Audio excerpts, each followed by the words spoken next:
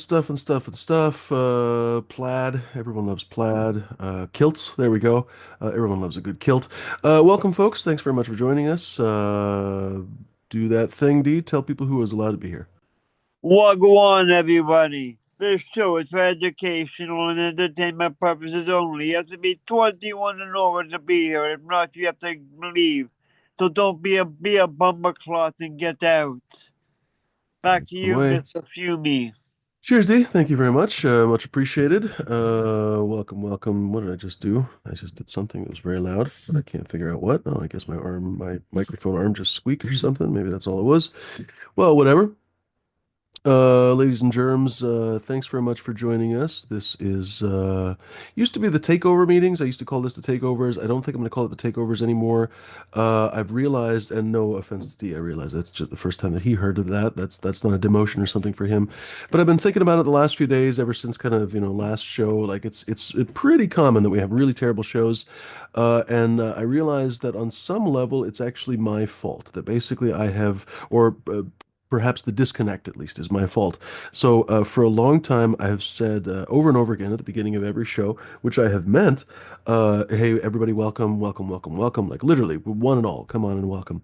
But at the same time, I've been working on my breeding projects, which I have not adequately told everyone about on an incessant basis, basically. The reality of life is that you have to sell people things incessantly. You can never really stop.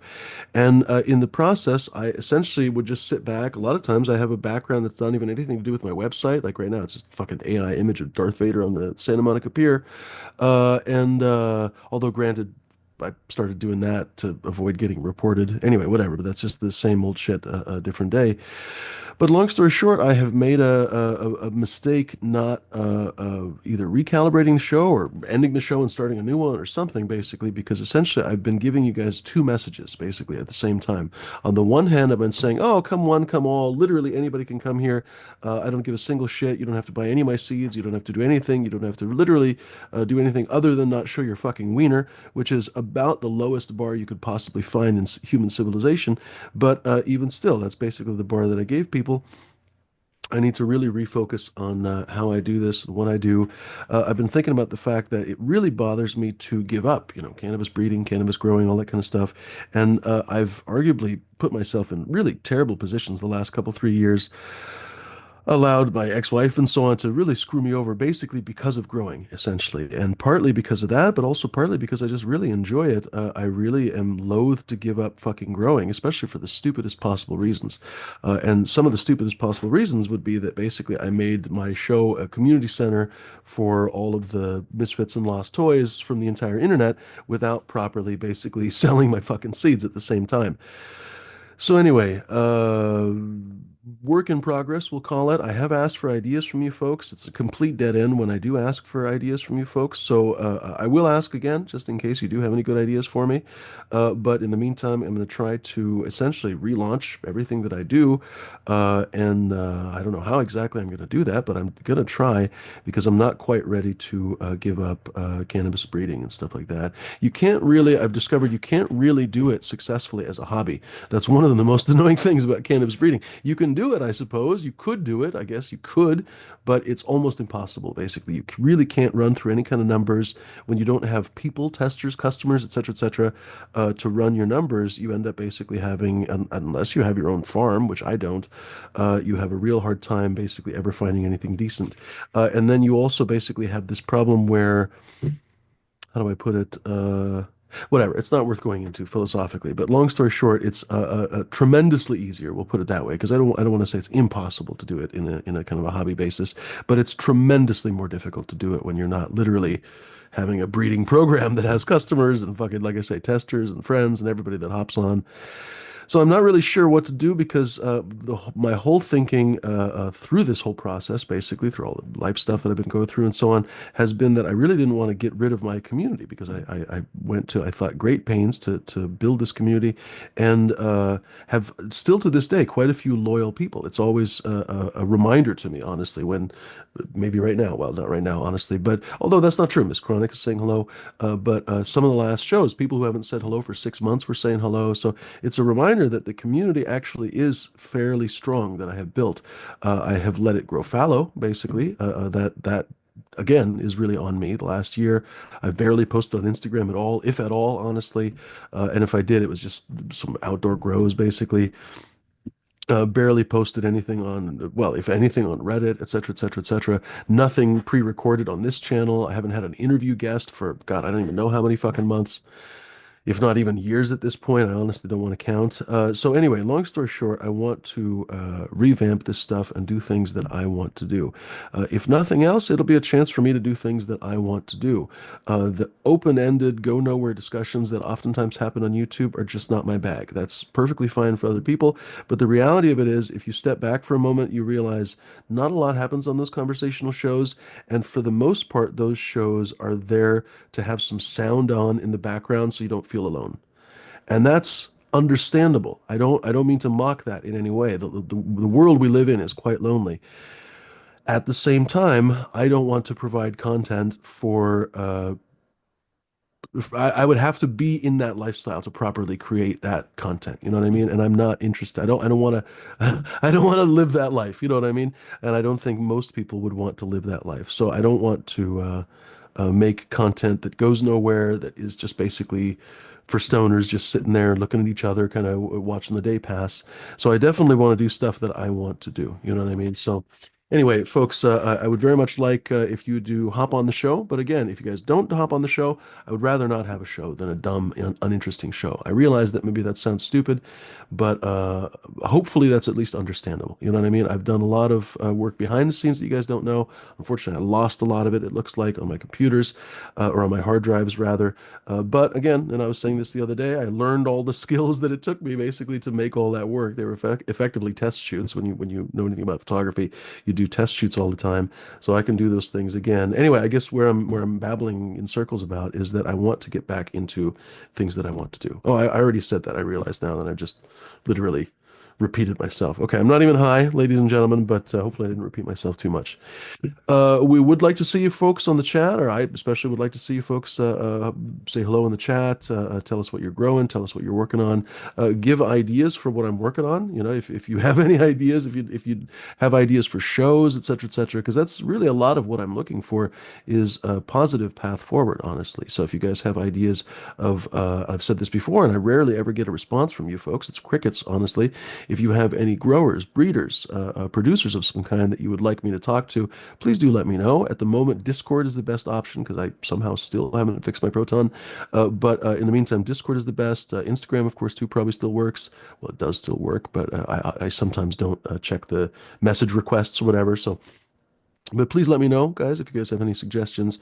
And it's basically on me to make this more of a kind of a Fumidoro show and whatever else. You know what I mean? So, because that's part of the reality. I'm not interested in being the community center for you guys anymore. I realize that in some ways I have been a community center and have it was my intention, you know, like it was always a very welcoming place. I've said how many times that I want this to be an inclusive and welcoming place, but at the same time, that has led to a position where literally no one on the panel grows my shit. Literally not a single person. And I don't remember the last time that anyone that has hopped on the panel actually has grown any of my shit, much less buying my seeds or anything else, which is fine. You know, like I said, I invited these people on the show, but the whole idea of the show has actually been something different in my mind for a long time, and I have not actually brought those things together. You know what I mean? Fucking round peg, square hole or something. So gonna try to work on that kind of stuff. So my apologies perhaps for the long introduction, but I think it needed to be said because gosh, I can't just keep doing the same fucking dumb dog shit for the rest of my life.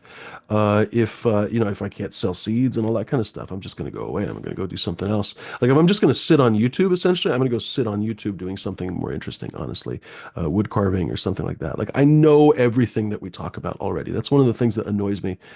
I very rarely learn anything, and that infuriates me. I'm here to learn as much as anything else. You know what I mean? So if I can't learn about cannabis growing and I can't actually get anything done in terms of selling seeds or anything else, why the fuck am I here?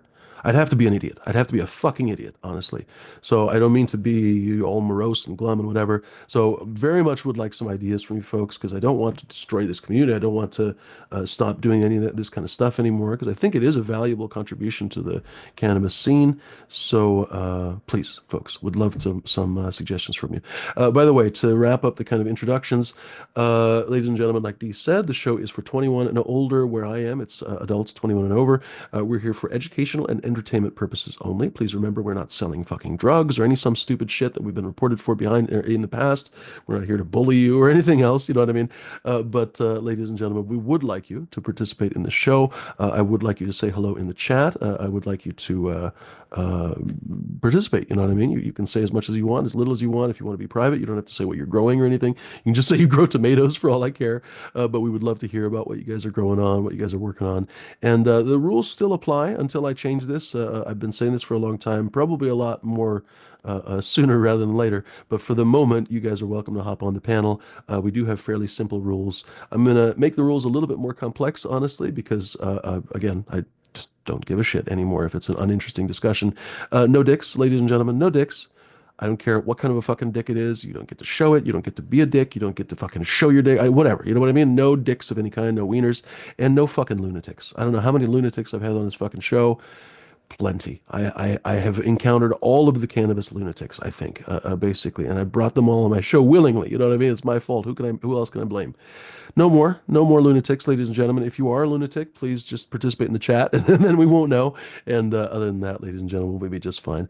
But we would love to hear from some of you folks that can hop on here. We would love to hear about your garden, stuff like that.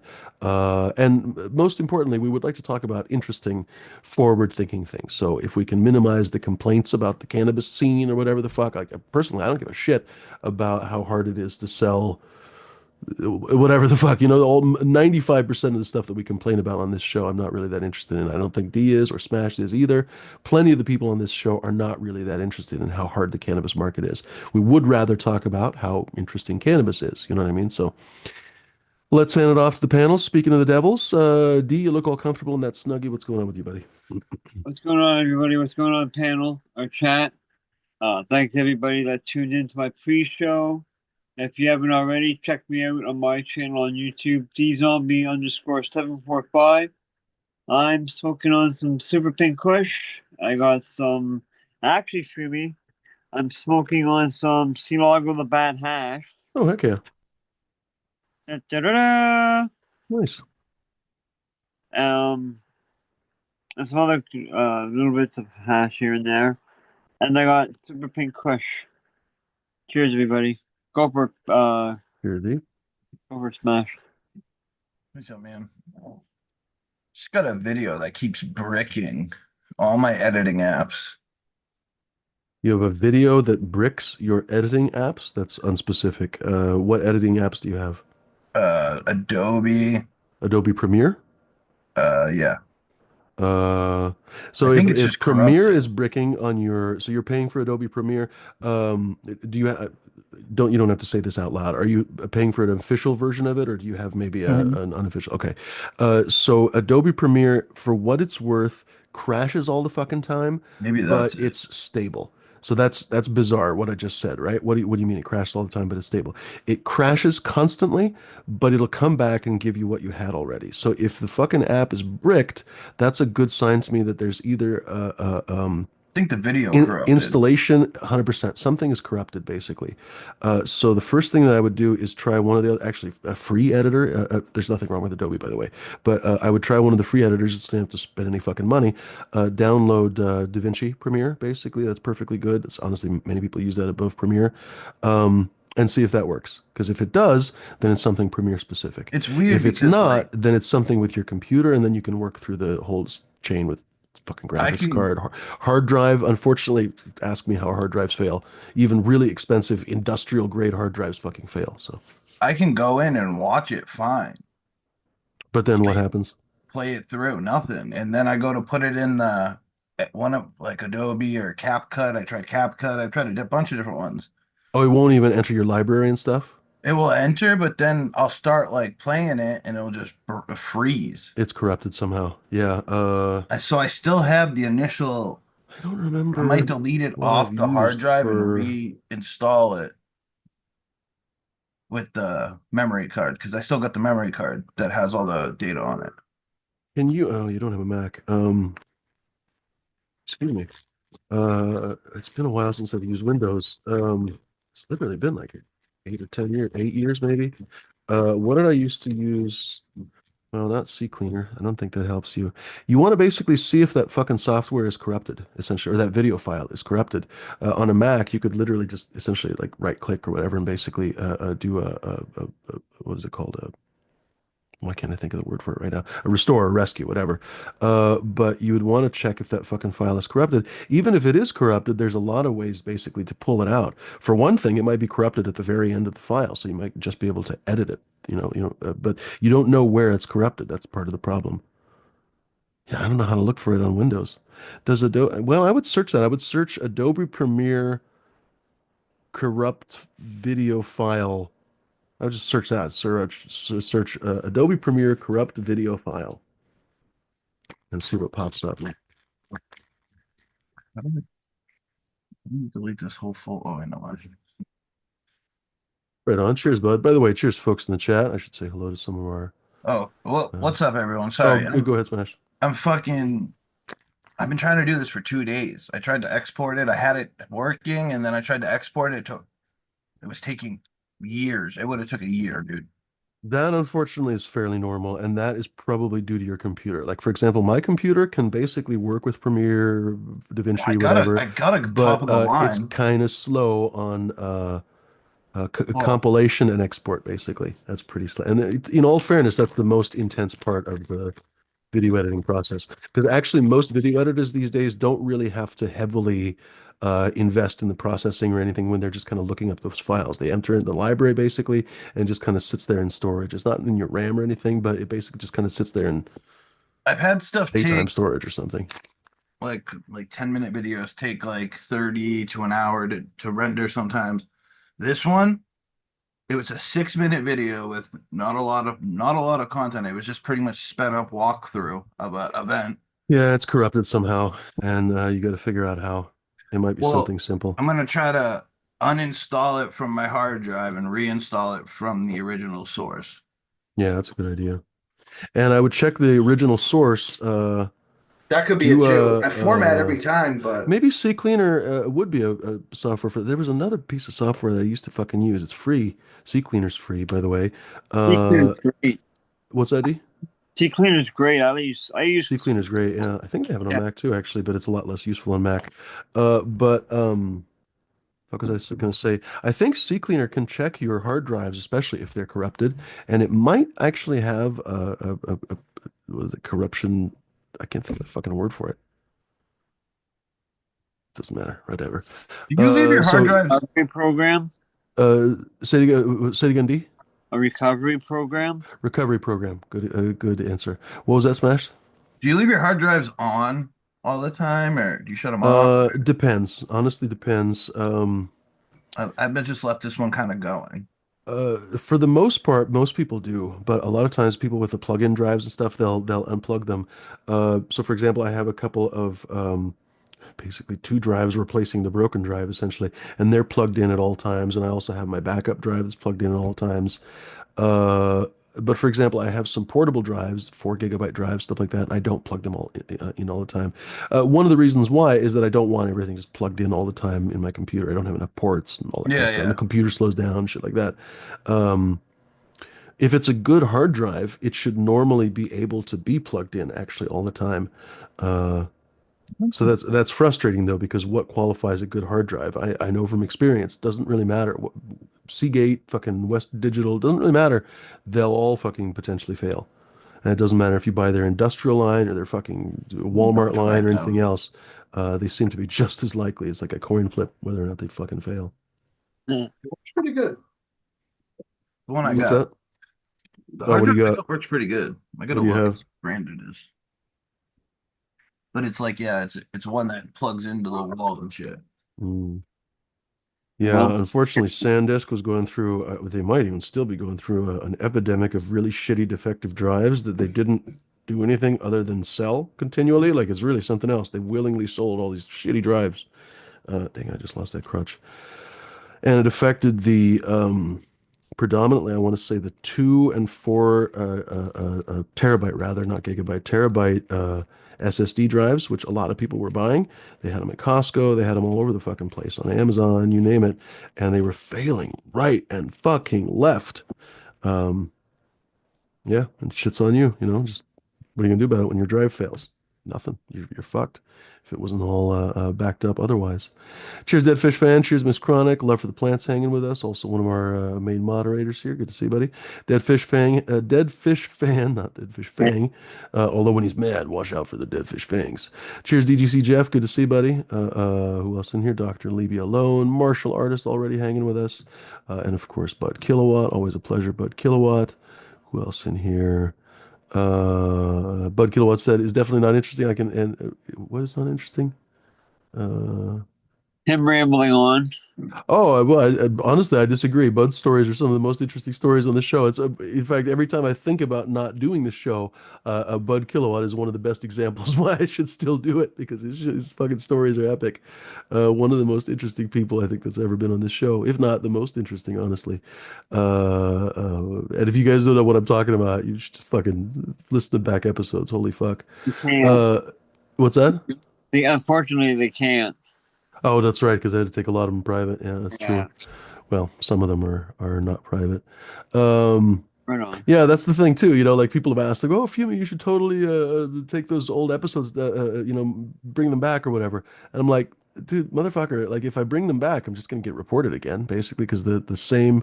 Well, that's not necessarily true. So, for example, the old way of reporting may not work anymore, but basically, a lot of those videos probably had something that was reportable. I honestly don't know, candidly, what it was, but. How am I putting it? That might not be true anymore. I guess that whole line of thought where I'm like, oh, if I bring them back, they can just be reported. That actually may not be true. I was thinking like, oh, we might have said something or Yeah. shown something or whatever. But like, no, we don't do anything now that we didn't do then, vice versa, et cetera, et cetera. So it's like, that doesn't make Yeah. any fucking sense as I say it out loud. But it does take time, basically, to bring that all that stuff up and so on and so forth. I guess it doesn't take that much time, I suppose, but I don't know. It just didn't feel worth it when like literally 3 people want it, or maybe one or 2 people want it. I mean, I guess that doesn't sound fair either because 1 or 2 or 3 people could enjoy it, but it would take me hours, like hours and hours and hours to bring that stuff back. And it's just like, would I even get a thank you? I'm not 100% sure. Like it definitely wouldn't sell another pack of seeds. Would I get well done, Fumi? Thanks for spending several hours fucking bringing these back. I don't know. I don't know. Maybe I'm being too cynical, but whatever. Let me read Bud Kilowatt's comment. Definitely not interesting and random. Well, endlessly, I will grow anything you want and give me honest feedback. Oh, right on. I would totally send you some stuff, bud. Rather start with clone, but cracking seeds is just a longer process. Yeah, absolutely, that's true. Offer study methods actually good to assess plants. We just have not talked about it, but I'm on board to be team feud. Right on, dude. I appreciate that. I have assumed that you weren't for the longest time because you're always like, oh, I only grow California guys. And I was like, but I'm a stealth Californian. What the fuck? Because I was born in California.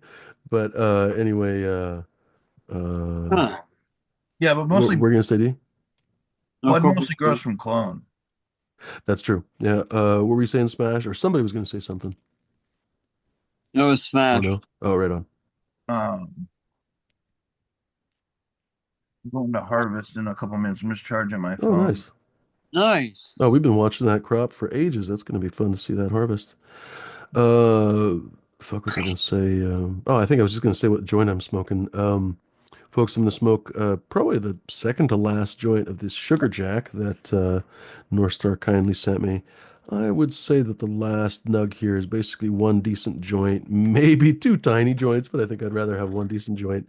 Not a gigantic joint, but it's most of a gram there, I would say. So anyway, thank you very much for North Star, and very tasty. Reminds me intensely of the sugar tits that Sub sent me, and North Star was saying that Badger actually bred that. I would have sworn that North Star bred it, but of course he knows better. Badger. don't know that anyone really knows Badger too well on this show, but we've definitely talked about him. Do you guys know him? Do you know of him or ever heard his Nah. name? No? Oh, okay. I know Well, the He name. worked with Sub for a couple of years towards the end of his death, and he's I guess a breeder down in California. Anyway, he actually put together the oh, I got Costco napkins in my pocket. He put the Cuvée F2 together that I talked about for years. That's the mother of my Morgana, stuff like that. They famously had to breed a Cuvée F2 or a Cuvée how do I put it? A Cuvée F1 by Cuvée F1, and they essentially bred the resulting progeny together, basically, because they lost the original parents, I guess, the Pinot, I think it was.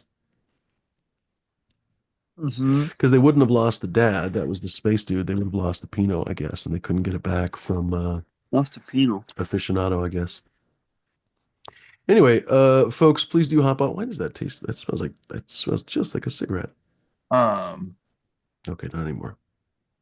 Miranda Family Farms has been growing I think it's Jelly Bean and Purple Afghani from Miss Jill, and they're both He's really still good good. friends with Ms. Jill. That's another one, honestly. I was supposed to go and have a smoke sesh with her, and I never did. So I need to get back on that. She was gonna come on the show and stuff like that. Yeah, she was supposed Um, to come into the city, like Miranda Family Farms had her coming into an event and stuff, oh, in Boston, right on. and we had like hurricane warning, so Ooh, the event still happened, but everyone that was supposed to come in canceled pretty much. that's too bad. Yeah, Ms. We have Jill's interesting. we have ice warnings here. It's Yeah, crazy. you were saying you're like ice storms and shit. That's crazy. Yeah. Fuck's sakes. It's almost April. I think the little groundhog was lying. The little Hmm. bastard. What, he said 6 more weeks of winter? Oh yeah, and you're supposed to have early spring. No. I heard early spring for us. Do we have a different groundhog? I don't know. It will now. They're not going to have Yeah. a fucking American groundhog.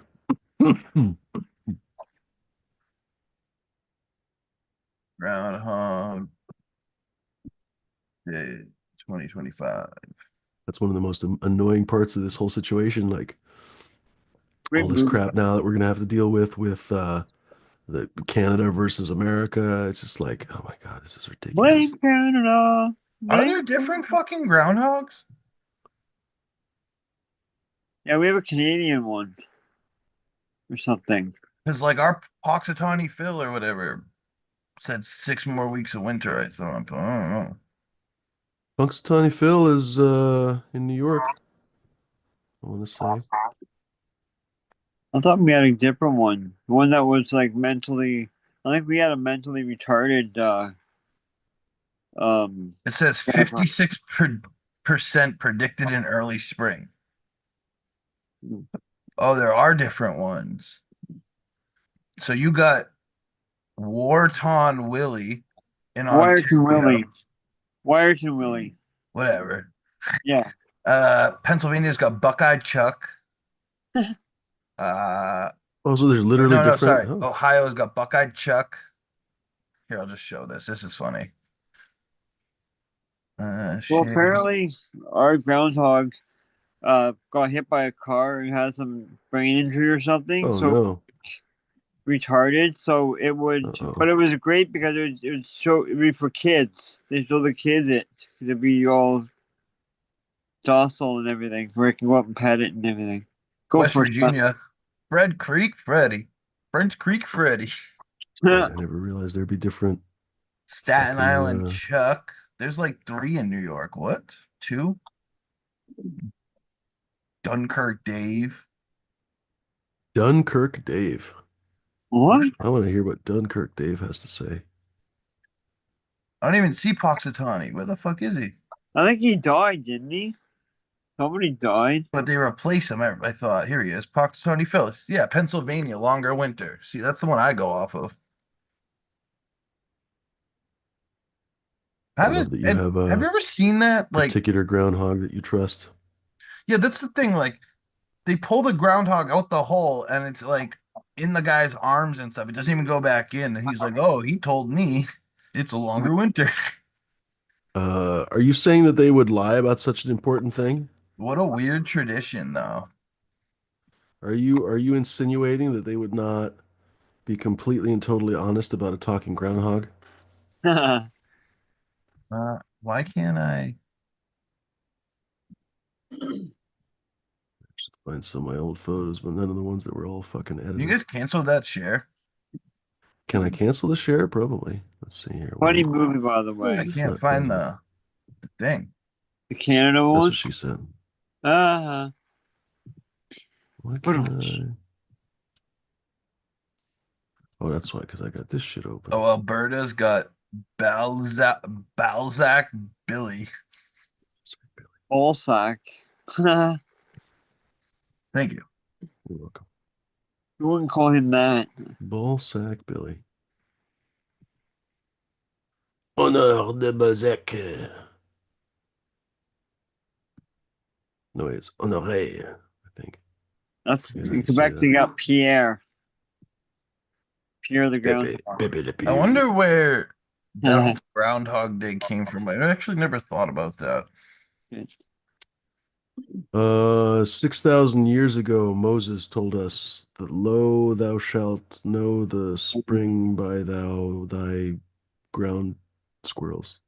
I thought it was Moses. what's his name with the ark? Noah? Oh, Noah? It probably was him. I bet you. Or was it Adam and Steve? Probably them too.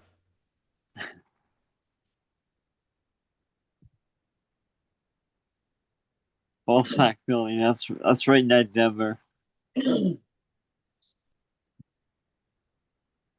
Oh, it should be charged. Hold on. Busting up some more. See Metal go to buy and hash to smoke, guys. Nice. What's everybody smoking on in chat? Let us know. Fuck. Oh, He accidentally burned his balls with the joint. that's smart. Cheers, Joseph Anthony. He says, your mama likes to trim it up for me. Boom. Captain should be hopping on shortly. He's back Right in on. Thailand. Oh, right on. Yeah, he's gonna go to I saw his post about being at the airport. That's cool. yeah. I was talking to him earlier in the pre-show, Hmm. and earlier, like in this Dude, cat Bangkok just had a huge earthquake. yeah. Yeah, it wasn't Uh, Bangkok. It was somewhere else. yeah, But why can't I Bangkok think it felt was, they were just talking about it in the news. There was a yeah, big fucking earthquake. Bangkok felt it though. It was like 7.3 or The fuck, something. where was it?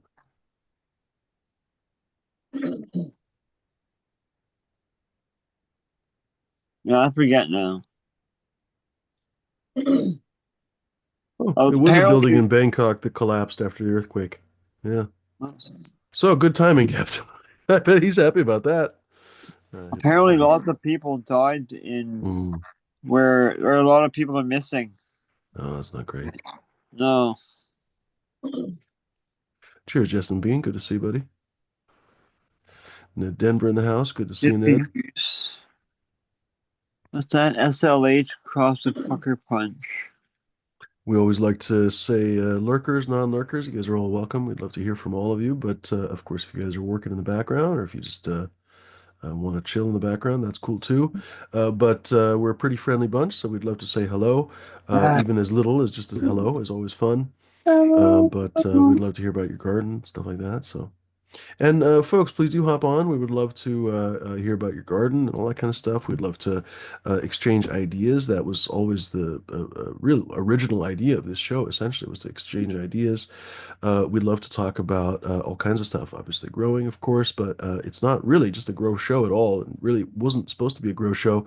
I intended to talk about cannabis flavors and effects and all that kind of stuff. So, folks, whatever part of cannabis or even not cannabis that you like to talk about, feel free, folks, to hop on. And in Oh, fact, this time only, sounds like a car dealer. I'm going to post a link. Normally, we ask you that you please ask for a link. Just ask nicely, that's all. And we'd be happy to provide it for you. I like this. Once again though, don't be a fucking jerk off. That's it.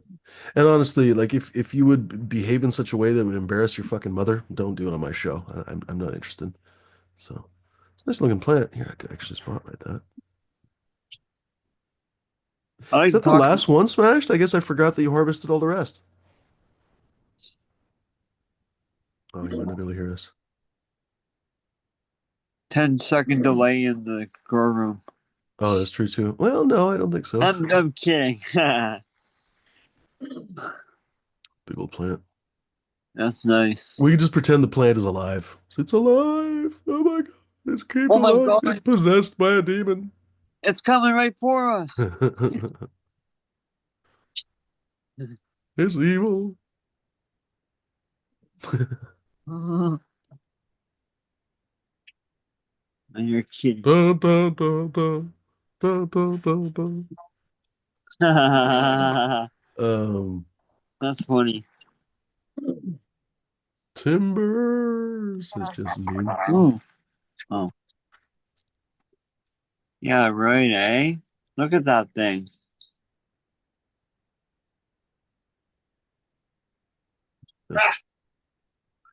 No. Nice. It's like an axe of flour. Could take that thing to war. I'm gonna get you with my cannabis. I might need to cut some of this off. I actually want to leave it long. This might be long enough for a walking stick. Oh yeah. Right on. Look, I can barely, it's touching the ceiling. Hmm. Thing's huge. That's what she said. Nice. Kind of like the Mendo Dope Boys. So this is Oh, apples and chem. you piece of shit.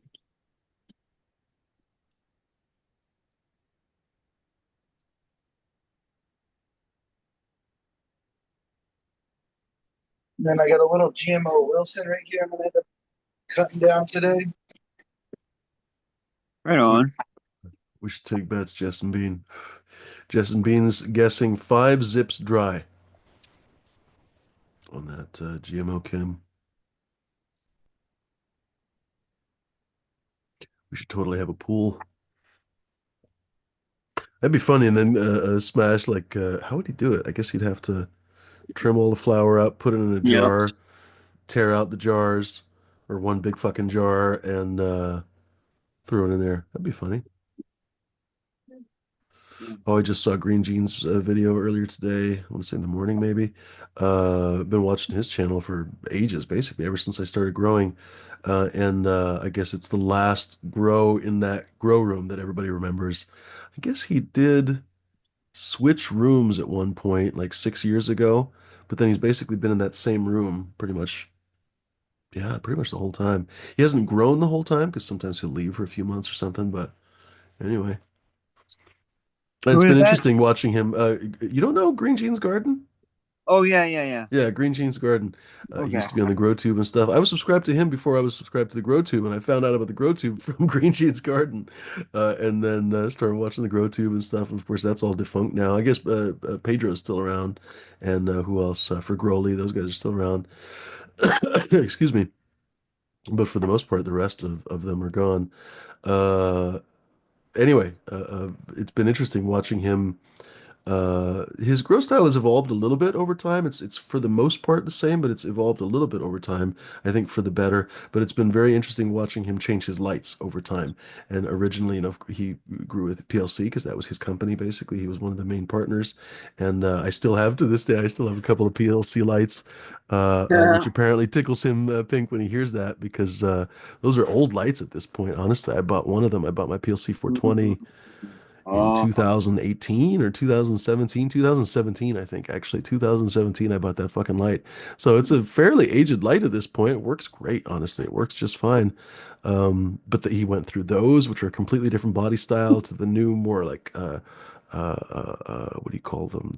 Well, first of all, they had the like quantum boards, and then he had the arm style ones. Now I can't think what you call them now, but anyway, those like the strip lights basically. They're essentially strip lights with space in them. It's so much more, so much better for airflow.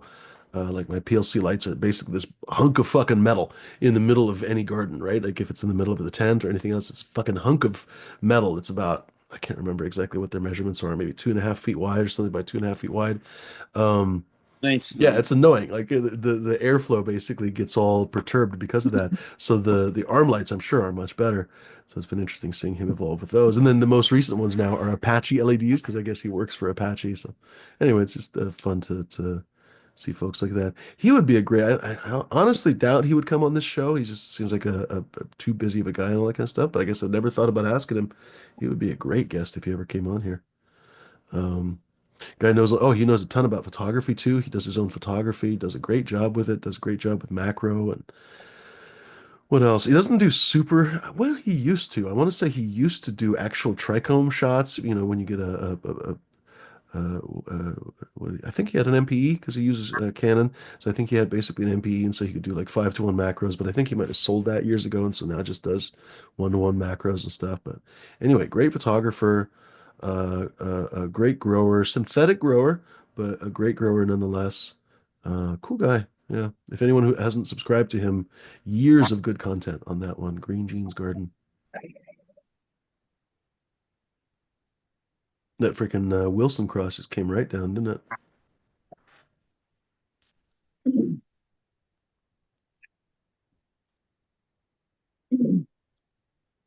Damn it! Motherfucker. Right, speaking of damn it, oh, you piece of shit. You're making spark. You motherfucker. What is your major malfunction? Private? Look at Might this even be main low loop on ball. gas. It doesn't feel light. That's weird. I'm gonna call you Private I left Snowball. this thing. Interesting. This is two big plants. Like I just pulled one of those huge plants off of this. I left it in a 1 gallon. Look at how fucking Hmm. big the roots got in the 1 gallon. Hmm. You're Then I right. put it into a 20. I saw a picture the other day of this crazy root ball. This guy grew started a plant in a Pringles container, and he Oh went to yeah, they do contests like that, like Pringles can't. In fact, there was one just not too long ago on like that. Let's see, uh, uh, uh, fuck, like Grow It that. Up or something on Reddit. They had Pringles can grow off. Yeah, always funny to see. That's pretty cool. You can obviously so much easier with a synthetic plant, but believe it or not, you can pull it off with an organic plant. You just have to be so fucking on it. I don't know. You'd probably obviously way easier to do like a liquid bottle fertilizer, but um, you could do it with like a bunch of fish hydrolysate and fucking aloe water and stuff probably. But goodness gracious, what fun! Exactly. Yes, Joseph Anthony. Bigger roots, bigger fruits. That's the thing too. You're never really going to have. I mean, I guess synthetic again, a bigger advantage because you could still Super. have a fairly small root ball and have a gigantic fucking plant. But with an organic plant, you're never going to get that much bud off that. There's just not enough um, nutrient, unlocked nutrients basically in the soil. And essentially, if that doesn't make any sense, that's why you would want to pour some biobiz or whatever liquid organic nutrient if you were trying to do that, because literally nothing in the soil in that tiny little Pringles can, not enough would be unlocked basically. And by the time, because stuff is always breaking down, even in dry soil, stuff is breaking down, right? Even the fucking desert Oh, stuff is breaking down microbially, but slowly, right? And not necessarily enough to sustain life. So, for example, the desert is surprisingly dirty. Anyone that's been to a desert or a beach or anything else, it's surprisingly filthy, actually. When you come back, you have to take a shower and stuff, and your shoes and stuff are all dusty and whatever the fuck, because they're actually filled with organic matter, basically. It could theoretically sustain life. Just most of it is essentially inert, basically. It's not dead, because again, the deserts are not dead. Surprisingly, they have not necessarily teeming with life, but they have lots of life. How the hell did that Justin happen? Bean say I got 13 more 20-liter jugs of Canna Newts today. One more load coming this week. Why, Justin Bean? Why specifically 13 more 20-liter jugs? Are you trying to stock up or what are you doing? I And remember did you talking about it, but I just don't remember why you mentioned it. Well, I feel like someone was talking I about it. I'm think not 100% sure it was him. Go ahead, D.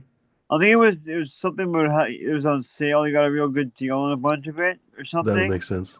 But did Justin Bean was did blah blah blah blah. Did you get any of Green Planet product? Because Green Planet's really good. That's what I use. I think you might have mentioned Green Planet too. He says not sure what I'm going to do with them. Never actually used the bottle stuff. That cracks me up. No, it's just like me. I used to do that too. Like I used to go to whatever fucking oh here comes Bud. I used to go to, cannabis shows and stuff. I used to kind of be religious about going to those shows. And oh my God, they would give you so many freebies and stuff. And I would just like totally I would pick up this and pick up that. And I'd come home with a fucking armful of House and Garden, whatever the shit, and fucking Canna, whatever the balls, and whatever the fuck. I had no use for 99% of it. I ended up finally realizing I should just give away most of it. Uh, yeah, I had like three different things from House and Garden I had no use for whatsoever. What? For some reason, they gave away one of their most expensive products, maybe to hook you or something like a drug dealer, That's one of their enzyme products or something. So I used that, but other than that, dude, fucking none of the House and Garden stuff was useful. Anyway, funny, but when you're a new grower, you're like, oh, I need all of that. I don't know. Maybe it oh, helps. Well, I'll chime in. Like, Cheers, bud. um, good. okay, so I like and think Power Psi is the superior silica, but they gave it away for so long, samples. I had so much of it during that time, which I get the marketing thing. And that's how you get out there. They don't quite give it away like that anymore. But then that made it's impossible for me to buy it for like $100 a bottle or whatever, even though it goes pretty far. But when I went up to my nephews, uh, Wow. one, and he's at a way bigger scale. They stopped using it because just like I knew, you have to adjust the pH. Uh, it, it, it, it, it makes the water swing. Uh, but he's like, yeah, it's a great, use it as spray, this foliar, which I never really have used it as that type of product. But he gave me all these bottles. Uh, where I saw, yeah, Bloom bottle, the original. I switched it in the last water a couple nights ago, and sure enough, yeah, I have to. It's a whole other pH thing. Where I use a other silica, like just the plain silica, which really is, yeah, lifts the pH, and you got to lower it, but it stays more stable. RSI, yeah, it doesn't really affect the pH when you make the water, but then the days following it has its effect. But So it's stems, buffered somehow, really. yeah, stems get bulky. Like you can see after a couple of weeks of using that shit, your stems, it does work. Yeah, it's kind of pricey. But Kind of so yeah, crazy pricey. I've used it Yeah. a lot, only Can't free. spell that. I've never actually purchased a bottle myself, but some of that is they gave it away free for so long that yeah, it's hard to get me to pay for it. A lot of people were the same with Mammoth P and a few other products. Yeah, they gave it It's away a so common long. You're thing, just like, like okay, what's the business model here? Uh, that's the way you get it. You get in, you give it away for a good period of time, and then you hopefully build up customers, and they'll start buying it. It works the opposite on me. If you give it to me for free for a year or so, oh, it's gonna be hard for it me, devalues it, doesn't it? Yeah. especially when it costs so much. Yeah. Right? One That's thing, it. And it's like farcically expensive. Yeah, there's absolutely no way that it costs that much to make and any of that kind of stuff. I'm sure they're decanting it from something else. Like if we just looked it up enough, you can probably buy the well, lab um, chemical version of it. when I was at my nephew's, he was showing me all the things he uses. Okay, he uses this food line called HGV. It's like a powder. It's a good line. But their base I remember him saying, "Oh, that their base is like $127 a thing," but they're just white labeling.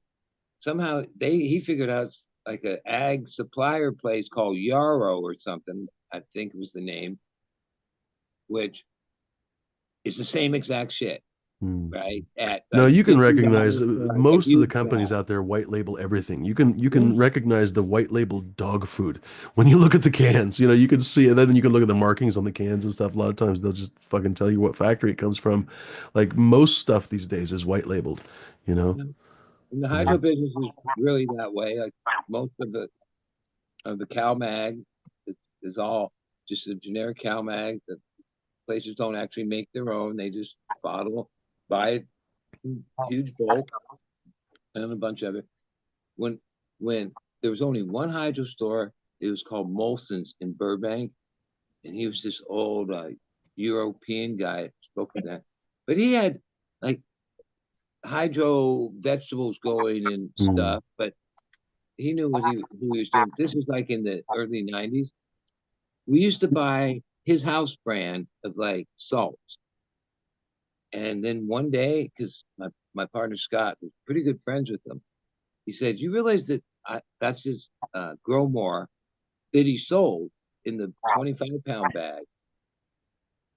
His food line was just grow more in his jugs." And we literally were a couple miles from the main grow more place in Torrance.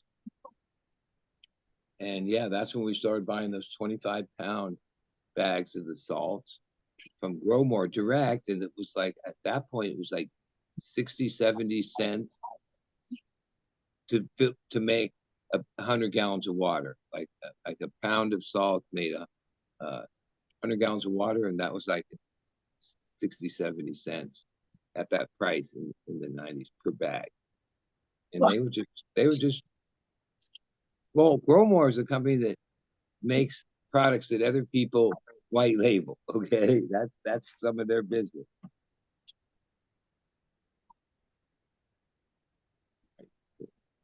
Yeah, they have their own cow mag line. They sell that.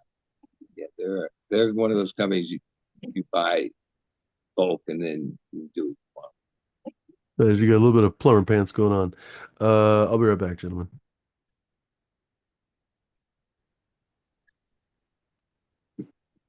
So I've been having this problem getting this. Well, I got a new CO2 generator, and then it started having the lockout. Like first few days it was fine, and then a couple times it locked out. I reset it, and then last night after messing with the original one for like a month, replacing the jets, cleaning it, well, and never getting it right because in a propane generator there's igniter that lights one of the jets, and then it jumps to the other jets, whether it's a 4 burner, 8, 10 burner. The igniter lights the one, and then they domino to the other one. And that was the problem with my old one is it would light, but it it didn't jump, which I always thought, yeah, it's a pressure thing. Like it's Mhm. not, it's like a little low, so it's not putting out enough gas out of the unfired ones to jump. So I replace it, and last night after, God, it's been over a year, I finally realized that the generators have a regulator, gas regulator. That's the thing that your gas pressure coming in is whatever pressure high. And for certain devices, you have a regulator that brings it down to 4.5 pounds consistent, which like stoves needed, barbecues, gas regulator, common. Mhm. Well, now we had one in our gas line that we had put in, and the generators, the the older generators, they didn't have this. That's why we had our own in the line. New generators have their own same exact part, same regulator inside. Like when you look at it underneath, you say, oh, the first thing it goes in, the gas line goes in to a regulator. So then I Googled every which way about it. There's two-stage regulators and different things. But yeah, if the one regulator's taking it down to 4.5 pounds or WS or whatever, and then you're putting it through a second one that's supposed to do the same thing, it's probably coming out even lower than it should be, 4.5, because it has to be 4.5 consistent. Like that's part of it. Can't like, Yeah. right?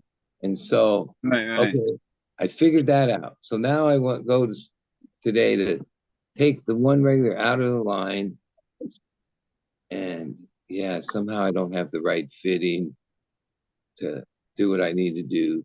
So, and I didn't That's feel like tough. going and trying to get it. So, all right, one day. Well, I'll bring in CO2 from the other room, but yeah, it's weird how a simple thing, like all of a sudden I looked up and saw the bottom of it. There's a regulator, and I realized, oh, it's two regulators. That's like I never thought that. Mm-hmm. Even last week when we installed it, my Brandon, who's helping me, he had to go to Home Depot because we needed a adapter. And I said, bring the regular. Maybe if it's not that much money, which they're not, uh, get a new one. And while he was gone, I was Googling uh, autopilot Titan CO2 generator, trying to find out what regulator. Mm-hmm. And I remember going in a circle where it wasn't like readily info. Yeah, that's because they have a regulator already built in the thing. Oh shit. So, all right. And there's two stage. That would mean that the first one would break it, bring it down to a certain level higher than the second one. But Mm. having two with the 4.5 or coming out of the one at 4.5 and then going into another one that's meant to have like high pressure on one side, low on the other. So, yeah. Yeah. And I remember Fumi saying a few weeks ago that Google's gotten worse or something. Yeah, I agree. Like I, I've started having like, I blame it on myself. Like I do simple Google searches and then it seems like it's harder and harder to get the info you want. Mm-hmm. So yeah, you know, It's all. I'm taking phones tonight where I'm changing my timing, which as I've thought it through, isn't as easy. It's just, oh, let's take clones for the next room 6 weeks in advance instead of 3.5 weeks in advance. Because if I take clones tonight, these will still be in their way when they're already rooted. And I used to take clones off of my uh, this round. Now I have to keep moms, my redundant moms that I didn't really ever take clones off of, and have the right amount of them where I can get the right. Like I only have three of these cream, where I was hoping to run a whole tray or more. So in this next round, I have to get my mom count right for the next round. And I don't know. I guess I'll figure it out when it happens. How I'm gonna have these ones still there a few days from moving on, and then these ones will be rooted with like nowhere to go for a couple days. Yeah, it's like one little perpetual change. There's always more to it than just, oh yeah, take the phones earlier. Mm-hmm.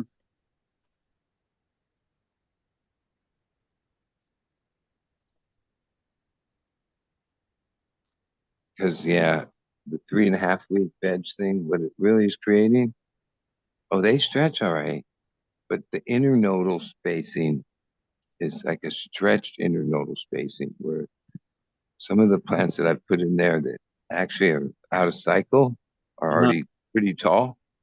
Yeah, they don't have that stretched internodal, which they have. Mama likes a stretching, by the way. Some of this was when I went to my nephew and saw like a 1,000 light thing or like his level. It made me realize a couple things like that. Internodal spacing. Doesn't matter how tall they get or whatnot. Internodal spacing is part of like achieving good yield. Huh? Because these guys are like getting 3 a light, but now they're chasing 4 and 5. I'm just trying to get this over 2. Where I get 2, I don't think I'll ever get 3, but to get even over that, it's internodal spacing. Mm-hmm. I could show you when the lights come on. Well, most people already know what I'm talking about.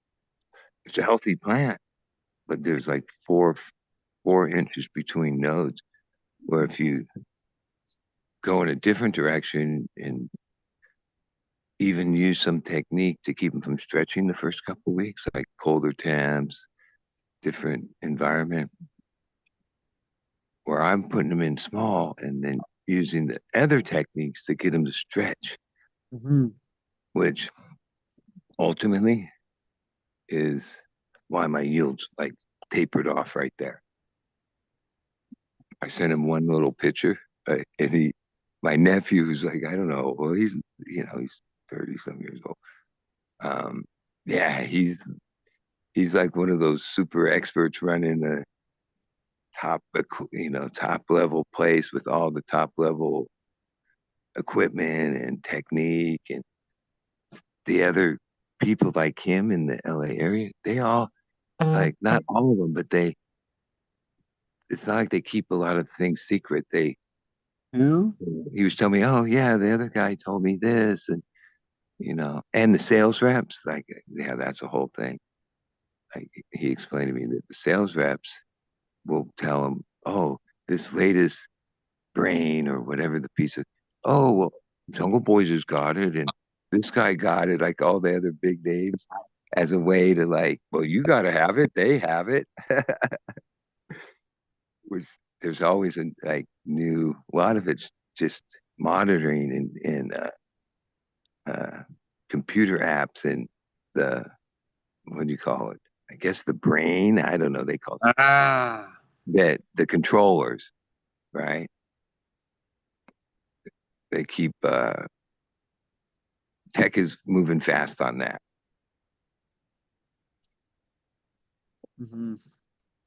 What do they call it? Crop steering, data points, set points. Yeah. Like, I've ordered, I don't know how many split minis in my life. They're a lot less expensive when you don't get the heating element, because I never thought I would want heat. Yeah, he's showing me that, yeah, they have cool, but then they blast it with heat periods of time. Not blast it, but like warm up the room at different weeks, at different times for a couple hours here and there. And I'm like, holy shit, never would have thought of that. Something I haven't thought about much is the fact that I had my video unmirrored. So you guys were seeing me mirrored. So I guess when I would lift my left hand, it would be on the left side or something. And now it's normal. And I was just thinking, like, I don't even know. I don't even remember if any of you guys are mirrored. I've never really thought about it before. Anyway, funny that I've never really thought about that, to be honest. No, What's I'm going not. on, Catherine? Or Coon be the ghost? What's going on, Catherine? Hey, Cat. Just sweat my ass off. Lucky. Back in Thailand, I heard you say that on TV, so I can't even believe you're back there so soon. I thought it was going to be later. No, got to be back for Thai New Year and the Water Festival. Well, plus, I don't think you really like being United States life is. I think you have a better life over there for the most part. I see that, especially currently with the fucking inflation going out the roof and everything else. Yeah, but I went to the hotel that I normally stay at, and they're having issues with their elevators. And it was like, oh yeah, we checked last time you stayed here, it was 3,100 baht, including tax. And today Now we're price back is to bot. 8,000 baht plus tax. Well, first off, you've been talking bot for years, and I still have no like real They're what, like value 30 to the ratio. dollar or something?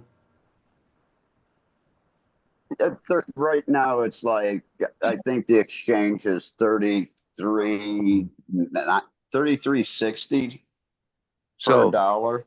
that's pretty It much. normally hovers between that 30 and 35 mark.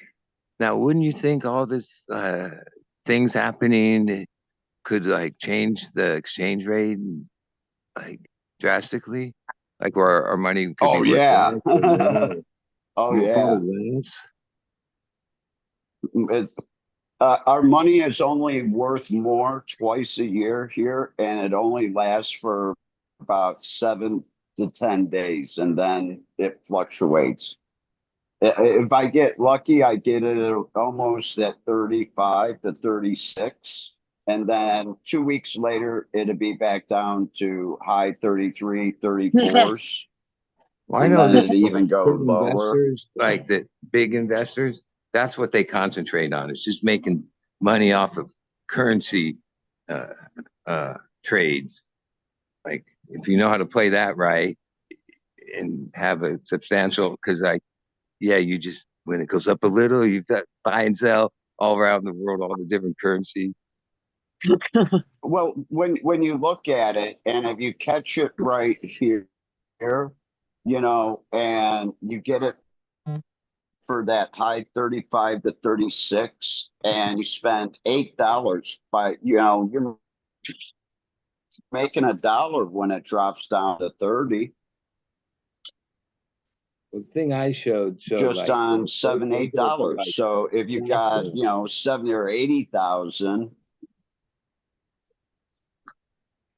you can make $10,000 in a week. I'm just But there gonna has come to in be here a risk tomorrow too, and right? clean. But I got this room on veg for a little bit. I just put a whole bunch of autoflower seeds in this 20-gallon, and I just gave it a bunch of water, so we'll see what pops up. Probably give them about 30 days, and then we're gonna flip them.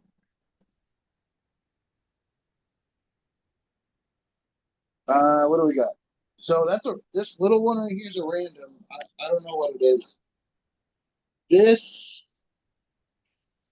is Cindy Cake, Wedding Cake, C99. That's that Don Yeti strain. I made a huge mess over there. Spilled a bunch of water. Blueberry Kush, Papaya Chemo, and then these are Tangy Dream Auto Flowers. But I wanted to get this room open and shut the other light off because this one's got heat. So I'll come in here tomorrow. I'll clean up the huge mess I just fucking made. I'll put all the plants to the back side over here, sweep everything to this side. I gotta let all this dry out.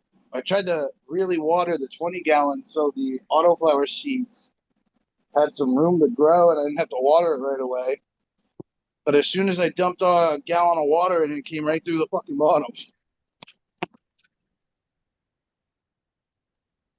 Let that Well, chill. I mean, sometimes that's because it's going down the side more than it's going through it, but I don't know. the thing is, I'll leave those in there for the night. Humidity will rise a little bit. It's still kind of low because the heat's kicking on. It's only about 35, 40%. I'll leave all that water on the ground, let it dry out naturally. This room's on till shit 2 a.m. or 2 p.m. tomorrow. The lights are on till shuts off at 2 p.m. They turn back on at 8, something like that. Okay, I got half an hour. Yeah, I came in today So this morning and realized yeah, the lights were still on like 40 minutes after they were supposed to go off. And then I checked the thing online. Yeah, there was it wasn't it was a planned outage. So they shut the power off for, I think it looks like about an hour, 45 minutes, I guess yesterday. So now I got to readjust all my times.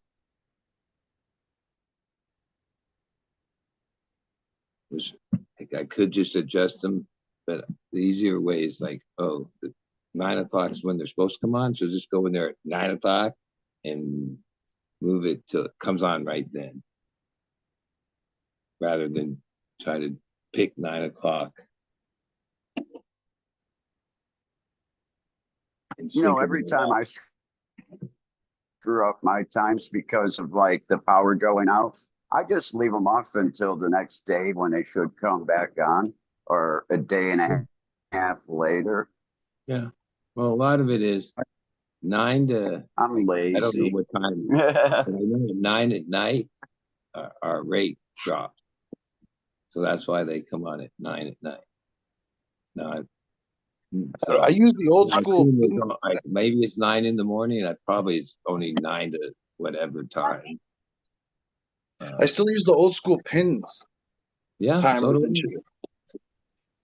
For a while So there, I used to buy the digital Nah, ones. They're good because they have a digital battery inside, and so they can keep the time. battery backup. Ultimately, like I don't know, like yeah, I know how battery to set backup them and for the stuff, but I machine, but like not the the power. mechanical ones.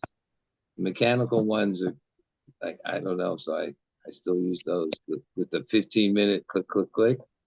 Yeah, they're just easy. They never break. I've been using the same ones forever. I rotated them out after a couple of Well, years. I'll tell you this much though, like because I have a few that are try to be in sync, but sometimes I have to get a different one or a new one because I'll have two of them, start them off in sync, and then like a month later, one of them's like a few minutes fast or slow. Like they're not the most exact uh, device. No, but they keep pretty good time. Oh no, yeah, Not but like bad, I guess. I've had good luck with them, I guess. I have like a I'm gonna go whatever clean light the a fucking light mess. controller box with most of the lights on, except like the LED and is on just a single timer because I would have to extend the cord all the way and the first one I put in, yeah, it kept like it was staying on longer than and finally I realized, oh, that timer was bad, and I replaced it. Um, there have been times I've bumped it and I fucking thrown it off, but I've been really good Here's about the keeping it thing in a spot I won't touch it. the digital ones, like yeah, they have a little battery in it, so it keeps the power goes out, it still has the proper time set in it. Except that those batteries last a year, I don't know how long. A lot of times I never think to change those batteries. And then when the power goes out, that function doesn't work because it's like the, what do you call it? The little round disc batteries that you put in there to keep the uh, power to the thing has a power just for the clock.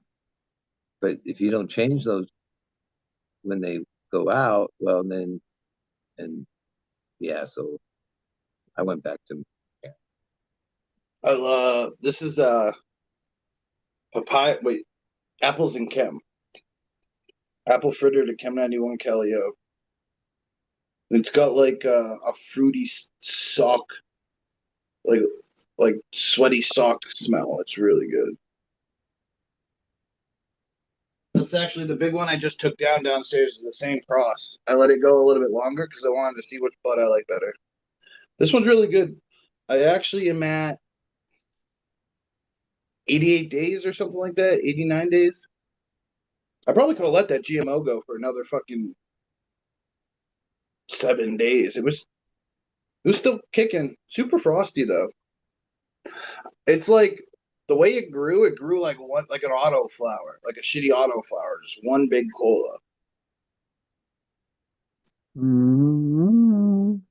I'm hoping I planted 89, 90 days. That's a pretty long cycle for most things. I mean, I GMO planted was around 75 for me, but well, I took some down at 68. I took a couple down at 72 or 75 one of those days, and then I just took the last of it down. I wanted to like I didn't want to chop it all at once because then I'm trimming all of it by myself. yeah, but like when you take some down, then some down, you have the one place you dry it.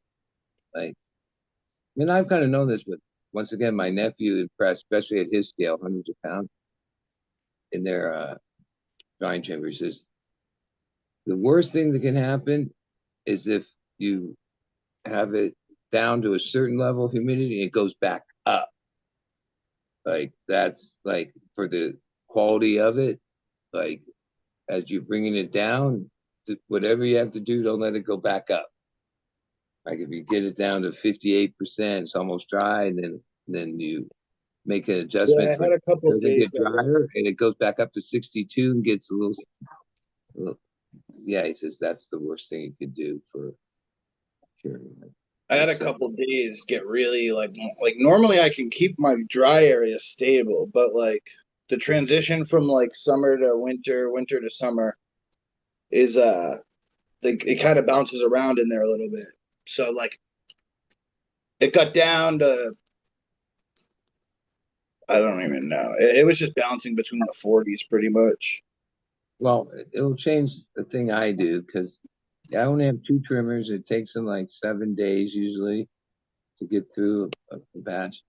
That a lot of times they're coming in at noon, we'll say. At 10 o'clock, I'll go and bring the dehumidifier down just a little bit, couple percentage of uh, humidity, because it makes it easier for them to trim. It's just a little crustier. But then I put it back to where I had it for the night for the next day. Was that's 1 or 2 degrees that it goes back up. Where like what he's saying is, yeah, don't let it go back up at all. So don't bring it down for them because then you're gonna if you keep it down at that place, yeah, that's not that'll make it too dry. So, but then I bring it down to like 56, 55, 56, just for those hours before they get here, make it easier for them. And then once they start, I put it back to the other settings, it's more like 60. Yeah, well, going from 57, 50 back to 60. That's what he's talking about. Which all right, makes sense.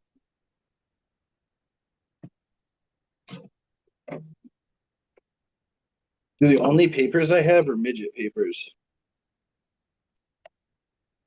I'm getting some dirty looks at people going in Now, are you in and out of the Shanghai or hotel just because making your I'm like way through the country? 6 'cause you're feet smoking away weed? from the door. Because you're smoking Yeah. weed, Captain? Oh, that's funny. Did you go all the way Goddamn to gringo. what's the place? Shanghai? Is that the name of it? Chiang Rai. I leave Tuesday to go up. I have a doctor's appointment here in Bangkok tomorrow, and we'll have surgery at the end of the trip. So Do you're you still going. have your, I don't remember, do you still have your apartment or did you move out of that? Or your house, No, rather? I had to move out of that Gotcha. because it kept on getting broken into. Oh, that sucks. They even got smart and started like bringing their own generator to cut through the locks. Hmm. So I had to move out of there. I lost quite a bit of stuff, quite a bit of money too. But that's all right. We're gonna look for a new place. little Yeah, bit but better, you have a nicer. bunch of stuff that that lady stored for you, right? Your bed and stuff. You Yeah, I got my bed, my kitchen, my TV, my air conditioning. So, you Okay. know, I'm ready just to move into a new place. now was this spare of the moment? Because it wasn't like you meant. I didn't remember you saying anything about going back to Thailand so soon. No, I'm just going to keep a house here so I can, because if I go to store my truck and my bike, you know, they want so much money for it. It's per month. It's like, why don't I just rent another house and just store everything there?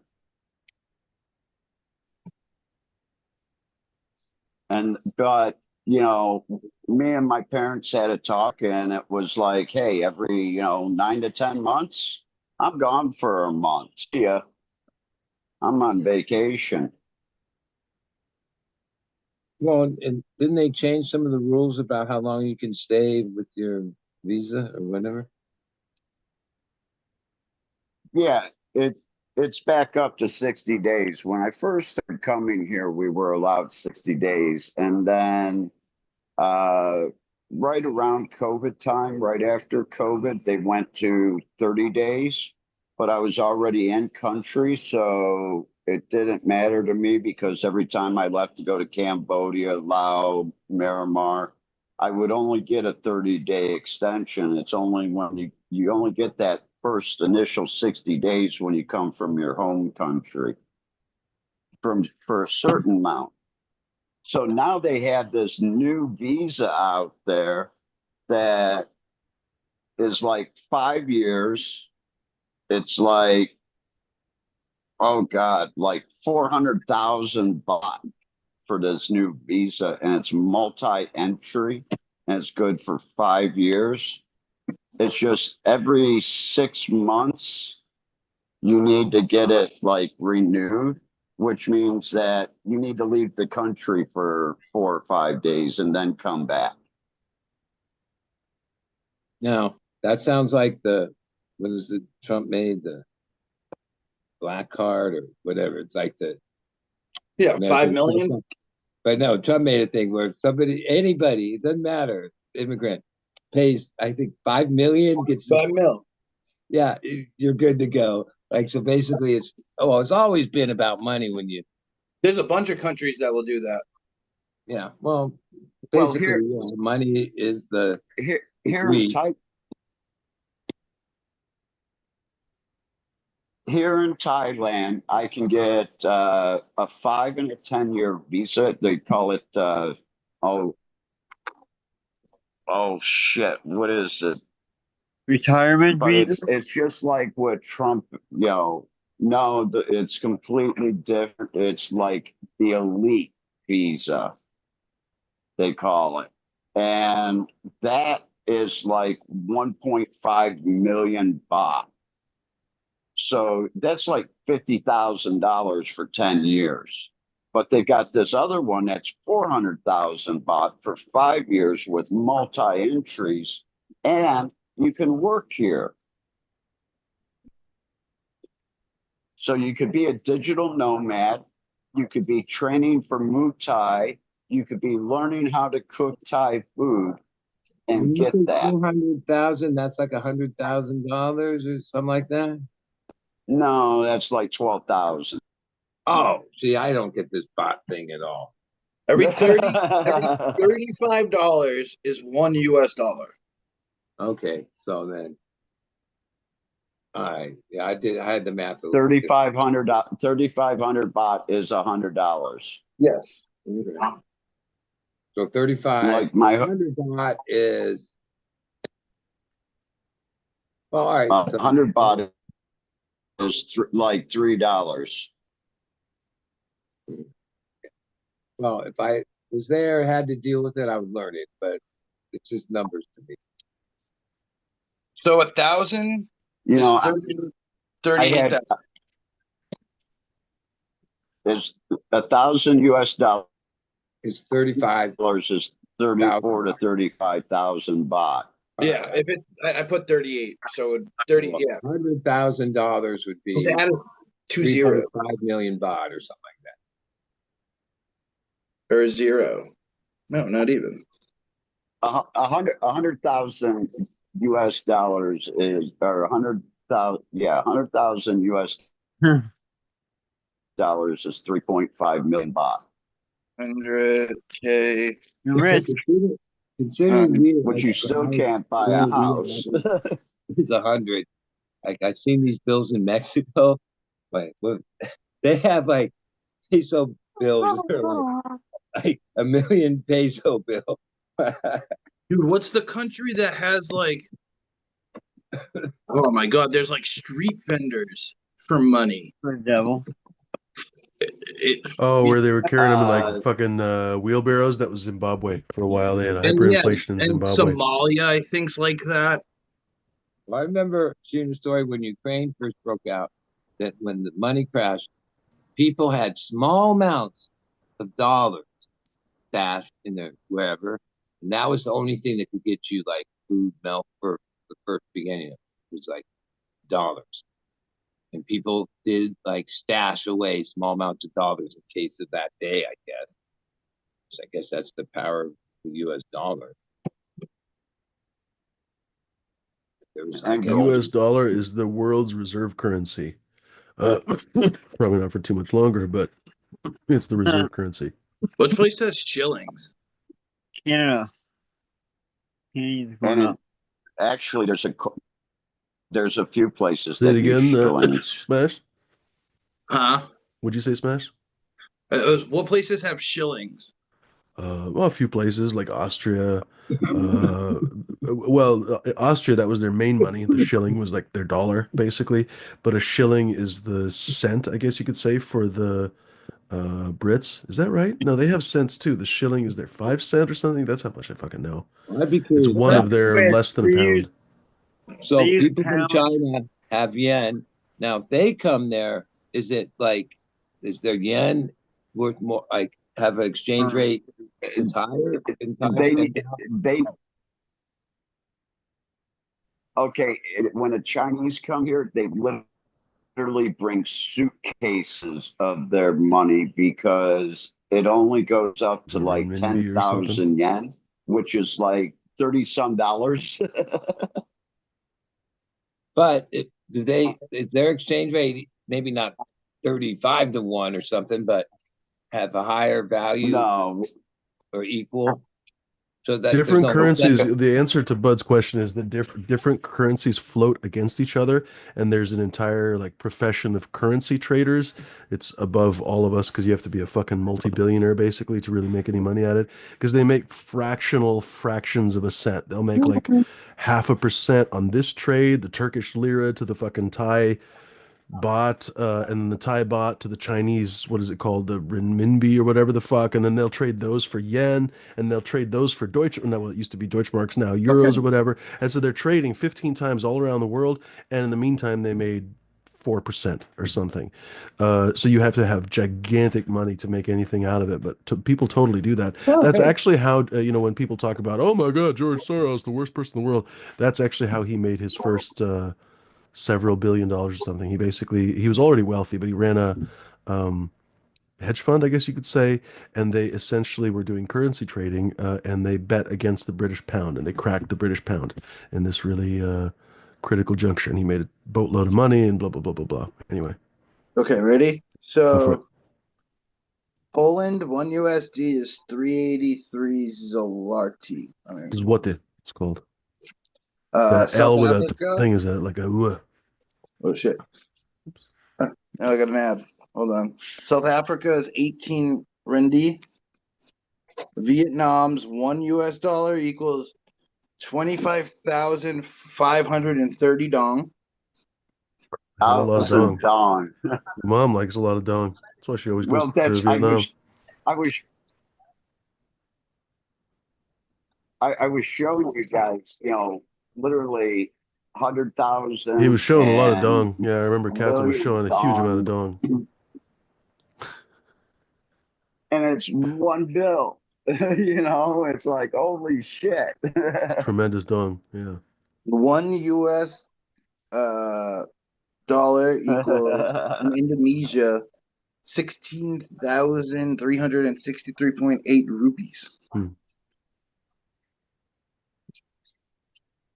And I think the AU, it was 30 some of their RAN, I think it is, for $4 US. So it's like 8 RAN per dollar. Some places the dollar is weak, though. It's always been weak against the British pound. It's weak against the Saudi dollar. I can't remember if they call it the dollar or what, but there's a few Dinar. currencies. Dinar, there you go. And when you were explaining that much better than me, Fumi, Well, I remember when I the thing went I to, saw that they explained some of it is like why it's very low risk for them. Like you said, they go for fractions. So it's not like they're like buying in for any length of time. Hmm. They're just getting in and out and taking that little bit, little bit, little bit, little bit, which is pretty low risk. Like, oh, if they bought it and said, oh, let's hang on for a week or so. Oh, well, that's when things can get cockeyed, right? There was a crazy story when it was like a famous story. I remember reading about it years ago, but I've forgotten apparently every critical detail. George Soros bet against the British pound and cracked it, basically. That's what he was accused of for years. And there was this crazy like Guardian or whatever article that explained the whole situation, but it was apparently like the unicorn of unicorn situations. I should look it up because now it doesn't That make any was sense. What probably am I like talking something about? that right did it for a when, period of time. But these guys you're talking about, these rich guys that make this money, most of them are rich guys that have these other people that handle this because it's like, oh yeah, they're on this no, big computer no, board with this shit they live. have a computer. Whatever hours is the prime hours, and they're getting in and out, in and out, in and out, taking these little fractions along the way where it's very little risk because like it's boom boom, Hmm. right? Where Now imagine this, okay? When in 1996, you had to have $2.34 to 38 cents for 1 guilder. Right before they went, the EU went to the euro, that dropped to basically 55 cents or 55 55, yeah, 55 guilders was 25 US dollars or $20 US. So it switched that much. So if you happen to have bought a whole bunch in the beginning, you got screwed. But then if you bought it before the euro kicked in, you could actually make like $10 to $15 or 10 to 15 euros on $100 really quick. no. You can get 100 Japanese yen. Oh, When I saw this thing about Milton Friedman, the lady who wrote the book, explained during Nixon, which isn't that long ago, I was alive, but not aware of things. Okay, we had already got rid of the gold standard, but there was a thing amongst countries in currency that they could they trade the currency, whatever, but they could also, if it was our currency, request and get gold, right? And it was Friedman that said, "Oh, there's going to be a run, like we were in stagnation," and yeah, they eliminated that. So like now, or like not that long ago, countries are it was countries currency trading, which was kind of a new thing in the economics. Were able, if they had American money, they could they could take it in gold. That was only during the gold standard, basically. So you could No, no, essentially it was like redeemable in as Nixon. gold. Yeah, Nixon and was people could do the that at some point too, but not anymore, I don't think. yeah, but part of it was Milton did along with Nixon personally or whatever. So when he advised him, he was always hesitant or went against it. But then on that one, oh, things started happening that then Nixon said, yeah, and went along with it, which was like, yeah, change something about how countries could get money out of gold. Because even back then, we had a certain amount of gold, pretty I think what much. you're talking about is they took it off they basically took the dollar off the gold standard, essentially. They stopped pinning the dollar to gold, basically, and they let the dollar float as a reserve currency, basically. So instead of gold being the reserve currency, the dollar became the reserve currency, which critics of it basically criticized the fact that the money supply expanded dramatically, which is true, of course, but it was able to how do I put it? They were able to expand the money supply to the point that the dollar itself became the world's reserve currency, which meant that, like you say, anytime any shit hits the fan anywhere in the entire fucking world, you can be sure that dollars are being traded for emergency supplies, which is that's not a small thing, basically. That means that our soft power is literally everywhere. Go ahead. What's that?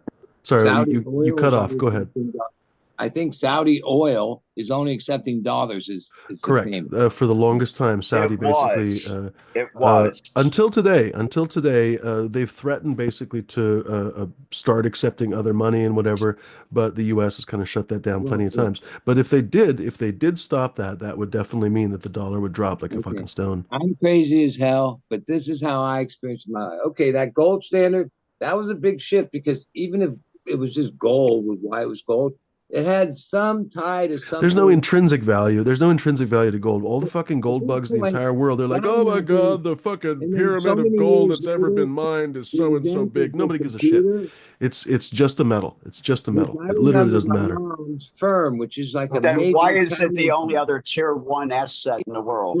For Because years, people even say though it they is. all had That's literally it. computers and started using computers, What's wrong with they platinum? still No, what's kept wrong with platinum? everything on Bud, you paper the gotta, at old some way. point, you gotta occasionally stop talking. I'm What's wrong with making a point platinum? though. What's wrong with rhodium? What's wrong with any other thing being that thing for gold? Gold is unique in that it's soft, electrically conductive, doesn't dissolve well with acid. But again, platinum, rhodium, all those things, Okay, palladium, but those could be we the same went thing. off of We that. just like I'm gold going more. further to like 20 years after that or longer.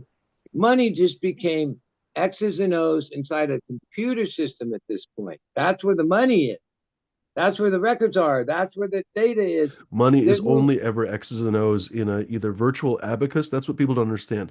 Even when it's gold, that's the money. It's still just virtual money. Like we're basically trading a fake thing, which is fake money, like goods for service. How do I put it? Oh, I can't think of the expression right now. But gold is the stand-in for goods for services. Instead of bartering, because I might not want the fucking eggs that your farm makes or whatever, I want a wool coat instead or something. So instead of having to go all around town bartering with everybody, we just save each other time and fucking use okay, a placeholder, basically money. okay. And it has an accepted value based on its exchange rate, essentially. But it has no intrinsic value. There are asteroids in the solar system that are apparently solid gold. So literally, at some point, if some motherfucker if finds some way to bounce a couple of asteroids into each other and knock them onto the Earth or something, gold will become devalued and will no longer become a tier one asset. Okay. But like, what is money then? If it's just this thing in the computer and it's the credit It's card the value. placeholder for Okay. us to live in a society, basically. It's a Okay. weird conceptual thing, but it's not really that worth overthinking, to be honest. Because without money, we would have to go around town. I'll give you an example of my Aren't we the grandmother's only days. life form on the whole planet that has money, even in our fucking country? Not true. Actually, there are a few other animals that basically pay with currency, but they pay like with bananas and stuff. And actually, Okay, by the way, so there are a few animals that pay with currency. For example, crows will pay you back basically if they think you've been feeding them or anything, they'll bring you things. And there are people who argue that that's actually currency. we got here somehow. Dogs in Turkey, dogs have been trained, street dogs basically. If they return like a pop bottle or a soda bottle into a machine, it'll dispense food. So Here's, that's currency, basically. So there are here's my actually quite a few latest thing animals in that my use like currency. early 60s. I've realized something. That from the time I was like 14 or 15, or even probably before that, a certain part of my conscious day, and who knows about my sleeping time, is money. We figured out money, trying to make money, know when to Yep. pay your bills, earn the money, money, money, money, money, money, money, money. Yeah. No, I Where it's agree with like, you. It's garbage. right? Even as I've gotten older, and the cost of living and the things and everything. Oh, it's even more. People I know are rich. Oh, they're on that triple, quadruple time with that shit, dude. Because maybe there's a few, but most people I've seen that are rich, they're trying to make more money. Yeah, they're Like, obsessed. They're sick. like it's beyond. Because, like, right. And I'm thinking to myself, yeah, what the fuck? Where does this end? Right? No, Where that's the thing. Like your simplest possible calculation, whether or not the people that are super rich these days are mentally ill or not, is how much money does the Forbes 100 or whatever the fuck say they have above $1 billion? Because a normal person would vanish off the face of the earth with $1 billion. You would okay, never see them again. and Smashed. If someone handed you $1 billion, what would you do? just like I'm going money, money, Poof, money. in a There's fucking cloud of billions of smoke. No people one would hear from you again, except for your like best friends that all you over the love. world that literally live on like a couple dollars a year, or like have no money, right? But their whole existence is on money too, because they're in the poor life they're in, and Barry can get by because they don't have any money, right? And they still need money to just get by, even in the poorest places that billions of people live in. So like all of humanity at whatever scale, everywhere the fuck we are, yeah, what money, money, Bro, money, ready? money, money. Found an article. That's Money's why. falling apart. Money's like inflation, this, more stock market scams, and billions here, and hackers taking more, all this money every year. And it's like, what the fuck is this shit even real? Even though it plows through my hand No, and but you are everything very about it. right to doubt a lot of this stuff. The whole crypto market, a lot of it. Just today, Elon Musk pulled another one of his Ouroboroses of fucking bullshit, where essentially it's literally like human centipede, but with businesses. Basically, his fake AI startup XAI, who has managed Ew. to get 86 billion or something dollars in funding.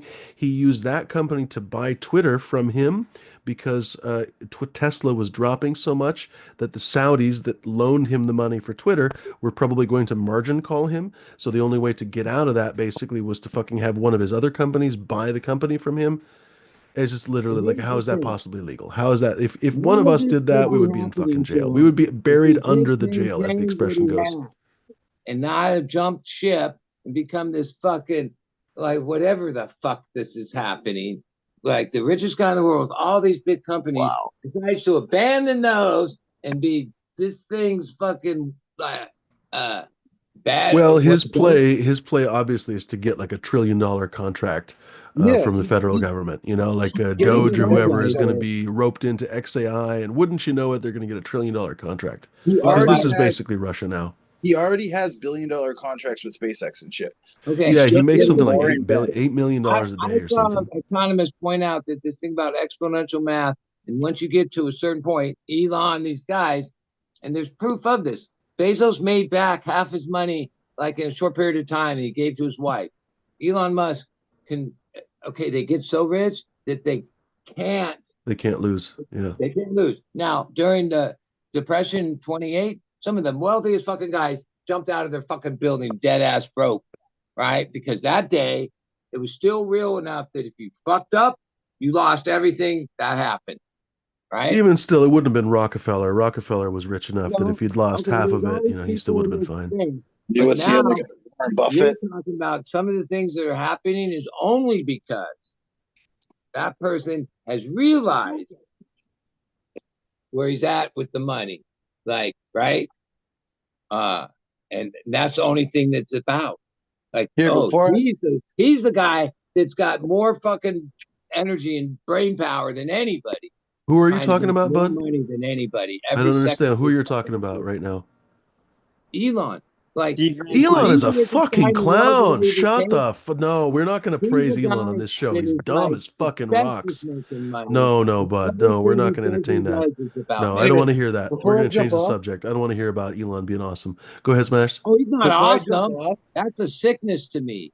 That's like a real Yeah, no, sickness. he's not a Like no. every Yeah. person that in history that got that way, whether it's kings, whatever, it ended like a certain way, like because people just like you can only go so far before people are like, fuck you.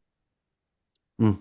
Yeah, that's true. Yeah. Go ahead, Smash. I can't even say some of these. So I just had an article I was looking at. Top 9 most expensive materials from across the world. From least to most. Rhino horn, $60 per gram. Yeah, because the fucking they think that it has it gives you erections and stuff. They think it has Yep. Chinese medicine. It's, Oh, by the way, it's a fingernail.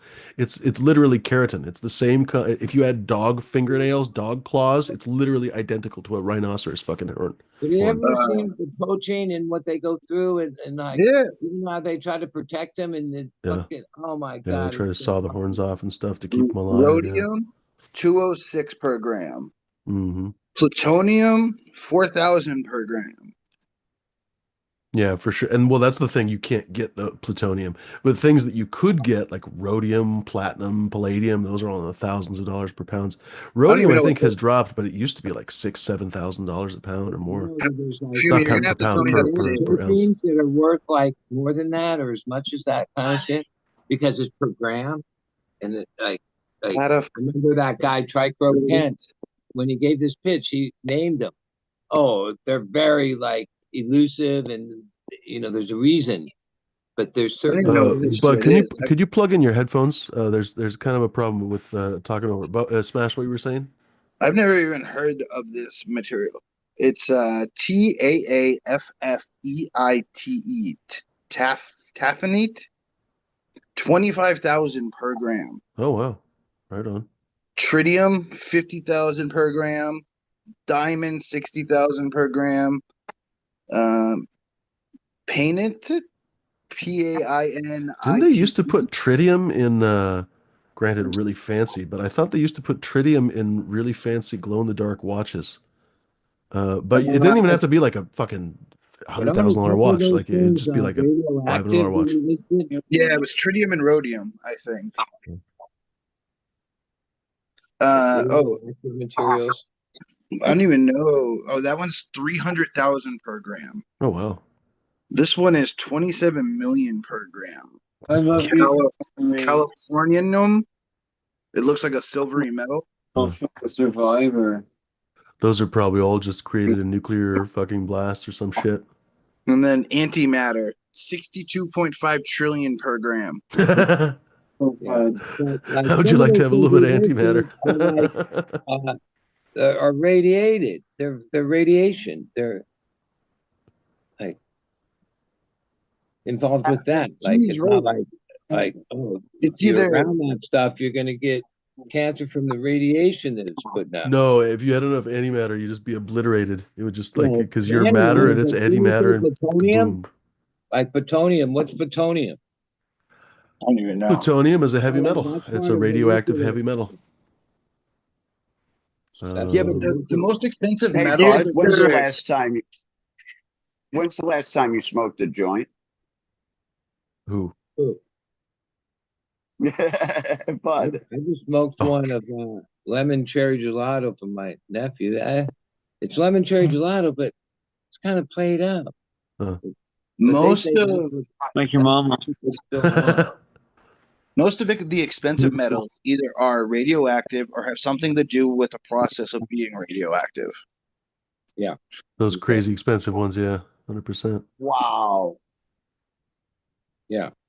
Hey, The were noble you there metals, for the those gold, rhodium, palladium, all those, they're just fairly rare and they're useful for electronics and all that kind of stuff. So you get like platinum, palladium, rhodium in catalytic converters, famously. Chips, like your TV yeah, probably has a little tiny bit of rhodium in it or a palladium, lot of tiny, things tiny have bit. But gold. You said diamonds, but like, isn't diamonds like it's like, yeah, diamonds diamond. basically don't have much value anymore. Yeah, it's all marketing. It's The bullshit. raw diamond isn't much unless it's like cut and cutting it's like So changes. there's certain diamonds that are worth a lot of money, like red diamonds, like natural red diamonds, are millions of dollars Huh. per carat. No In shit. Berkeley, there's this restaurant called Spangers. It was a seafood grotto place. And when you walked in, it had this like gold or brass thing in the middle. And when you looked at it, I forget the name of this diamond. It was like fucking big, right? And, Persians. and things it said about it, it was one of the most one of the most valuable diamonds in the world. And it was in this thing in this restaurant that looked no, but if it was really the most valuable diamond in the world, even that level of security, because it was like a grotto restaurant, so everything was like on a ship. It'd been there forever, called Spangers, right there by the freeway. Yeah, I hate to break it to you, but I think it might not have been the world's biggest diamond. Yeah, but I looked at It that might have been diamond. uncut. It might have been. It could have been the biggest diamond, but not the biggest cut diamond. Yeah, it's probably the biggest diamond, not wait, cut. wait, I'm going to tell you what it was called. I mean, that would be really Diamond. funny if there's like a Because if you got gigantic fucking inclusion- diamond on a cruise ship in the Salton Sea or some shit. Dude, they've done some Because crazy you promotions at casinos. You can have a diamond, but if it's got fractions or inclusions in it where you can't cut it, it ain't worth shit. Oh, there you go. I got a Googled it. foot-sized diamond, but it's The all cracked to diamond at shit. Spangers Fresh Fish Grotto in Berkeley, known as the Star Denmark, was a 34.28 carat yellow diamond. I'll be fucked. Allegedly a gift from the Princess of Denmark to the Queen of Hawaii, and later by Frank Spanger Jr. Somehow it went from the Queen of Hawaii to Yeah, my guess is he Spanger Jr. fucking ripped it off, but yeah. Yeah, That's incredible. Okay, so it was a 34 carat diamond in there, right? That's Yellow is ridiculous. one of the rarer colors too. And it was vivid- like, vivid I think yellow. it was real. I mean, because this thing wasn't like that penetrable. And he had other stuff in there. Like that was part of the core of it. But he also had the best chowder, the best, freshest fish, like for years. Come for the diamond, stay for the chowder. You're supposed to go The problem I see though, like he probably actually like I know if he had a lot of money Okay, it says in right the here early that 70s and Spangler 80s, they could probably get it. acquired the ring in the early 1900s and would show it off to patrons at his bar. Oh, And then that's it funny as says hell. in 2018, because the restaurant got closed, he died. The Stardemic, along with other items from the restaurant, went up for auction. The diamond ring sold for $529,000 to another Bay Area collector. And yeah, that was this really cool restaurant. Hmm. Yeah. I'm surprised no But one in the that's, chat, anybody remembers Spanger's Fish Grotto right there That's on really amazing. University in Berkeley. Like, how the fuck did some fish store gets one of the world's largest diamonds? That's just Dude, ridiculous. I seen a family that own like a state line store, like where they sell cartons of cigarettes in New Hampshire and stuff, taking private jets. Well, Like I'll people tell you make this their much. money. Like I bet you he probably like back in the early like 90s or whatever, he 2019, just made his that money. diamond- Still, you're talking about a diamond that's worth like what, hundreds of million? I don't even know. Go That ahead, bud. diamond No, sold no, for it half sold a for million $500K. dollars, right? Half a million. Oh, he said the dollars. ring with that diamond. I misunderstood. Okay, go ahead, bud. It sold at auction 2019 for $500,000, Gotcha, $520,000. gotcha. Okay, I looked at okay. it in the Good amount. 80s and in the 90s and thought I was looking at even in See, I that thought you time, guys were talking about like- something like the like Hope a Diamond or $50 some million shit. You know, like a ring, fucking because rock.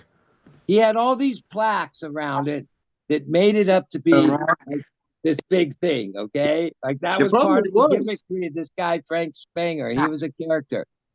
So like like a porn I know star. it was only sold for 500,000 with other items. Porn star. Like, well, I thought that ring was be worth 50 million by now. Right, by the shit that he said about it. You know what I mean? That's, know a that's what guy I was that- saying. I was like, oh, he might have been exaggerating a little bit. So Well, I you think had the to thing know with the Frank Hope Spanger. Diamond, He was at the restaurant most of the time. He was a character from way back. Like they don't make the them thing- like that anymore. the thing with the Hope Diamond is you see the color. It's not a true clear diamond. It's blue. The Gotcha. colors are what really make the rarity in the diamonds because they're harder and harder to find. You know, today they can make synthetic diamonds that are almost impossible to tell the difference. Oh my God, all the fucking searches these days are trash. Blah. You said that, and you know what? Type in I've world's noticed biggest that in diamond. the few things I've been Oh, there you doing. go. Holy shit. It doesn't work like it used to.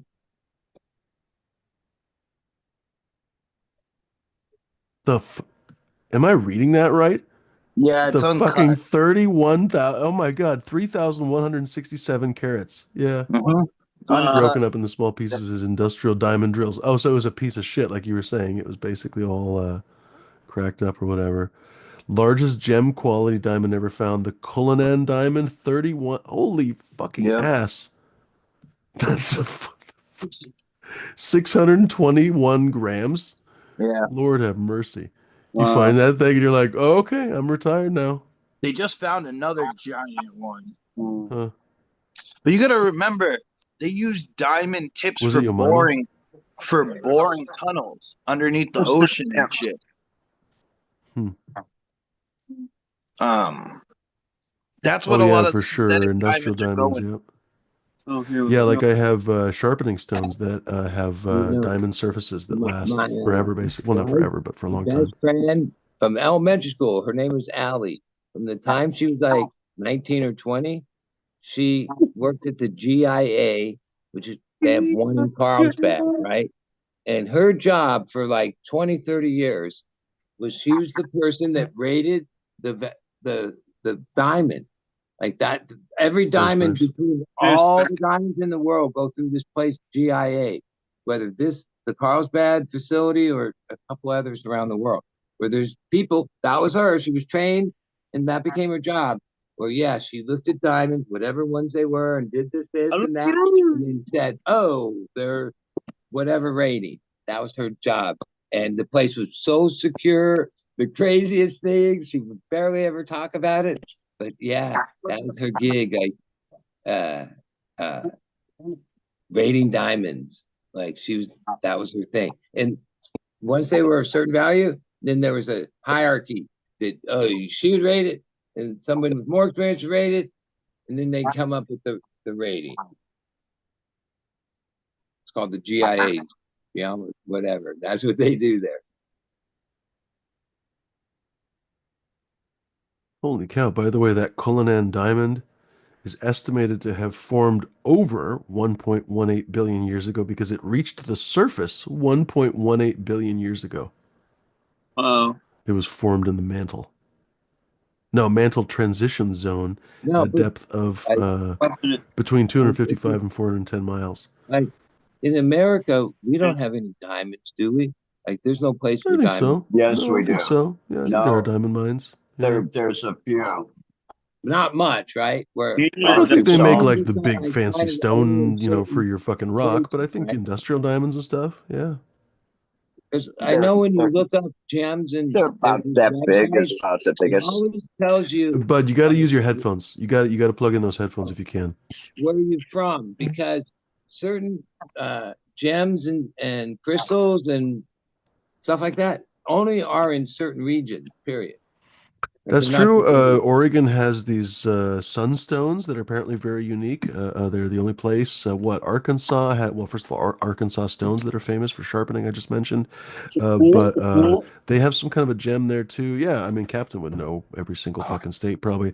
There's a bunch of different really unique stones around the world, aren't there, Captain? 3 miles. Tourmaline.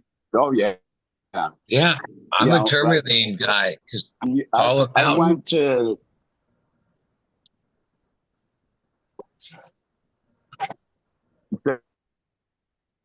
There's actually a park that you can go to. Where is it? Out in Colorado. You can go to this park and you can dig for uh tourmalines and what's the other one? Topaz. Oh, that's a nice stone. But there's quite a few Remind places in us. the United States that you can go and they're not all precious stones, but they're semi-precious. And when you Hmm. get a nice one and you get it nice termulated and things like that, all of a sudden you go from okay, it's jewelry quality and it's $200 to it's specimen quality and it's $8,000. Now, my wife found this one and it was a Arizona good score. has Like Arizona 10 has the miles. largest gem show. Yep, in Tucson. There's a place right out past the Indian Casino, Paula, called Ocean View Mines. When you go there, The guy will take you on a tour and give you some history that owns it now. But you pay like $50 or something like that. And there's a tailings pile and they've set up like a circle of screens, the things you need. And they give you these rules. There's no cherry picking the pile. Just go out with your bucket, take what you get, and you go through these tailings. Because if it gives you a tour, they're still working a real mine with this tourmaline. The history of the place, even like 100 years ago, the Chinese owned all this land on the Indian reservation and pulled all the big tourmaline out years ago. But there's still some there. And then my wife loved the place. Hey, birthday, every time. It'd be hot as fuck on this mountain and it'd be all day. And some days you struck out. Sometimes we had found what they call, watermelon tourmalines too, and other crystals in there. And she took the tailings home that they under our screen in 5-gallon buckets, and she used it at the bottom of like her succulents and her own garden stuff. And over the years, those were like super powered pots. They grew so fucking good because it was all just like, I don't know the names of it all. She did. Like flaky minerals, false shit. Looked like it was something. And then and shit. One of the weekends that we were there, or weeks we were there, a few days later, big story in the news. Some lady, it was the size of a Coke can, and it was worth all this money found in the tailings, right? Like we did, right? Because I'm the skeptic of all time. Forever, I would tell my wife, that was a setup, hon. That got him publicity because then for like 6 months after that, you couldn't eat. It was packed there because everybody. It might have been. Yeah, it might have been. They were like, "Oh, she could have been right." In the fucking, They found it because the tailings are with. Oh, the real miners are down there getting what they get, and this is like, oh, they could have missed something, right? Even my friend up north. Yeah, He's into they do. They have this thing for $100. You buy this like burlap sack, right? And they kind of guarantee there's something good in there, right? Like if that much tailings, your odds are slim to none. I brought it up to him when I went to the shows next, and he found he found some good shit in there. Cause it was like, yeah, I don't know. Like it's a business like any other business. And somebody that owns a mine, he's a character, this old guy, right? He takes you on his gator thing and shows you all the different things that have gone on there. And he's into it. And yeah, she found this big piece, and that it's a pretty big piece of just black tourmaline.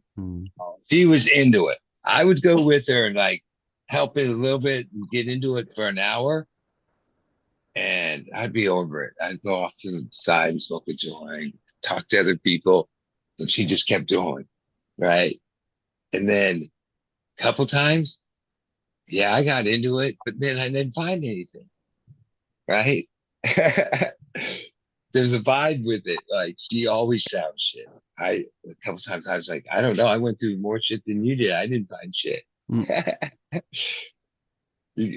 But it's a cool place. There's another one down the road. We never went to that one because the other one's for Ocean View Mines. And what they used to say is, because I lived like less than 10 miles from there, in the ground of my 7 acres I lived on for 17 years, looked pretty similar to the shit that we were out there on. But they said, oh no, the tourmaline's only right here. My other friend lives in Rancho Bernardo, Danny, and he's a nut. He's like, I could show you. He's like, he's been doing this a long time. In his area, right by the golf course, he found, I don't know if it's still here, not as big as mine, but a piece of similar tourmaline. This guy at the mine, when he gives you the ride, tells you, yeah, no, it's just right here in these hills right here at the top where the tourmaline is. He found it at Rancho Bernardo off the golf course. Because you never know. I remember thinking that was one of the biggest fossil deposits. I don't know about in the U.S., but at least in Oregon, it's famous. It's actually right near. is the town called Fossil. It's either John Day or Fossil. I don't really remember, but it's been years since I've been there. Both towns honestly have fossils, but literally behind a school gymnasium, they were like expanding the field or some shit. And they were digging into it and they were like, the fuck? There's a bunch of rocks with like fucking plants in them. Sure enough, they were a bunch of plant fossils. They found more of the animal fossils, I think, closer to John Day, but near Fossil Oregon. So I think it's actually Fossil Oregon that I'm thinking of. It was literally like the middle school gymnasium, some shit. And at least until recently, I don't know if you can still, but when I was a kid, you could go out there and just dig for fossils yourself. It was literally like in a parking lot behind the fucking school gymnasium, pretty much. You go bring your pickaxes and the fucking couple buckets, you can get some fossils. Kind of comical when you think about it.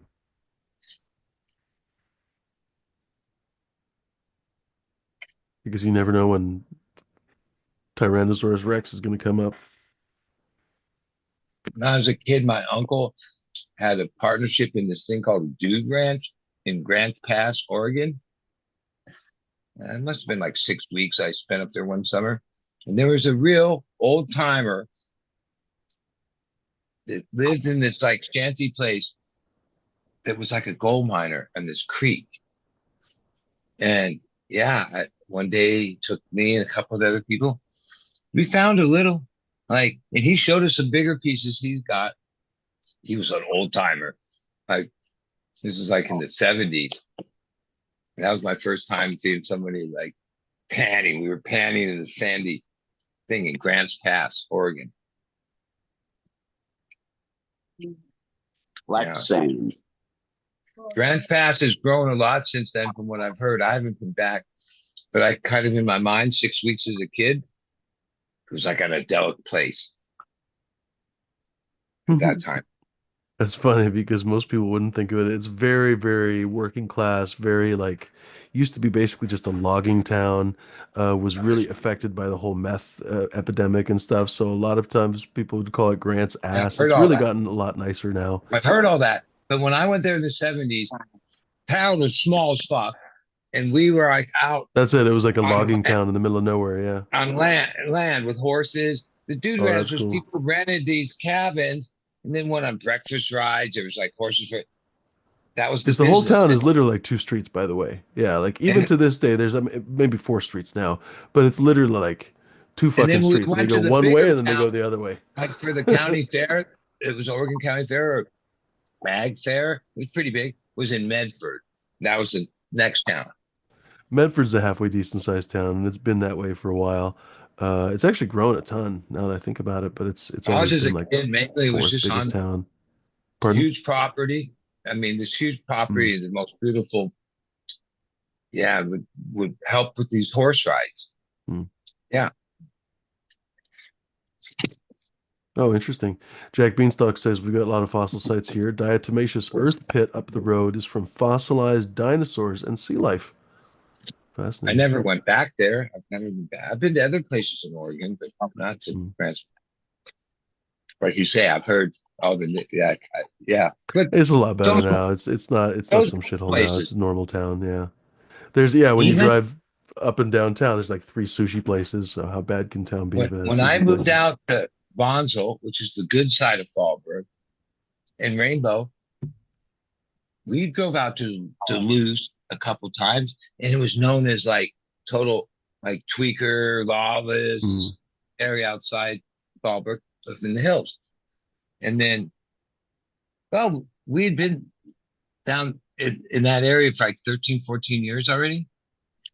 And there was this ad that I responded to in Duluth. And we said, we'll go look at it.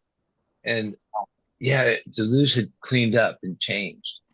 And even when I lived there for those 10 years, or I had the place for 10 years, you would hear about people talking about, oh yeah, remember the whatever brothers and the this and the that, right? Because that history did take place there, but the years I have known, none of that. There was like once or twice a year on this empty property below our house, they'd throw this cartel party that was like one night. It would be crazy. You could hear it. Even Gary, who knows like all this music stuff, thinks that the one band was like the most like biggest band in that style of music from Mexico, which wouldn't doubt because yeah, you saw them. They were part of the, the neighborhood too. The people that lived there, they all had orange Dodge trucks, or not always Dodge, but orange. This one color orange, and had every accessory you could fucking imagine on, right? And were very clean cut. I've seen trucks Had like that with a fucking the fin and everything whole else. thing in different ages, like right. And yeah, you just knew that that was their way of saying, like whatever they were part of that, right? It wasn't like they were like who knows? They could be the kids of somebody's serious. You have no idea, Hmm. right? Like in the end, like I knew, and even my old neighbor Helmet, who was like 85 fucking years old, he said, "Yeah, just stay away from those fucks." Right. So I saw him. I just tried to blend. I didn't want anything to do with them. They were there. Like they lived there. They operated there. I don't know what they were doing. I didn't care. But a couple of them on the same property, they had food trucks that I knew of that I seen around town that were pretty good ones. But that's where they were like, oh, they had these properties where they had these. I remember driving by them going, yeah, that'd be a great place to grow because they would have some huge building built on it. And I was like, oh, that was where whatever was going on. Turned out when I moved out here, I realized, oh, those properties are owned by them. And then they build these like weird houses that look really pop like styly, but they're built like in this motif. Yeah, they don't care. It's not like I don't. I'm pretty sure the authority, everybody, you can tell who they are. Like I say, I think sometimes it's the relatives because they got to go somewhere, and It's that's so part of weird where. because if you knew where the fucking cartel is, why would you go after them? Famously, the black helicopters have actually come back for like Humboldt County family grows and stuff. So why would you go after like Joe I don't think Billy like Smith that this is grows fucking 50 plants when you could go after the no, cartel? But that this just isn't says where such they were. strange things about our society. Like these were the kind of guys that didn't shit in their own house or some shit like that. Like, Uh, this is where they lived with their families. You know what I mean? Hmm. They were like that kind.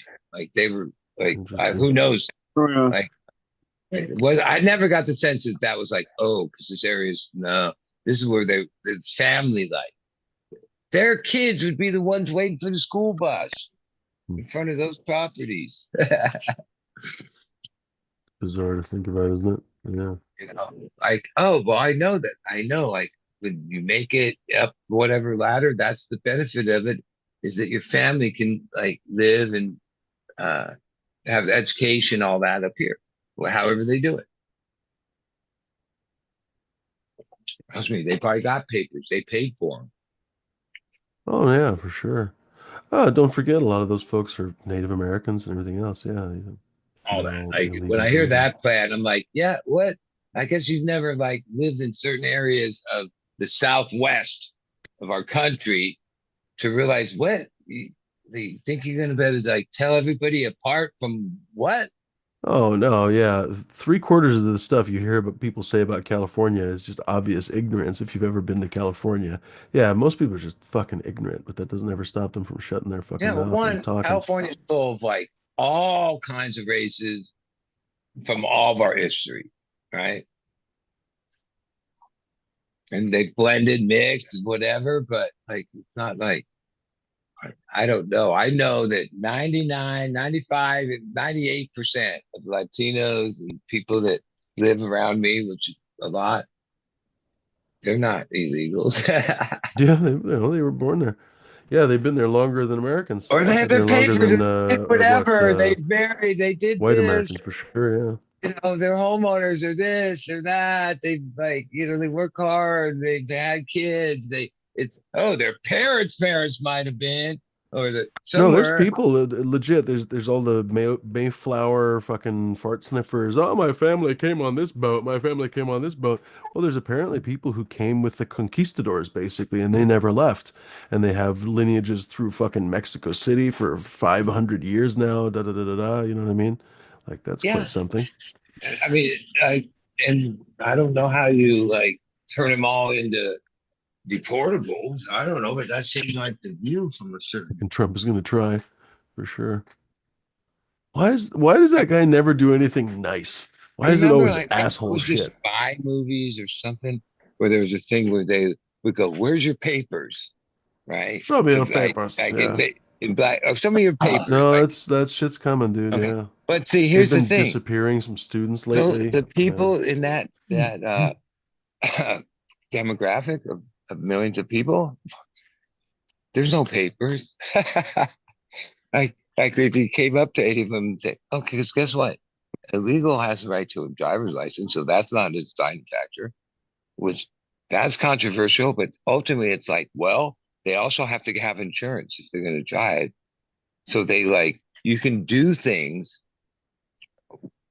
like that for the like in some ways the good or better good because at least because It's even in though everyone's interest that the drivers on the road are licensed. I think that would be most okay people would agree with that. yeah Yeah. that's how you good yeah so okay what are you gonna show maybe once you're in custody there's some things your family could produce but like on you what are you gonna show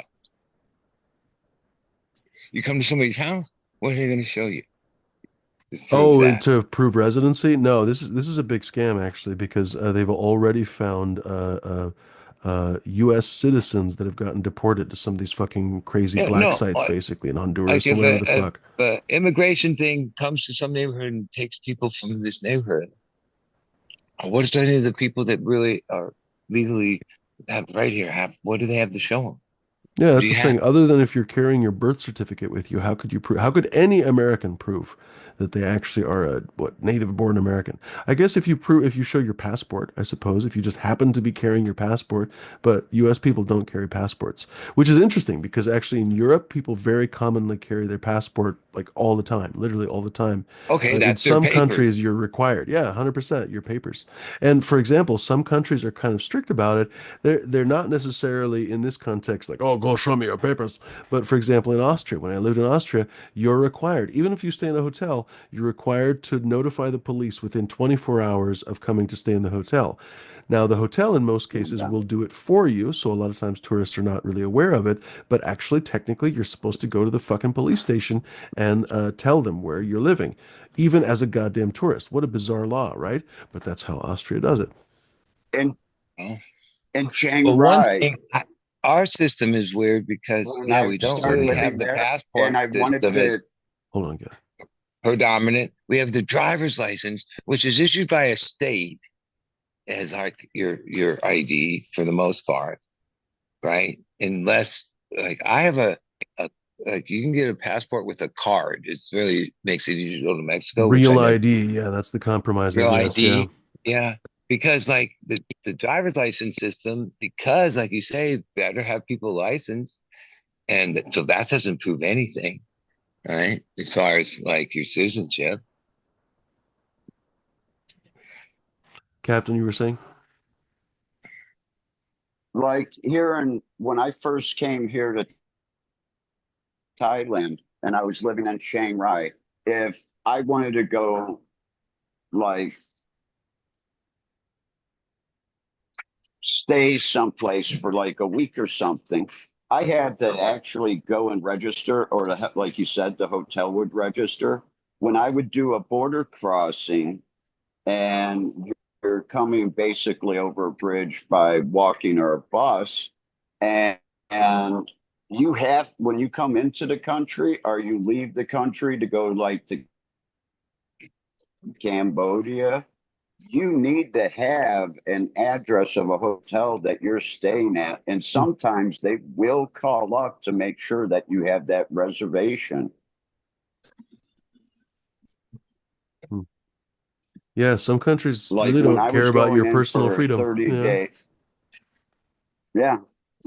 Well, we Americans Where are you could often quite going? You spoiled with have need to that. know everything. in our country, they could develop common sense laws that would effectively do things like that, Wow. right?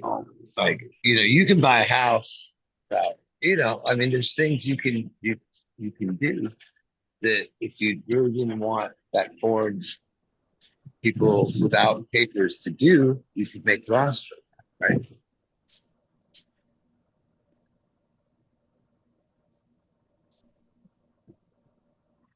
Yeah, I'm not gonna make those people's points for them. Yeah, but Even the fact that you could easily undocumented put migrants laws are not to even that big of a the problem. Yeah. giant corporations, eggs, slaughterhouses, they pay with a payroll. And if they don't do it as much, but they used to do roundups where they would go and take all the immigrants. The next day they would have more. The only person that doesn't get fined is the company that hired those people, right? Yeah, that's always been an obvious scam to me since I was a little kid. Because when I was a little kid, we would go down to San Diego a lot of times and visit my stepdad's sister, and we would hear in the news, we'd hear on the radio, we'd see on TV, whatever. And her next door neighbor was the police chief's daughter. So anyway, we would hear all about the big fucking bust of this group of migrants, this group of migrants at some fucking factory, blah blah blah blah blah. You name it. They would shut down entire facilities, entire slaughterhouses, whatever, basically, because they would round up all the migrants. And I remember asking, why don't they fire the, or like, why don't they arrest the boss? Because they would never arrest the boss. Like the next week, the place would be raided again. Basically, it'd have another 1,000 fucking migrant employees. It's like, why wouldn't you arrest the boss? Well, obviously you don't arrest, if you don't arrest the source of the problem, you're never going to actually arrest the problem, right? So yeah, they just like to bandage the problem. Oh, we roped up some fucking migrants and threw them away like Well, garbage. I can But we tell didn't do you, anything I've about the actual been in problem an of the guy hiring area the migrants. with ag and uses immigrant workers and strawberries, the avos. Okay, there's this the Highway 76. It's like a dried up riverbed area that goes from Oceanside all the way out to Bonsall for years at the peak of like what I would consider the immigration problem years in this area. And it's like 40 miles from the border, 50 miles. They would find encampments down there. They showed on the news, and they had like generators. They 12 or more people living there pretty long term before they would catch them. But they had like pretty much made it like a house or like an encampment. They would catch those all the time because that was what was going on. Those are the strawberry pickers and some of the avocado guys. Um, there isn't that. There's less of that now. Like I remember when the Home Depot and Lowe's and all these different spots, you drive even anywhere near it, or if you stop, they would just 20, 30, 50 guys would run up to you, right? Uh, yeah, there's way less of that, right? Not saying that there isn't any, but like this idea that it's like turned into this thing, I know I would see it because I live in a place that is right there. No, way less than years past for a long time.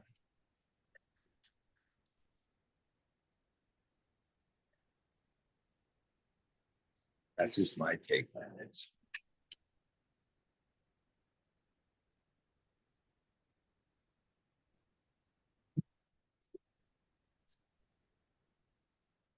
Man, I gotta find out where all these girls are getting off those scooters and going to. The soy is not that long.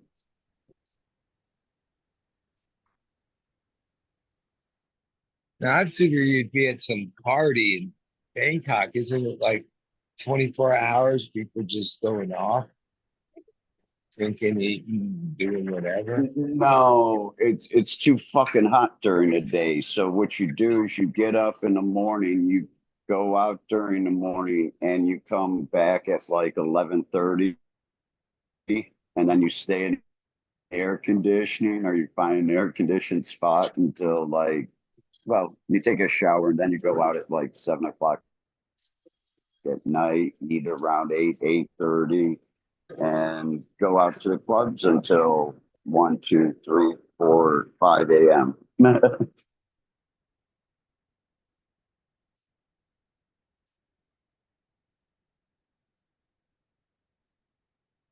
There's an AMG I've never seen before.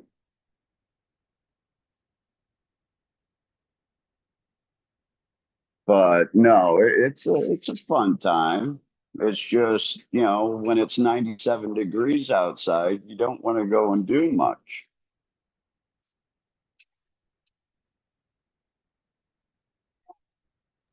Like, So you wait, know, is I'm this sitting time of here year when, that yeah, you showed up the that mall, is the, the hottest time now?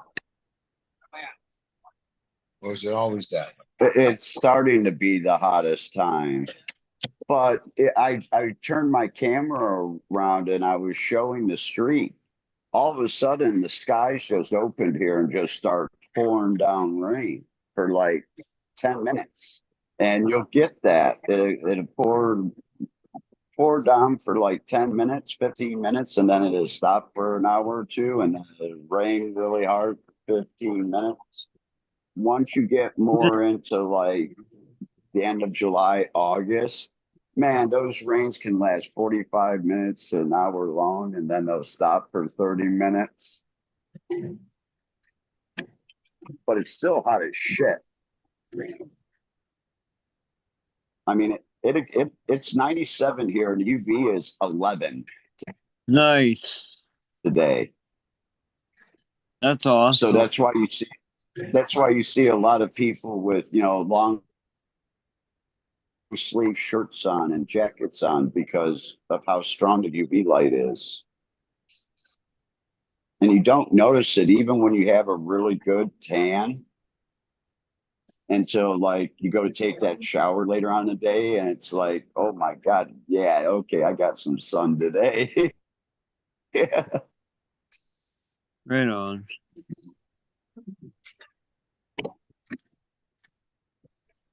But no, everything really happens during the nighttime.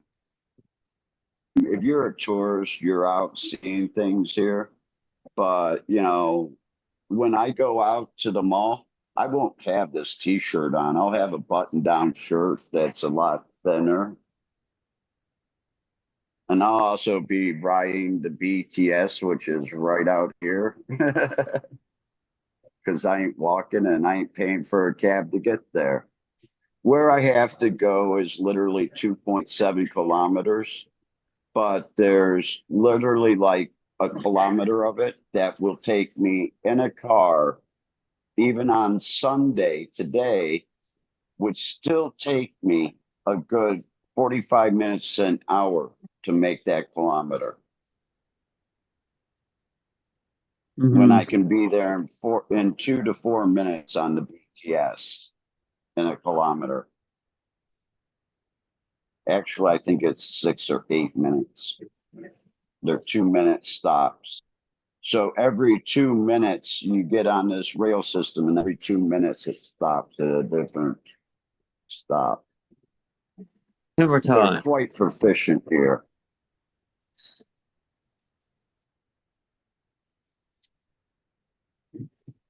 Like when I come into town from Chiang and I'm coming in during like maybe 4 or 5 o'clock, I will literally get off and take the MRT, which is the underground transit.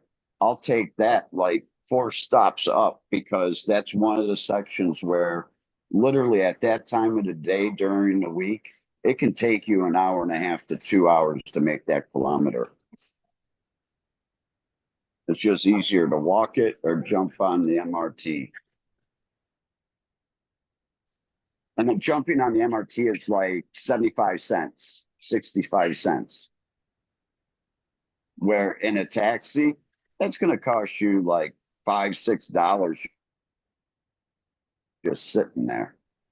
Well, they've added all what they call metro all through San Diego, but none of the trains go to where you want to go. Like you get close on the train, then have to like transfer some bus or like because they waited to this part of our development and the only paths they had are like for San Francisco, oh, the BART's right there, even though it's like old. You can go all through the city, east side, east bay, and whatever BART stop you come up, and that's right where you want to be. Because they built it, they developed it in an early stage of cities developing. Right. Even in LA, it's the same thing. They have a bunch of trains now, but yeah, they don't really run to like Wow. where you think they do. So here in Bangkok, there's a couple areas where the BTS will end, and you actually have to walk maybe 3 or 4 blocks, and then you pick up another BTS that goes farther out or goes in a different direction.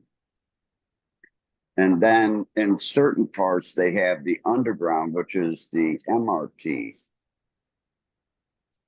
So it makes it, but also, when I go out to the old airport where I have to fly out of to go back to Chiang Rai, and that's where basically all the local flights are in and out of.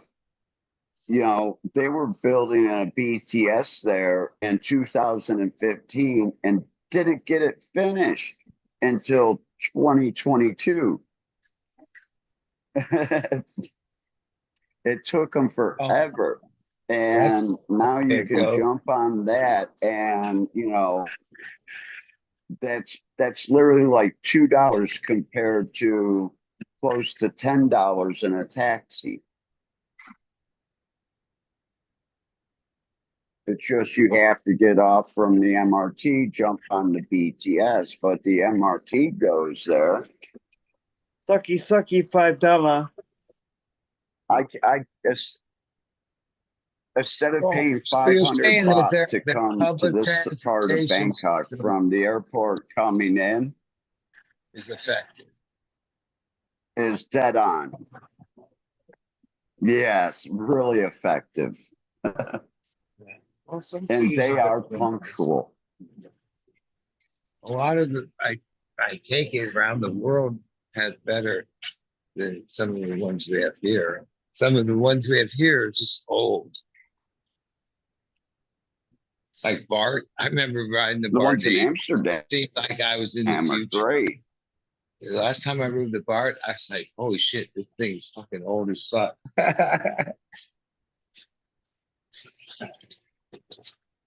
So like I'm taking cuts of these black waters where this one, they both started the same, is stretchier, taller to its sister that's like this. If I didn't know better, this could be a male, but 'cause it's like double the size. This one's bushier. You'll see. Take clones and turns backwards. Why do you only have 2? Because I only cracked like part of the pack. Because the pack was old, like probably I'm years People old, kill me. and I wasn't sure that they cracked. No, I cracked 2 of the 4. So there's like 6 left. So they are old. I knew they were old. Made over Yeah, that's 10 why you crack years the ago. whole pack. So you did. Well, it's the first time I don't succeed. Maybe I try a little different the next time. It's my thought. I'm always that way. Sometimes I've done that where I've saved 1 or 2 seeds and then realized, what am I going to do with these? Even though because I've already taken a clone and ran that. But then what am I going to do? Crack 2 more to see what happens? But I never crack every one. That's just the way I am. Sometimes I give them to people because whatever. Not that they were. Some of them are bad. Most of them are good. I got them all grouped. Hey, guys, I'm gonna For have my winning project. to jump off. My battery is down to about 10%. Y'all have a Right on, night. Captain. Have a good Everybody one, out in buddy. chat. Later, Thanks Ken. for sticking around. We'll we'll see you sometime down the road. I'll be in a different city probably. A good one. Peace. Sick call. Yeah. Well, You know, folks, good opportunity. Hop on, please. Join the conversation. Join Bud and D. I'm kind of off making dinner for the most part. I did just make a cup of coffee, so I'm probably going to smoke a joint here. But other than that, I'm going to go make dinner and stuff. So, folks, hop on here. Come join. I have to say this. Hold So, up. like, it had to be 3-4 years ago because I ordered some, forget this fertilizer from Build a Soil. I bought this like small amount of that Coahuila extract powder, right? And used it a little Oh, bit. okay. It's not a fertilizer. It's a saponin. Sapping, and it's like a quarter of a teaspoon. Like I use even less than it says. And when you water, it's just, yeah, especially rock wool has a tendency to you want it to absorb as fast as you water it. My nephew gave me this like a bag of it, right? Mhm. So I used it the last few times, and there's a little bit of suds. When I made it, I was worried it was going to go over, but it's in the water, and I know when I water like Rockwell cubes, it's about saturation, right? And that water tension does, like you can tell, Mm. like how easily the water penetrates, not run off the side. Because like if you see, I I didn't do it on these because these are the new clones, but on all the other ones, I lift the sleeve up like a half inch all the way around because then it makes like a puddle. It'll keep the water from running off. When I forget to do it, then sometimes the water will just run off. That's part of it. So, but then that leaves the bottom uncovered a little. It's a pain in the ass, but I did it to the 120. I just didn't do it to these clones, which are I got Biscotti and Hope, Gelato, Lemon Cherry Gelato, and 619 nuts. And my nephew was seeing that. And this crazy Skittle plant. Like,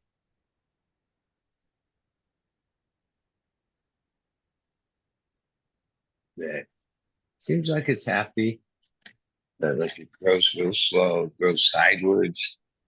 And he said, don't take clones off, don't top it because then it'll freak it out. Don't overwater it, don't do this, don't do that. Don't But look at it wrong. yeah, but I've heard that. That's why I've never really fucked with it. I love that weed. Which And plant is it again? it's the Turpogs Skittles. That's the one Ah, that he got from third gen or whatever. He has another Skittle that grows a lot easier. He said, but this is the one you want if it's like the Skittle, the real deal. But it's and I've heard this plant's like a mutant. It's not easy one to grow, hard to get any yield. It's finicky, doesn't like too much water. But all right, I just want to grow a few of them for myself. I already know I can't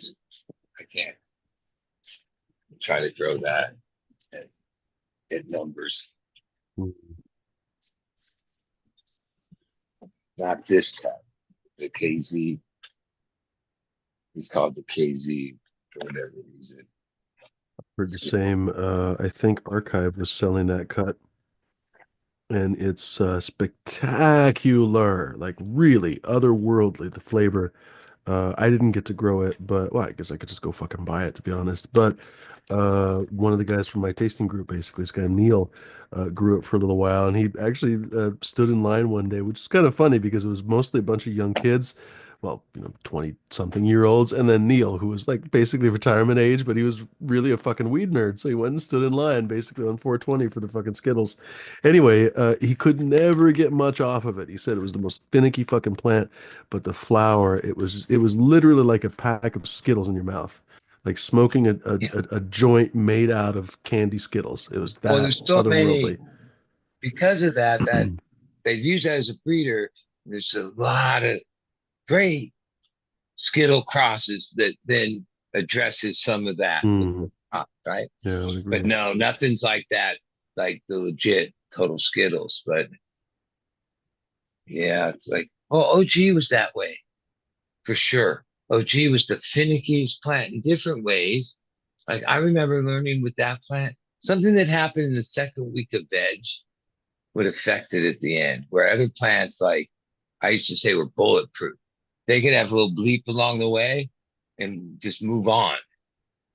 The OG was like, hey, oh, the rest of the sesh went perfect. It actually even seemed like it was, but no, it was like everything from the beginning to the end with OG had to be like in this perfect for it, which wasn't the same as everything else. But man, you had that shit dialed in. That was like, I thought that was the holy grail for the longest time. I still do. Like that pure, I don't even know what you call that smell and that taste. It's Oh, and the OG kind of fuel. yeah, like the dirty, fuely, Mm. soily. Mine had like a lot of earthy to it. It's a really complex flavor. People really don't give enough credit. I remember a few of my favorite kind of OG leaning plants. They didn't even necessarily have to be OGs, were really complex flavors. And people only really say, oh, there it's gassy, it's gassy. Well, No, it's not. It's got like OG, it's got fucking lemon and pine and earthiness now to it and all I this don't shit. frequent them, but I probably would if I knew the place up the street had this and this on the shelf. I could get at leisure, like proper OGs, right? That used to be plentiful in SoCal. Like there was a whole market that those people only fucking smoked OG for years. And just plain old fucking Kushes, Master Kush, Bubba Kush, Kush, just Kush. Not cross down the line, just that Kush weed, right? Uh, I don't see those, So what is it right? all just the fruity stuff now? Pretty much, and Huh. things of now, right? But there's some pots that were like, Even in LA? Because that was famously like yeah, the like I never epicenter of even, the gas, right? you've been to a couple of those. None of those stores was like, oh, here's our Bubba Kush, here's our Master Kush, Huh, here's our LAOG. Nah, that's not what's on the shelf. No, funny. no. A lot of those don't fit the To tell you the truth, you were right. You know, criteria. I was just thinking about that, the store that Flora recommended, and they actually had nice clones and stuff. But when you think about the stuff that they had on the shelf, because I was out of weed at the time, it wasn't really that interesting. And like you say, there wasn't a They lot of play OG. off of it, They had and some cool old school hazes, so that was fun. I got a couple different hazes that I liked, but they didn't have any old OG. I would have you know totally what I'm gotten saying about Master that, Kush or like something. pure Kush. That like that's an experience all of its own. Just Kush, all Hmm. right, real good Kushes. Same with like some of the OGs that would to me would be staples at this point of a Hmm. market that was struggling or too much. Oh, some people would set themselves apart that way. Oh, I know a lot of that. That doesn't fit the math of running at these scales, Yeah. right? 3 pounds of light, all this, right? That's not the kind of yield you're going to get off those plants in the same time. Like, and so these things, yeah, that's where they get those. And they have a whole bunch of them. Like, he sent me who is the breeder, all the information to these strains. But when I first went to the internet to Leafly and all that, and typed what he said these strains were, which are real similar to strains, and obviously you know what it is. Oh, they didn't come up. I was like, huh? Because oh, they're strains. But then, oh, they're strains, but they're not like the public strains, right? The one is called culata with a Q. Wait, I could pull it up and tell you what, like, but they're all like strains that are in the legal big big operation. Hmm. Uh, like even the runs they run, they call it super runs. Oh, it's Hmm. runs, pure runs. But then my nephew, he said, yeah, but it's the one that's really called the 619 runs. I'm like, yeah, that's San Diego. He's like, I thought San Diego was 760 because that's my area code. That's North County. The real San Diego's 619. That's San Diego's area code. So that cut that they grow for a long period of time is one of their main runs is actually the 619 cut, whatever that means. right? Which, okay, I'm in closer to that than he is. I'll call it 619 than super runs. But then this Pope is like the Zope Well, processed what in if it this. gives you laser vision, bud? Shit. Well, they're on the program where I'll run one or two of them and see how they do before I like go any more. Just because, I mean, I have samples of it all. It's fine to read, but a lot of it is purples. My Jessica was here today, and I let her take some of each. She's like, "They're all purples." What? Yeah, that's what's popular at that scale. They have like a different criteria. You know what I mean? And that criteria is leading a certain thing, right? 60 days, the X amount of yield, like these certain, per, yeah.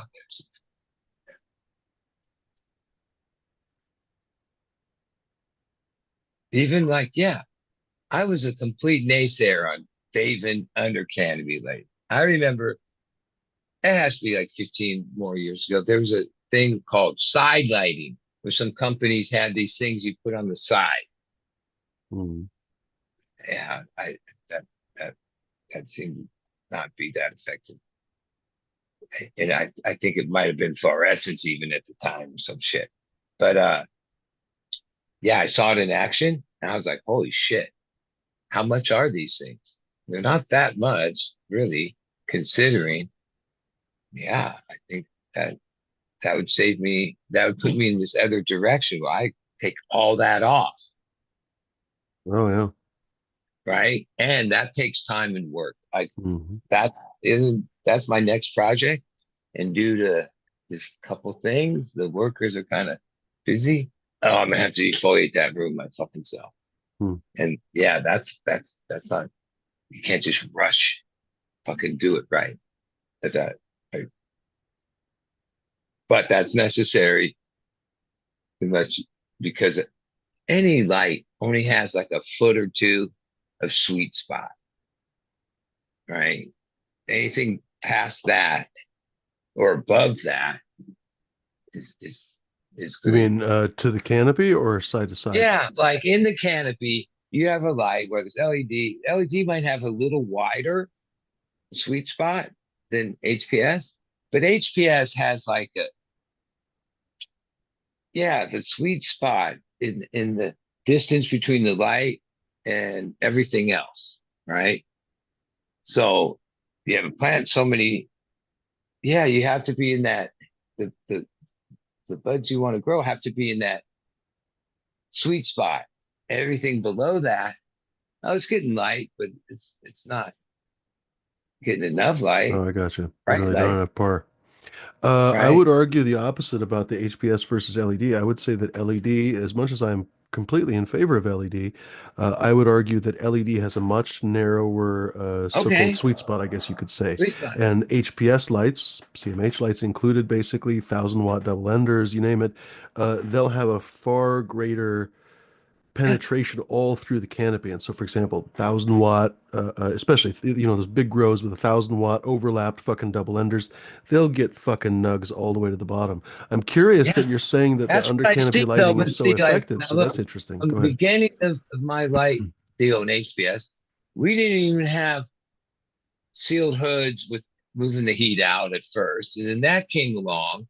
And most of our idea was to try to, without letting the heat fuck up your plant, get the light not so low, but low, right? Even with HPSs, the double endeds, which are definitely designed to even be higher, right? Because of the heat in the registers they put out. Um, yeah, here we put them on light movers and run them fairly low because once they're moving, the heat doesn't is less of a thing than any one spot. No, that's not an issue.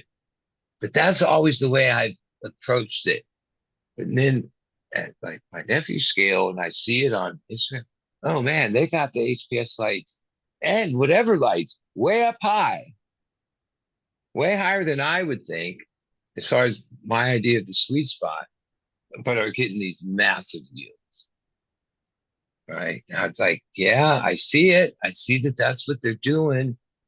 It's hard for me to like, coach, I have the ceiling height, but like that's not how I've never lit things that way. I've always tried to light things pretty much not on top of them, but like pretty low. I have ratchets that I even if I want to really keep them from stretching, keep the lights lower at the beginning.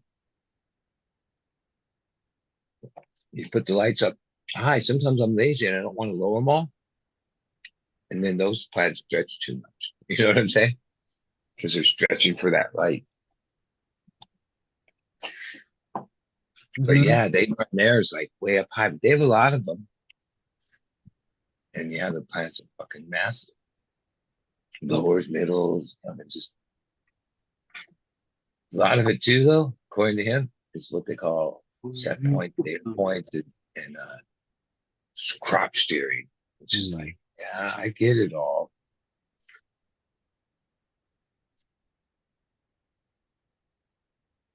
Or I think I have a recipe for every week, and they got some way out shit that goes against logical thinking of how I've grown. Right, with humidity, I mean, like all there these is always the humidifiers. possibility they're full of shit, but they're probably, like you say, they seem so data driven Well, I that they're also going to know basically we look have, at whatever the numbers say and do that. Excuse me, do that. and even smoking this weed, I realized that yeah, we have two separate end goals. Right, I'm trying to grow what I consider like the best quality weed, where they're trying to grow the most weed No, that's at a fair certain too. level, It's a fair, right? because you can't have both, right? They always say, what is it? You can have good, quick, or cheap. Pick two, I think they say. Yeah. You can't have all three, right? You Now can't there's have some your cake and eat it there's too. in what they've learned, and I don't necessarily think this is like, I'm gonna bake oh, a cake out of this guy, infinity, bro. this is all this stuff because agriculture and this stuff has been going on forever, and a lot of things that trickle into our methods are things that, like, even though the cannabis plant has its own needs as far as some of that goes, a lot of times over the years, when the latest, newest thing somebody was saying turned out that was like something that some other ag was That's what Coot was saying doing. for a long time, and that was one of the most valuable lessons that he ever basically made is essentially listen to anything, or how do I say this? Look at the wider agricultural world because cannabis farmers are not the only farmers by any stretch of the imagination. I Yeah, mean, every one of us eats, right? So every time you go to the grocery store, all those produce and even the cows and everything else, if you don't need to eat any vegetables, they were raised by fucking farmers. And at some level, obviously the dairy farmers were different, but at some level, they encountered the entire agricultural space.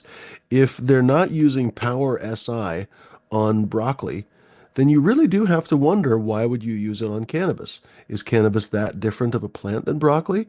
I mean, perhaps it is, right? Maybe this is not the best example, but now it's not at saying they least an don't use example. stuff. Mammoth Don't say P or don't say any other use supplement. What's that, bud? don't say they don't use stuff. Especially what broccoli are you talking about? The production fucking broccoli or Also the fair. Also fair. Is it right? some fucking name brand organic broccoli, Sven's organic Swedish broccoli? Maybe he Because gets the fucking $15 for floret. I don't know. the But if it's industrial regular farm broccoli, they're food not using Power complex, SI. that's what Neil Young calls industrial food, you know. Oh yeah, you don't want to find out what all the tricks they use and stuff. So they don't pay near, like, somehow they'll buy that same product, probably that same product for fucking like quarter cents on the dollar, you know? So Which is an indication that the cannabis people are dramatically overpaying. Because if yeah, essentially if the regular agricultural people can get whatever the fuck at a farm store and someone's still making money on them, because farmers are not like farmers are fucked the world wide over. Everyone knows this. Farmers are the last people really to make money in the chain. So if they're buying something, someone else sold it to them and made money in the process. So if they're buying this agricultural product, fertilizer or whatever else for pennies on the dollar compared to cannabis people, imagine how much the cannabis people are fucking like being even with this overcharged. the base from this Yarrow company, guarantee you, because I saw the pallets of it. You couldn't just contact the company and say, I need a bag. Oh, well, no. That's like, oh, I need pallets. Okay, sure, here you are. Right? Because that same product is then sold to these other companies, not just this company, and made as its base. It's common.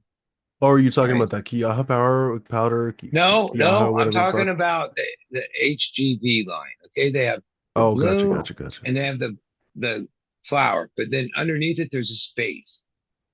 The base from them is pretty expensive. It's the same product, exact, meaning, oh, that's what they put in theirs. It's like a common agriculture thing, and it comes in 50-pound bags for like whatever price. But the company that you buy that from isn't like in the business of selling bags, in the business of selling pallets. You get what I mean? That's why they have these other companies that buy pallets and package their shit up, right? Mm. And their stuff's not available unless you Same thing do as a drug little dealers research, stepping on right? the A raw little product that they research and get. found out, oh, this is that. There's another product. And yeah, when I said, yeah, is there an information? He says, no. Yeah, I get it from this, like some ag supplier in fucking Iowa. He calls it pea cow, right? Oh, there's pea cows, right? But this is this other pea cow. This is phosphorus and calcium, but it's powder. It looks like micro. Not, I thought he was giving me microbes. He's like, no, but you use it like that. Just put a little either on top, quarter teaspoon, or when you first transplant. And the plant will just take it if it needs it. It's like just stays there. And oh, I put it on these ones like you said. Oh, I see. Right? Like, and he had power to that. Like, yeah, you're in a different market when you're like buying that level is what I'm saying. Right? Than the person that's even myself. Yeah. I don't buy enough to like deal with getting it at those prices. You know what I'm saying? So you're stuck with the next level. It's the people that have made a business out of the profit they can squeeze out of I can that. just about guarantee you, but I think you'd be surprised. I can just Oh, about guarantee yeah, you that in you San have Diego you'll stores find that are something. different. Now, I'm not familiar with San Diego, so I can't help you that. Well, But I'll with tell you that, this but I much. guarantee you, especially with all the millionaires with their fucking grocery. Like we No, have for a sure. place. But let me finish my thought. Please don't talk over me for a second. You guys for sure have some kind of a farm store, agricultural store that sells basically essentially the base nutrients, both synthetic and organic. My example here in Oregon is concentrates, at least near me is concentrates. They literally have all the stuff you're talking about. P-cal, the fucking granulized magnesium shell shit that dissolves over time. They have all this weird shit that you can get basically in the agricultural community. Probably a little bit upcharged from regular, although they have like farm prices if you have a farm, but far cheaper Okay. than any grocery store or Okay. whatever the fuck would charge for it. I've heard about this concentrate mainly from you, and I realized, and trust me, I know what's around here, right? No, somehow that's not, maybe under some rock there might be, but not local, even though For I'm in a farm arborists or place. something, there's got to be. Now Are you there is a serious? place called Grangettos, right? It's one of the farm ag supply stores. They have them in Fallbrook, Escondido, whatever. I've had an account there for 20 some years. It's where I used to order my drippers through Rain when they bought out Chapin Head, right?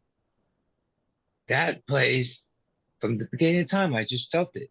It's the most conservative company you ever saw. They had all the stuff. Their website still doesn't list it. I've known this, but I haven't like decided to call or go.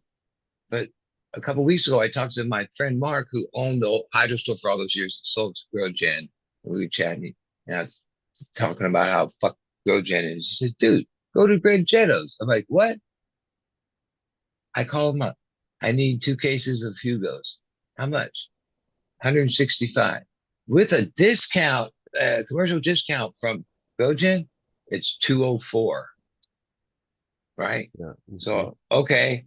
Then when I asked about, do you have the other stuff? He says, well, we have a Hawthorne account. Take a couple days. You let us know what you have an account?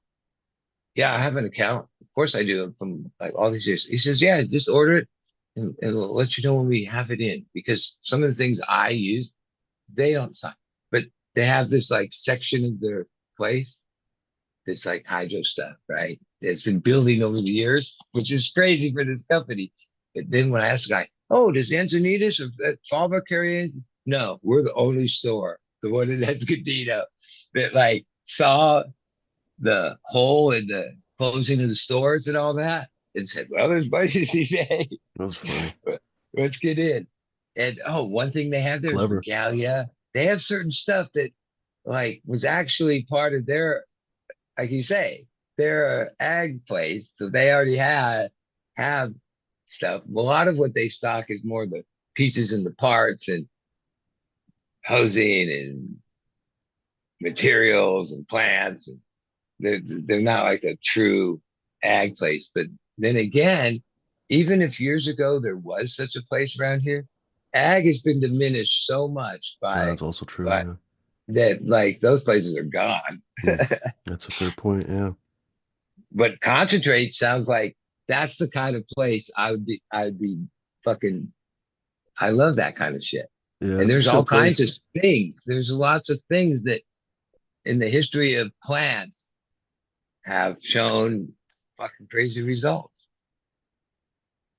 I'm Now, shocked to think about this, but at the same time, it shouldn't be shocking. I mean, I guess we could probably look up San Diego County or whatever the fuck. We could look up if there's any places like this, but I'm actually not surprised that you probably know better. I mean, fuck, you lived there for a long time. It's yeah, and shocking like I to said, me that there are places around the country that basically don't have a store as useful as concentrates. Like, but at the same time, why am I surprised, right? I was thinking to and myself, I'll like, tell you okay, at this Wilco point, farm the way stores, things work, Wilco has some of what we were talking about, but not all of it by any means. What was that, not bud? that the farmers don't have orders of that stuff, but they just order it from whoever and they bring it, they buy Yeah, enough that they bring it there, and yeah, that's that's how that true. business is drunk.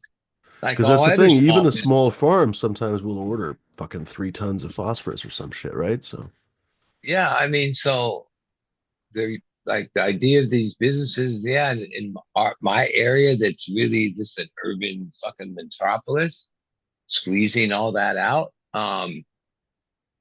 Yeah, no, the hydro stores are gone. And they were like, you call them hydro stores, but no, they had all this good soils and the stuff for that. And they stocked all kinds of stuff above and beyond what you could get at True Value, whatever.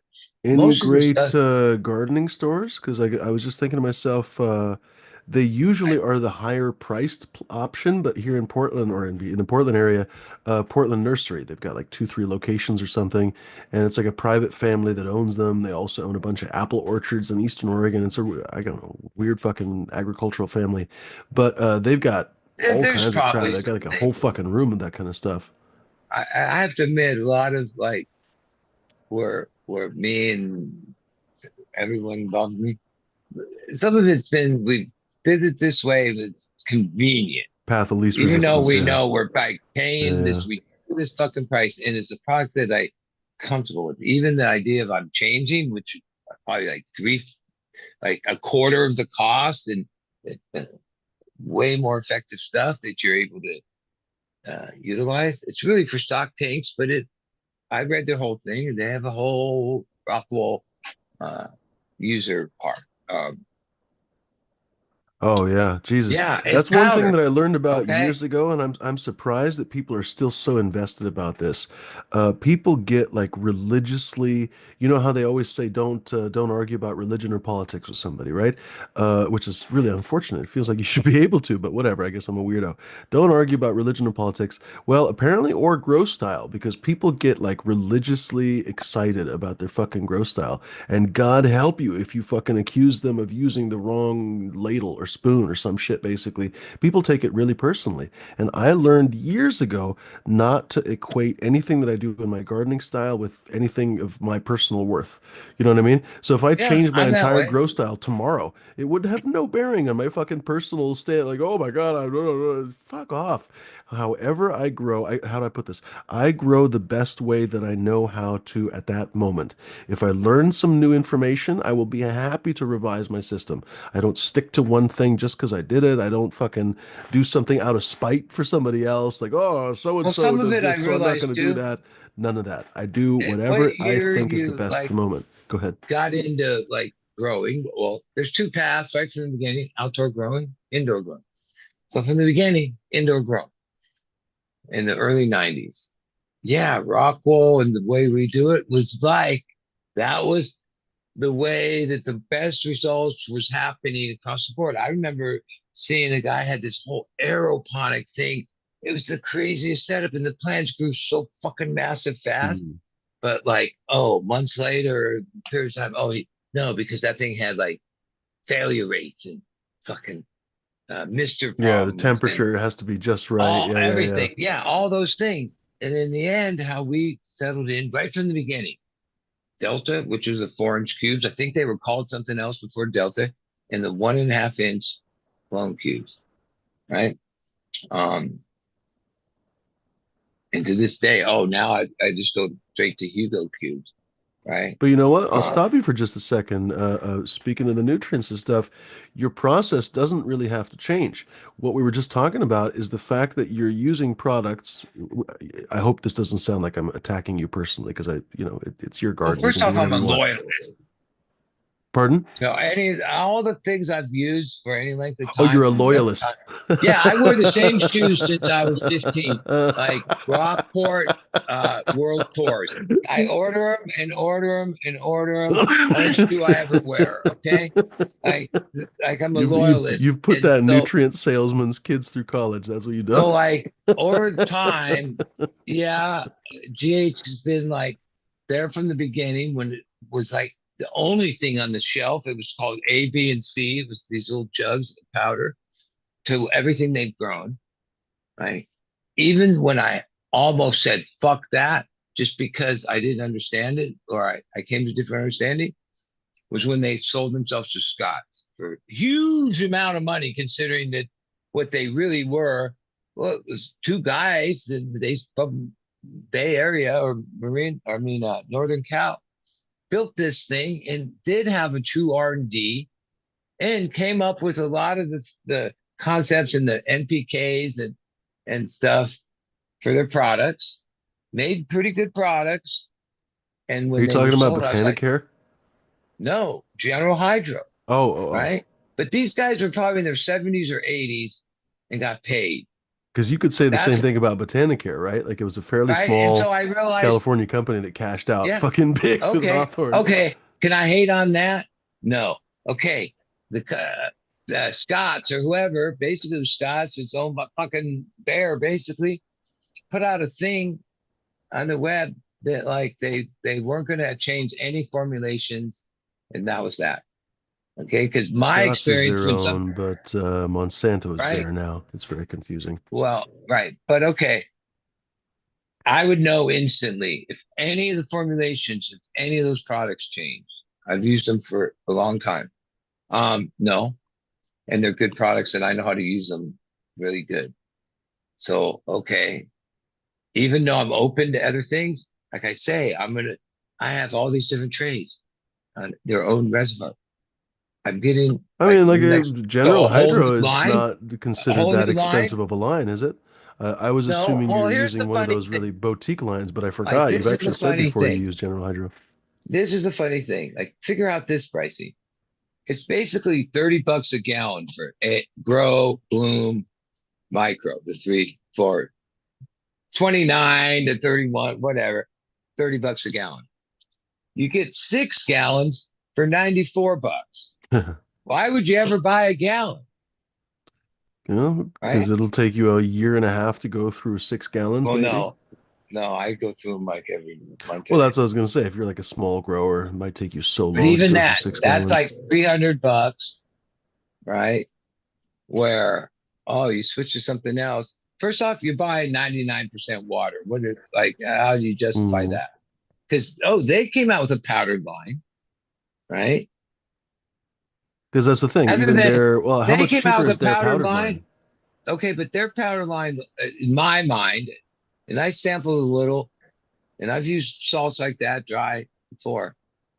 They seem to have like, unlike them who develop things over time, that just seems to be like, boom, we got to have a dry line, Mm, right? yeah, it's possible. Where you go to some other companies, oh yeah, development of the product is like kind of important. In this HGV, if somebody's using it at this scale along with other people, right? Um, well, okay, I'll give it a shot. And it's, oh, cost is this. Okay, let's try it. But like I say, I'll try one tray first. Okay. That's how I never will go, all right, let's change. No way. No way. I'm smarter than that. We should have a pool. In fact, we're gonna have a poll. How many people are watching right now? I'm Right. I mean, curious is what it like, people. I'm sure that that's a logical way to approach things, right? Not just, and maybe I've learned this over 36 time. watching. We could do a poll. I tried different things over time. And there were times, Of oh course, I'm yeah, not when, logged in the right okay, account. I went on to House and Garden, totally. I forget what I was on before that. Probably GH. Gary went on House and Garden, like a mile from me at this other house, at his house. Man, he rocked House and Garden. He loved that fucking shit. And it worked good for him. I gave up on it after like cycle two, and the veg, I couldn't get it right. I fucking didn't know. And okay, but I went all in, and oh, we got through it. But that's when I learned, I mean, yeah, in your defense, they do have 37 fucking bottles that you got to add. we were on the Like you have bait. to be a Like it was just full-on dialed on PhD the bait. chemist to use that. I looked at their feed schedule one time because a couple of my friends use House and Garden, and I kept getting the sample, whatever the fuck, the enzymes, and I can't remember something else that they used to give out from House and Garden. I dutifully try to use it, and it would have absolutely no benefit in my fucking garden over time. But anyway, literally the feed schedule is like looking at a fucking I don't know. First of all, it's like the periodic table, how many fucking elements that you have to add, because there literally is like 37 fucking bottles, or maybe even more than Well, that. Advanced is like Um, that. House Oh my Garden God, has a Advanced. Yeah, that's a few. good example. And what a good example, because Advanced famously, of course, I think he was trying to say that he was making everything in a boutique environment up in Woodland, Washington, which is, by the way, just up the river or up the, well, it's across the river and then up the street from, up the freeway from Portland. But anyway, literally, they're basically getting barrels of fucking chemicals from China and watering them down a little bit and then putting them in fucking fancy white packaging and then putting a big old fucking label with a half naked chick doing weird shit with a bong or some shit, and then they call it Zeus's canoe or whatever the fuck. Well, Anyways, one thing weird I shit, learned right? about his success of his company, it wasn't from as It was the much from swagger. Yeah. U.S. No, the U.S. distribution. He had distribution in countries that was the only fucking product even there, right? I Oh, remember that it's makes like some sense. Yeah. right, like he And so focused like the on only weed product that you could possibly get yeah, and is like that. Yeah. That Africa, makes or sense. there is like a weed culture everywhere. It might not Mm. be, oh, but like in South America, forget the country where, Oh, oh, it's kind of, you think, oh, weed there. Brazil. And they're like, Brazil. and Brazil, it's ask the guy actually legal. Yeah. what he used. He says, well, it's like what's always available around here. Funny. Cadet. Where, Well, yeah, clever guy. You got to give it to some of him. these companies don't have as much international. And I'm like a person that also thinks buy USA. So all the years when products that were imported products, whether House and Gardens imported product, uh, Not anymore. Now they various other make it ones. in Humboldt. Okay, but like GH, yeah, I think it's Sonoma. I forgot Santa Which is Rosa. weird, by That's the way. where When they're I from. said that, people probably were like, "Wait, what if you just say no, no, no?" They literally used to be Van der Zwan, whatever the fuck. It used to be Holland, and then they literally up and went and literally Yeah, took their whole fucking factory and a I bunch of remember their employees and everything pamphlet, to and you Humboldt. say Yeah. that name, and there was these other names that were these PhD whatevers that had these little write-ups that developed this stuff, and it was fucking the miracle of all miracles. I mean, there's been some one thing, and I'm one of them. Cannabis growers are probably the most gullible, or Yeah, maybe less now that we have for the sure. Yeah. internet and communication, but over my life, we're the most gullible fucking people there fucking is. They've pulled more bullshit, expensive little fucking bottles that Mhm. were gonna do this, that, and the other for everybody. That were all just fucking bullshit PGRs, every other fucking hustle they could work. Like one thing I know about the people that sell us stuff, Fuck, now I forget. But we were gonna do a they're not our poll. friends. I'm sorry to interrupt you, but we were gonna do a poll. I was gonna do a poll. What were we talking about? Which chemical we were talking about? You were gonna add something to your fucking grow. I was gonna do a poll. Basically, this is hard because you're probably gonna have Oh, to read that my mind to Quill figure out what I was extract, trying to which poll seems everybody like dude about. has a lock on it because I did search it. Oh yeah, you have to like What that's were we sometimes just people. talking about that you were gonna add to your garden? Because I was gonna do a poll whether or not people thought it was gonna make any fucking difference. What was it? Do you remember? Oh, pecan. Peak. That was a while ago, and then you mentioned something else not too long ago. Well, I like that Quill extract, this the soap nut thing, Right, right. Oh my or fucking God, it was I don't something know, else. a different brand of hydro newts, but like Yeah, that's yeah, yeah, yeah. You were gonna use that new tray of newts, right? What was it? That new brand of newts or what? HGV, I And think it's it's the called. powdered newts, right? Yeah, the Okay, Pro so line or that's what it whatever. is. Yeah, yeah, yeah. Okay, It's so really meant for stock tanks. Like, Bud is trying new powdered newts.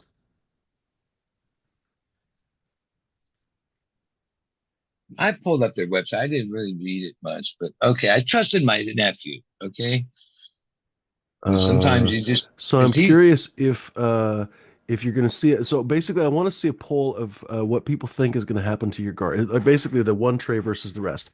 I think my guess is that not a fucking thing is going to be different between that tray and the other tray because the no. Here's the nutrients are going to be thing, so Butcher. close to each Let me other state that this. it's the environment that makes a difference. No, Pardon? let me say this.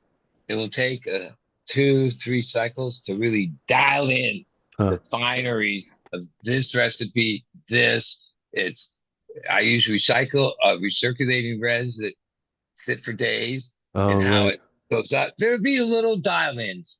That's fair. You hope that the first time it takes to it well. And then Because from yours is, I there, guess you could say, an ebb and flow system, right? well, it's a drip system on recirculating 50-gallon reservoirs. So I fill up a reservoir and it lasts between 4 and 7 days, depending on the drinking. Sometimes I top it off a little bit to prolong it because water evaporates and the nutrients get higher. So when I first make it, it's at a ppm that I know by day 4, 5, 6, when it gets lower, it goes up. And you don't want it to go too high. So it's probably going to gain 400 or 500 ppm as it gets lower, and that's it. Okay. And then pH too. And some of the products that GH, when I set it the first day and pH it will hang the whole run, the whole days. Other products I've used, Mills, this, that, whatever. Yeah, I But had to adjust GH the is known pH. for being pH stable. Yeah, you've mentioned that Yeah, before. Right. like for me, and I know where to set it to get to where I want. And some things are like, oh, No, wish that's I fair. used these. That's fair. Even this is sort of like, I think, a commercial counterpart to Athena's thing. When I read briefly what it said about Rockwell and drybacks and how much watering, meaning like no water through, water in, try to build up EC. Okay, that's all this crop steering stuff, which okay, but that's like a lot of that's done with a lot more tech than winging it. You know what I mean? And yeah, I'm not I'm I just want to feed them good. So okay, we'll see. Like I say, I'll do a tray and then I'll do a couple more and then I'll do it. That's just like, yeah. Because the other times I've done total switches. And when I totally switched to Athena that time, that was the last time because they gave me like both lines, a whole bunch of it from the old hardware store. Try it out. So, by the way, speaking of I trying didn't it make it to out, the second run. It wasn't for me. Not that it didn't work. The first time it didn't work because like every food I've ever used, I used it at way less strength than they say. For sure. I don't even know what it says anymore in the thing. I know how much I use, which is way less. So I did that the first time with Athena, and the results were fucked. Then meanwhile, your favorite I went to their Instagram website. And I remember what it said, trust the system. I thought, what? And I hit this thing. And then it said, oh, you got to run it at this Sounds like EC. an MLM. I Trust the thought, system. We'll make in each my other millions years of in dollars. ECs and PPM, Just if have to I sell gave all these any knives. other nutrient at that level, the leaves would twirl and the tips would burn instantly, and you'd be overfeeding them and they wouldn't like it at all. But somehow on theirs, that's where it performs, which I don't even understand how that works, right? Where they can triple the ppm or EC of most all other nutrients that I know of, and that's where the results come in. So all right, I trusted the system, but then what I expected, it yielded, it did all the things, but it was like the plants never one day looked like happy and like respect. No, they were like being pushed to the fucking tilt. And like that's why I said, And how was and the weed? I think you may have talked it about this was story good. at It the was, end. The yeah, weed was not that yeah. good or something. Well, it was, but like to me, it wasn't, because never once did I walk in there and they were just like, ah, they were like, ah, because they were being like pushed. They had And roid rage. yeah, well, that would be the thing. If you go from like 1200 ppm to like 3200 I was just gonna ppm. say, you follow that you talk about the Jungle Boys all the time, and don't they have those crazy high PPMs, right? Like like up to Yeah, like 3,000 ppm and shit, right? and over Which because normally they you don't have would never runoff. do, right? Yeah. They don't have runoff. Like even John saying, Uh, dude, runoff, you're losing all the. I'm like, yeah, that's why I'm keeping it even when So I I first wonder if make. you stuck one of those sensor probes, I guess not the soil probe, but you know what I mean? Oh, they have them. Yeah. So if they have them in the rock wall, I wonder what the constant ppm in the soil is. Oh, yeah, now that you say that, And they I mean, probably I'll tell have you one for another each fucking thing pot. Yeah. that over the years, I don't test the ppm until I make the fresh water and manually water it through one time. Because as the ppm rose toward the end, the the water that's in the cube and the cube is at that higher level. So if I make it at 12 and then let it water for 5 minutes, right? And then test it, it'll be like at 1350. Because just like if you put plain ass water in like 200 ppm, nothing, and flush, it'll come up because you're flushing it out into the water, right? And so having recirculating resis, which nobody does anymore, the drain to waste, right? Because they don't want to have waste in legal places. That's considered black water. So you have to take it and have it hauled away. It's this whole thing. So they just water like 30 seconds, just maybe one drop comes out, right?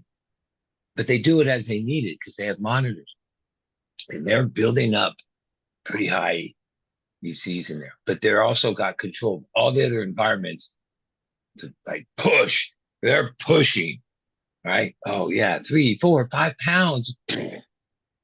Yeah, it's not like it's good weed. I can see why people buy it in eighths all day long. It fucking tastes great, looks good, whatever. But yeah, no, that's not my style. Yeah. No, I've had that weed before. I didn't really enjoy it, to be honest. It Well, wasn't it I wasn't that great. realize that's the only advantage that maybe will play out in the long run. That like what I consider like craft, and I don't know what size. I think much bigger than I am. You're not, right? I don't know that there's going to be a, craft market, I'm starting to be Somebody that convinced like, that maybe the garbage market is going to be the dominant market and the only well, craft you're going to find is home growers. well, I mean, I don't know. Microbrews seem to creep here and different in beer.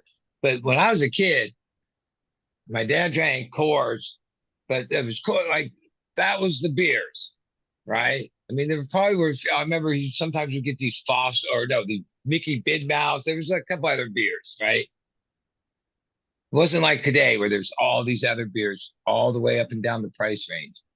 And that's kind of like that's all. And like Coot used to say, or you used to say, that part of the beer industry isn't threatened at all by this part of the beer industry, right? Because there's like a value-based customer. That's like that's who they're serving, and the biggest cannabis profiteer over the 100 years, 50 years is going to be that. Whoever does that, whatever corporation or huge conglomerate gets market share of that. I hope you're right. Yeah. I just read an interesting story. Well, I didn't read a whole story, but it was just kind of a snippet basically about Tijuana. I've been there for a long fucking time, so I guess I didn't know anything about this. Evidently, during maybe before COVID, even the whole drink until you puke fucking bar industry basically fell apart essentially. So now there's hardly any of that kind of stuff anymore. You know, it used to be known, if you want to do literally anything in the entire world, basically go to Tijuana, right? Well, evidently that is gone now, and they've replaced that essentially with a tremendous world-class microbrew scene, and also apparently an amazing food. So, I mean, it's always been amazing food actually, but to think that there's this crazy microbrew scene in Tijuana is kind of fascinating. But I guess that kind of bears out what you were saying. I hope you're right. I mean, I really don't want to be cynical about this. I hope you're right. Anyway. But that took how long to develop? Like the first types of Mm. microbrews and high Sierra or whatever. I don't drink, but it was a long time ago. Oh, in And then I slowly, would argue the epicenter in well, that's arguable, Boston maybe too, but anyway, Oregon is a big time beer place. We'll just say that. Uh, yeah, it took 35, 40 years basically for it to become this kind of crazy market, where in Oregon it's 50-50 basically. okay. Half the market is microbrews. And I'd say this about Oregon. They're from the beginning, the start, right? San Diego, we're also a big like beer thing, believe it or not. You Google it and find out. But we No, jumped that's on where the Stone is from and bandwagon, all that. They got right? sold, We but jumped still. on the bandwagon, right? Like because oh, we're basically a tourist town, and that was the good play. Hmm. That's how I see it. Like, but we have a lot more than Stone. We have like San Diego's our own. always had good food and stuff. Yeah, I always Yeah, remember since I was a kid having wonderful tacos and everything. Yeah.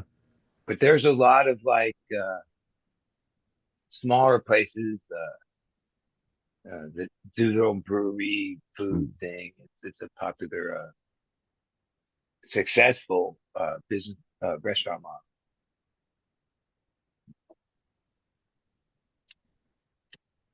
We'll see. You know, it's just the reality is that the overwhelming majority of people buy their weed at places like dispensaries, and that's going to get more consolidated most likely with time. I mean, perhaps not. You never know. But even But at are they dispensaries, if they are are right they now, pardon? are they happy customers? Are they is the experience That's it. better? Yeah, customers aren't really that pleased by the experience either, honestly. But the dispensaries sell what the customers are I mean, buying, and the I'm customers are sure. So, buying what the dispensaries are let's say selling. So this: it's just like a fucking Ouroboros of garbage, you know? other Uh, than the new generation that's come of age with this, there's people that go there that used to buy their weed from the weed guy, mm. right?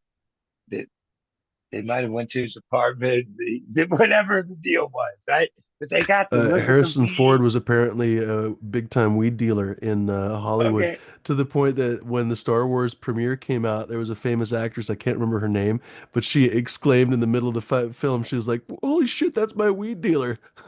yeah, and probably even like try the weed, and okay, it was in a Ziploc. They felt like they got a pretty good deal, and they went home. And now they go to the store and go, yeah, I don't know, give me the one with the highest Yeah, THC. yeah, yeah. And they Like, go what home and they kind of kind of get high, but they yeah? probably remember Now, getting what higher in the kind of past. Yeah. experience? Like, how could you say that the one was like, at least it was an experience, where this other thing, like 7-Eleven gives you more of an experience than Hmm. that. Hmm. Okay. Hmm. And somehow that's the rules or the way they made them model it. That's like right off the bat, like, wait, like even though Starbucks wiped most of it out, when I first got into coffee, there was these coffee stores that just had containers of beans and you bought it by the pound and you could get a whiff of it, or there's an experience, right? And wine tasting or alcohol, beer, bars, that there's an experience. Cannabis is like eliminate the experience. Hmm.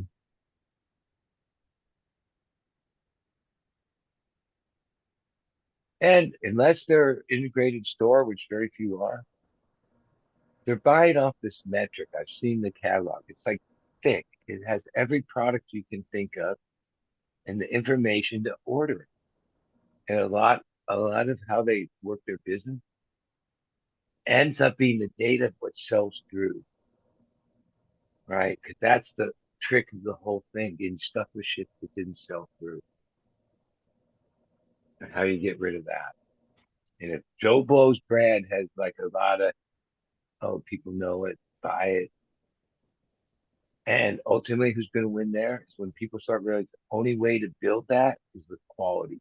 That that that brand will be the one that people recognize and go, yeah, whatever that is. Yeah, Because as at this always, love for point, the plant has seen quite a bit of it. He says, I believe there will be a craft market, but it will always be small compared to all of us weed nerds who want to be the ones creating slash providing it. Then he continues, I've seen it in Colorado commercial over and over. Grows begin with a craft mindset and sometimes even methods, but ultimately the consumer demand isn't there, so they revert to mids. And that's what I've heard over and over again as well. There really isn't any incentive to continue a craft mindset because the customers aren't there for the craft, really. There's tiny, vanishingly small market that's actually demanding no-till or whatever the fuck, right? Most people are just like, it's the highest THC you got in the store. So the and dispensary has what's no the incentive to cheapest pay shit? higher in any way. So they basically pay based on, like you say, from a metric list. What do they got? Well, they got this for a good price, and they got that for a good price. All right, sold. You know? Yeah. So like out of all kinds of business models that we set up for something, this one is so restrictive that it's made it hard for anyone to do anything but this, which is like basically destined to be. And you say they ask for THC, I'm pretty sure the other next highest thing is which the cheapest shit you got. Yeah, Like, right. why can I get the most of it? Okay, Yeah. that's the value customer. It's like, okay, I get an ounce. Yeah, pretty good, all right. I mean, you can't blame them. The world is horrifically expensive, right? So you can't. Every time people complain about that, I have to remind people, dude, life is expensive, right? Like, and weed is a uh, other than when you're a medical patient, weed is essentially what's it word, a luxury, right? Like you don't have to smoke weed to survive. Like I said, if you have pain, cancer, all that kind of stuff is a different story, right? But then you have a medical card and so on. It helps a little bit. It's good that weed can be so cheap, right? That's a good thing. I think a universally good thing. But at the same time, that fucks up the entire rest of the market too, you know? Here comes hardcore. Well, well, I can remember a couple years ago where I hadn't seen what an eighth was. I never weighed an eighth for a lot Yeah, of years, and then yeah, it yeah. was the beginning of the legal thing, so it's like 5, 6 years ago, and a couple of my friends had bought for me because they thought it was like something. Yeah, it's time. Sure, I'll try one. Like eights from either Jungle Boys or this brand. Hey, I've had a share of them, and I remember right away like realizing how little amount of weed that was, Yeah. and even if it Stupid was small, to yeah. like it was, I was out of it before I could even like really go. Like, and even when I in 215 days, when I first had access to the countertops, and I'd be selling them down, and we'd figure out the money. I'd say, wait, here, I want to get a couple of these things I saw on the thing. I would get quarters, even though they were selling eights. Because, like, yeah, how like a quarter weed, at least you Yeah, had some hardcore. of it, right? Like, I know one thing: a quarter in your pocket, you feel like you got enough weed for a couple of days. An eighth, you're running out, right? So, like, the whole eighth thing, which the whole thing's built on, is selling people such a little amount of weed that they're basically like, what's that, an afternoon's worth? And eat like when it's Hmm. gone before you fucking know it. Now, most For a amazing thing is for a lot of people, an eighth of weed is like 2, 3, 4 weeks. But for us, like you say, it doesn't even get you through the Yeah, but day, wait a you minute. know? Is it if it's really tasty good fucking weed that you got, if you're smoking out of a bong or whatever. What? How long? That means you only got stoned once or twice during that time? I mean, like with nobody Yeah, but I you guess with a guys. bong, it's a little bit better now that we think about it, because you and I pretty much smoke joints, right? So for joint smoking, fuck, it's not many. It's maybe a couple, three joints, right? I guess with the And I way I gotta roll tell you, joints, it's maybe three joints, right? some of it Uh, Go ahead. Some of it's like the whole generation. Oh no, they'll get that enrolled into one big motherfucker like they see it on every rap video or hip Yeah, hop. for example, Like, a blunt, that's basically one blunt, right? Like you'd fit okay, about a gram in a blunt okay. wrapper. Yeah. So it's like really, it's we got to admit About an that's eighth, like rather, yeah. right. That's like like I could only equate it to the days that I did coke, where somebody say, "Yeah, we get a quarter gram." Like that'd be so little that why do it at all, right? Right? I mean, as a comparison, but and even as the weed prices came, like what I would think would be we'd because and I know this when the first 80s weed good weed was 175, 200 an ounce for whatever scarcity of kind bud you could find. Then somewhere it got up to like 400 an ounce. It was in that period of time that the eighth came into the thing. Because when it was 175 an ounce, you didn't ask. You could buy a quarter. You could even buy a half whole, but it wasn't eighths. But when the price went up, the eighth became part of it. Well, now the price should be coming down because that's what they pay wholesale for the units. Well, then just get rid of the eighth and go to quarters. That serves the customer and the business best, not more eighths.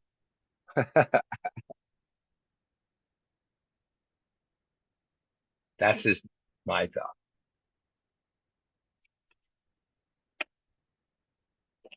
And I also know if you are a customer of the legal market and tired of 37% tax and mids, and like, yeah, I've heard about this, the weed guy or whatever. It's like finding a needle in a haystack because 6 years later, there's no such thing. It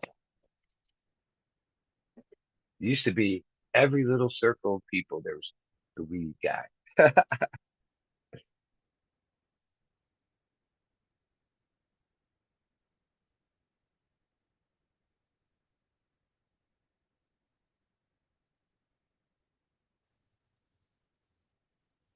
actually fucking I would do this tonight. So I was just saying, folks, do hop on.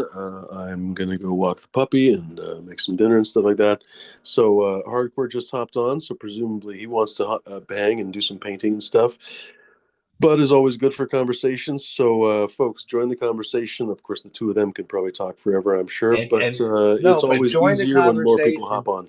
What's that, Hardcore? because I'm gonna move the phone to the other room and take these cuts, so I won't have much. I gotta concentrate on what I'm doing. We can also end the show, guys. We don't absolutely have to keep running. So if you want to end the show or whatever, it's kind of up to you. Because like I said, I do have some stuff to do. So Hardcore, if you want to run the But show, kind of up to you, honestly. If you want to, Uh, well, hardcore's the man for the job. that's it.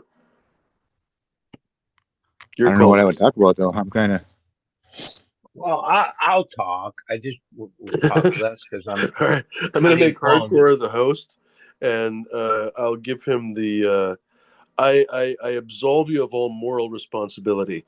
You can. Okay, why can't I make you the host right now? That's bizarre. Oh, I might not be host on this. That's why. Um, you can do whatever you want. You can end the stream. You can keep it going. Uh, I can listen to Bud talk to himself. there you Yeah, I thought we were taking the show in a different direction. go. I We took were it for the as first part, but this let's part you wrap can go away ahead. from me because shit, I've run out of things to talk Yeah, I bet you can never run out of things to talk about. about. No, not actually. Well, I'll tell you this much. Normally, when I take cuts off of a new seed plant, it's to run one or like the phenos one. I don't ever go bam.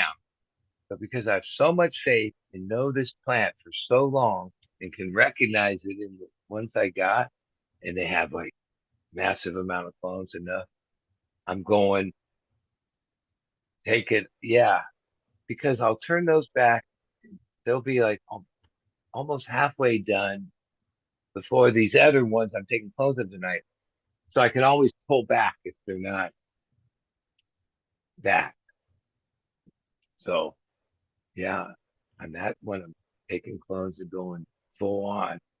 But then if it is that, which I hope it is, I'll already have like 50 clones and ready to go. Instead of having like one or two, then having to expand it. Like I did with Pancake Wilson, which taken me like a couple cycles to get the numbers up.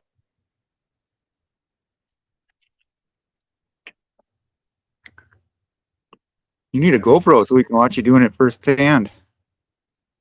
Yeah, I'm moving in there. I'm letting the phone charge just a little further. Or I could bring my battery back. Or I could just plug it in there. And that's what I think.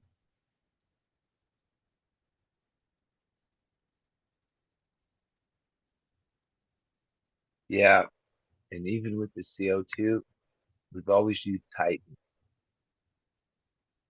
Now, and I like that brand myself better. Autopilot, I guess it's called.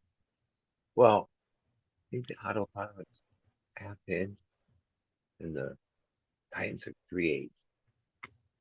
So the gas line hose are different sizes, which we put in an adapter setup, but that's through the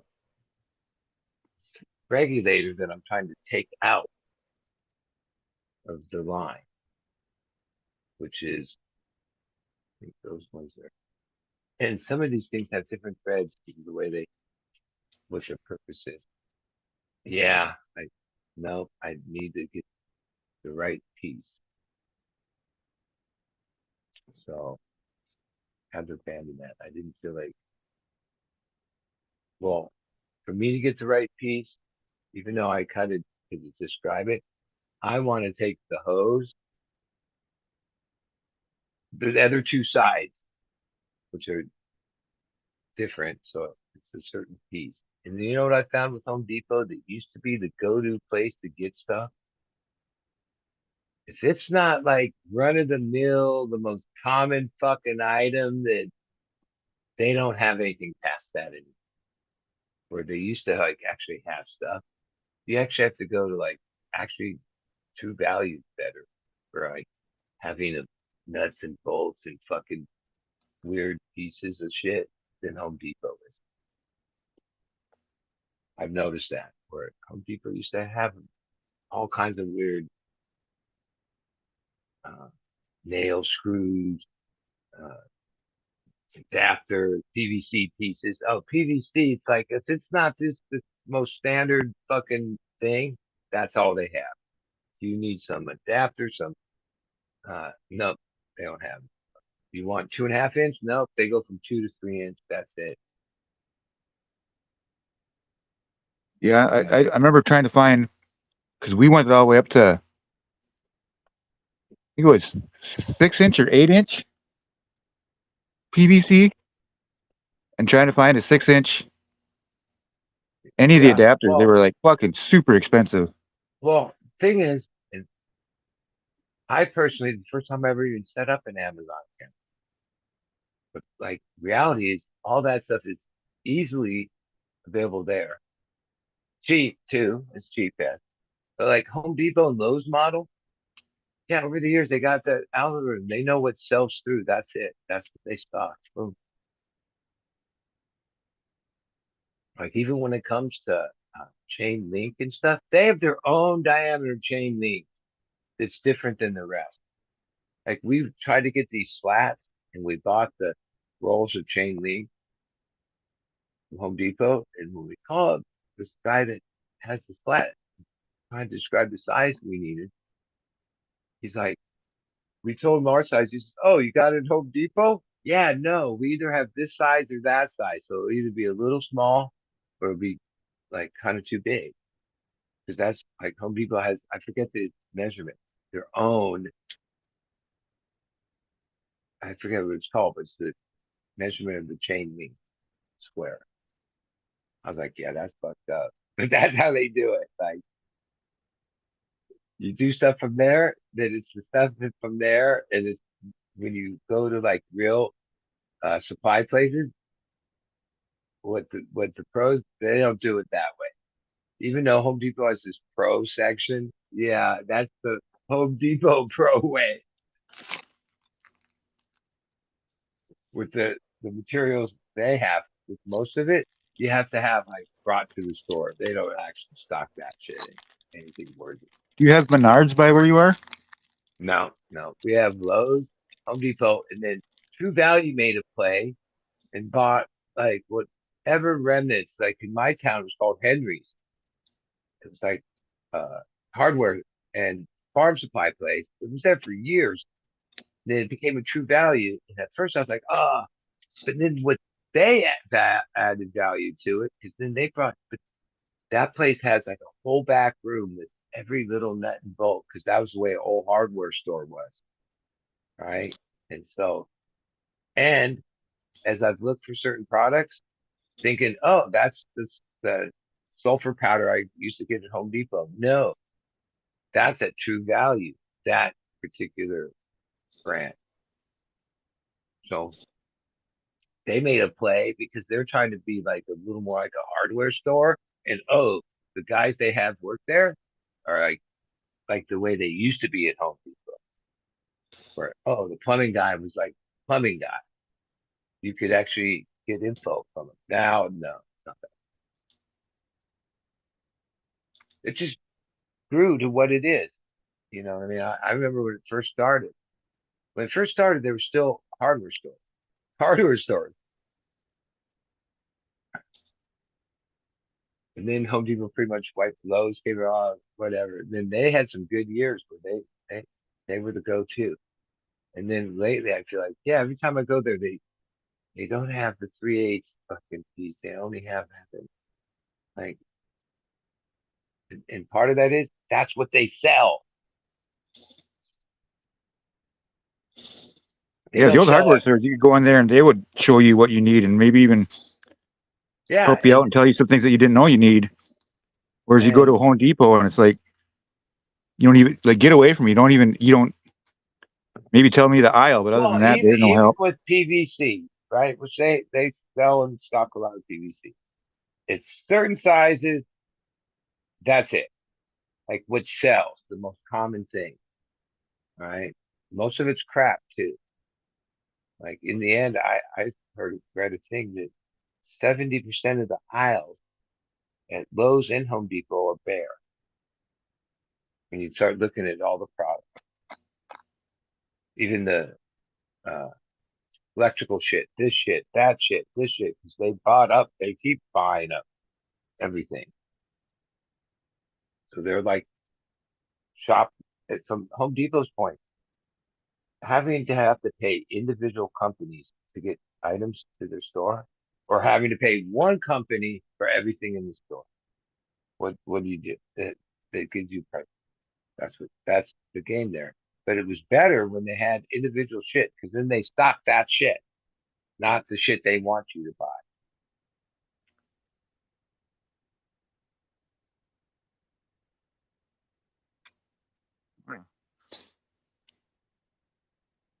Like I doing the tote valve thing and the CO2 thing. Yeah, it's Monday through Friday, regular business hours, and you kind of got to know what you're talking about, because supply places like whether plumbing supply places, there's still those places. Some of them, oh, you're supposed to be contracted and all that. They're not there to sell to the public, but they have all the shit.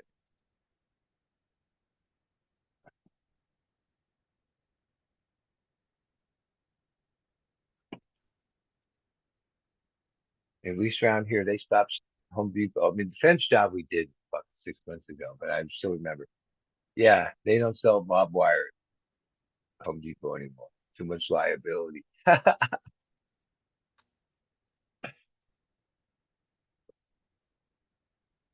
They used to.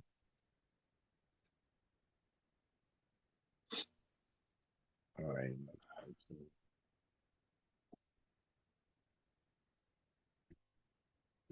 As many breaks as I it'll probably take me 3 hours to take 160 calls because I'm like methodical. And we'll take like a break after each tray, like 10 to 15 minutes, maybe. This is temporarily looking like shit.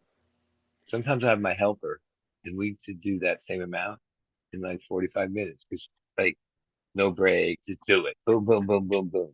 Here, boom, boom, boom, boom. I don't myself. No, I'm just basic at that. Bring the truck.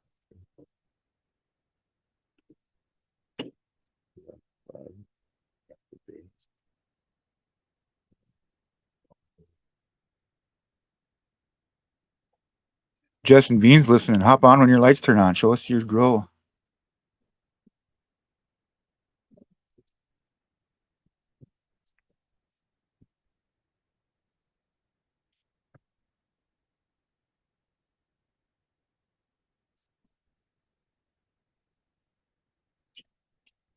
I should put a fan on this shit.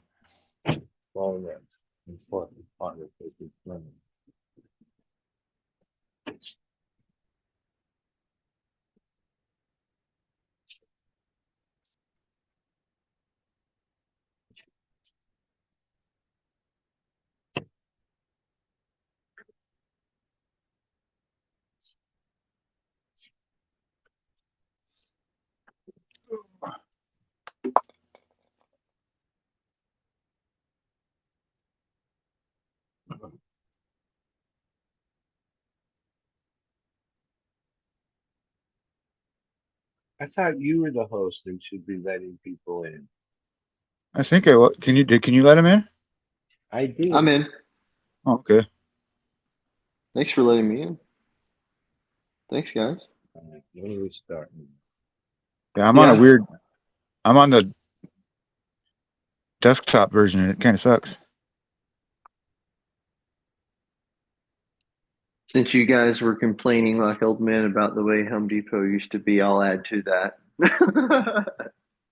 Well, I'm glad other people experience it the same way because sometimes I was saying, it's just me, my honoriness, or is this really happening? Yeah, well, what I was going to say is they just offer one brand of stuff now, or it used to have more options. So it's like not only do they not have some of the specialty things, but they also like it's like, oh man, like there's so many, on tools, of course they have 3 or 4 options, of course, but like a lot of the products now, it's like, oh, you get one fucking choice, that's it.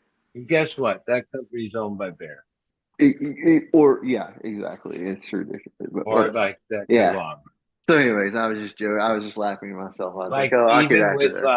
breakers, the fuse breakers, all that. Like you get in any department, no choice. Now that's in store.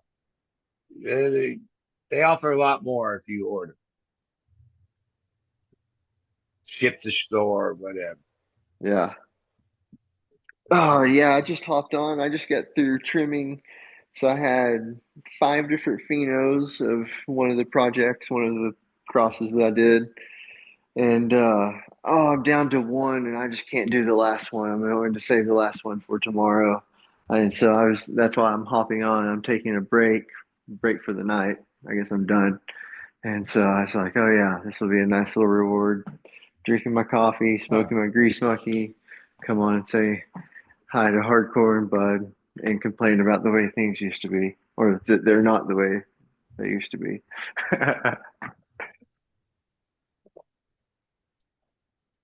Hardcore. Get out my lawn. What are you up to over there, other than painting? That's about it. All right. Oh, wait a Smoke second. a little bit of hash. I thought I really did this right. Now I realize there's like 40 of them listed that I didn't do. Wow. Oh, we have a 8-minute warning. Bud doesn't care about 420. I know, I know. No, I I've care heard. about it. It's the 1 minute I don't smoke. But all What a right. what a rebel. So somehow it's kind of the only 5 of those. Oh, Hardcore, what are you smoking on over there? Some Sky Jarro by Cherry West. Where did that Hash. go? Okay. Gosh, I don't know either one of those parents. Do you know much about them? I do not. Okay. Well, it sounds exotic. Does it taste as exotic as it sounds? Yeah. Not like dabs. It's like the old school temple ball shit. Oh, okay. Nice, nice. How are you smoking it? What kind of device? Like in a pipe or Oh, I'm in, just smoking right out of the pipe. okay. Just a regular one hole pipe? Oh, it's got choke on it. Okay, sure, sure. Yeah. I was just, you always hear the 3 hole hash pipe, so of course, I had to ask. No, I got to Really stir it cool. quite frequently to make. Otherwise, it just kind of sits stagnant a little bit. But Yeah.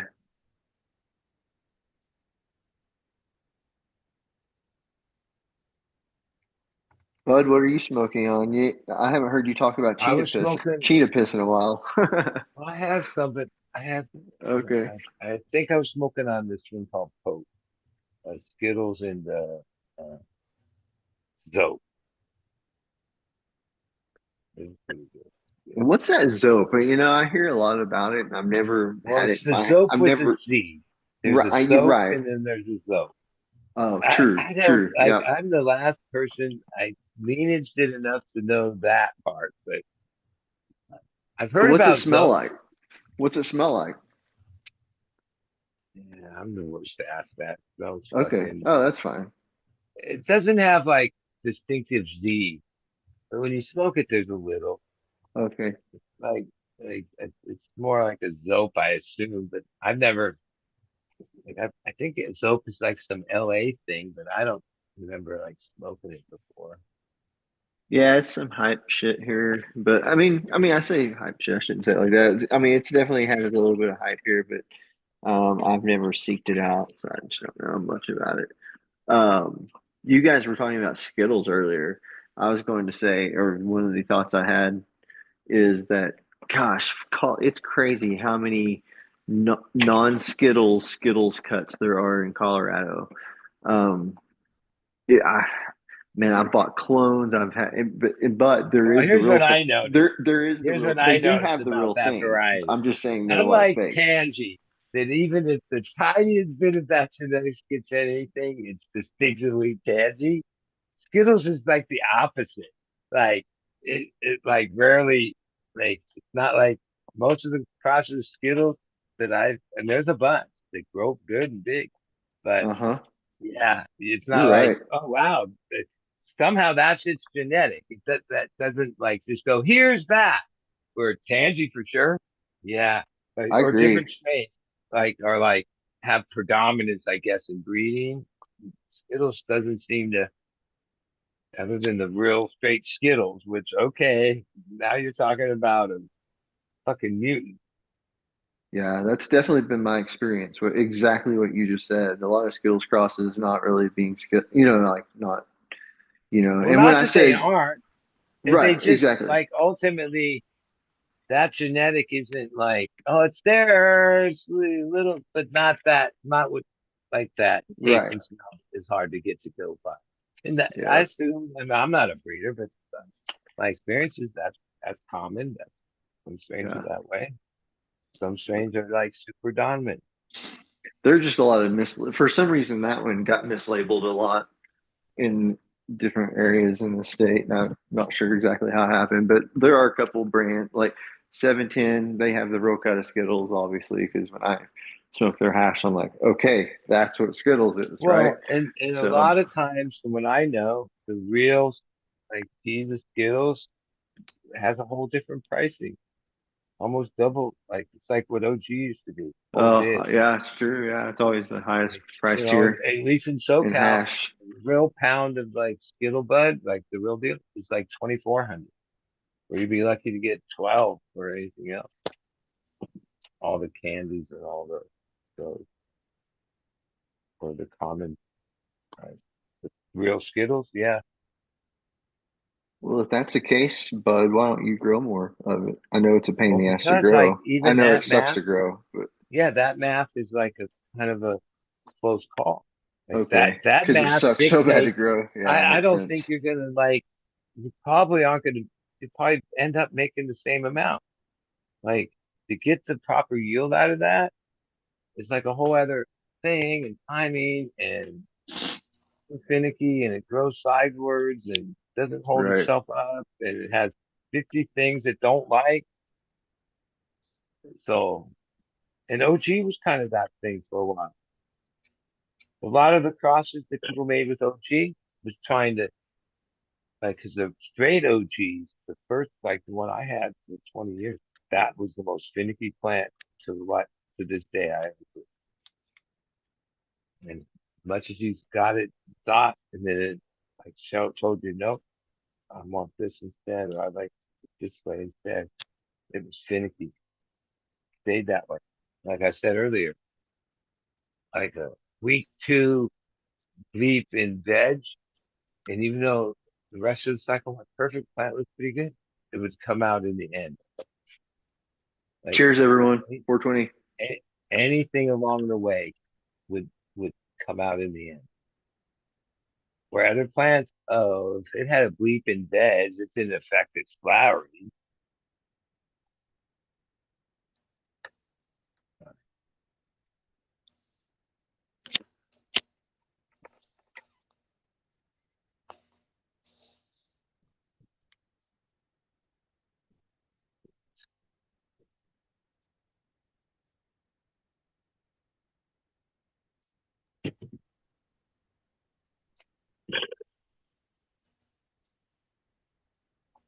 Watching paint dry.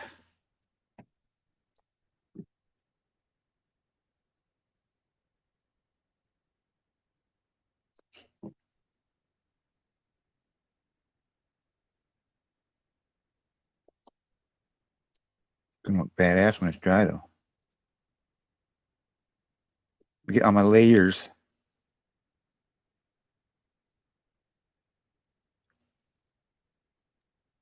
I went over to my buddy's house last night, and he's growing current culture system. I'm not sure if any of you have seen that, but it's just deep water culture. You may have brought it up the other night, but High pressure though, higher pressure.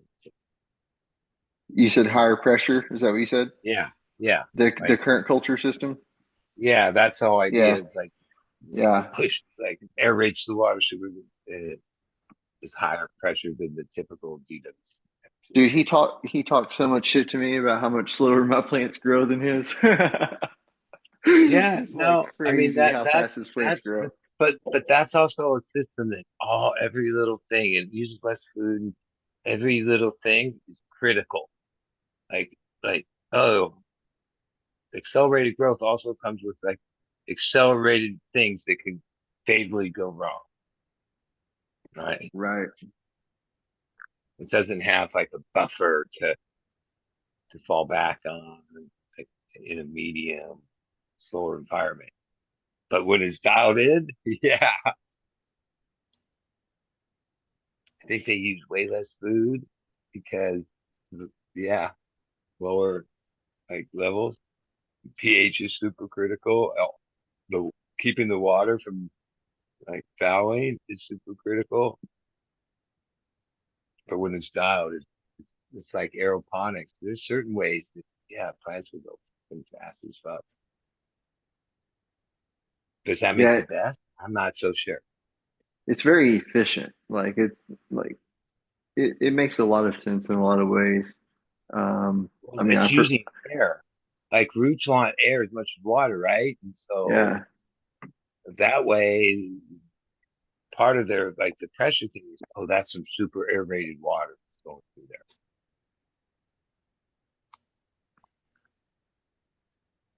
So, have, Bud, have you ever smoked outdoor weed that is on par with your weed? Dude, first years of indoor weed, outdoor weed always was fucking way better. And I imagine that killer outdoors still out there in some little pocket if we could get close to it. But most of the outdoor weed is like not the same as it was. I don't know in the days when outdoor weed still was boss, but it was seasonal. And yeah, some of that shit was always the best. Like that same guy would next year have missed like in the same place, whatever, and have like okay weed. But then that one year he fucking had the bomb of all bombs, whatever it was. Like those were the days when like the real outdoor weed. I don't know what they were doing different. I don't. I would, but I know they used to put out some shit, dude. Like the best shit. Yeah, because I know I've smoked plenty of outdoor weed where you could say it was indoor and people would be like, "Yeah, okay, I get that." It was like just the best weed. It had the best like it. uh, Some of it you could tell mainly because it was trimmed different and had different like size buds. But as far as like, dude, their joints used to be a couple hits in, the end would be like spitting out resin on your lips. Like it was the dankest fucking weed. But it wasn't like plentiful. And like I say, it was at a time when like I don't even know what, but people, there was no communication where everybody knew the latest thing. So like people did their own things and for real and were learning a lot. And then messing with cultivars is different. And I think like yeah, the price maybe that you weren't trying to grow so much. I don't know the factors, but there used to be way better weed. Not that it was a lot of it, but on the top end there was this like super dank weeds. Outdoor, indoor, a lot of it the best in the end being outdoor. Like just properly fucking somebody put every bit of love into that. And was asking fucking top dollar.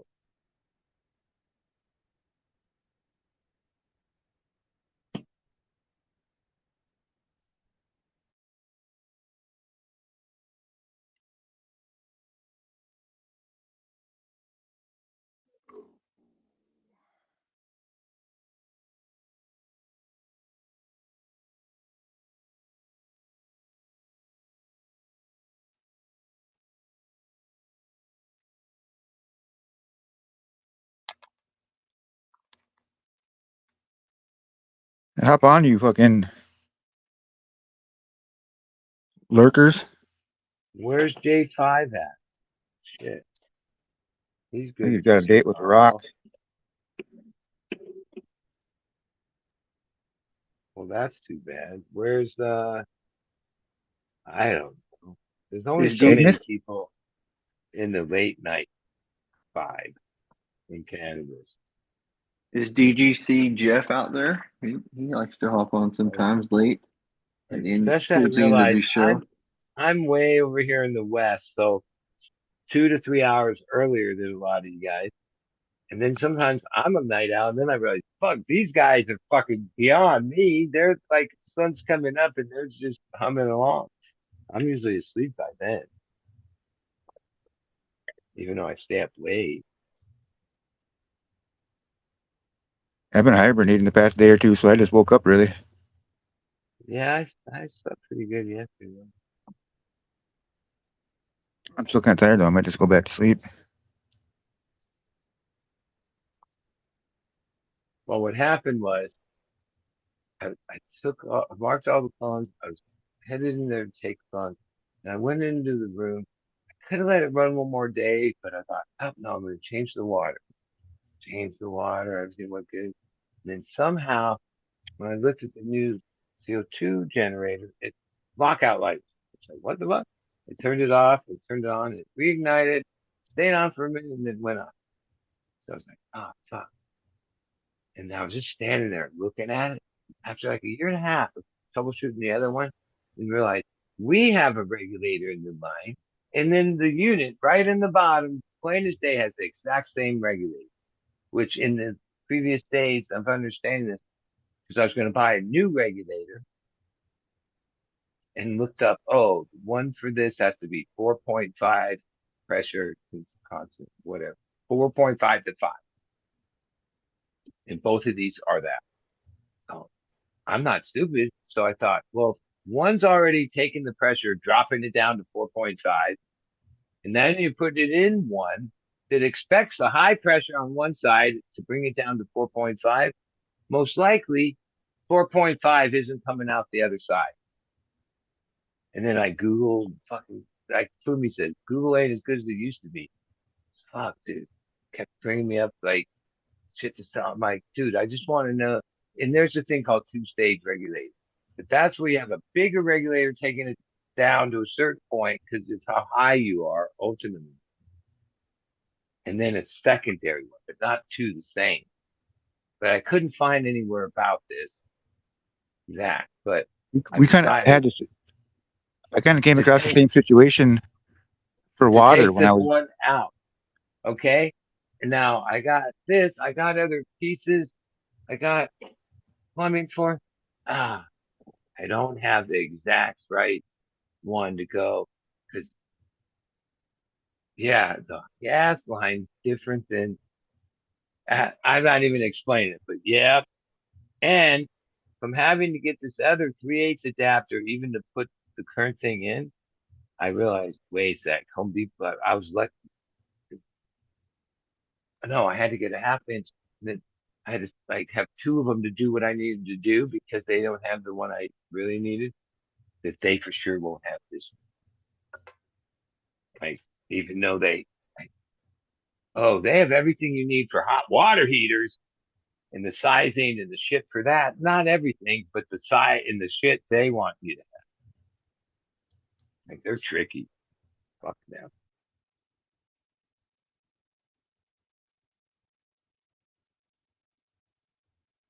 Yeah, I kind of ran along the same situation when I first started on the big farm that I worked on, the 25-acre one. Um,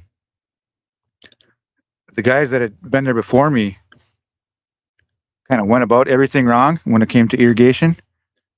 Like for starters, like their drip tape. Um, when you unroll it on the reel, it unrolls with there's a white stripe on it on this, and it's the side that the holes are on. The holes are supposed to face up. Otherwise, well, like for instance, you can't fill the hose without it. If it's facing down, you'll never get the hose filled halfway down because the water will go through the holes before it ever fills the pipe up. Or if the holes are up, you can fill the whole pipe before it has enough pressure to push it out of the holes. If that makes any sense. So like from the get go, they were fucking it up doing that, and then they also had these things. I can't think of what they're called right now, but every time they changed, like it came out of a well. They had like a $10,000 well that had like I want to say 6 big RO canisters that were like 4 feet tall and shit on it, and it was all digitally operated and shit. And that thing, like what I'd learned was even if and, it starts off at like I think it was 8 inches or maybe even 6 inches. But like you could drive a semi over the pipe, the 6 inch pipe that was collapsible hose, like fire hose. It had that much pressure that like a semi truck could drive over it. As long as it was like held still. If it was like bouncing around, it would like rip fittings off either end. But fucking, what they ended up putting all these like say where it went from 4 inch down to the our 2 inch manifold that went all the way up and down the hill, and then that's where like the little 1 inch hose came off of. They had these down regulator things that were God, I can't remember what they were called. Remember looking them up online? And they were like fucking $1,000 a piece or something like that. and they couldn't figure out why they couldn't get their pressure right. But all in all, the electronics on the pump itself could tell what the pressure was, like all the way when the whole entire system was filled up. So like you didn't even need those regulator things that they were throwing in there. Just I don't know. Yeah, because trying to get the right pressure with those was fucking weird. It just wasn't working for me. So I just deleted them from the whole situation. It's like, God, you didn't need them in the first place. And then I also put like return manifolds on mine, where like theirs was made in such a way where they got their main hose, and then they had their little, each row was just this plug-in shit that went off of that, the drip tape, and then the drip tape just ended with a fucking butt cap on it or whatever.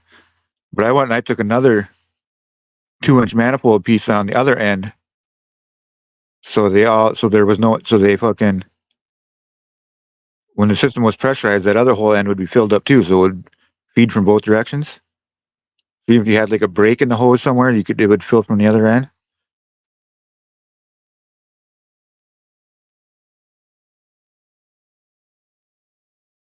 Cause that's no fun trying to find the breaks in the bucket in the shit, or replacing them while the water pressure is still on.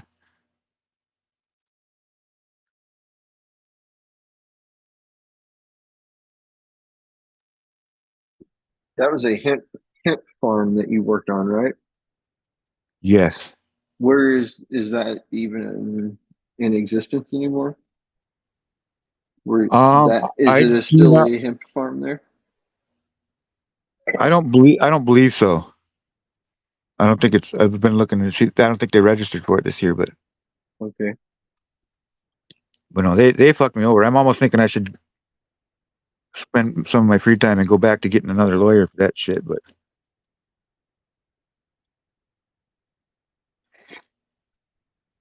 That sucks, man. Hate to hear that. yeah, because like Getting fucked over is never fun. It's a bad feeling.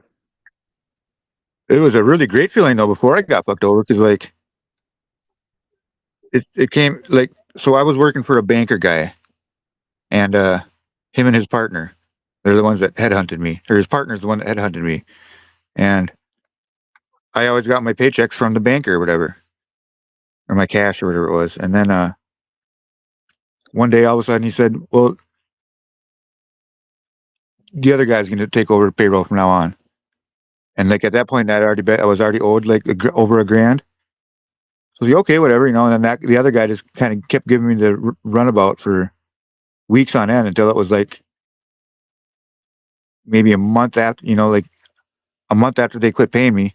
Well, harvest was still like a few weeks away from that, and I wasn't about to fucking leave the field without, because like I had my camper out there and everything.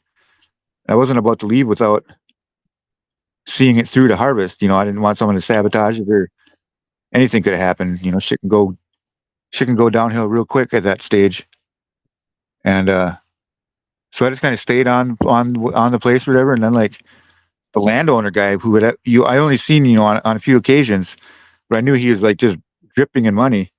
Fucking he came out and he said something to the effect of yeah, I don't see your bosses being out here next year again. So I was like, shit, this is his speech to tell me to go home or whatever.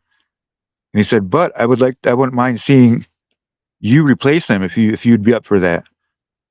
And I was like, fuck yeah, fucking, because like they sold their oils through like one of those Alibaba type websites, eWorld Commerce or eWorld Trade, I think it was.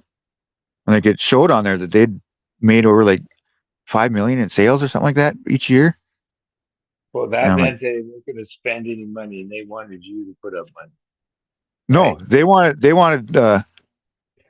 wanted me. So the guys that I was working for, they were the on hands people or whatever. They hired the people that worked for it or whatever it was. Whereas I was like, years prior to me, they had like a big crew and shit that worked for them and shit.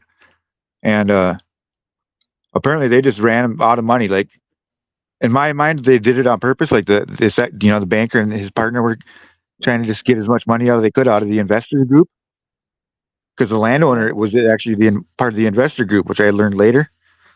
And I've also learned that they're worth tons of money. Like they're fucking loaded. They own all sorts of businesses and I mean, shit. the big fish ate the little fish. What's that?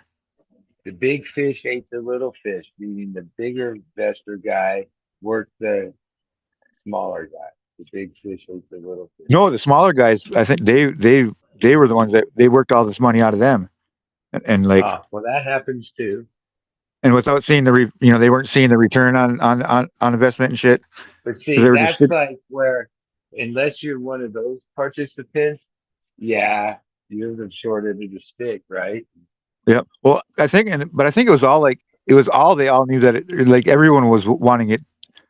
So like from what I got, it almost felt like the investors didn't mind if they failed because they still got their other investors' money. Yeah, Or I there's a don't know. lot of plays going on. There's a lot of Yeah, plays. there's a lot of Sometimes a moving real parts. rich person is trying to lose money. Like there's like when it comes to all that money shit, dude, they fucking and people that are in it and they're good at like playing this role for a period of time where they've had this plan the whole way, but then they got Oh other yeah, people that are exactly. like putting their heart and soul into this thing like it's real, and the whole time they know that like it's just a move that's gonna Exactly. Yep, like any day they're gonna spring, that's right? how it went down for sure. But yeah, but it Yeah, was like and because when I that's got there, like I got to this place and investor. they were, because the guy was telling me, oh yeah, like they'd started out their first year with like a 400 acres, or maybe it was 200, but I think it was 400 acres worth of irrigated crop, and I mean that's like tens of millions of dollars easy in oil, especially back in 2019. But apparently they just kept going downhill, and when on that scale, you should be able to have no problems upscaling each year or whatever. But it was Well, just the but guys that some were growing people for him were dumb. They got didn't know what they were money fucking doing. and are like destined to get work for their money, huge amounts. Where you'd be like, holy shit, they blew how much? But they got Yep. ultimately it was like they got into it with some sharks that know how to Yeah, do the that guys that I shit. was working for, they realized that they could get all this free money, even if they did bad. So it was like, Yeah, and because there was one that's guy. like common. That's common business in this era where in the past, well, like before, even before my era, yeah, no, people were more like honorable. So there was always some like thing, but Yeah, today because there's there was like one so investor many that was there ways. that he'd said something about he was pissed off because he was going to lose 25 grand or 25 grand on the deal, and but then when it came time when they were trying to make a new deal with me, that guy wanted to hop. He wanted to be an investor again. I was like, "You're saying that so It last year seems you lost money." the current cannabis industry is this thing where whether it's Thailand now Germany or whatever state's the newest state, there's investors that have figured out that you get in and you get out, right? And that's where you you profit. Well, the rest of the people try to establish. Those are the ones that end up usually going under or losing money. Where the first people that got in the first part and then jump to the next one, that's the winning formula in cannabis investing. Not Yeah, I won't. sticking around trying to build something, get in and out because it's what do you call it, a boom bust thing, Yeah, right? yeah. The guys that I was, the whole crew, everyone above me, they made. I'm pretty sure they made out like bandits on my situation, and Yeah. it's. I don't want to go into too many details about how they did it, but that they pulled off a Well, hell of a even feat. in the current California thing, you pretty much need investors because of the amount of money it costs to get in. Where those investors have like invested in six things, and so that if one or two of them will belly up, but three or four of them will go good, they're winning. That's how they play it. So yeah, that's why, especially in California, there's been so much pretty big money Well, lost and things gone bankrupt that had a lot going for them at one point, but then, yeah, overextended, whatever, and then Even Jay-Z lost almost $1 billion fucking dollars, and he was just one of the investors in like a 3-year branding thing.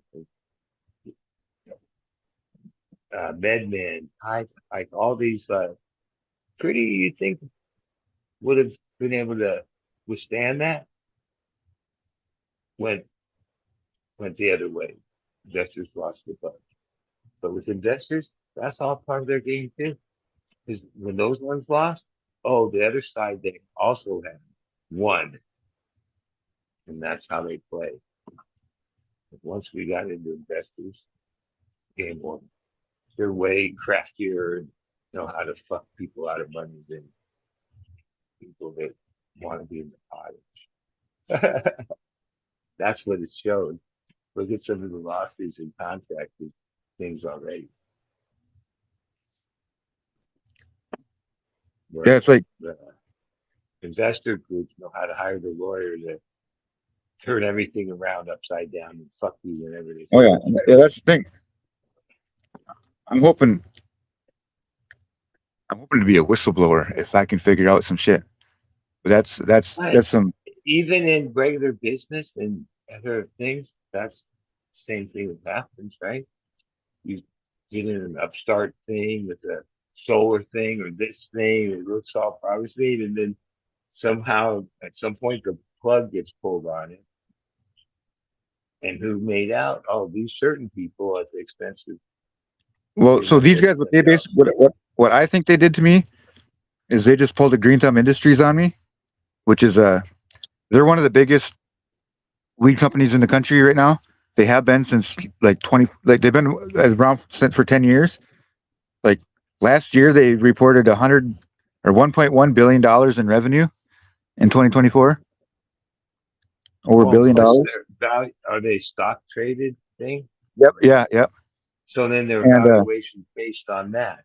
So they own like all the Rise dispensaries and a couple other big names. But like, yeah, but a lot of those things, what you're saying, are so profitable. I don't know, unless it's a different model than the average one. Oh no, they're in declining. Like even cookies, its money's coming from apparel, not cannabis. That's gonna hurt them, right? Which some of the bigger brands that have the most what do you call it? Stores overhead. all over the place, right? Those are the ones that are hurting the most because the cannabis consumer, I think theirs has they been bouncing around, but it's still they're almost too big to fail. Kind of like they're everywhere.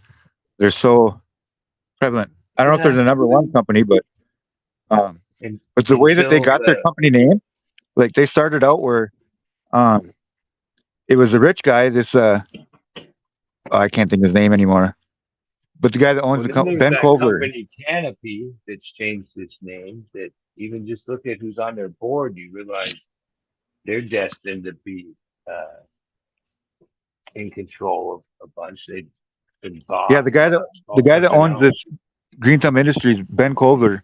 His family is heirs to like the Jim Beam fortune or whatever. So they've been in the government halls for years. You know, do with all the alcohol laws and different Yeah. things going on that way. And Well, I think all those bigger players are vying for national, federal, or law yeah, changes. I think that Then these guys it's are they're interstate, and then their type of thing is what will prevail. Like state by state, you can only get so far, but when it goes national, you have to be enough money to invest to be able to be uh, I have a interstate. sneaky suspicion that these guys are like got deals lined up with like hospitals and shit like that too, where when it is federally legal, there's going to be a whole supply chain going on to the hospitals, and that's where they're going to make their money at. I think, Well, and that's nursing homes and all that longer shit. term plan, Yeah, but but they play that long ball. But oh, like they they're got playing their that company too. name, But or how Green Thumb Industries started out was it was this Ben Kovler. Well, then there's this other guy. This God, I'm not gonna be able to think of his name right now. But there was the other guy involved that we'll just call the farmer, right?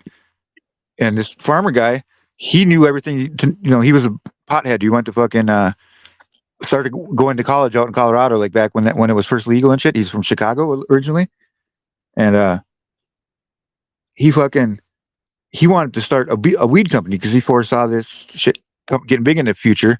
So he contacted Ben Colbert, who was the only rich guy that he knew him back growing up, and so here Ben Colbert, like was the guy that was with the money. Um, he's just getting having the gardener guy show him what to do. How are we going to start a weed business? So he's got the strains to use, and how to set this up, and how to set the grow up, and how to do all these different things. And then he was the one that named the company because it was he had a green thumb, a pot leaf with like a thumbs up, but it was a green thumb on his tattooed on his forearm even, and that's what they made how they made the company name. And then right before it was time to like press go on everything, they kicked him out of the company. And but they kept the company name. They kept the name that he made and all the IP that they stole from him, all the intellectual property. And then now it's one of the biggest companies there is out there.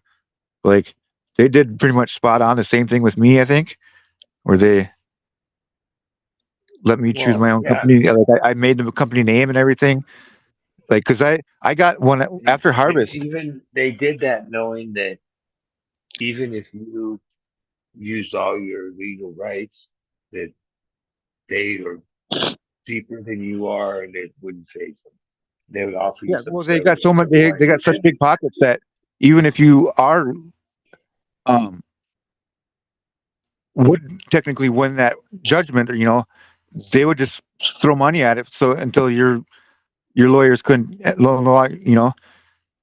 Or by this point, they've already So like for the instance, company that did you doesn't really exist, and it's like, yeah, they so got like everything in the book. this Green Thumb Industries, the guy that they kicked out or whatever, he's had them in a lawsuit for the past. It's been like 6 years now for failure or breach of contract because they kicked him out of his own company, basically, and because like, and that's the same thing that they pulled on me, where like they had me pick a company name. I went and like because it was all through all winter that they wanted me to do this shit because like I pulled up like at at least twice, but maybe closer to 3 times the yield, and that was just me working by myself, not having, and I didn't have all the inputs. Like I know they were running fucking salts all year long too, and Yeah, but wasn't the crappie relevant to the bigger transaction going on? Like the play that was happening, the amount of crop size was irrelevant to them making this play on these people. You get what I'm saying? yeah, Meaning kind of. the investor part of it had the crop size or the profit or any of that had no bearing on the direction this was going to go as far as the people buying out rubbing out these people for their own profit. Yeah, well, yeah, well, because like they weren't doing any storefront or anything like that. It was just straight to fucking. Yeah, I Well, mean, when the thing started, that was their plan. So whether the actual business was headed in the right way didn't stop them from pulling what they were pulling. That might have well, made I them think they had more something money. else in mind entirely, but I won't get into that because that's really Well, heavy some shit. of it is those guys just play whatever move is gonna put the most money in their fucking pockets. They don't care about anybody else at all. Yeah, because so like after it happened, I contacted a lawyer right away, or several of them, but like the one of them that got back to me was like one of the big shots down in Minneapolis area and shit, and they charged like $400 an hour or something like that for litigation or for consultation fees, or just alone or whatever. And I sent him just a short message explaining my situation, and it's like, well, I can't even afford that. Can you do a free consultation? And we did, and he ended up taking me on. Is from what I was under the impression of, because like for Yeah, months we but spent. cases like that cost money to even file and do, and oh my Oh god, yeah, and that's the thing is that they've got so much money that they can draw it out for years and years and years. just filing new Yeah. motions and doing all these things. Well, And that's the way it works. So like that's the frustrating part is even yep, if you are like No, they have this. can. Ryan is underselling it. Like they can file discovery basically, so that the fuckface that's suing me for the most picayune bullshit you could possibly fucking imagine. It's not worth going into, honestly. But there's literally Well, only like, one place in the country he could sue me, and it's a technicality. It's literally like this fucking guy is suing me over technicality. Well, he hit me with discovery, which involved literally sending my lawyer, sending his lawyers. By the way, my lawyer is $500 an hour, and my lawyer is not even considered expensive in the area. So that's the fucking sick part of it. Anyway, so my lawyer sent my emails that he and I sent back and forth to each other to his lawyer. So basically, I don't even want to say how much money I fucking had to spend for that, but you guys can comprehend perhaps that it was enough to buy a car. Literally to send a legalized version of the emails that we sent back and forth to each other. And well, I then, didn't by know the one way, thing with lawyers. he could have gotten me for. I guess I shouldn't be specific because, of course, you never know who's listening. But another step that they can do is deposition. But of course, one of the which would be, by the way, very expensive because you have to have like an arbitrator that basically runs the deposition, and then of course they depose you. But of course, your lawyer can also depose them.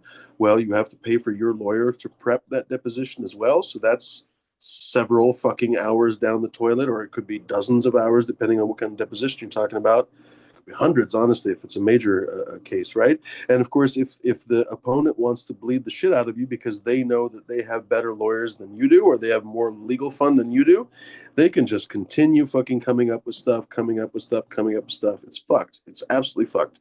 The legal yeah, system absolutely incentivizes being a rich fuck, and then the rest of us can get fucked. Well, I've yep, also yeah. seen Because the other side that it was after ultimately, several months. if they're adversaries on the opposite sides of the case, lawyers have like a fraternity amongst themselves that sometimes like is yeah they work together. You know, even the judge, he's a lawyer. Yeah, because They so like have it was their own after several months fraternity. where I'd done several hour long uh, Zoom meetings and fucking you know like 100 emails back and forth and all these things. So I'm like, yeah, this shit's actually getting somewhere, because my the guy my employer or the investor guy, the guy that was above my employer, or whatever.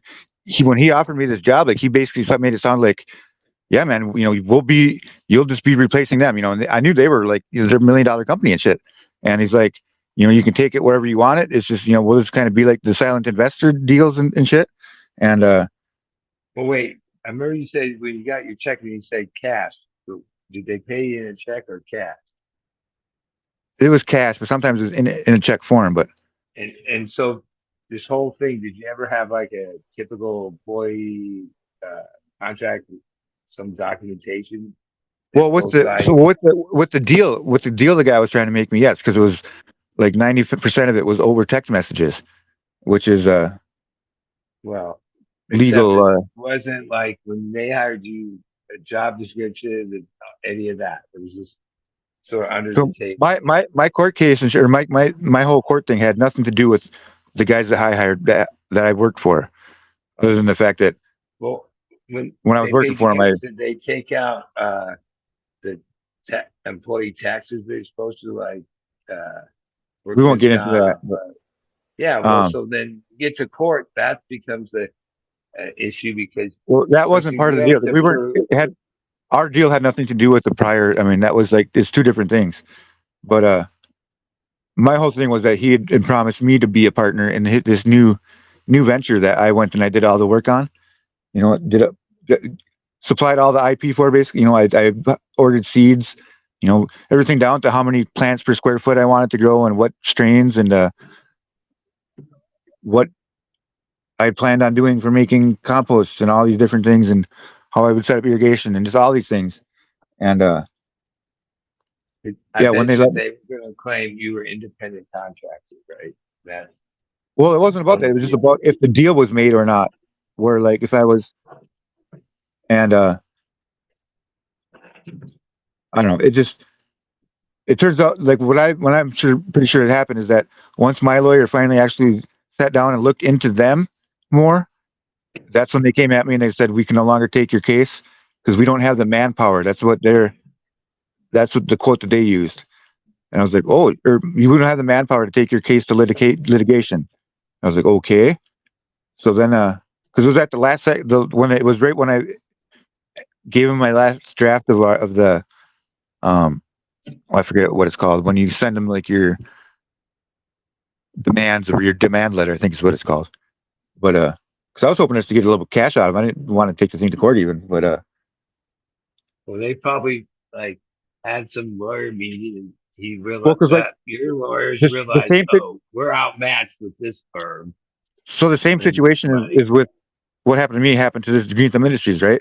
And they offered the guy that was suing them $300,000 for out of court settlement, and he denied it and took him to court instead.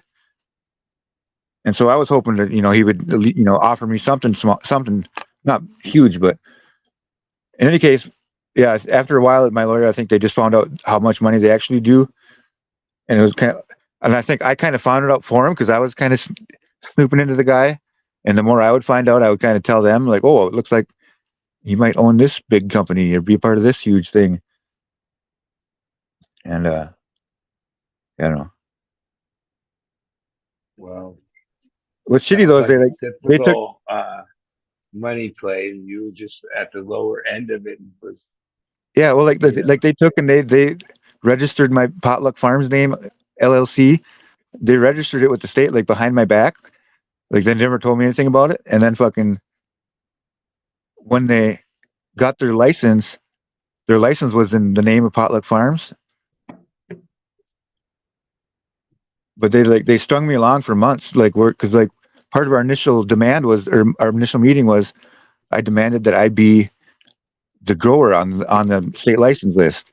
And he agreed to that. And fucking lo and behold, when that time came the next year, um, he's like, "Oh, I already did it for myself." And I was like, "Well, I contacted the lady with the state and said, is this something we can change? Is there a form or something?" And it turned out that yes, there was. So like I don't know, I had a thing with her like back and forth where she was having me tell him what he needed to send her, and like so this whole ordeal where they were stringing along. Where in the end, the day that they kicked me out, he's like, "Oh, I finally have that paper that you wanted." And he just gave me like an unsigned form that was the wrong form in the first place. It's like, what the fuck is this? Oh, by the way, we sold the farm. So you got to get off the property. You got 10 days. And well, like, the guy tell you this, he made money in the deal or not? well, I know they did. I'm not saying, I don't know.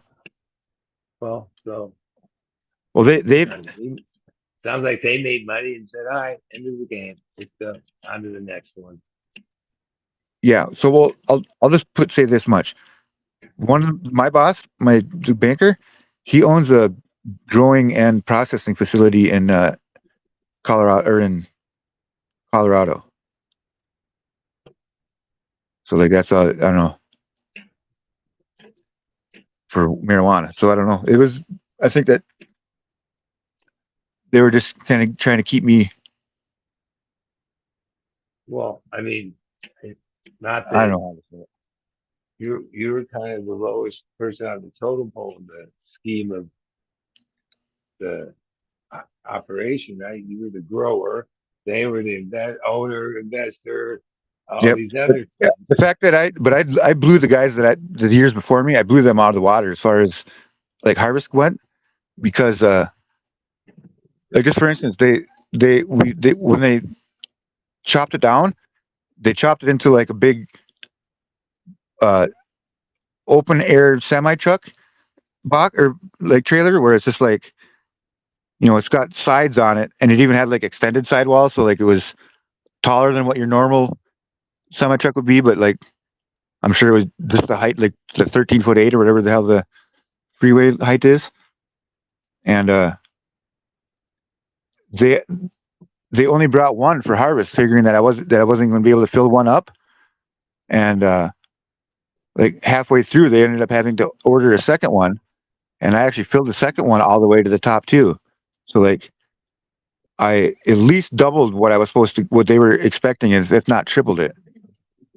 Well, there's And probably that's a why they wanted me side back. of this game was hoping that the yield was lower, for they would make money that way. But Yeah, the other that's where I style think there, that's where my bosses were trying to be in it because they got their money either way. yeah, well, yeah, when you're playing with people playing like that, yeah, it's hard to even what's happening. How would you even know what the fuck's happening? You know, there's a lot more details to it that would make it more understandable, but I don't want to air it But all like out I on here. say, most of what you kind of figured out was like afterwards. At the time, in the real moment, you would Oh, I thought I was probably, getting offered the chance of a lifetime, you know? I was fucking so happy. yeah. Well, that's usually But at the part same of it. time, I'm glad you know, I would say I would have to say I'm glad that it didn't happen because I would just be somewhere where I didn't want to be at this point, dealing, you know, That's true too. maybe have money in my pocket, but it would be doing something I don't love necessarily. Well, most But likely. but the time passed too for what I wanted. Like I wanted to just get our name and our logo out there on the shelves, basically, and have actually good tasting homegrown or good tasting local product on the shelves, so people would fucking associate with that because Well, it's some of the something that would have people been easy to involved do at in that this, time. that wasn't at all their intent, right? Even though they pretended like it was. Well, they were down with it on paper. You know, that's what it made it sound like, but So, well, you know, it seems they had like a in the hemp and cannabis thing, there's as many of those, of those tales than success tales. no, I just think they ended up having a bunch of they had a lot of drip tape left over and they had a bunch of shit left over where they're like, let's get rid of what we have for, you know, they had a bunch of seeds from years prior. Well, And and so hasn't the overall market and business declined too? Like the ability to make money with it.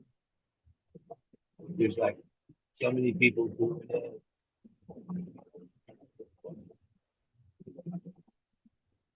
we're losing you as far as your sound goes. Well, I'm saying Oh, overall, like from an investor point, they got in when they thought it was going to be this profitable, and a couple years later, it declined. That's just yeah, how pretty it much. is. Yeah. And that's also part of what's happening too.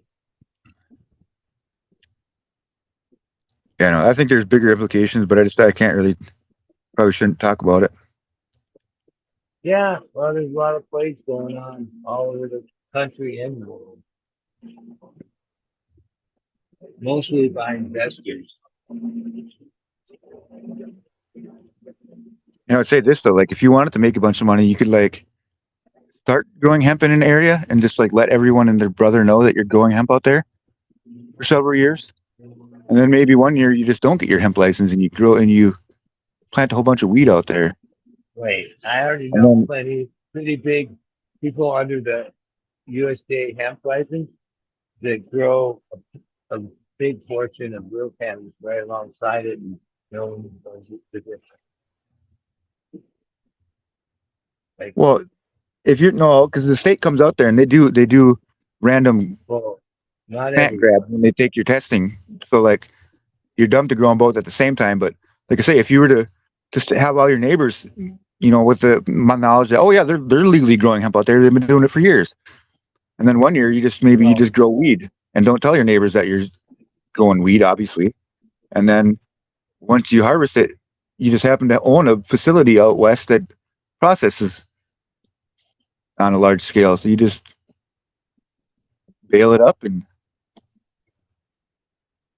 ching. yeah, well, there's a lot of people hustling it every which way because the real oversight with the cannabis, whatever, USDA, it's not that hard to get around. Doesn't seem like it. But even if I they were think just doing it, in legal game, every state has this company metric. It's a percent, which applies the supposedly impenetrable inventory software system that on all levels fails.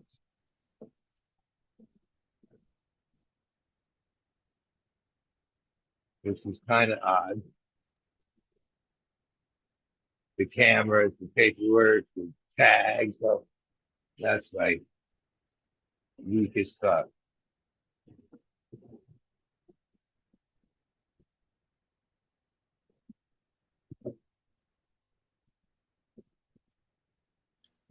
well, looks like Metric is in Minnesota now. Yeah, it doesn't really have competition. It's really like a combination of software with, you know, you think that even at this point they would use more uh, tech involvement and make it, no, it's like my nephew's place and there he is. It's all happens online. Even there, whatever, no, there's no one coming.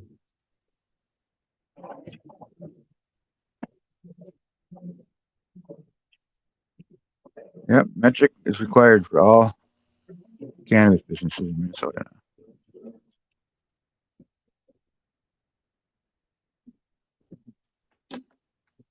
And it's just a company. You think at this point there'd be some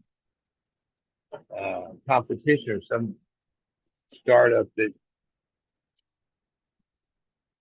made a better system. I think they were trying. So Just look what? at So the like, early investors in Metric, and then you'll figure out why they have no competition in every state, and take a percentage of the sale. so here's the funny things I found out after the fact, or whatever. When I was just looking into what a lot of these things about the families, or whatever, were like, there's all this case law involving Medicare reimbursement that kind of surrounded around these families that were my investor group were like, so like, there's this one. So like, I also worked on an apple orchard. They had an orchard out there where, and it's the one, like, it's my investor's sister-in-law's family was owns like the biggest orchard in the state, and his wife, or no, it was his wife that whose parents owned the biggest orchard.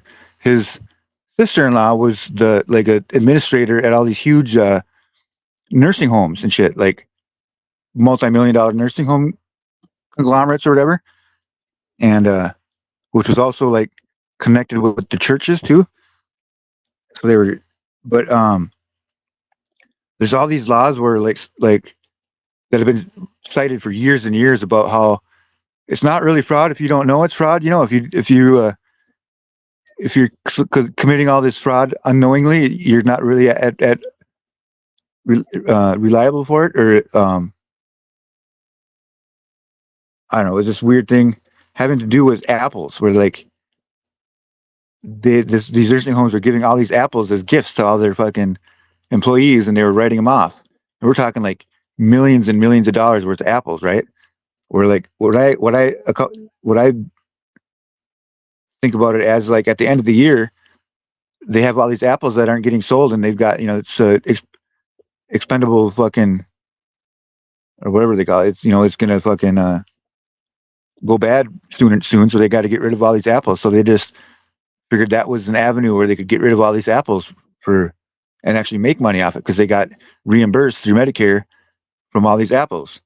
And it became a big, there's someone ended up like finding out about this in the company and sued them for fucking for fraud about it. And they brought in, like, the defense, they brought in a guy to do their auditing.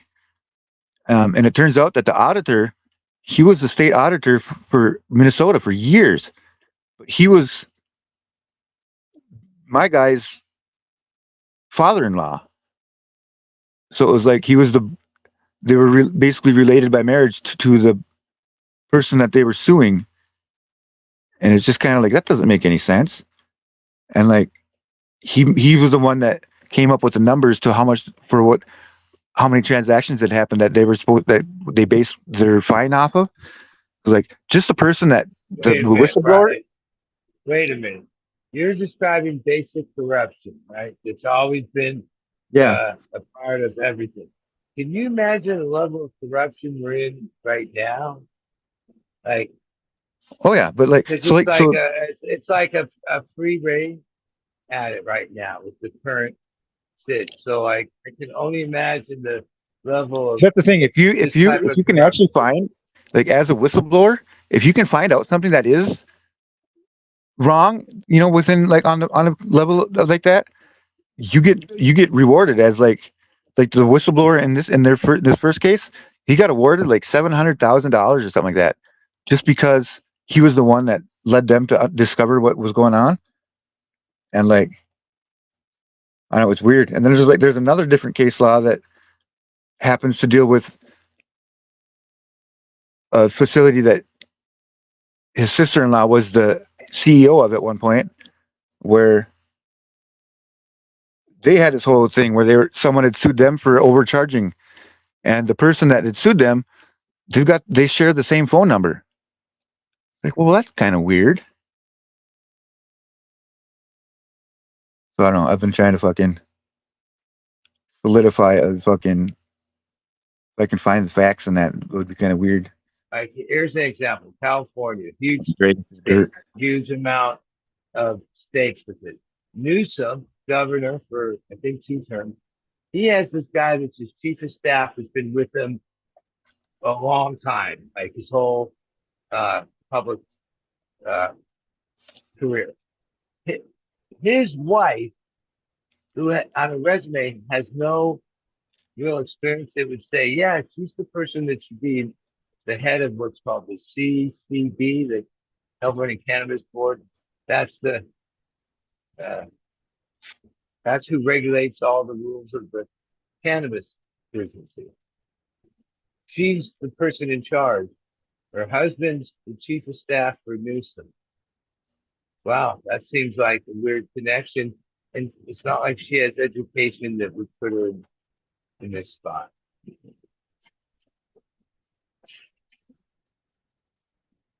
Or it could be a good thing that if that was what their intent was, because they would have direct line to implement things that would make it better. No, the last few years, they vetoed anything that could bring it better and only signed extending the expiration to 2 years. Yeah, Yeah, that's right. the Colorado governor hasn't done us many favors. Like, just he pretends like he supports cannabis, but then when no one's looking, he like Well, I mean, he what I supports all actually these other think is, groups that like moms against cannabis. But then yeah, he was also supporting a both a city and a statewide sales tax.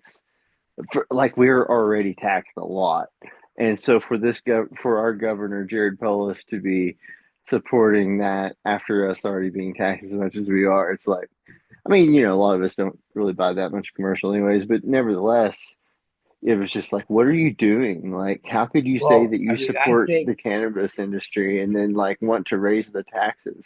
But I think, he supported it. and It's it doesn't matter unbelievable. what state that they're in, their real boss is the the companies, the conglomerates that give them the most campaign dollars, right?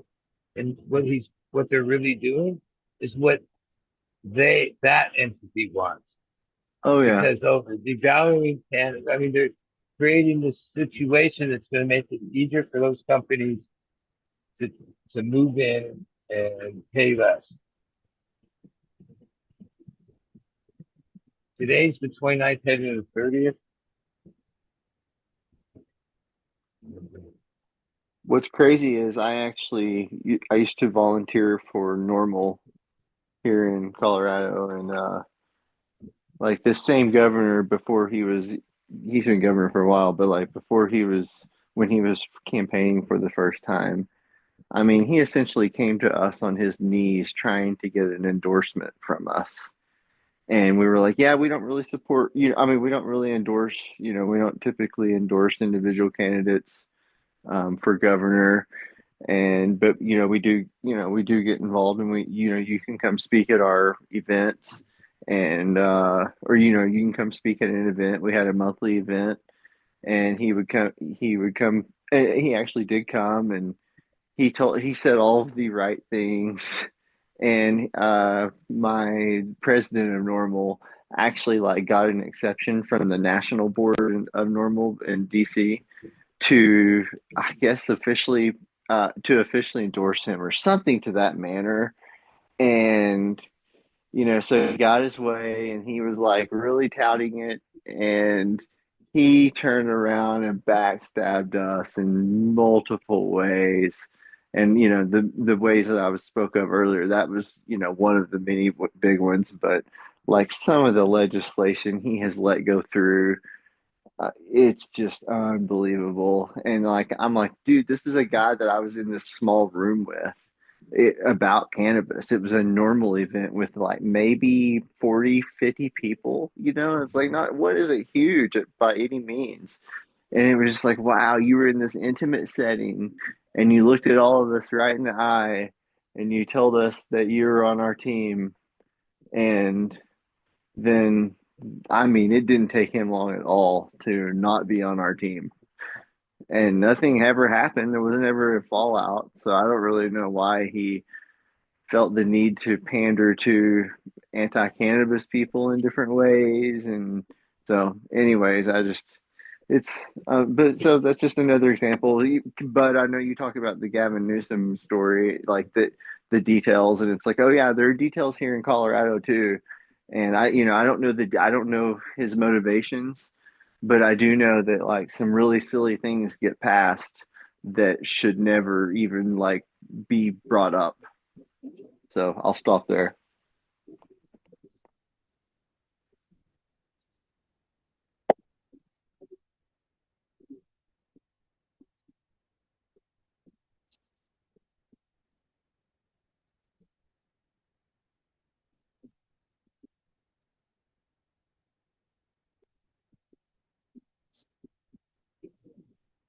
But I do remember, yeah.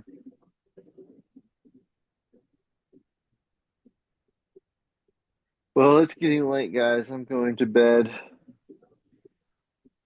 It's been real. Nice seeing you, hardcore, bud. Take care. Cheers. Hey, bud. Actually, before I get off here, I want to give you a little bit of shit, just like Captain was giving you, because you talked about that Blackwater so much and getting those seeds, and you only popped 2 or 4 of them. 4 of them with Okay. 50%. Okay. Because Well, I knew they were like 12 years old. So I that's heard part of it. I heard your reasoning, but there was a lot of hype behind that pack that you got, so I wanted to give you shit for not popping the whole thing. So, But a few times in the smallest, uh, a small pop, I found exactly what I was looking for, luckily. Other times not. pop And them. some of it is at this current place, oh, it's not like I want to have that many plants would equal that many expense, like clones I'd be taking, spaces I'd be using, That's the real stuff like reason. that. Which is actually a good reason. All right. Well, Good night, guys. yeah. I'm out. Later. Good night.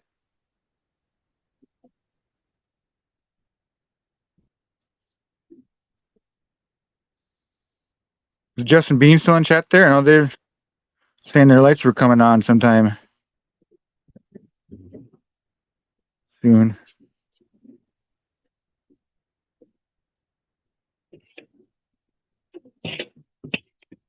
Show me what you're working with.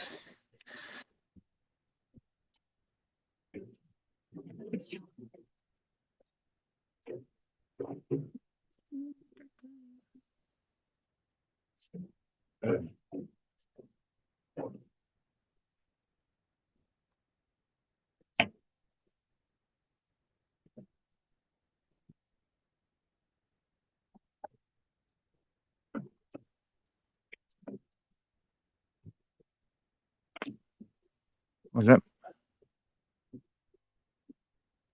That's not my ceiling we're looking at.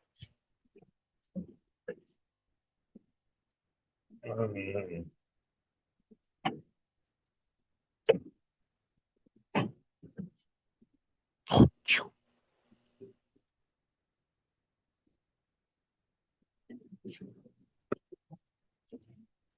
Ah.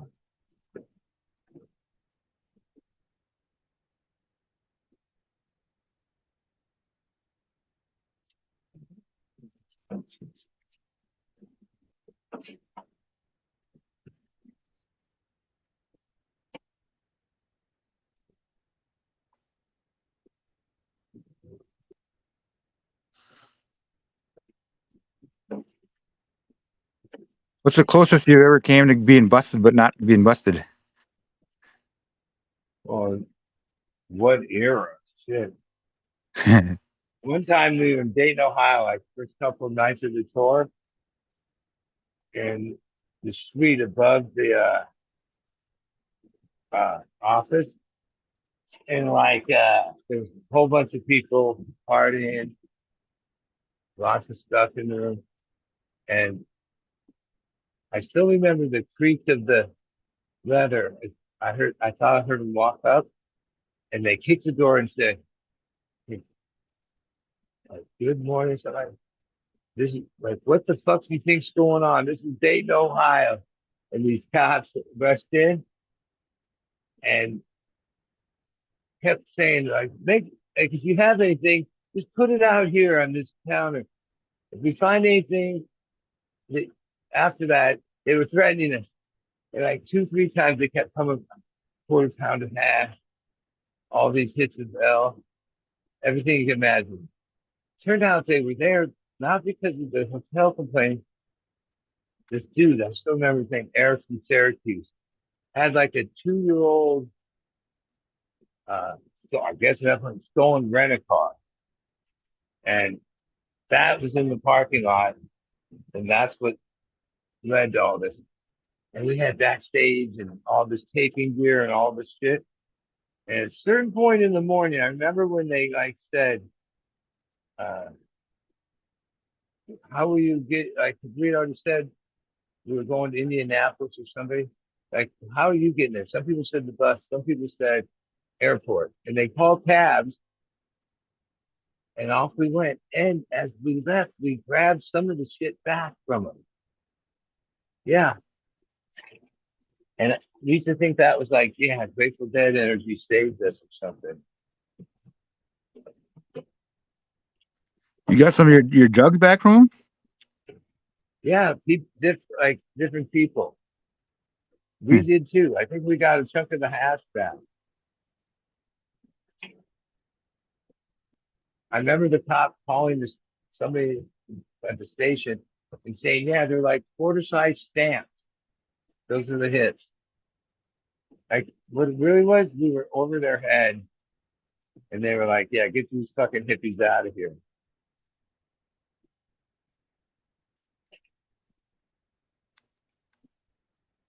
Another time in Winnemucca, Nevada, driving back from the East Coast on 80 to Bay Area. Yeah, man, all this shit coming back and forth. We didn't even know. We had this ball of opium duct taped up. And somehow when they emptied the car, emptied the trunk all on the road, we tossed that out. And even the one cop stepped on it a couple times and flattened it, but never fucked with it. And then they were like, yeah, you got like 1 minute to get all this shit in the car and get the fuck out of here. Yeah. And somehow we grabbed that shit and threw it in the truck. Yeah. Yeah. Out on tour, you got fucked with the cops all the time. Shit. That was part of it. Hippies. Stoned ass hippies out there. Oh, yeah.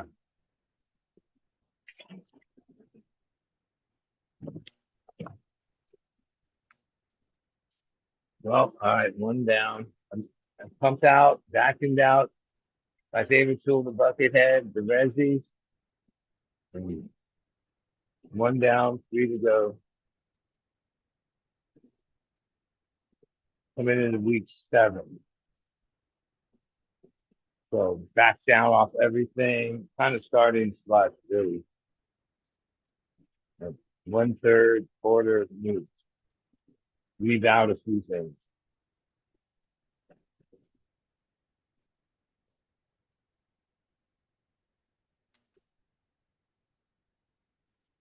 How many times do you top them? The veg, as many times as I can during that period. Like ultimately trying to get like 6 tops Once going. every 10 days or so, or something like that? Once, like when I first put the cones into Hugos, I give them like 3-4 days to like start growing. That's the first top. But I don't really top them. I flick this one piece in the mare stem off. Because if you top them, then it takes 2 days for them to like grow past it. So it's more like I call it a flick, but there's probably a better term for it. But yeah, I don't top them like where I cut that piece off. I think what you're doing is thimming technically. Yeah, but then plants are like my mom's and stuff like that. Oh, that's what happens to them because I'm trying to keep them from getting any bigger during the months they're uh, in the veg. Yeah, whatever you got to do is what I do. Some plants need to clean up the sides, the inners. Some don't like to be topped at all. You get better, like even the blackwater. Yeah, it's a fat leaf indica, short, squatty plant. And topping it sometimes gets a sort of a strange reaction. It doesn't really need that. You just grow the center pole and the sides, and it'll be happier. Oh shit! I didn't do that.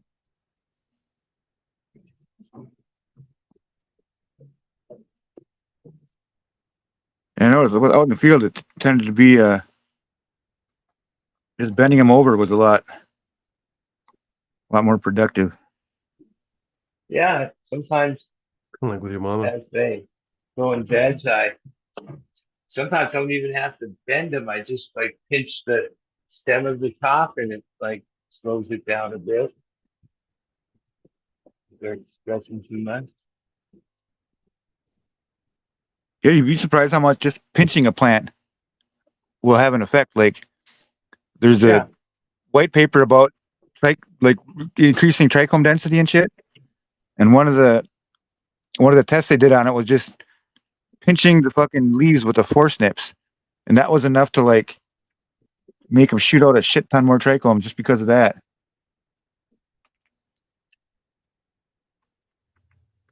Like how people do the splitting and all that shit to try to get it to Did they fucking happen to quantify how much a shit ton was in the paper?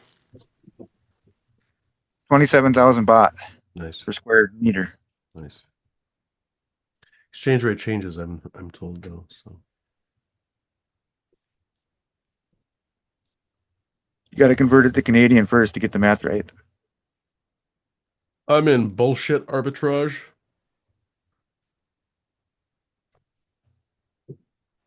Hey, great job.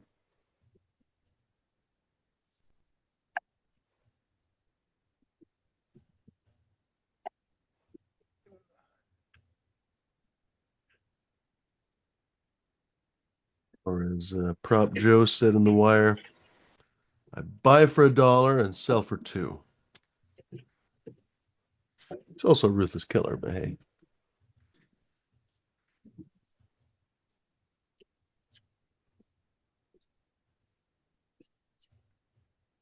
Seems as if we have lost love for the plant, ladies and gerbils.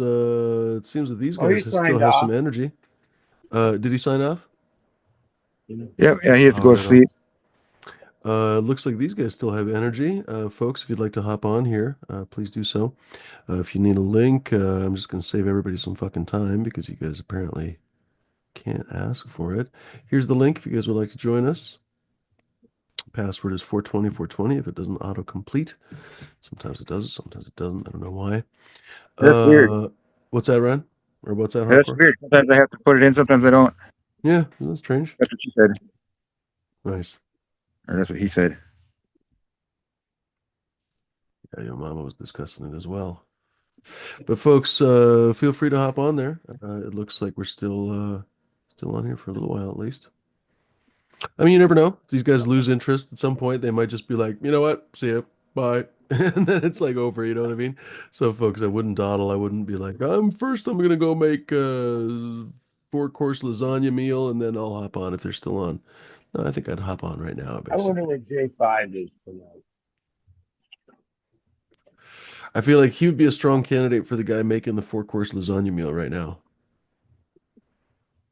Although to be honest, Smash is more the guy that makes the crazy Italian food. But although J5 is known for making food, isn't he? Green Fingers too. Green Fingers cook stuff all the time. I make food too.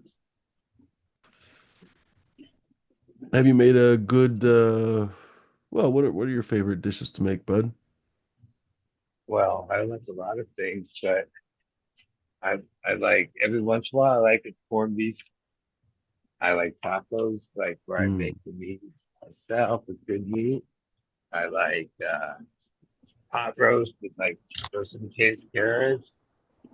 I like depends. I like whatever stew. I like stews in winter. Um, let me think what else. Heavy. Yeah, those things. Pork chops sometimes, steaks, barbecue. Now I got the smoker here at the warehouse. Oh, nice. I've been doing pretty good with chicken, like marinated chicken, but it's What kind of smoked, smoker? so Like it's a charcoal smoker or what? yeah, charcoal. It Hmm, says grill smoker, but the charcoal pan is really too low for it to be a good grill. But yeah, it smokes good. that's cool. And yeah, I learned the timing. It takes a bit longer, but yeah, it's sometimes with chicken and certain things, grill it like cooks it so fast it's not really cooked. Like ribs, I would put in the oven for a while before I barbecue for that reason. But on the smoker I made ribs, oh, it took a long time, but oh, it was pull apart. The most annoying thing about smoking these days is when I smoke a rack of ribs, it takes me like a week to fucking eat the thing. So I end up getting sick of it. But it's so much fun. I really love the kettle that I bought, the Weber kettle. It works so fucking well. And I've really wanted to get their Rocky Mountain smoker, which is in principle a very simple thing. It's just a fucking kettle smoker with the racks set different places. It's just works perfectly though. I've seen people use it and it's just so simple. Anyway, so Well, much control. I'm still gonna get. I don't- it's like the Weber little smoky Oh, I because love that like one. Yeah, I have one of those. Those are at I this wouldn't live point, without one. Yeah. even though meat's pretty expensive, nothing's worse than spending more on the charcoal or that than you do on the meat you're cooking. Oh no, The- bud. I buy good charcoal and it's not that expensive. yeah, Buy hardwood lump charcoal. You can get it at yeah, fucking Lowe's, Home Depot, whatever. yeah. That Uh, stuff's 20 better in bucks the a bag. smoker than any of those briquettes because they burn out too fast. Yeah, But it's still a higher price heat on too. it, right? Yeah, but it's not too And bad. I mean, one of those bags, honestly, like holy shit. well, Why can't I remember, think of the I name of live the in brand? It's SoCal, red, coastal, but so dude, it there's would certain last me like a items month that of almost every day. Go ahead. we've been being worked on for the longest time. I'm pretty sure our charcoal prices on average is Oh, way that could higher than be. what you think it That is. could be. Yeah, you guys pay That's in crazy price for SoCal.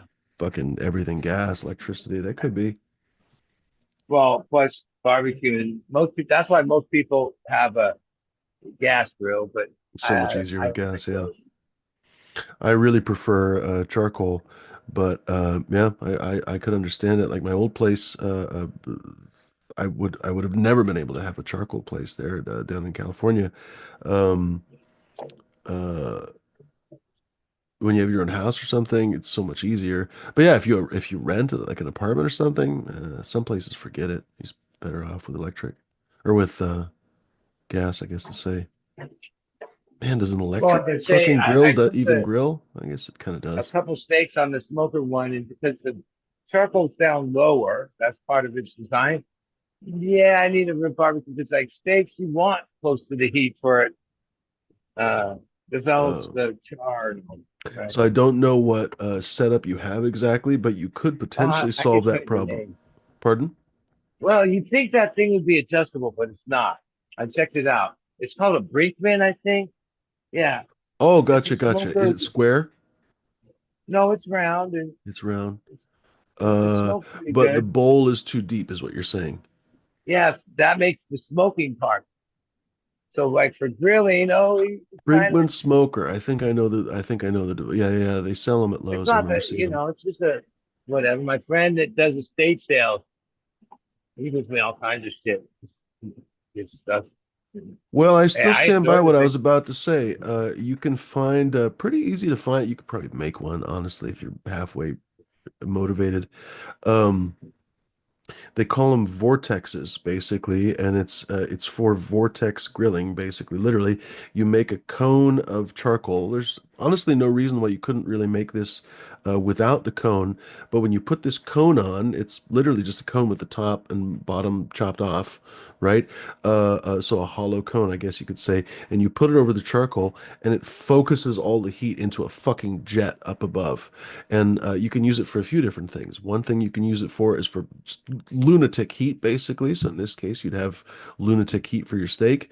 Or it does really well with wings and stuff, basically. Chicken, for example, because it ends up creating this vortex circulation, essentially. That's why they call it a fucking vortex. Creates this vortex of heat throughout the grill, especially a round grill is best for this, basically. I don't know if you heard me, but could totally work.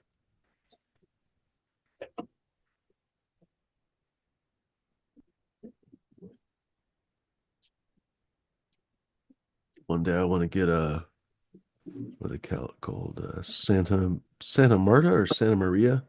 No, Santa Maria grill, I think. Because Santa Marta Gold is what I was thinking.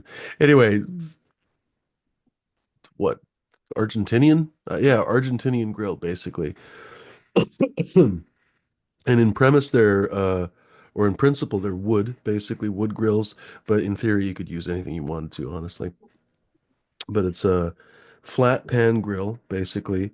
So I guess you could say a griddle, I suppose. But anyway, it's a flat pan grill, and it has a couple things that I really love. First of all, adjustable grill grates, basically, so you can raise and lower the actual um, thing that you're grilling. I guess I was going to say protein, but you could always be a grilling eggplant if you wanted to. So the grill grates basically go up and down, and then also the charcoal grates go up and down. So you have this tremendous variety, kind of like I say with the LED grows. It's so helpful to have the LED on uh, rise and fall of some kind, and then also the dimmer because it gives you so much fucking power. Well, the same thing with the goddamn grilling chicken, honestly. It's funny how that relates to LED growing, right?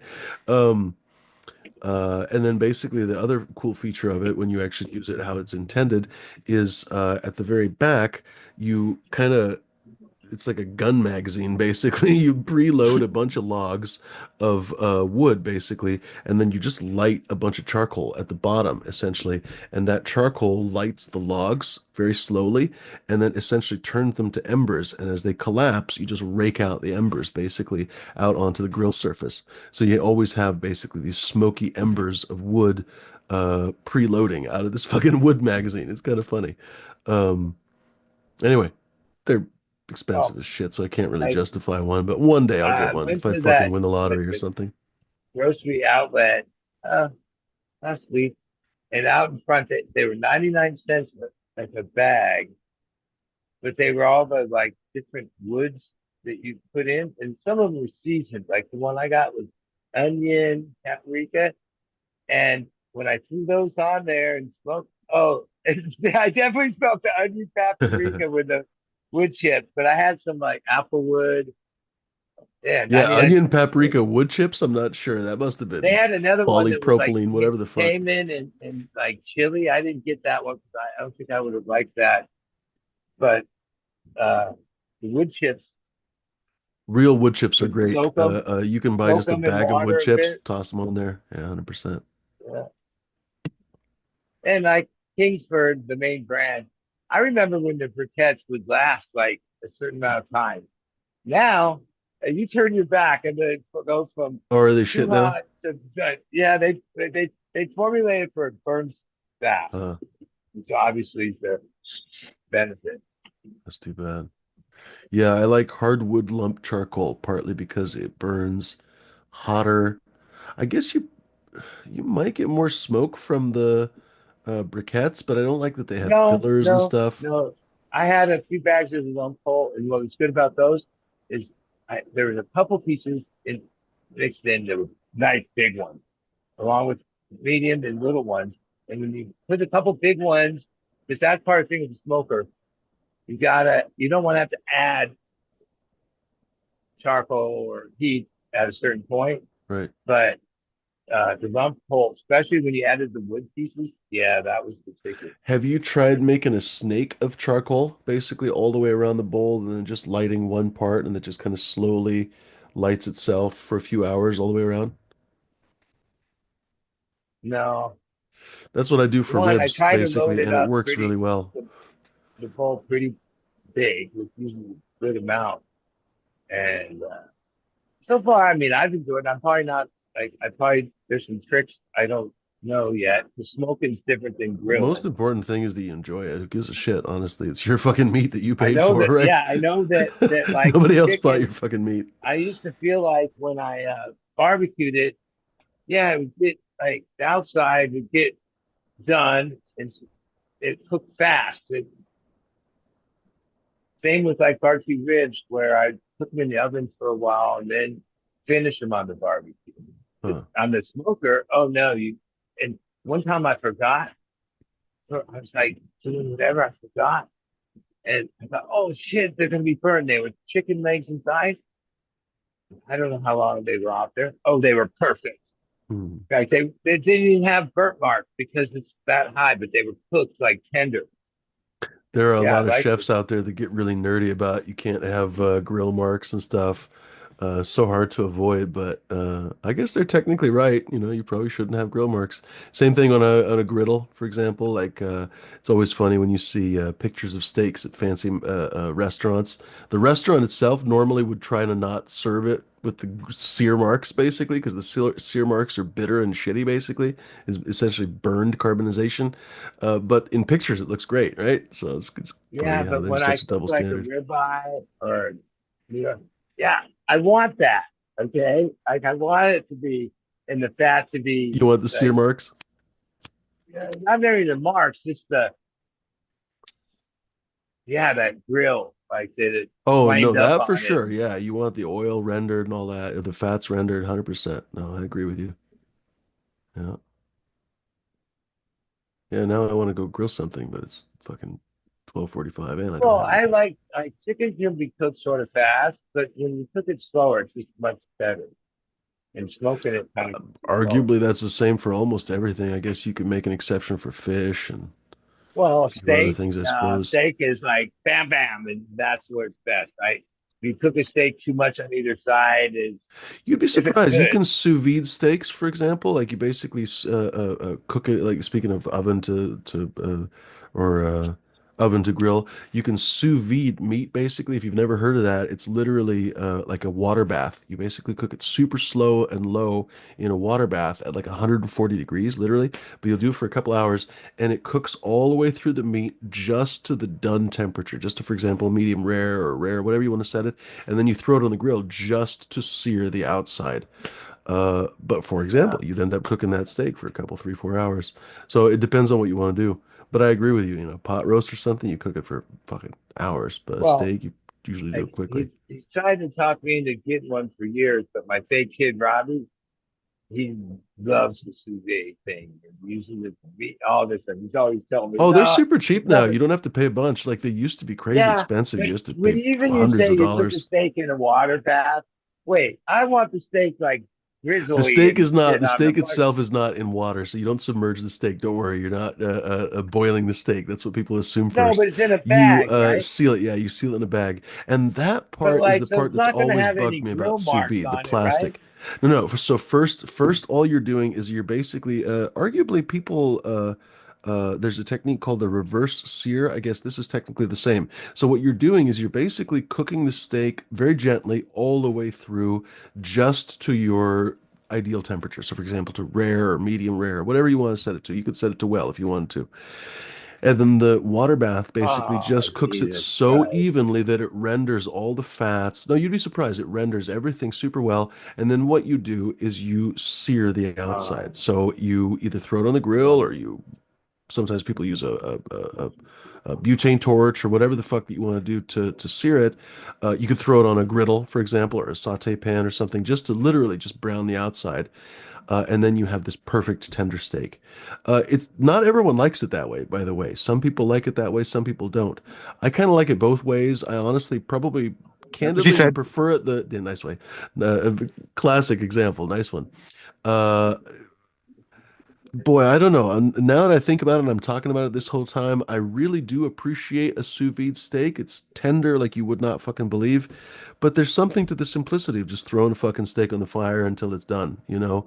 And I usually like rare, medium rare, so it doesn't take very long, right? So different strokes for different folks. And it's another technique, I guess. That's the thing that I like about sous vide is it's another technique. But to tell you the truth, as I'm talking about it, I'm like, yeah, fuck it. Throw the fucking throw another steak on the Barbie. No, my Australian is terrible. Tess Nugs, what's up, buddy? He says my buddy owns a restaurant. He wants to buy my cherry wood pile for smoking meat. Nice. Log Cabin Restaurant, Corfu, New York. Stop by and say hi. Nice. Um, cherry wood is lovely. Not everyone loves hickory, but I love hickory a lot. You can just buy smoked wood. You know, like it's people think, oh, where am I gonna fucking find wood chips? You just literally buy it at the barbecue aisle at fucking Lowe's or Home Depot, wherever. Uh, Grill store. There's some grill stores around town, places. You usually get Uh, apple from it. Someone go oh, to Apple's orchard. good, yeah. Apple's wonderful for smoking meats, actually, yeah. Cherry and apple, I want to say. But I love the taste of hickory. It's so for some people it's too strong. I don't know. Mesquite. Mesquite. Most people don't seem to love mesquite, but I really do. I'm a well, I weird mean, dude, the though. I like food really name strong flavors. mesquite, it Pardon? doesn't like when you cook something mesquite, if it's not the mesquite from the grill, then it's just a flavoring in a bottle. Believe it or not, a lot of mesquite and I think even hickory flavor, well, wood smoke flavoring, believe it or not, a lot of it actually is real wood smoke. Um, some of the cheaper ones apparently are diethyl, whatever the shit. I don't even know, something that I'm sure gives your cancer. But there are several products that are real. Kind of surprised me when I learned that. What was I going to say though? It's not like I'm going to say go out and use smoke extract. That sounds stupid too. But surprisingly, it's not all fake. All right, I'm gonna go eat dinner. I Well, I made it a know while ago and then just chefs, didn't sometimes eat it. chefs in bulk, in restaurants, they use this stuff. It's just called smoke. It's like a Yep. product. I don't know how real that is, but Yeah, whatever. that one, if they get it from the regular sources, that one, believe it or not, actually is real wood smoke. It's not actually hard to make. Yeah. Smoke. You can make it pretty easily. Pardon? Liquid smoke. Uh, yeah, I think that's the one we're thinking of. I don't think I have it right now, but yeah, liquid smoke. I think that's the one. And you buy it at the store and comes in the same bottle. If you look at the back of it, you can go to their website and stuff. Surprisingly, I'm pretty sure I'm thinking of the same one. It's been a while since I've used it, to be honest. Uh, a little dab will do you. What's the expression? Like, I can't even shit you enough. A little dab will do you. Like, you literally need like a fucking syringe with a tiny little eye drop to get enough smoke that like for a pot of chili, you wouldn't even use an eyedrop from an eyedropper. Like that would ruin your pot of chili, honestly, like a fucking eyedrop. So you'd use like several pinpricks worth of fucking wood smoke for the average chili. Honestly, that's how little you need. Uh, All right, I'm gonna go Mom grab only took dinner. What's that, hardcore? your mom only took several pinpricks too. Nice one. You're on fire tonight. How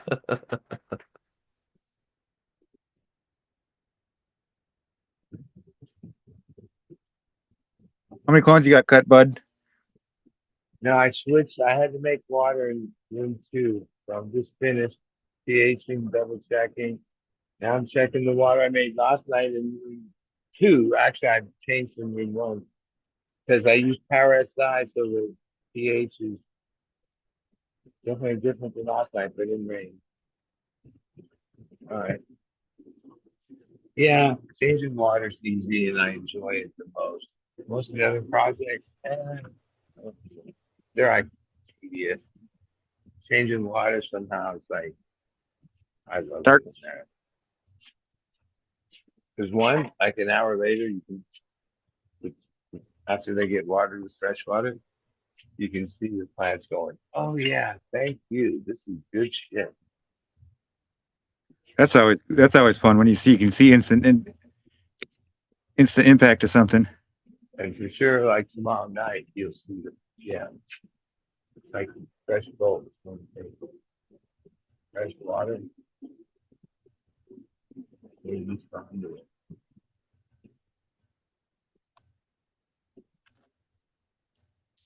All right.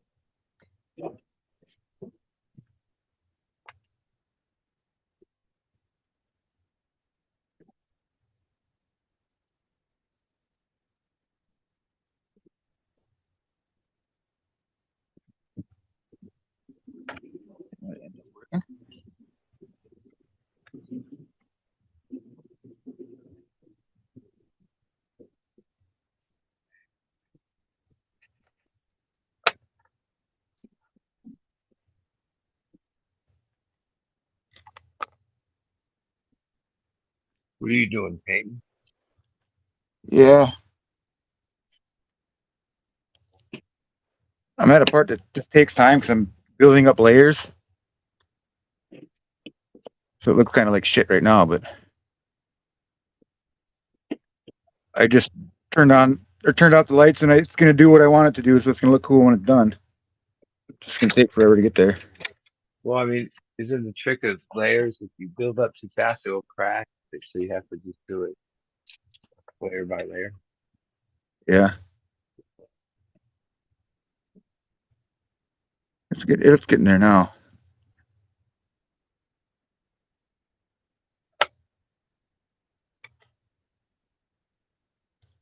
Yeah, this hands looking like rib cages. Kinda.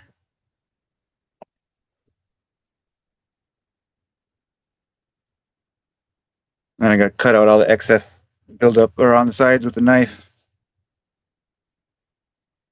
Oh, that's cool. The red seems a little, at least through the zoom, Yeah, once the red's just kind of there for right now, like or all there's a this little, build up on the I don't know, sides and like shit. pinkish red or lighter red than the deeper, not deep, deep red, but little, like the one piece looks redder than some of the other ones. But it has Yeah, to be like, you like just pull up a just right clear here. case and look at that red. That's the final color of red. That's what the reds will look like in the end. Is like that more, or kind of like Well, this. just pull up a silly face. You'll see that the red's like more of a just pure red. That Yeah, has more of a fluorescent. Well, I get that you have fluorescent in it for it does that. So it's hard to have that, right? There's the fluorescent part of that red, which is cool too. yeah. Actually, has been The made other parts every are color kind of background. combination known to man. That other red is just kind of like background for right now. It's just not. I'll eventually have some type of design in there. But the original one was like basically the plainest red, the plainest blue, and white. Basically, similar to the fucking American flag red, right? Yeah, Which, I mean, how I know, I mean, I don't know how patriotic individually they were, but on, not on Bob's, but on Jerry's rig, always, Phil's, on the back side where it's open because they got, cooling, it would be like a small, like, I don't know, 4x6 type size. It's pretty common. American flag, like pinned at the top, hanging there, always, ever since like 30 some years. That was part of like on whatever gear was amps were. He had American flag there, always. Jerry Enfield.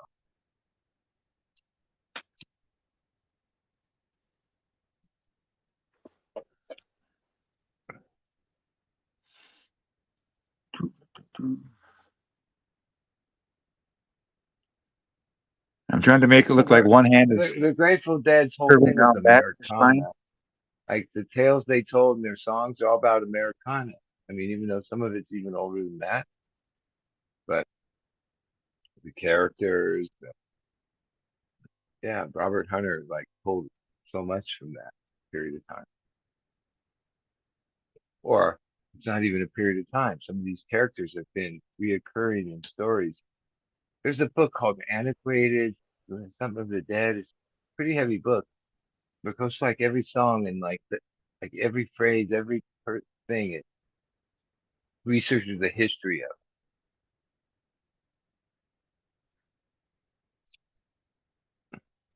There's an annotated version of the Bible too.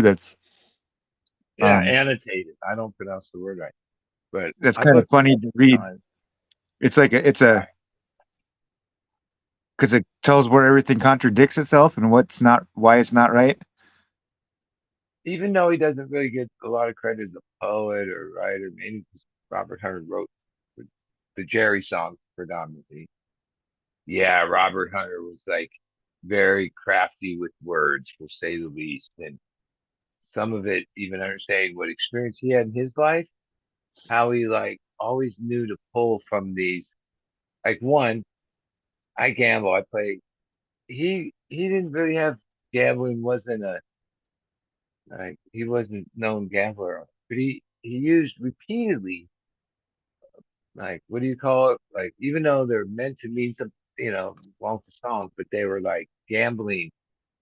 Um, An anagram or analogies.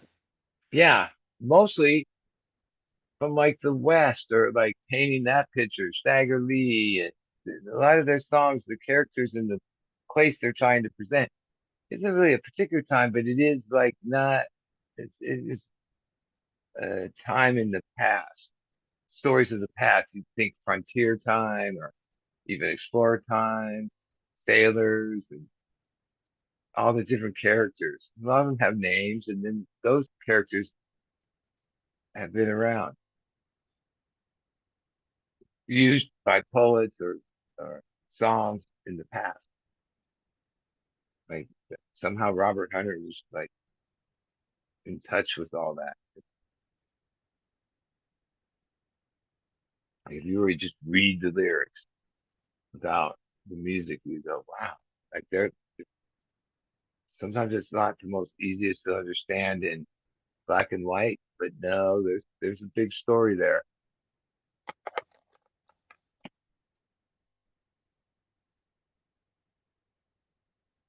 Then they had their other songs that wasn't about like didn't have that involved, but a good amount of their songs that Jerry sang was like that.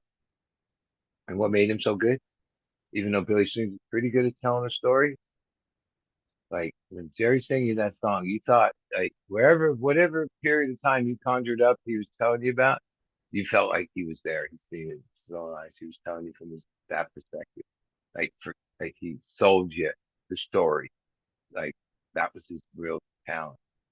He was just mesmerized or sucked into the story that was his character. Like he was good at that. You had to have seen him live to really see that. Some of the video, but not so much. But there's a lot of what's weird is we had audio tech like way more advanced than visual tech for a period of time, mostly their career. Because there's stuff that images from the 60s on, 70s, even the mid 80s. It's made with VHS or the latest shit that was at the time, which you look back at that stuff and that shit was crap. Where like now, I think visual tech is like surpassed audio tech as far as quality and the abilities. And our phones can do so much, and video and all What that was the stuff. show at like at the Sphere? Well, that must have been a fucking trip and a half. Well, tonight, I mean, I hear all the gossip on my group chat. Yeah, first time that they uh, kick people out and stop people from streaming, which most of it's just people on their phones and stuff. And you can't, like, if they really want to stop that, they can just cut the Wi-Fi because when you're in there, if the Wi-Fi's not on you, you can't do shit. But like, I was even in the chat commenting because I kind of stopped listening to it, because like I have a standard. I'm an audiophile, and some of these, unless the person with the phone is holding it pretty steady in a really good spot for the sound, all you hear is like, first off, the phase is changing because they're moving it around. Second, you hear all this chatter. The oohs and ahs of the crowd is more predominant than the music, where that's the download part of the phone, which gives us so much access, except that the era before, which only a few years ago, we would patch into tapers that had their own little section with microphones, and then they would stream that on the same mixer or different things, audience version.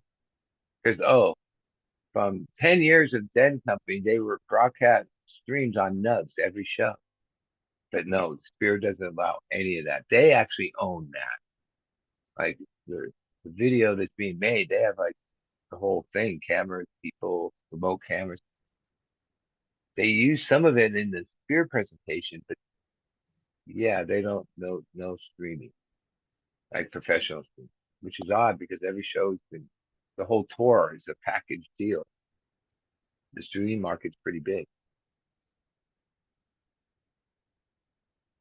And sometimes that's because they're not sold out or whatever. No, tonight was like a full sellout, and they were like kicking people out or threatening if they were streaming,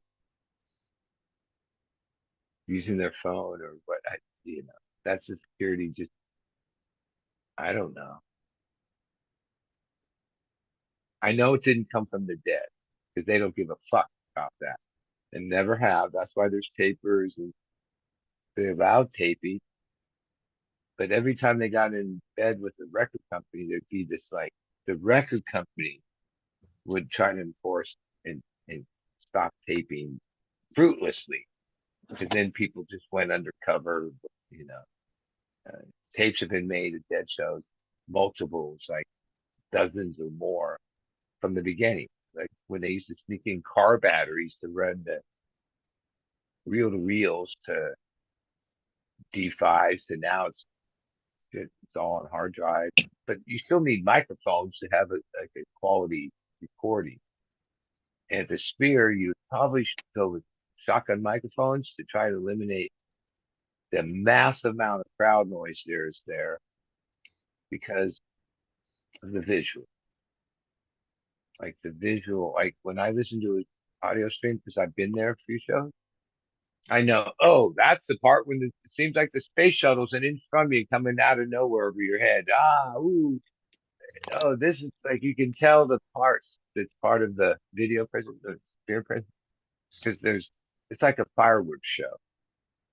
And then that's more predominantly what you hear than the music. Yeah. Like watching I, Dark Side of the Moon or Dark Side of Oz or whatever. well, yeah, but if you were watching them perform, I went to Pink Floyd The Wall and a couple different Gilmore. Yeah, there's some noise from the crowd from all the visuals they do. They still do a lot of that, but not like the Spears. One is they have 8 speakers per person, but it's not the sound you're used to when you've gone to concerts. That is basically a huge amount of power played in a PA loudly, okay, or fairly loud or loud.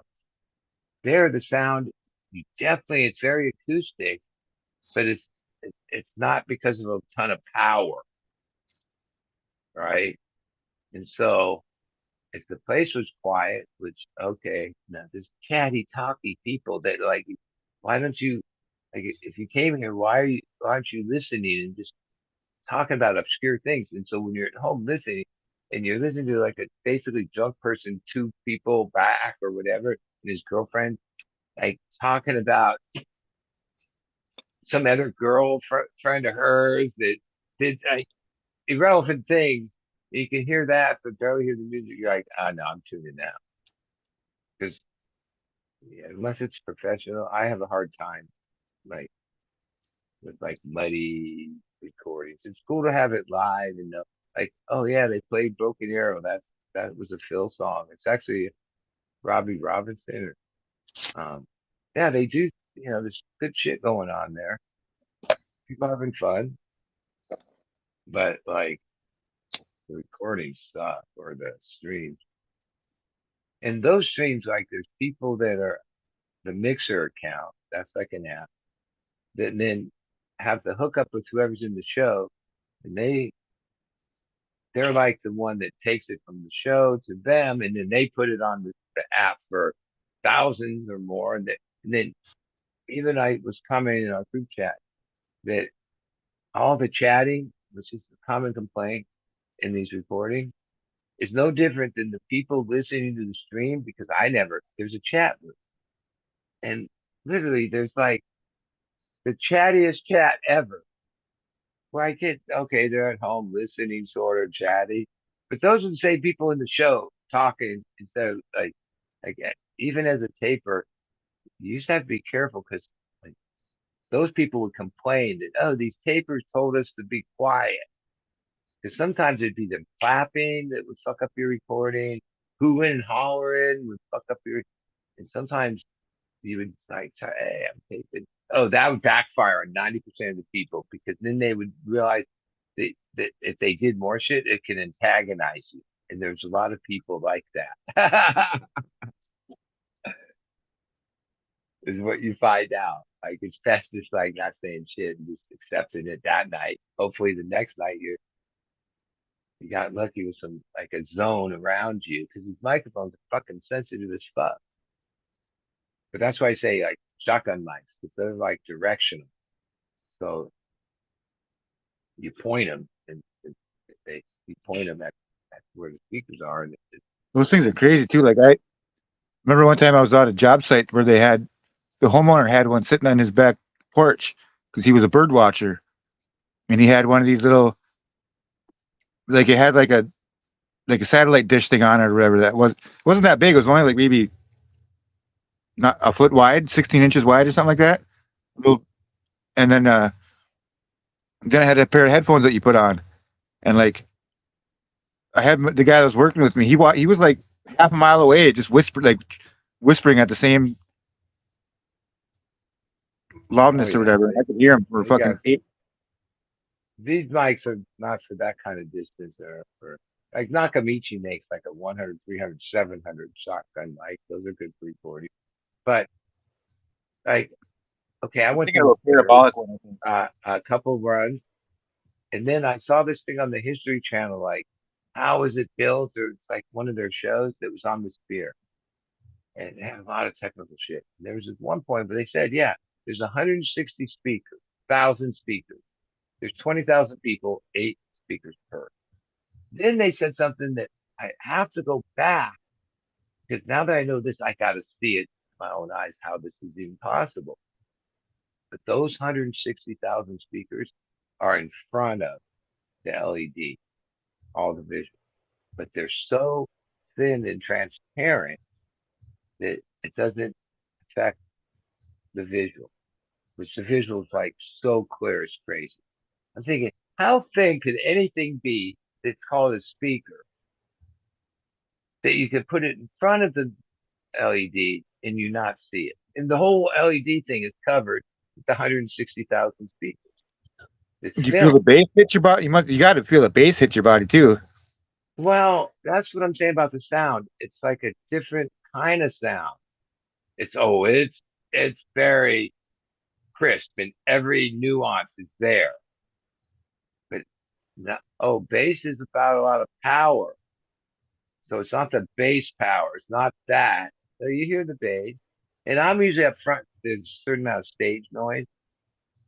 Not really Not like in other shows where, oh, power beyond power beyond power. No, the way that works there is more like different. Not that it's, but if people are chatting and making noise in the crowd, like usually a regular show that's about power and regular PA, even if there's a little chattery, it's not the level of the sound uh, drowns it out. Spear's kind of different, way different. Where yeah, I appreciated the quality of that, but I also missed the of like whatever watts and amps it takes to put a Meyer. You know, the Dead always had to deal with Meyer sound system, which pretty much is the cut above in PAs in every form, and movie theaters, and then Meyer Sounds, the name. Uh, yeah, they're like just like a Martin guitar, you can recognize how good it sounds. You can always recognize a show that's on a Meyer system. A lot of acts use it. It's more expensive than others for sure, but none sounds as good as that. Yeah, but that's about power, right? And in venues, some of that power is what made it sound shitty because like it's bouncing off the back or uh, there's issues like that. But the Spear's like a whole different animal. But like I say, yeah, there's this thing of how all the technical things, which there's a bunch, where you're like, holy shit, that's crazy, right? The one I was like, yeah, what do you mean the speakers are in front of those with the visual? Like, and it's so thin.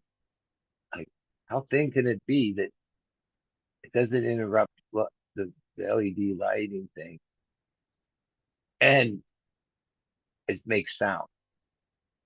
Like, they didn't show it, but like if I go there, that's what I'm gonna be looking at. Like when I look up there, it's like, where's that? Which most likely you can't even see it. I don't even know how it's this.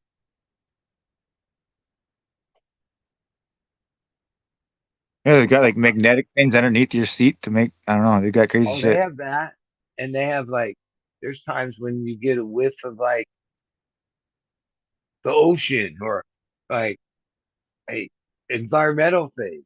And then even though they don't use this here, but the place is built with a thing where if there was like some kind of language thing in a van, and this section spoke this language, this spoke this language, this spoke English, this spoke that. Just in that section, that's what you would hear. But in the next section, you would hear this with no crossover. Now, yeah, I can imagine tech has got there, but that's pretty gnarly. Not that you have like a different headset or no, that they can target the sound in that language to hear and that language to hear and no bleed over. Yeah, they've got a haptic system in the seats called Mover, and it lets audience members feel the sound by the vibrating the seats, enabling them to feel the sound through bone conduction Okay, that but stimulates you the know inner what ear and though? generates perceivable sounds and sensations. Okay, but then when you had the big PAs, guess what they did? They did that too. Like I can remember feel hitting the bass, I could feel it right through my bones, the core, like Oh yeah, I you had a know. buddy that did what they call drag races for audio, for car audio, and he always had just like some crazy sound system. He always had a Ford Probe that he had him in, So and he would even though like, you can hear it, there's no question that the sound isn't there. And I've been going to concerts for fucking 50 years. It's not that power sound. Like that I don't think there's ever been concerts except the Sphere that had that kind of tech, but it takes you a while to get used to it because he has like, there's no like, I think it would be like describing the difference of HPS and LED, where HPS has the heat, where LED doesn't have the heat. That's like the or the power versus not. It doesn't mean LED doesn't have all the spectrum and grow great. It just doesn't without the heat. yeah, like Where when you were in the back seat of his car, you couldn't breathe. like when the pressure would be like over like 150 pounds per square inch or something like that. I mean, it felt like someone was jumping on you from all sides, and it was just like it Well, hurt. sometimes I hear like cars bumping songs where you could tell the whole car, like half this, and it's distorted sound. Like when it hits a bass, it's just like a boom, right? Even though they got the system that's all that, yeah, that much subs, it's stuck in a trunk going where it's just going to sound like that, right? Yeah, so many people though they do subs wrong, or they just get subs and they have no tweeter and like his actually sounded clear on the inside. You'd hear what was going on, Well, but from the I outside, mean, yeah, a lot of times you would just hear the rattle in the bass. I dig subs in my home stereo in the car, but I, I dial that shit into like just as the sub. I don't try to like make the sub go boom, boom, boom, boom, boom, boom, boom, boom. Sometimes I hear a car, I'm like, what the fuck's that sound? And they're in there,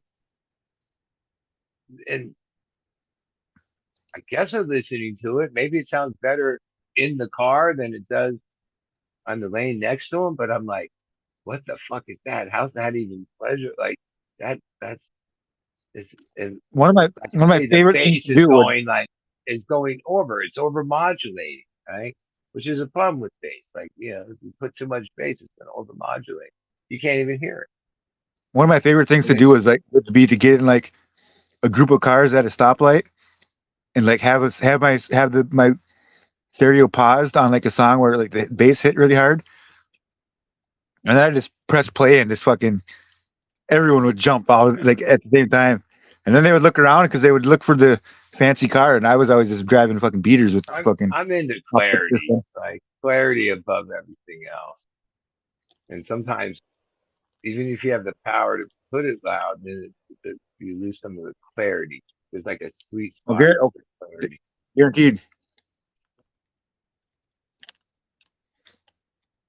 But yeah, people listen to music different these days, and like that bass, like to me, is like overmodulated, distorted. It's like yeah, no, I don't like that. Phil used to have the bass sound like so. No one had tech like he did, like in live shows where he could play that kind of bass and still be heard. And when we used to record it, you'd have to have like low levels because if he did something like that, it would pin your levels. And if you were already recording it like mid levels, that would over distort it. But if you were low enough, you could capture it. But but then when you listen to it at home, it didn't matter where the levels were because it was clean recording, and then you had to take it up from there. But you didn't want to like record it there. Yeah, especially in indoor shows where the bass was like reverbing off the back. This was back before all this tech. Like they had that sound way back. Like they were into the sound. I'll say at the beginning, took all the fucking money, tons of money he got from acid, and invested in all this stuff way back. That even Myers Sound Wall of sound, right? is a family. I forget the husband and wife. They're still alive. The, when they started, they worked for the Dead, and then when the Dead started touring, it was like a known thing. It wasn't like, oh, they left the Dead and created this. The initial part of that was for the Dead had their own speaker company, Myers Sound. Same with some of the other companies that get the name that made Phil's basses for a while. They're still around today. Like they were like a branch off of that. Even they started their own travel agency to book all their stuff, and then like because they got money, profit from it. They booked a lot of stuff.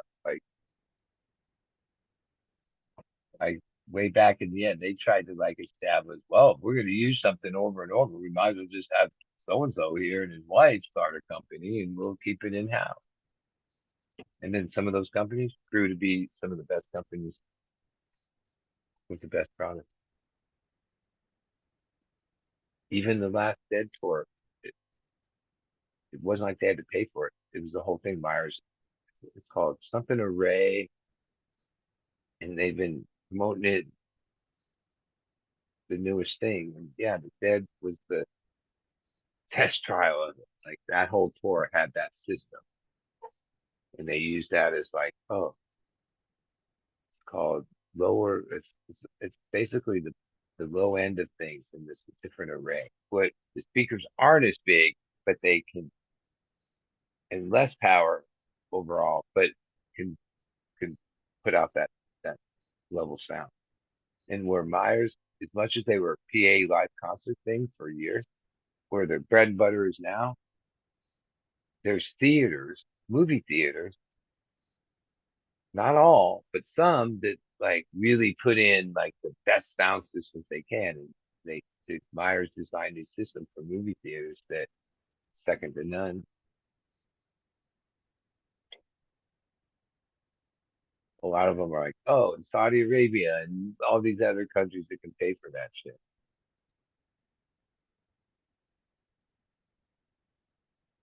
Even as they rolled out this sound system, yeah, their seminars were in like the world conventions of that.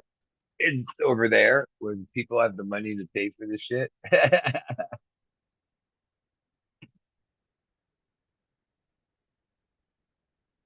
All right, long time. But even like I was gonna do it last night, I didn't. There's an issue that I see that if I take them too early and they need to be moved on, there won't be any space because the other round is in this space. So if I put it off another day, it won't be the end of the world. Because here's something I know about clones with Rockwell, going into Rock. If when they first poke out roots, you immediately, as fast as you can, because you can't just do the first few, you got to have them, the majority of them ready. Move them on, they're almost seamless. They don't have any like hesitation in growth. They just start fucking going. Roots will fucking be at the bottom of your cube 3 days later. If you go. But if you leave them in the trays to where they mat up or bottom out or get a bunch of roots, then when you move them on, there's like, I guess it's a little bit of transplant shock. And it's not like, oh, but there's like a 3, 4 days when you up pot them or up cube them that they're like hesitating before they start growing, right? And so for me to do that, which is really important in 3.5 week beds, the steaming, yeah, those plants don't move to the next room like 2.5 weeks from now. 2.5 weeks. If I clone them tonight, they'll be rooted in a week, 10 days. And then if I leave them in there for an extra week, then even the time I'm trying to go ahead, I'll lose some of that because I've done this Rockwell thing long enough to know that, like, yeah, for sure. Like, if the roots are just popping through and you put them in the Hugo, they're just going. If the roots have already like been established, matted, or gotten too established in the cloner, clone thing, then the plant like has a little hesitation, like a couple days. Which as I changed the schedule around, it's like, oh, simple thing. I'm gonna take the clones at 6 weeks instead of like 4 weeks or something like that. It wasn't just as simple as that. It changes like all these things. Which in the last couple of days as I've decided this, I keep facing these.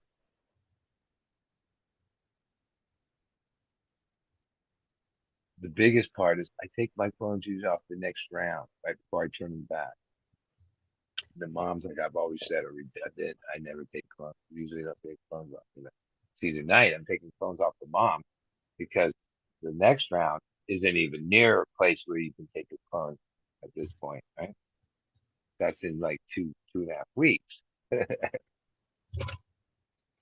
So, oh, I always have a variety. I have everything, but this one strain that I with because of how it performed, and I just got it back called the cream. I only have like three not even that big a plant. So I can't take like 30 clones of that.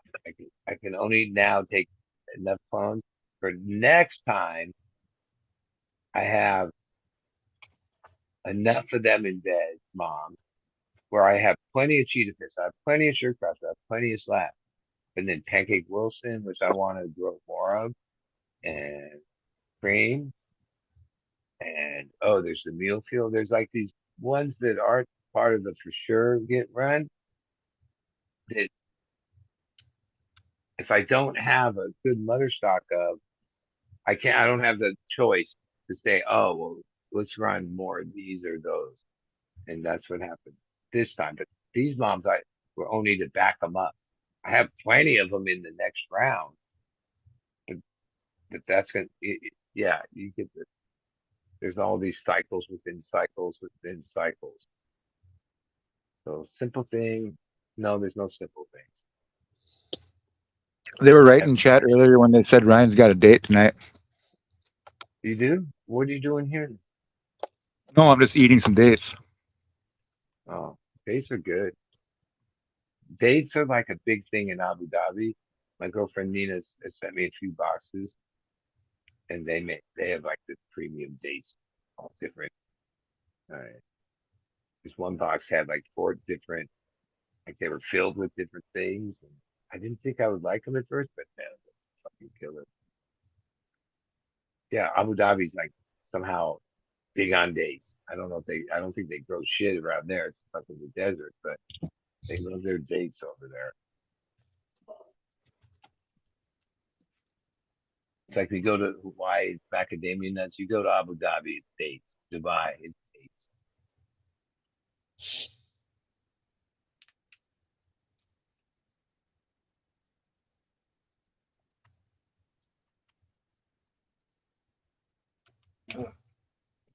You know, I forgot she called me and I said, oh, I'm working, I'm on this show.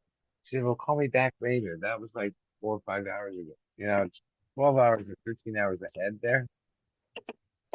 And she ain't tripping, but I talk to her like almost every day in Abu Dhabi. You know, they have Duarte. She's Filipino. She's like, I thought she didn't like Duarte. I didn't like him because he murdered like even small pot dealers and shit, like when he was in charge. Somehow the Marcos, I don't even know all the politics there, but somehow the Marcos family, who's still like an issue politically, whether this, that, or the other, they back whatever, they're still an issue. Um, she says part of this thing where somehow he was getting on a plane somewhere and they took him to the Hague International Court and charged him with like international war crimes and shit and didn't let him business that broke all his rights. And there's all these people over there that now all of a sudden love it because like the back, what do you call it? Marcos person did a thing opposite of him saying, they call it Wago or something. It's really speed. That's a big epidemic over there in drugs. And they don't decipher like weed's not a drug. They're caught up in this thing. Drugs are drugs, and it's destroying their culture. They, and so him executing people and having that tough stance, and there's a lot of crime that stems from it. Um, the people like that, and now the leaders are saying, "Oh no, we're not going to do any of that. The drug, it's on them," or I don't know, different things, and um, it's weird how politics plays itself out differently in different places. Because I she's been my girl for like 5, 6 years. And when he was in power, I thought she couldn't stand the guy because he was pretty crazy. Duarte or whatever. Well, he's in the Hague right now, getting charged with international shit. Which, okay, that's you don't want to be there. There's some other people that should be there, but they'll never be there. But Duarte's there. And somehow it's one of the Marcos like people like relatives OD'd on drugs in LA like a couple weeks ago or something. Like, but she knows, like, it's not about me. See, I'm not like anti-drug with her. She has like an open mind, but oh, as far as her country and the ways that they believe, they're like so anti that. Like, even when I first met her, like when I told her I go weed, she's like, weed's a drug, all this stuff, right? I'm like, no, have open mind. And she did. And then she heard things and looked up things and changed her view on that personally, right? But then like the country, that's a different story because it's like they blame it like, yeah, they have drug epidemic problem. I think it's called Lago. I don't know. It's like some byproduct of amphetamine production. That's the product that's smuggled around and abused over there. Amphetamine. Wait, it's not called Lago. I don't know the name of it. It's some other name. It's throughout Asia. It's popular.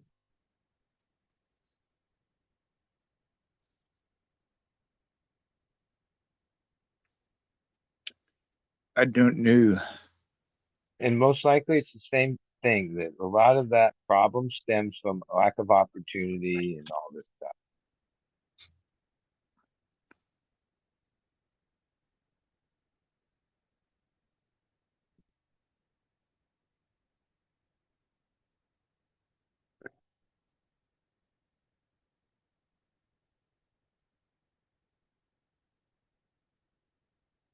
Like I've seen a lot of these things on TV where it's like these streets in LA, different cities where it's like broken down motor homes and every kind of thing and encampments on the street, right in front of businesses and uh, uh, all kinds of things. A couple times I've seen it because they've gone there to clean it up, and then the one at that one street in around LA, they found that like most of the motorhomes were on the reported stolen, and that there was like a certain guy or couple that were responsible because they rented them to these people. Like, okay, and it wasn't like they were in any shape to be returned to the stolen person. They were done. Well, the one in front of my my nephew's operation, which is like he said, it's they've been there 7, 8 years, but he says that the police or that cleanup thing has never come there. And a lot of the stuff is like, yeah, they weren't even like, yeah, I guess they were old motorhomes, but they were like, and so many different people, I don't even know, they were like barely even structures anymore. And there's all this trash, piles of trash everywhere, every fucking homeless thing that they could collect. And just like to clean it up would be this massive thing. And then yeah, they have 24-hour security because, uh, yeah, so it's like once it gets night there, it's like total crack, street, whatever, street drug, bonfires. You can see with the bonfire, like total lawlessness of Alameda or wherever that is. And I was like, damn, dude, like you gotta walk to get to your gate, right? In this place that like shouldn't exist. Like if you pay rent, have a business on a street in this country, it shouldn't be this like takeover for decades of like some mob. Like, and that they let this happen. They don't know what to, like, I imagine the the cost of going and cleaning all that up and taking it wherever, and even the rights of taking that stuff. And they all have dogs and all this shit. It's like piss smell, like no bad. Oh, it's crazy. I've seen them. I haven't like actually walked in broad daylight right in one, and I was like amazed how worse it was in real real vision than it was on even the most horrific clip I've seen. Yeah, there was one in Fresno that my buddy had me drive by one time, and that was just insane. Well, they've gotten in the last years, it's gotten to be a big thing in certain cities. Like San Diego, I think we had some like loitering rules or something that keeps the homeless kind of moving.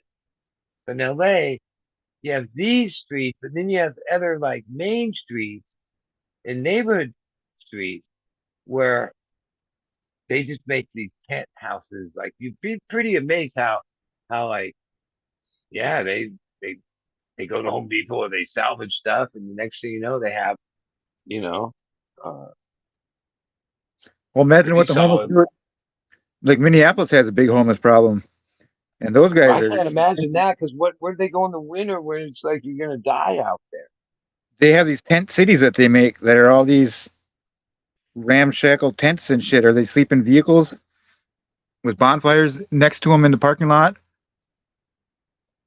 Yeah, well, I mean, California, we have a lot of homeless because, and they're all from California because most, even up north in the Bay Area, which is a lot colder than down here, uh, it's still not that bad. But in some cities, there's months where you die if you're on the street, wouldn't you? Yeah, Like, that's it. Literally, that's what it's like here. Yeah, you can die if you stay out overnight.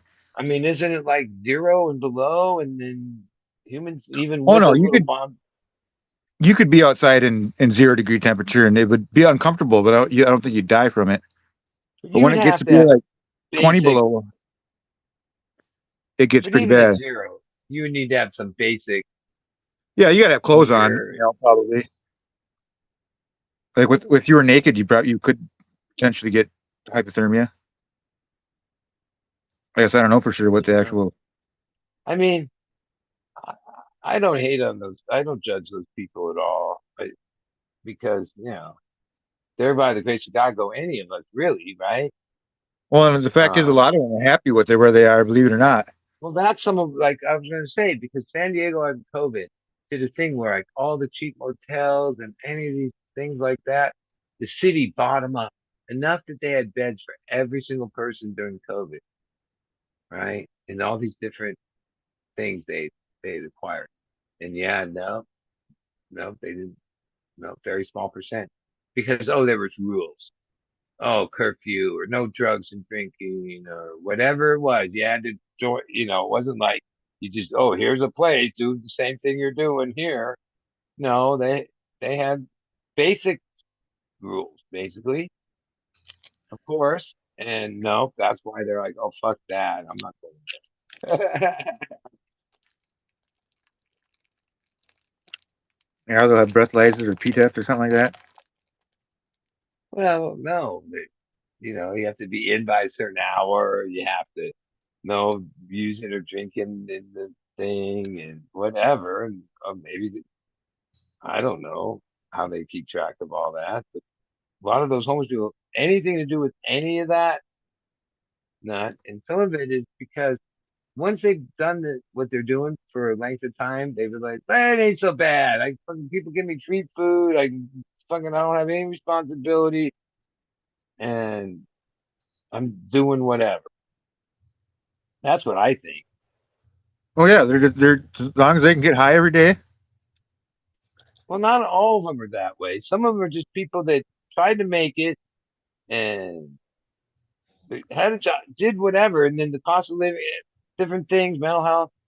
There is a lot of drug action, but there's also people caught up in it that aren't, Yeah, a lot and of some mental of health them, issues. Sure.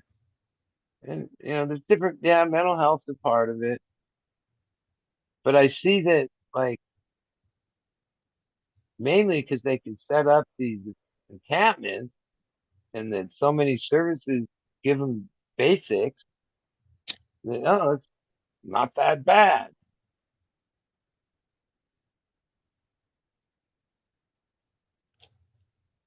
Where it used to be, yeah, if you gave someone in that situation opportunity to get out of it, they went for it.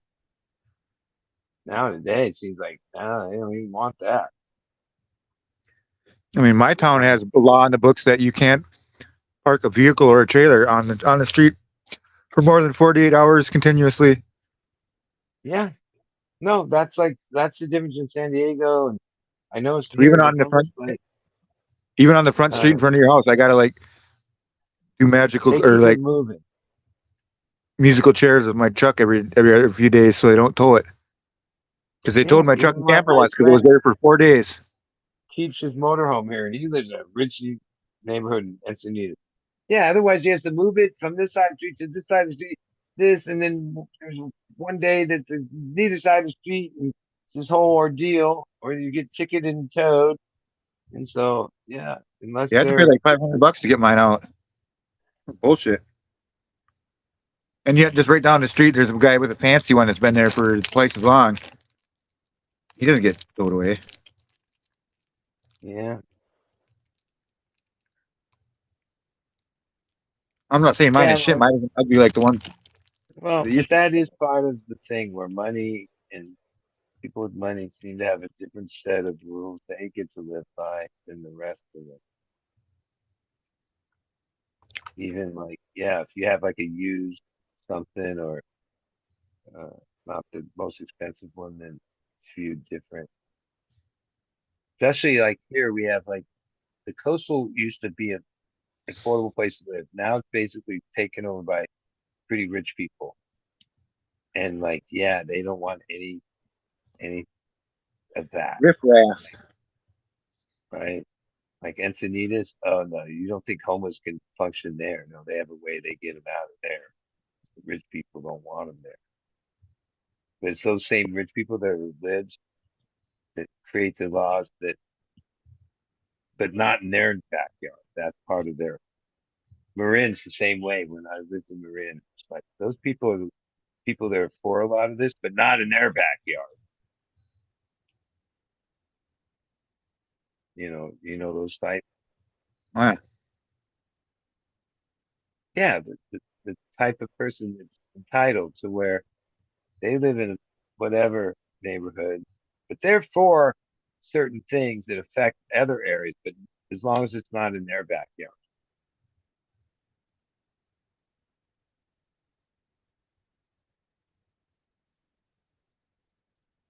Like that might just be a California rich area phenomenon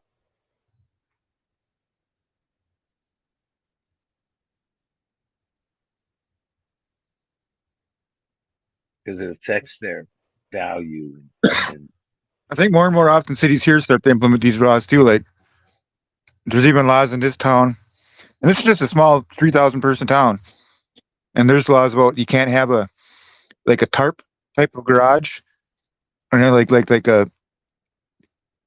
one of those tents that goes over your vehicle or whatever. That's oh, considered too ungodly. what's it called? Like if you live in a like HOA. yeah, I've had some friends that own their place, whatever, and have had gnarly battles with the HOA. I forget over like the most ridiculous thing. Oh, that they had Your too fence many. is 2 inches too high, or you have the wrong color Yeah, paint on your and when I kitchen. would hear and understand that, and they were like, "Yeah, but you pay these dues and this whole thing," I'm like, "No," like because I lived the total opposite. I didn't have any of those restrictions. I couldn't imagine Or like, you left your oh, garage door open for too long. You can only have your garage door open for 15 yeah, minutes at a or time. like you can't change the paint. Has to be this color or that color because that's the like weird things that certain ones are like. Oh, and then you gave power to some group of people within the place that has like volunteered and then institute their crazy shit. I was like, oh fuck that, move. And they're like, oh no, it's our play. We just have to like one of it was they had a rock garden, like the dumbest thing, right? Uh, like change something in the landscape or had too many plants on the doorstep or like things that were like, so, oh no, they got written up for the whatever, and we're going to pay fine or some shit. If they didn't deal with it, they could get a lien on like ridiculous things that you signed to be in this thing. Right. And then when I've gone in Just those pay the neighborhoods, fine. You don't Randy want to take Sessions, it to court. live in this one on the golf course, right? Like prestigious. And like I was saying the other day, this house, every third house looks exactly like yours on both sides of the street. And they're like, yeah, that's you have to keep it that way. And then there's this model looks this way, and not All that you made have out to. of khaki. Those people all like could do that. That's what they.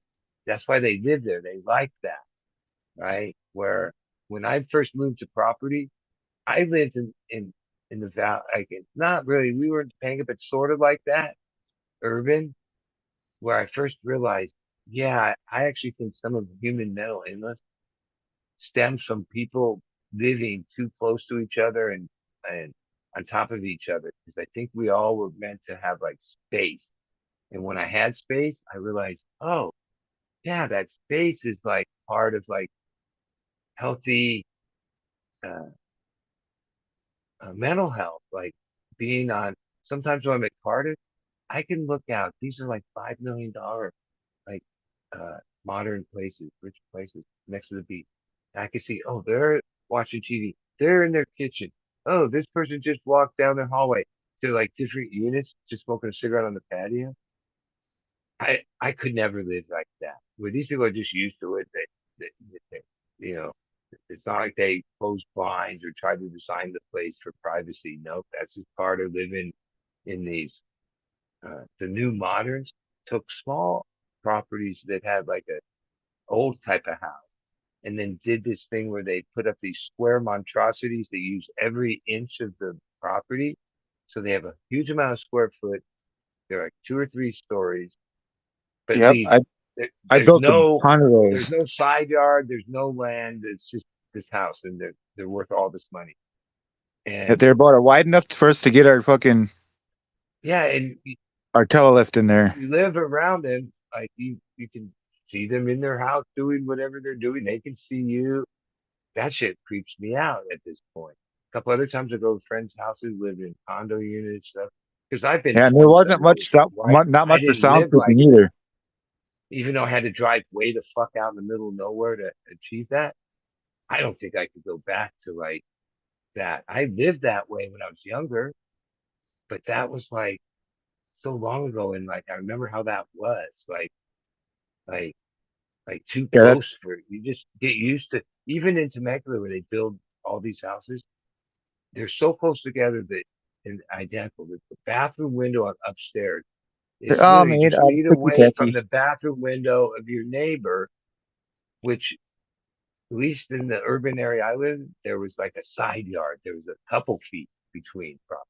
Now they just put them up right feet away from because they don't leave any little bit of land. They just build these bigger square places that I basically built a are bunch of them in property. West Fargo for years. Yeah, right, Me and right another next guy, to we could frame one and put the windows and doors in and the roof on in like yeah, 3 weeks. you wouldn't even have to jump, and you could just run the whole block of every house roofs and just like Yeah, barely like yeah, we'd usually do one, and they'd have like a bunch of different other crews that they would sub out, and usually the next one would be like 5 houses down or like 6 houses well, down. but We'd start on the next one. even when I was young, I did tile for my friend's company. We worked on these housing tracks, and yeah, there was like this unit was like this unit was like that. There was a thing, but those neighborhoods had side yard, a little backyard.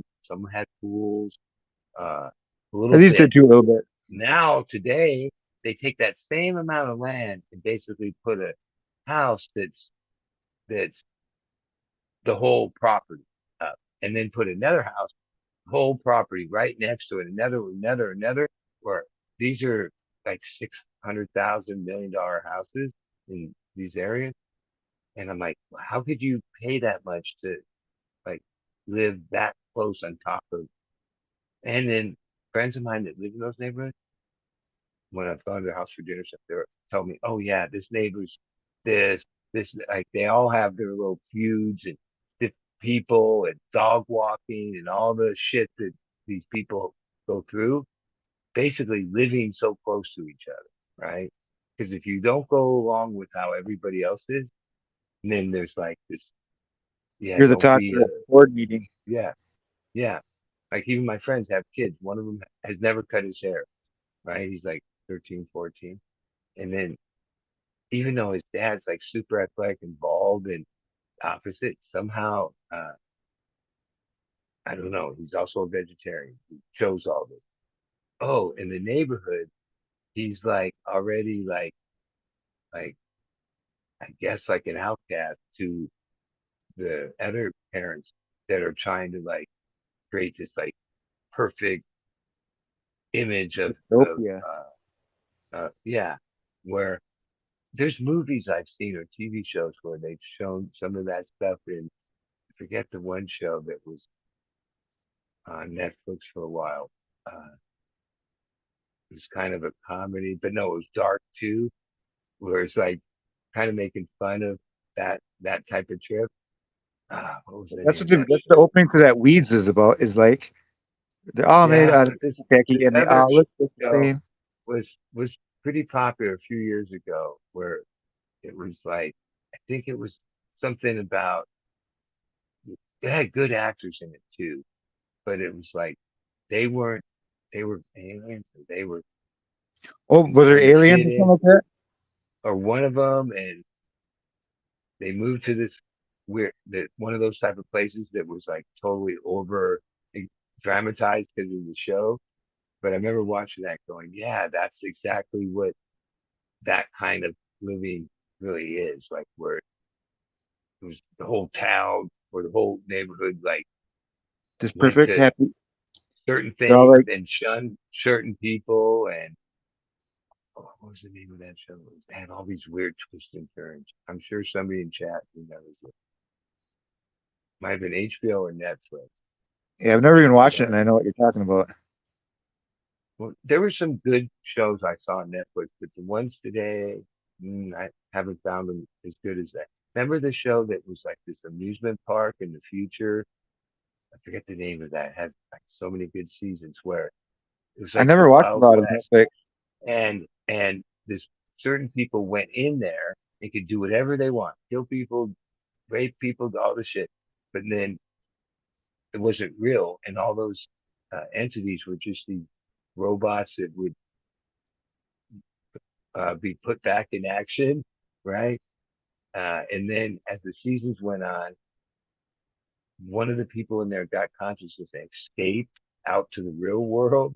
And toward the end, the storyline got too, I don't know, too many seasons. But the first few seasons, like, what was that called? Westworld. Westworld. Yeah. And the way it was shot was like, made you feel like, oh, this is pretty possible. This is like somewhere it could happen where even the people that owned it or invented it, they were crazy. And then the one character was rich as fuck and basically lived in it more than he didn't and just was mayhem, right? Where turned out he was one of I turned into one of them. I don't know. It was like the craziest shit would happen. But the visuals in the first few seasons was like, fuck, I love that. Westworld.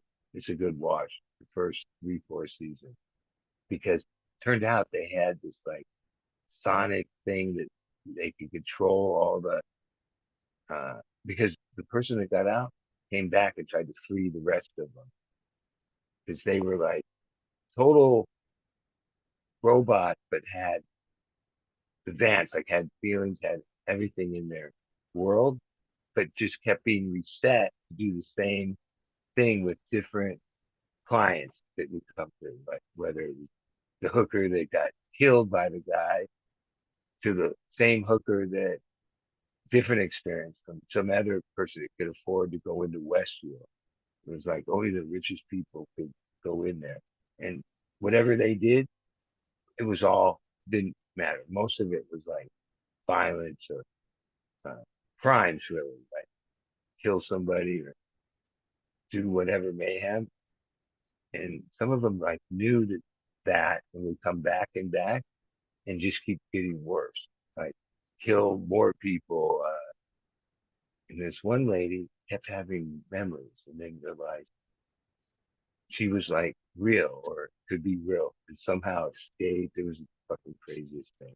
And then they had to find her because the whole thing was like fake or illegal or like you weren't. And there was these weird portholes where you could pop out into the real world, pop back into this world. It was all this crazy program. And then the story just kept getting more convoluted as the seasons went on, but the first three, four seasons, that's a Well, good that's what's watch. gonna happen with the fucking what Well, is it? that's What is part of what Facebook like the it, metaverse or whatever or like well, it was like kind of that was an AI kind of thing, like the computer thing and the place where they uh, uh, programmed the the people like they were well they were people you like at a certain point you didn't know if they were real or just which side they were on until somehow somebody cut their head off and then they would be back at the other place getting repaired and put back in action. And certain ones would be taken out of action because they tried to kill the person or like did like broke out of their program. So they were Broke losing Asimov control. laws. Yeah, because some of the shootouts, like basically people go in there, model after Wild West, and just get away with doing whatever their heart desired, shoot up this, that, uh, kill them all, but they couldn't get killed. Like somehow, even if they shot back at them, nothing could kill them. And over the seasons, there was like certain people, the characters that just went batshit every time they came back or um, did more great deviant shit, right? With certain hookers that would be at these saloons, and then they would kill all the poker player guys for the 50th time, and then go upstairs and create mayhem, and then kill her, and then go out into the town, kill everybody they could. The Asimov laws are the three laws that a robot can't harm humans, must obey human orders, and must protect its own existence. As long Well, as it that was doesn't. the thing. Some of the robot things would break out of that, and then after the 50th time of like being killed, they all of a sudden fought back or somehow got the real weapon or like they were always trying to troubleshoot the the whole system getting away from it. There's this one guy that acted like he ran the thing that for the place's black actor, and then at a certain point late in the seasons, turned out he was actually a robot that wasn't like how he appeared as the guy that like designed and mastermind. And the person that set it all up, he was like the Wizard of Oz. He wasn't, you never saw him, but you hear like he was this character, like crazy man that actually was just his brain that they had saved or some shit and was still running this thing called Westworld or I can't remember all. It had a lot of twists and turns. I remember it was on. It was one of my favorite shows because every episode, and I remember at the time going, yeah, this is where some of this is where we could be at some point where it was like the ultimate virtual reality, but it was actually a real space in this porthole with every scenario you could think of. As the season went on, they had more than the Western one. They had like different periods of uh, human existence where whoever paid to go in there could just do mayhem. That was the whole point. And then those people in their real life started having episodes or flashes and doing some of that shit out in the real world because they were used to being able to do that there, but killing real people or whatever crazy shit. The one actor who's like one of the best character actors, shit. I wish I'm gonna pull it up because he got killed so many times, but then somehow, and he was like a real person, somehow would survive. Like because he was the one that killed the robot so many times that they finally fought back. Yeah, Westworld. If you haven't watched one, I've binge watched that.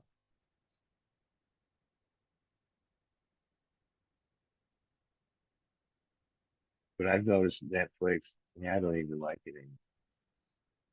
It seems like they just rush these shows.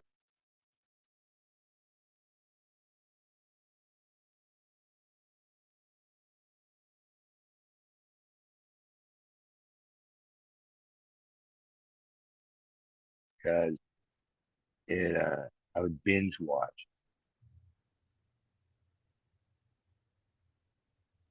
I'd watch like 3 seasons straight. I'd watch like 6 episodes and go one more episode, one more, and then watch it all, binge watch. Which no, that was crazy.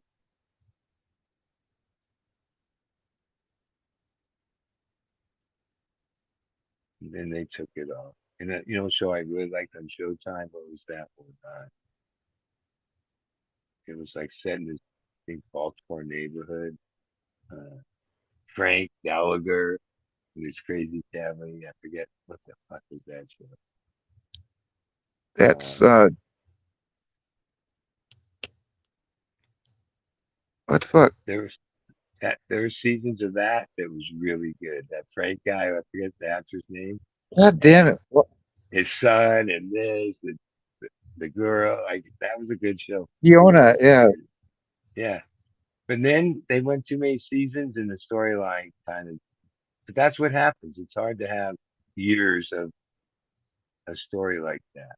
Shameless, of course. Yeah, Shameless. I watched So, that for years and thought it was great. And at the end, I started thinking, yeah, they're taking this too so the far thing in is, story. that was based on a British show of the same. There was a Yeah, British that's right. version of that. But with that It's show hard to too, watch it when it's some of the weird to watch it. actors, like the young girl, grew up, but they still had her playing where she didn't. You could tell she grew up, like in the 7 years, the redhead girl, and Yeah, uh, but Frank Gallagher, that guy, and that actor, that he was a good part. I loved him. William H He, Macy. yeah, he was good. Like he was good for sure. Mainly because And he was a good actor. Like he really played that character. I think it was Baltimore, some East Coast city, and they were oh, like they broken were up they were in family, Chicago. They were the Lower East Side of Chicago, Chicago, yeah. And what was or the South Side of there Chicago. That's was what it was. the one son was like hardcore hustler guy. I forget Lip, his name. Lip. Yeah. That was a good. I thought that was like a proper show. Like worth your time. Yeah, I still get sucked into like clips of it when I'm going through my feeds. Well, some of those, like, I don't usually go back and watch something a second time, but I kind of know now that kind of show, Westworld, that's not what they're like pretty much making. Weeds was a pretty good You know? show too. You ever watch? Yeah, Did you but watch that one? But I remember Weeds being like kind of like a mockery of cannabis. It didn't, I remember thinking to myself, is this what they represent as like these people? Like, because it was a comedy, Yeah, right? And I mean, forget some of the storylines, but they were kind of cornball. Like the characters, like remember there was the security guard. There was now the main character. I forget that lady's actress's name. Uh, I can't even but remember her name. but even So the way they like set up the dispensary that was their thing, and it's this seemed like it was more of a mockery of it than because I think there's good uh, content and things that could come out of cannabis shows, but most of them have kind of all been like even the way they portray it is kind of like like that not movie Homegrown mockery. was okay, kind of. It's still a Well, little bit over if the you, top when it came to I like the remember what was the John with Lithgow and shit. Belushi had his thing right, and I remember watching that one where right away I was like, yeah, this guy's a stooge. The show was like a comedy, so that's why The it was that Belushi's way. drone thing or whatever. Yeah, that Is- actor is Ed Harris that played. in Westworld, the one of the main characters, he was as good as Frank Gallen, Ed Harris, and he's been in a lot of movies over his life. He's more of a, I guess, a character actor than a star. And If you're talking sometimes his about that Belushi Bros show though, or whatever, like that was I like called them out. Like, so they were when they were on their yeah, that season was like premiere. a joke. Like even how they said, "Oh, Columbia," like that. It wasn't like it was. He had an opportunity to like show the real side of it because he actually was in it, but they made it like a mock a comedy, and the characters were remember the grow guy, and then just the the different episodes were always. Then they went to Columbia, or they got it just all seemed fake, or it wasn't. I talked to the governor of Bolivia It, or it whatever. was like a sitcom, comedy. It wasn't where I So think like if you just during real one of their show, episodes, or like they had, and it was also like the I want to say the thumbnail for the episodes and shit was this big old. They were like doing a photo shoot with their all these big jars of weed, and they're like 3 gallon jars or something like that, and they're almost all of them are filled to the top.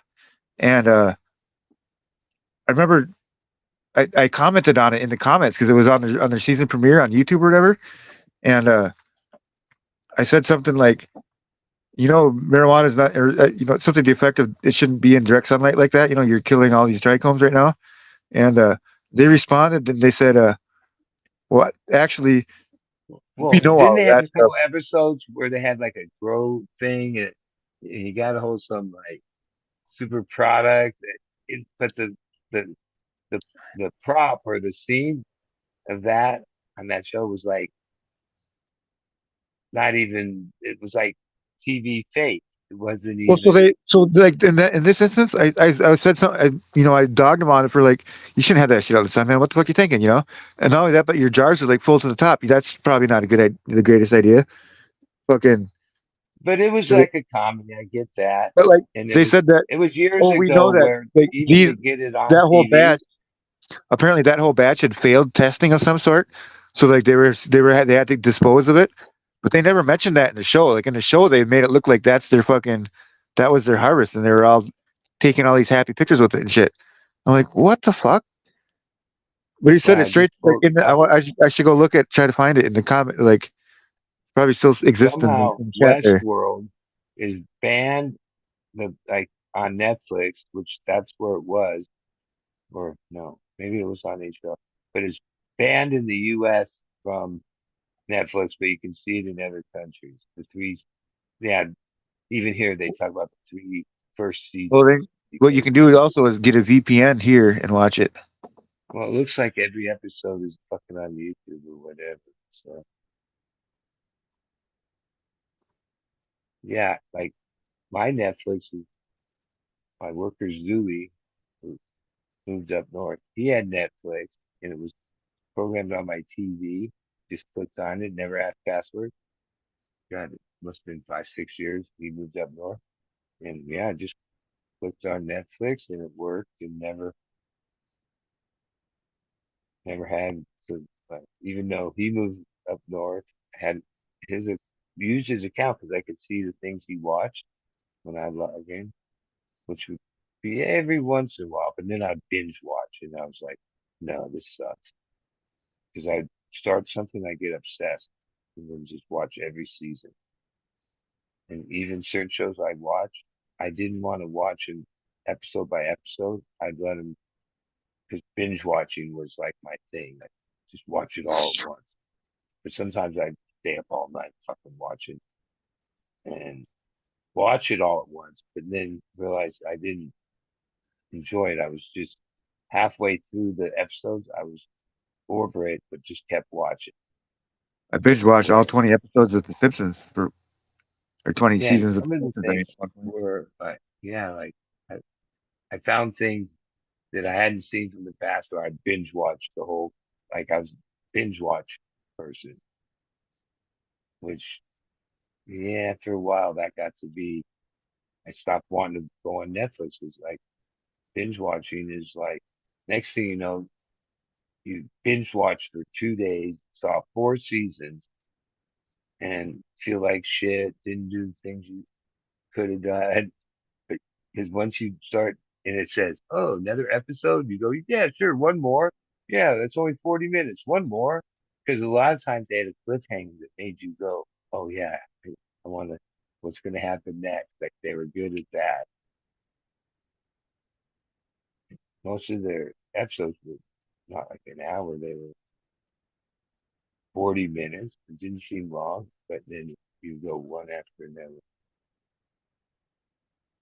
And when they didn't renew Westworld, because Westworld did have a bunch of fans, and people were, but the storyline had drifted into like, well, a couple of the last seasons, the finale was like, okay, it ended. Next thing you know, they would have another season where somehow what you saw at the end of last season, that person really actually survived, or this happened, and they would go further.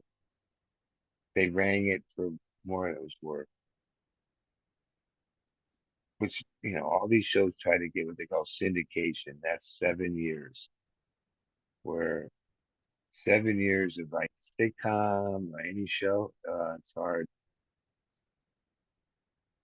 to keep like a good story, a good cast without like even Happy Days, like they jumped the shark or like different shows. And then there's shows that easily made it there because you get more money in syndication, something like that.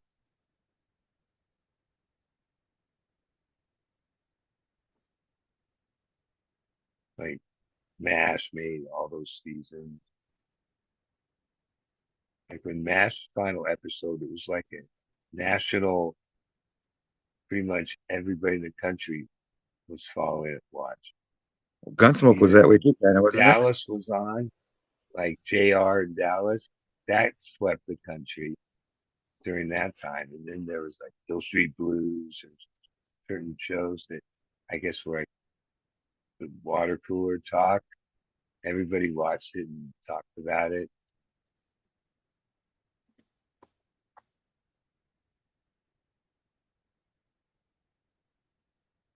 And then now there's too much, and it's not even TV doesn't even matter because most of those good shows were on NBC. They had the what do they call it, something Thursday, because they always had best ratings.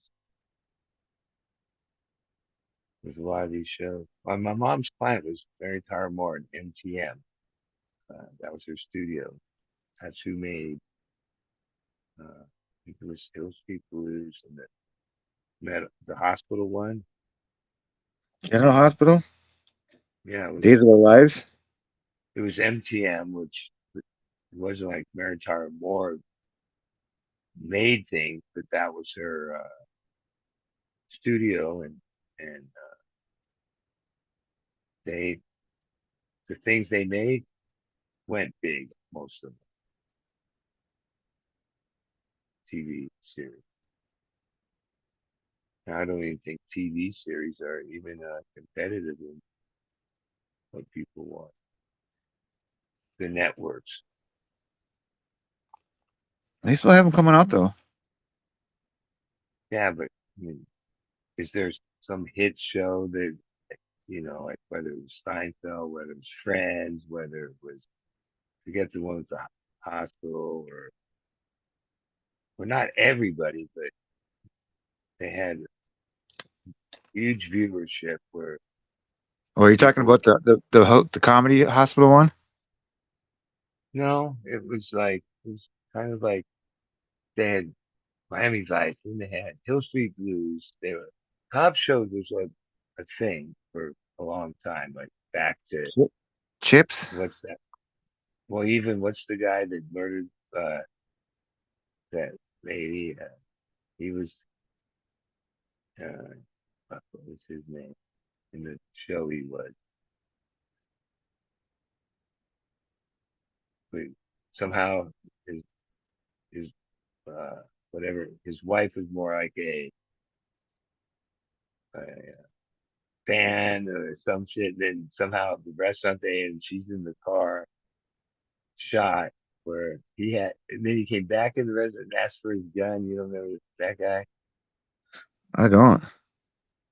Yeah, he was fucking one of the big actors, but only in TV shows. Yeah, I'll find out. When I say his name, you'll go, "Oh yeah." Probably.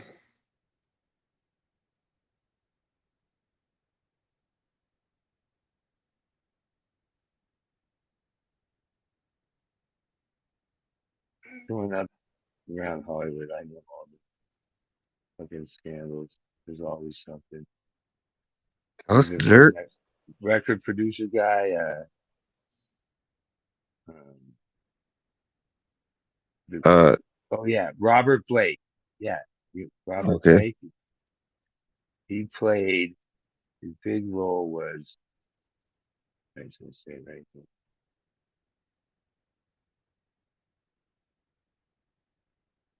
Beretta.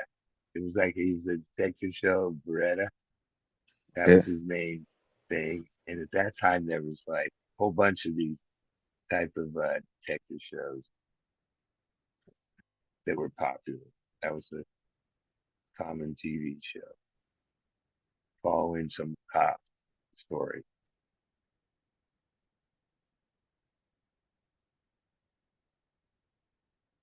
And in sitcoms, so, even Angela those what Lansbury. Barney or what? It was like a comedy.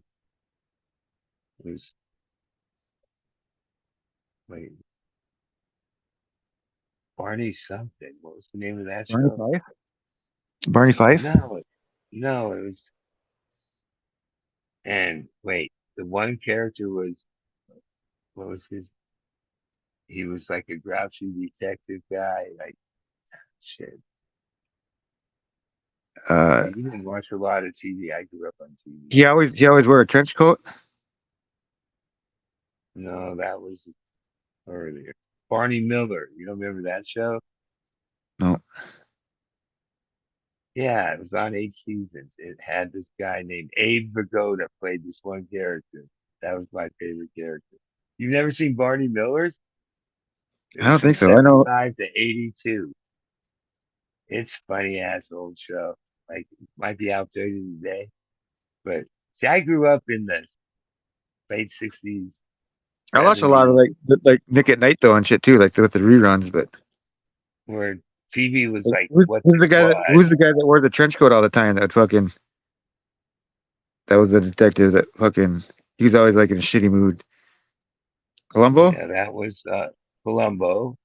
Yeah, there was Columbo. There was Rockford. There was whole Angela string of. Lansbury. What did she play in? Yeah, Murder She Wrote. That was a good There she go. one.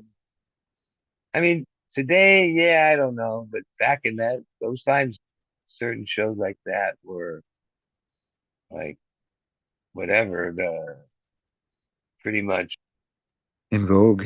whole country would follow it. And there was I always remember like what do you call it? Uh, reviews and shit.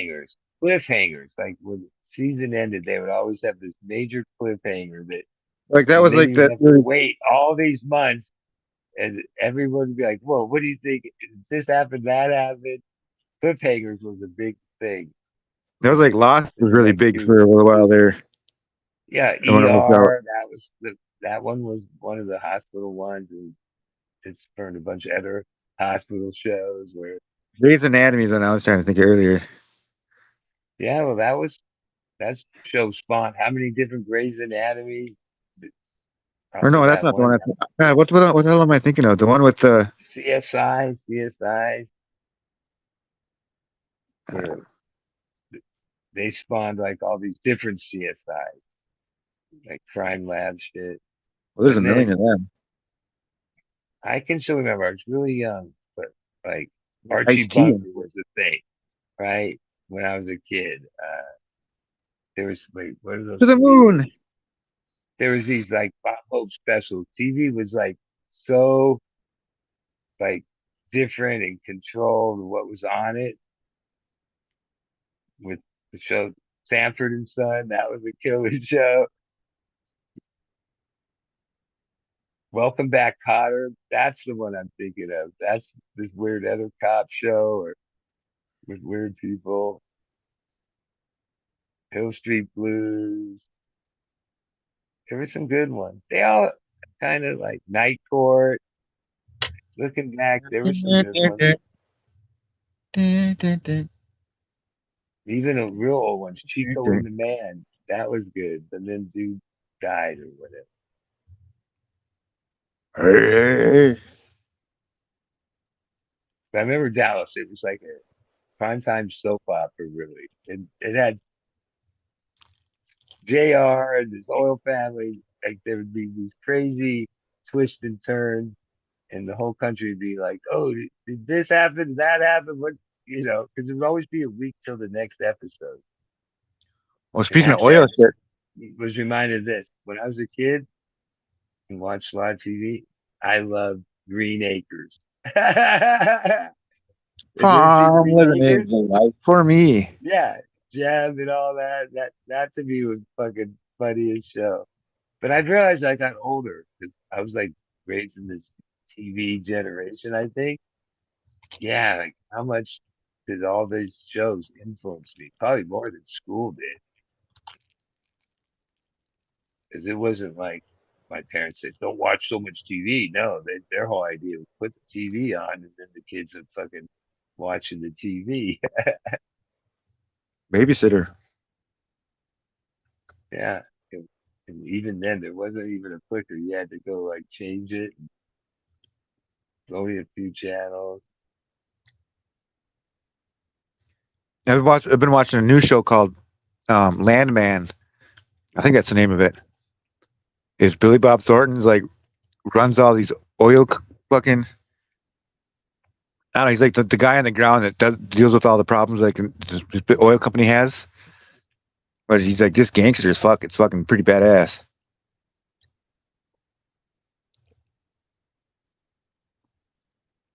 And even what was that? Cheers, where it was the bar. That was, they all had their, if you started watching them, they had a way of pulling you into the next episode. A lot of them were just half hours. It turned to be like 20 some minutes after Breaking commercial. Bad was on there. It was pretty decent. I saw Breaking Bad for sure. And for a lot of years, the best, like some of the best shows were HBO shows. I never got into that one. That was the biggest one, HBO, like Sopranos. sci-fi. No, that was big, but no, the one about like dragons and all that shit. Yeah, I don't know. I didn't watch it. Yeah, fuck, it was. And it was a big thing. It was called. I forget the guy that produced it. He's actually a deadhead too. This old guy. Wait, what was the name of that? Talking to you, I realized, yeah, you're not the TV that No, not. watches a lot of TV. I actually, yeah, I watched a lot of TV my whole life, pretty much. Not so much anymore, but I'm like a actually, jukebox when it last comes to year's all the I got into reality shows. Like, I still wonder what the fuck's gonna happen on Oak Island, even though I stopped watching it because it just seemed like it was like the whole point of it is they're never gonna find anything. They just keep making more episodes. Like there's so many. Oh, we finally we're getting to the money pit, to this and that. I realized year after year they would replay the same scenarios for a lot of years, and we never actually like ever got anything. Was that I still sometimes get now people post them on YouTube, and it's about 6 months ago, I watched an episode on YouTube years after not watching it. which the title made it seem like, oh, they finally found it. Even before I watched it, I Googled to see if they really found it. And nothing really came up. And sure enough, even though that title made it seem like they found it for all these years, nope, the same thing. They just rolled it Yeah, over to the next I thing. watch some of that Gold Rush every once in a while. It pops up in my feeds too. And then Where I'll watch some of my episode of favorite reality shows, it turned out kind of tragic. Like I loved that crab show, but then the one guy, Deadly Sketch. yeah, and it turned out, and then the logging show, the one guy, uh, I think Uh, died at a car crash, or whatever logger. and Yeah, I watched even that the one. pond. Wait, what? Not Pawn Stars, the guys that would go digging. What was them? Frank and uh, you would probably have liked that show because it was about finding rare stuff. What was the name of that? Oh, American Pickers. Right. Pickers. But then Mike towards the Wolf. end, there's like stories that, well, one, I remember when it came out that they weren't really going to renew them because one of them invested in a cannabis thing or a hemp thing or CBD thing, or there's all these stories. And then I think I read some that Frank was like busted for this, that, and the other. Even the Pawn Stars, the one guy, what it wasn't the son, it was the, Chum Lee. He went to prison for some yeah, shit. yeah. Like Yeah, one thing I think about his those son just reality went. shows, I think his son just got life in prison for something. yeah, there's overall, and I remember watching a lot of those, there was a lot of tragedy that set in to the people involved, like the crabbers, uh, even what Seth or no, the Norwegian guy in the crab show.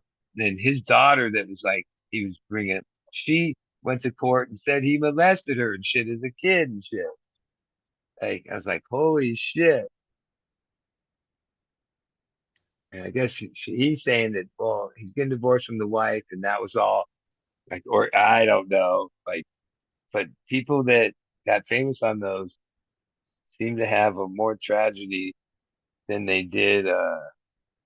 Well, some they once you get a little bit of fame, you just want to stay there. A lot of those shows, like after you saw the same thing a few seasons, what else were you gonna see? Them log more, or them catch more crab, or more? Like it was like a kind of a repeat. But they kept trying to add more drama to keep viewers.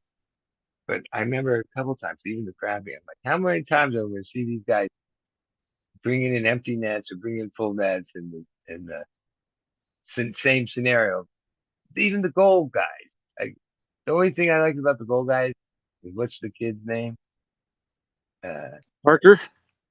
Parker. To me, I don't know what's real Parker about it. It's a Schnabel. TV show. But I remember when it started, he was just a kid working for his grandpa. He was young as Oh, fuck. he's like And the then he man got now. bigger Now and he's bigger and got fucked by the guy up there. Tony Beach was a fucking like worked him a bit or like and then yeah, overall, oh yeah. He became the Hoffmans, they struck out bad, old grandpa and them, they just kept fucking up. And some of the other people, but then Parker, oh no, like now he's like mining like at like $100 million level. Even the sea, the guys on the sea, Bering Sea, that whole crew of misfits and the chick and the family that would what were their names? The two sons and the crazy dad. uh Bering Sea, and then there was the the uh dad and the son that were like bigger and had the bars, and then somebody bigger came along. But that show showed that you could go up there with like the tiniest boat with bare ass shit and go out there, which I'm sure the people that were in those hustles, whether it was Bering Sea or any of them that they exposed in those reality shows, basically were pissed that a reality show exposed their hustle, and now there's like 50 million people flocking to the place because they've seen it on TV. Remember, there's this guy that hunted ginseng and would like come up with all this money hunting ginseng. I forget what show now. They're reality shows. There was like years where that was everything. But they never made like a real cannabis reality show where it just was like not a comedy, not a like over dramatic, like, just the real thing. Which I thought, yeah, well, if everything else has a reality show, why wouldn't they do it of growers and business and uh, without like putting a mockery on?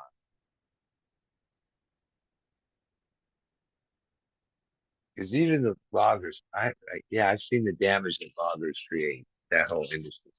Somehow I like those guys and how hard they work. Like blogging ain't no joke. Neither's crabbing. I know one thing. No way could I ever do that. I get seasick on the dock. They were out there in like 30-foot swells, fucking freezing and crazy.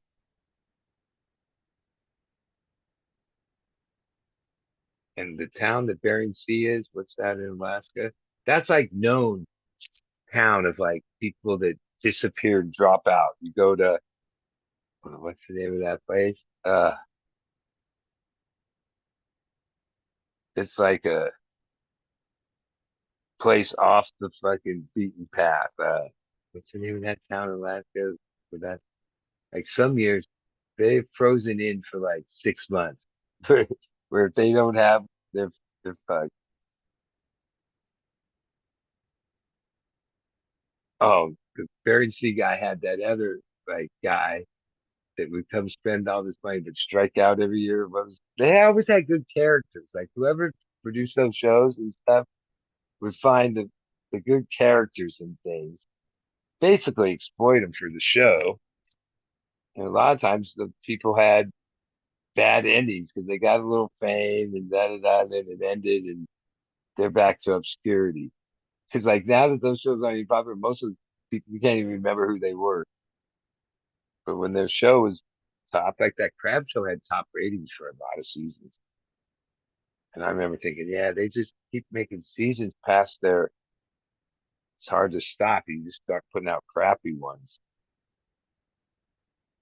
Like what was the guy, one captain that died?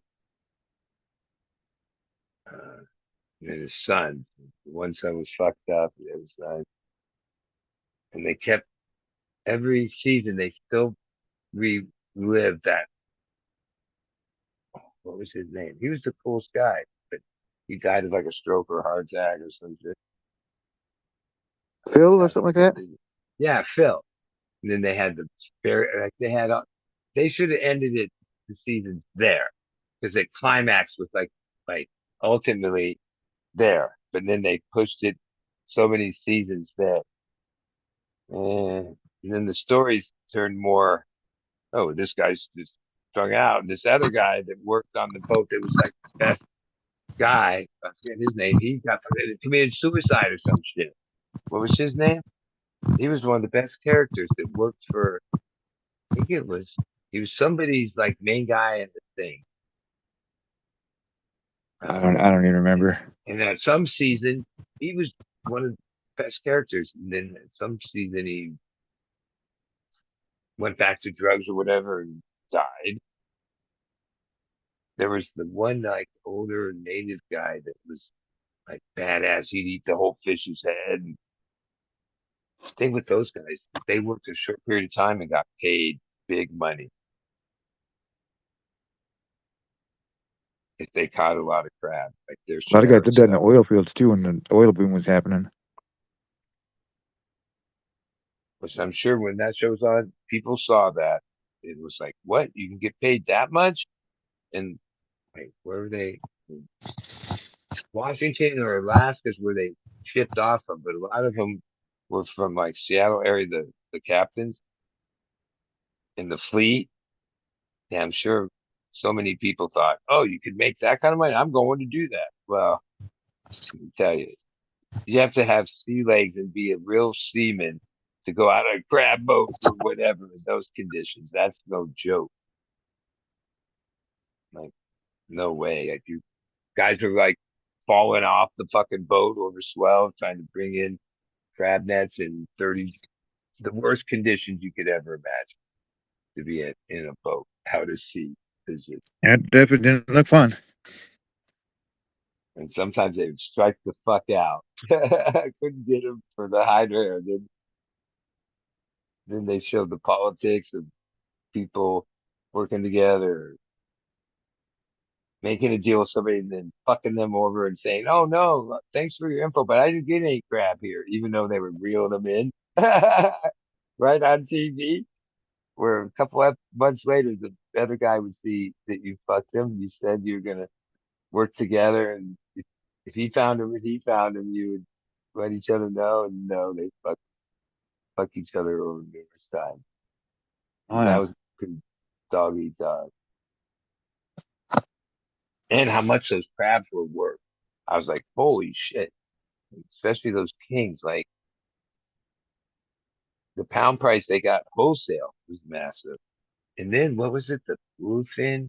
Those guys fishing for those giant fish? That was pretty good. Oh yeah, the tuna show, Wicked Tuna. Yeah, but then, there was always inner drama between the different captains and but all those, if you realize, took a, a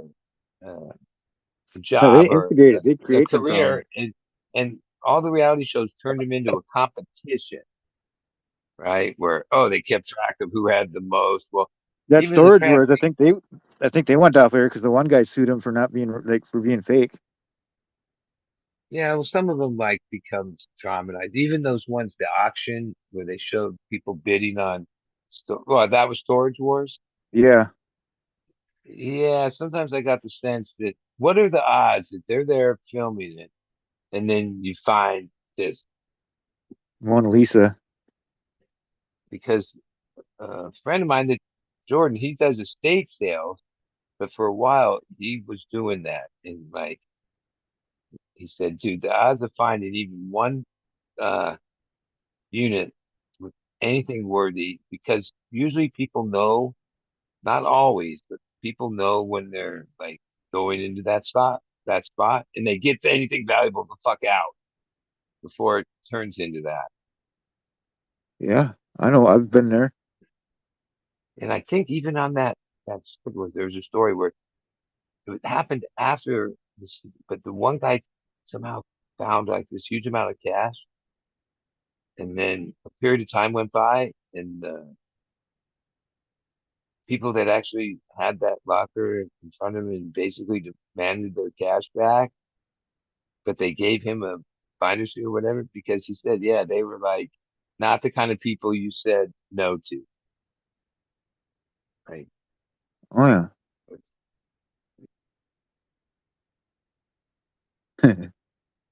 and there's no like those shows made it seem like easy money. There's no easy.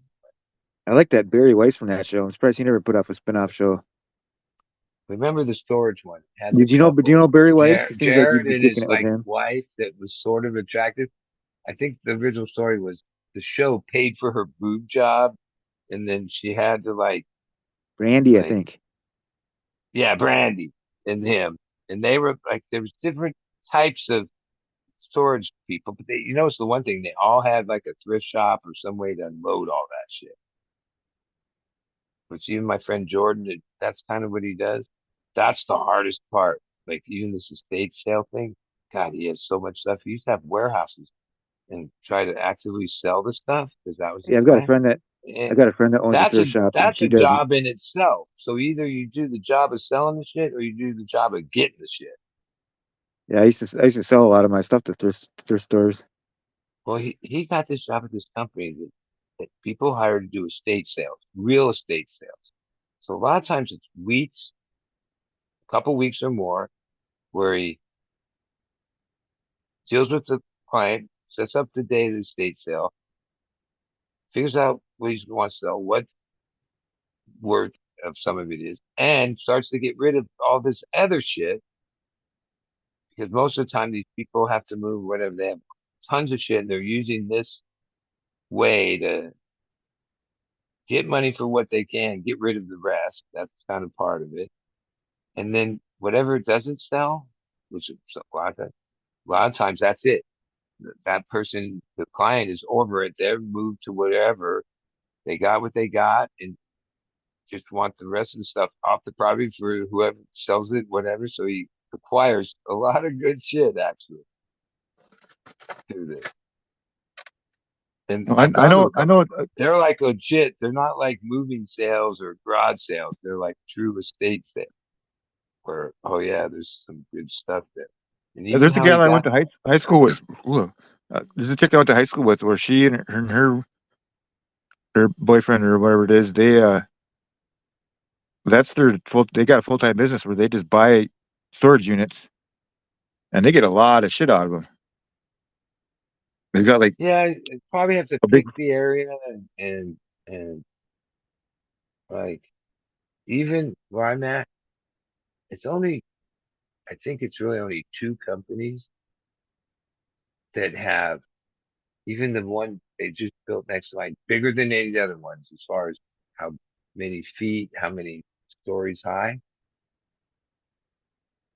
They build one after another storage units around here, even though there's a housing shortage, because yeah, storage is big money. It's easy money, man. They pop. Yeah, And a lot of times people, like, in the end, what they have in the storage isn't even worth any of what they paid to keep it there. Like now it's well, probably that's what less mine's because like. so many I can't. people, when I LED cringe came every time I go around, to pay my bill. they still were housing their old whatever XBR Sony tube TVs and all this stuff in there that literally became, yeah, as tech went on, none of that shit is even worth the space it's in. But once you have one, it's your stuff.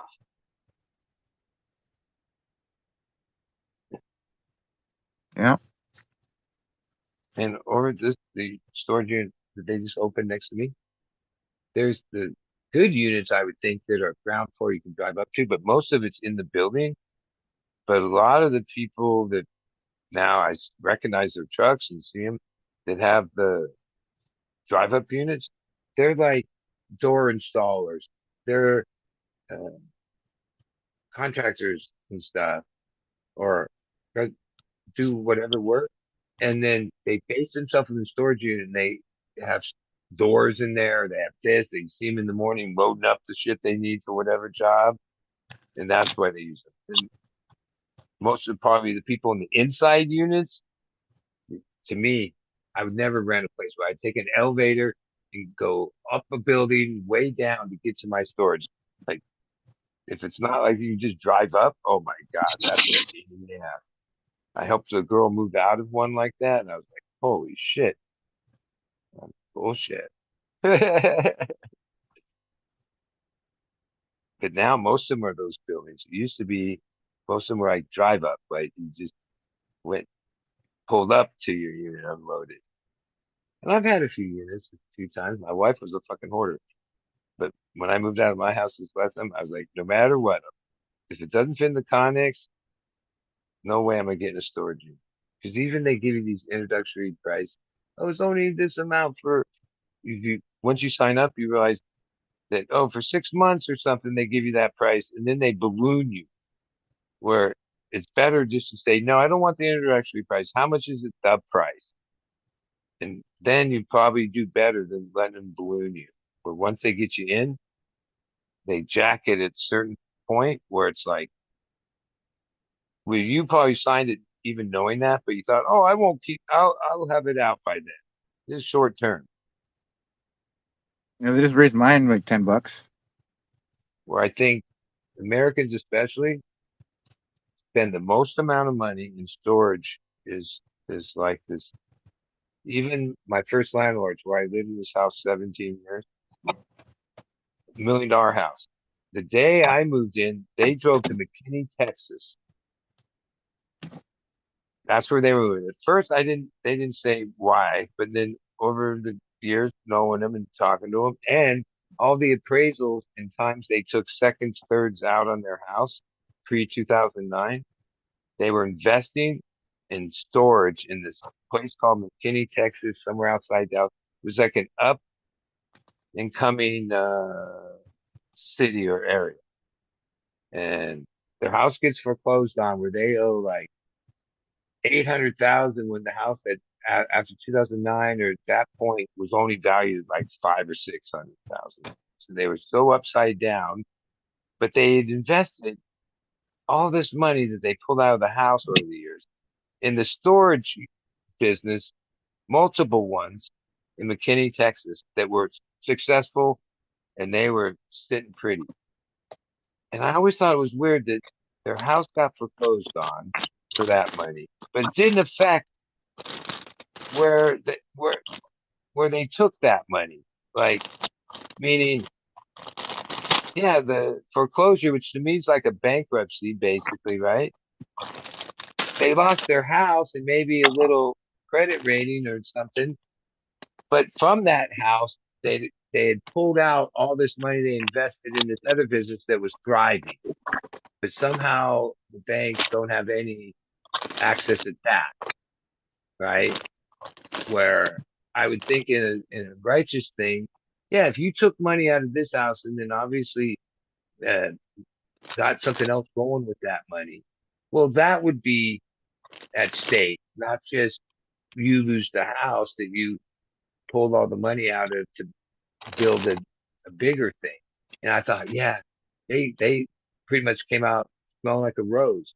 And they kind of knew they were doing that the whole time, even pre 2009. When at Yeah, they one bet point against it, and then it was worth over $1 million.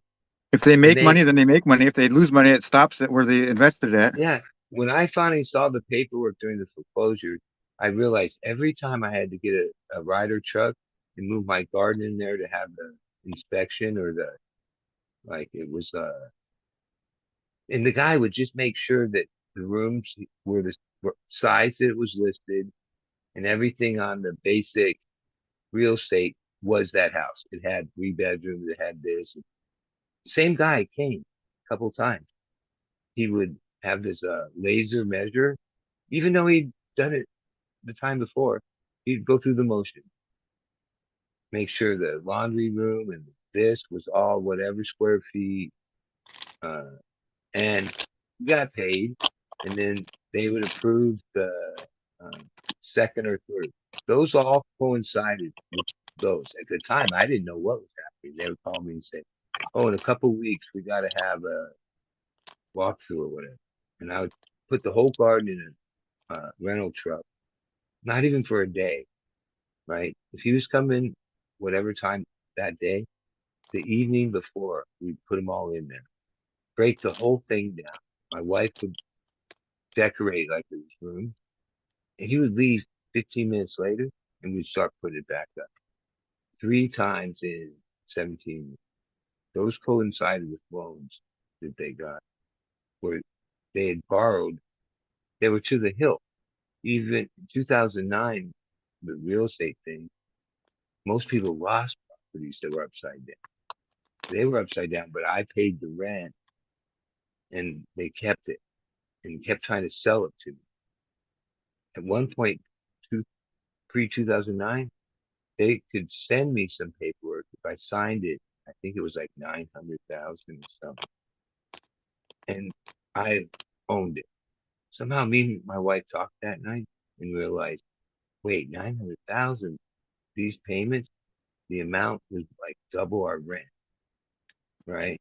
And we thought, no, that's not too high, right?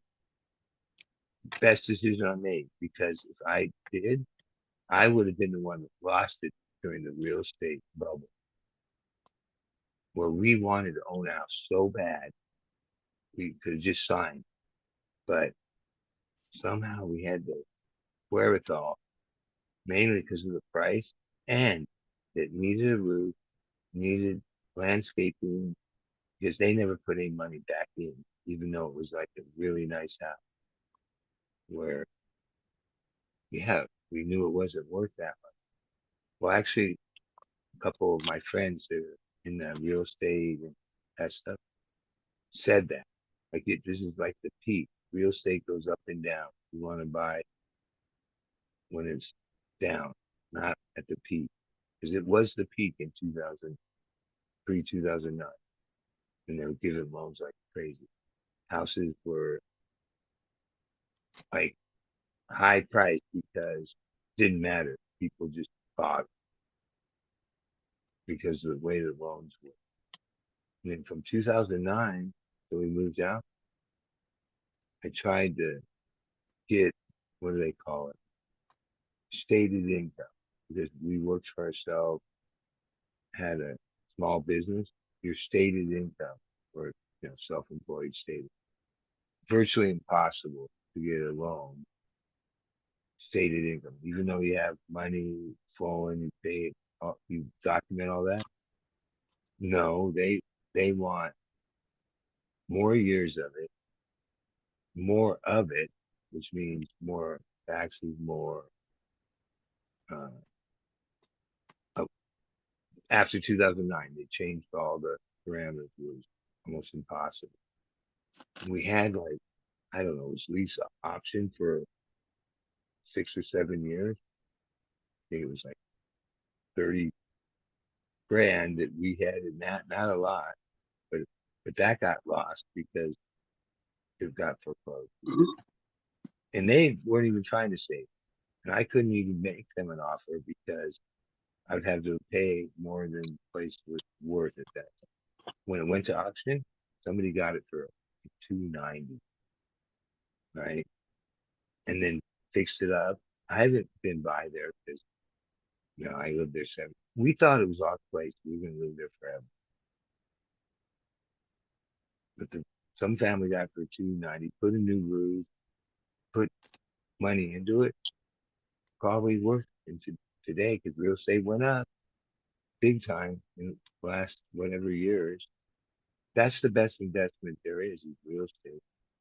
Because even though it goes up and down, it goes up way more than it goes down, at least in California.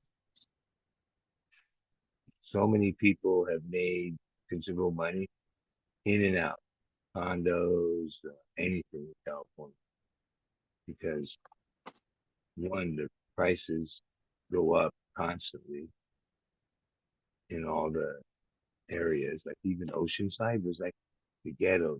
Houses were run down. You could pick them up for a couple hundred, like 10 or no, 2000. Where I was advised, if you want to get a loan, start with like a small house, rent it out, establish that, and then work up. I was like, no, I don't want anything but this house. First time buyer was trying to buy like at that time, $600,000 or $700,000 house, which that's that was kind of hard to. That wasn't advised to first time buyer, stated income, even though our income was in that range for sure. Their feeling is, well, that you could lose. I remember my accountant guy saying, when you got a regular job anywhere, it'd be easier to get this than stated, even that you state more. Like we used to use the food stand. The food stand made all this money, even though there was months it wasn't even open. And then we paid taxes on it. Where in the end, nope, it wasn't enough to make it happen because the goal posts kept changing basically of real estate and the loans. Because after 2009, they changed the whole thing. If you got in before 2009, you got upside down. More people lost their places and got nothing. We got worked by, remember that? They had some weird hustle from Wall Street where they bundled the loans and gave a bunch of loans to people that didn't even have the ability to pay, right? Yep. And then I don't know, it was some weird thing where they hustled basically and almost crashed the whole country's economy, but definitely fucked up real estate Prime, for a subprime whole mortgages or bunch of whatever. people.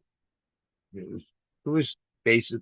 Now that is illegal to do, but at the time, I remember it being like that the banks would buy these package things of the loans, but huge amount of those loans weren't like the people that had them were gonna fail. They didn't have the income Default. because a lot of these, and same with like buying a car, you can get 1.5 interest, or you could get 10 or higher interest. Depends on your credit rating, all that stuff. Well, 10% interest on buying a car, you're so upside down, you're fucked, right? Same with the house. Like, oh, their house is even quarter points or smaller amounts, or the way that mortgage is written. Even if we could get a mortgage, it was going to be one like that, not one that people with jobs, even though their income wasn't that great, having a job for a few years means more to the banking mortgage loan people, self-employed people, even if they're successful. That's like a negative on you, period. And even if you get one, you're going to pay more because you're a risk. Which I kind of understand it, but you could quit your job or lose your job or your company go under. Same risk. And yeah, I tried for a lot of years. I should have, because if I bought these houses in Oceanside, now they're worth $1 million, and the whole area turned into Airbnb, the facelift. But I remember at the time going, what would it, why? I don't want one of those. I just want the house I live in. That was one big mistake. Numerous people told me, yeah, buy something cheap, even a piece of land. Establish that. They'll give you a loan for that. And then that will give you more, whatever you call it, more stature in that financial way.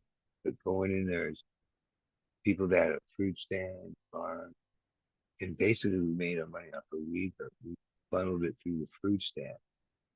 I guess, yeah, the fruit stand was always uh, profitable, even though I don't think maybe the first couple years there was periods of time, but you can't make a lot of money selling roadside fruit, except the fruit stand has certain laws as a business. It goes back to farmers, big farmers, being able to have even the size of your uh, uh, building has to be the certain size, but then you don't have your you have a business license, but as a farm stand, you're supposed to sell a certain amount of what you grow yourself, which we didn't.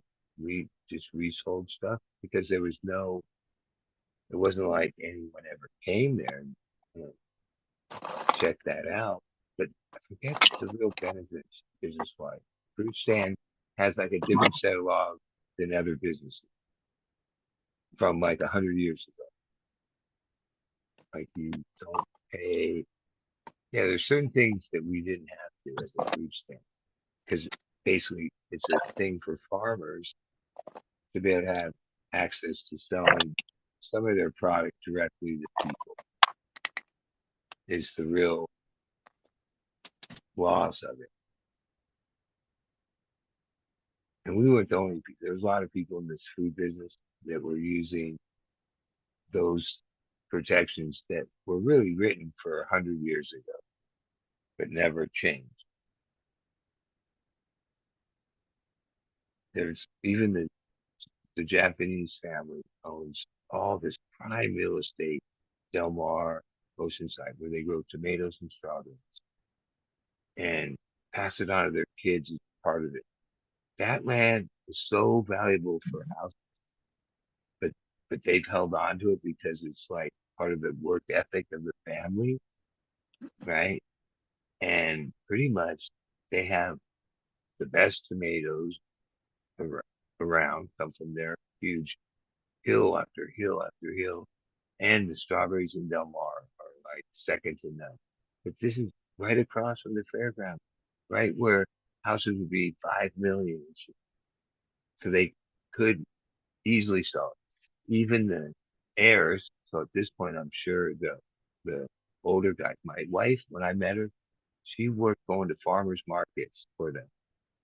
She'd go to the packing, their main place, load up it was an old Chevy Suburban with tomatoes, whatever they had, and go whatever farmers market all the way from LA every day of the week, 5 days a week, make pretty good money. They paid her good.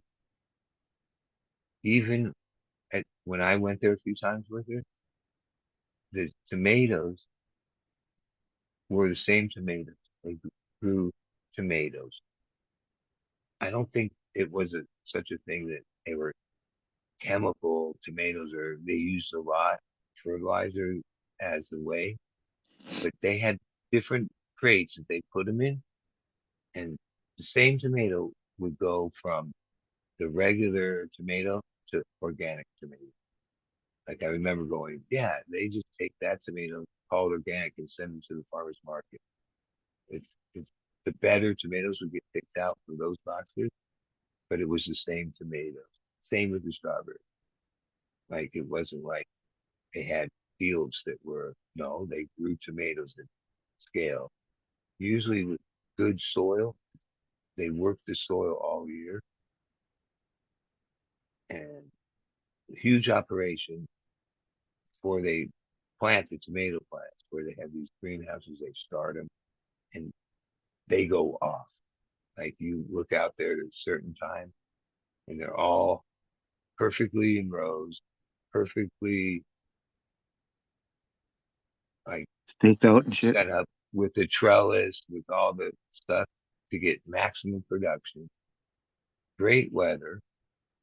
And looking at it, yeah, they till the soil and when the crop's over and do stuff with the soil over the off season. And when you can tell, it's like, well, I'm sure it's using some uh, products or uh, replenishing it, but I don't think it's like they have to go crazy to produce it, right? It's just supplement.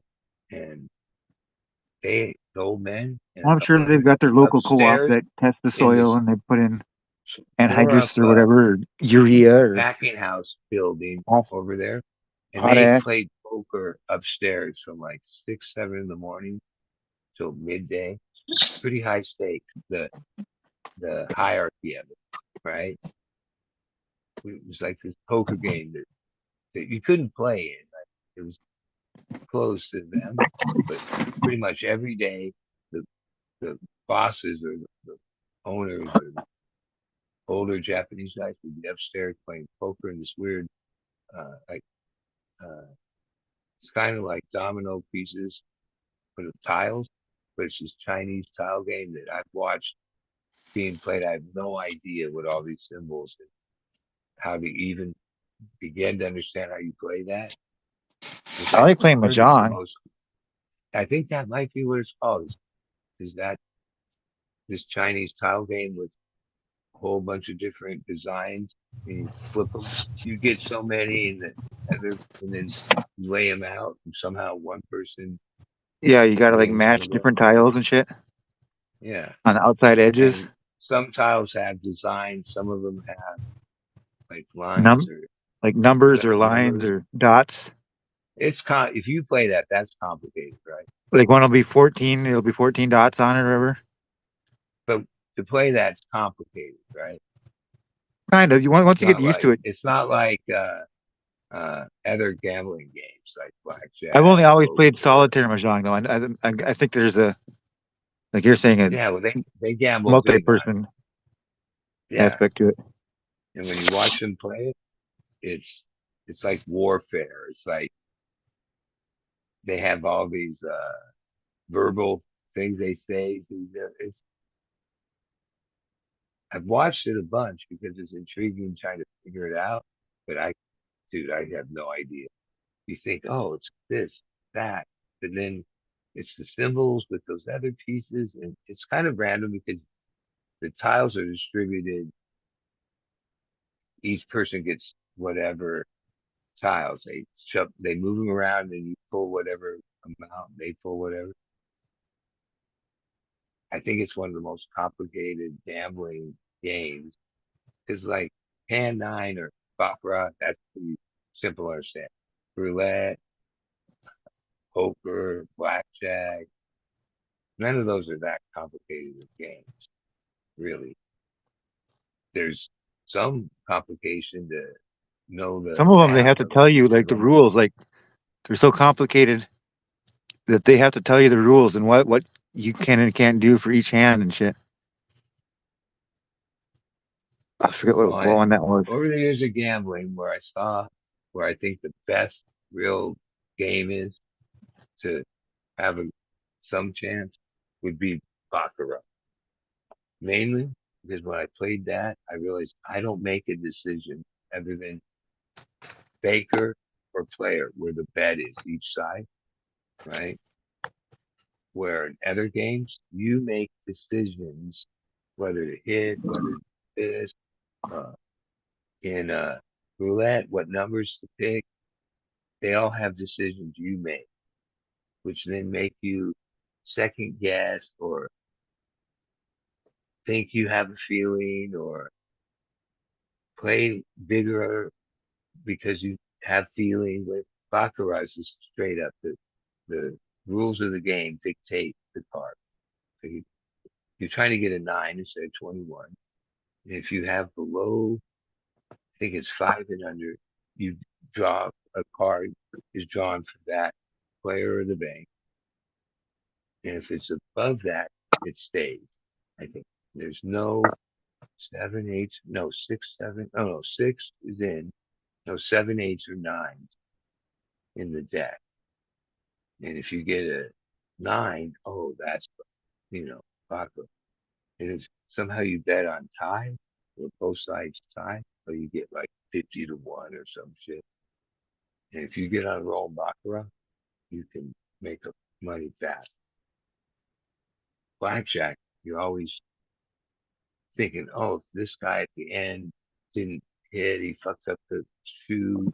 You're always thinking like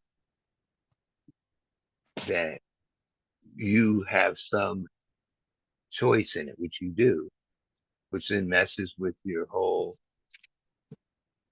all the choices you make, right? Where Baccarat, the rules of the game do that. So you're just picking this side or that side, ultimately. And for the most part, you don't even bet every hand. That's why they have this paper or TV where it shows the trend. Because when you see a certain trend, then you push in big because it looks like it's going to go this way or that way, like banker, player, banker. For banker, one of them you pay a percentage. That's how the house makes money. But when I learned how to play that, I realized, yeah, I don't have to make any decision other than which side, which that's a decision.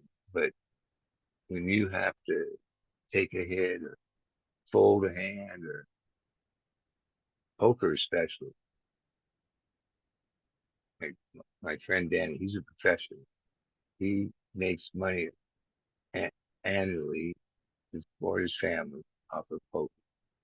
Plays pretty high stakes, but he plays by the book, right? He plays the math, even the new math with what do they call it?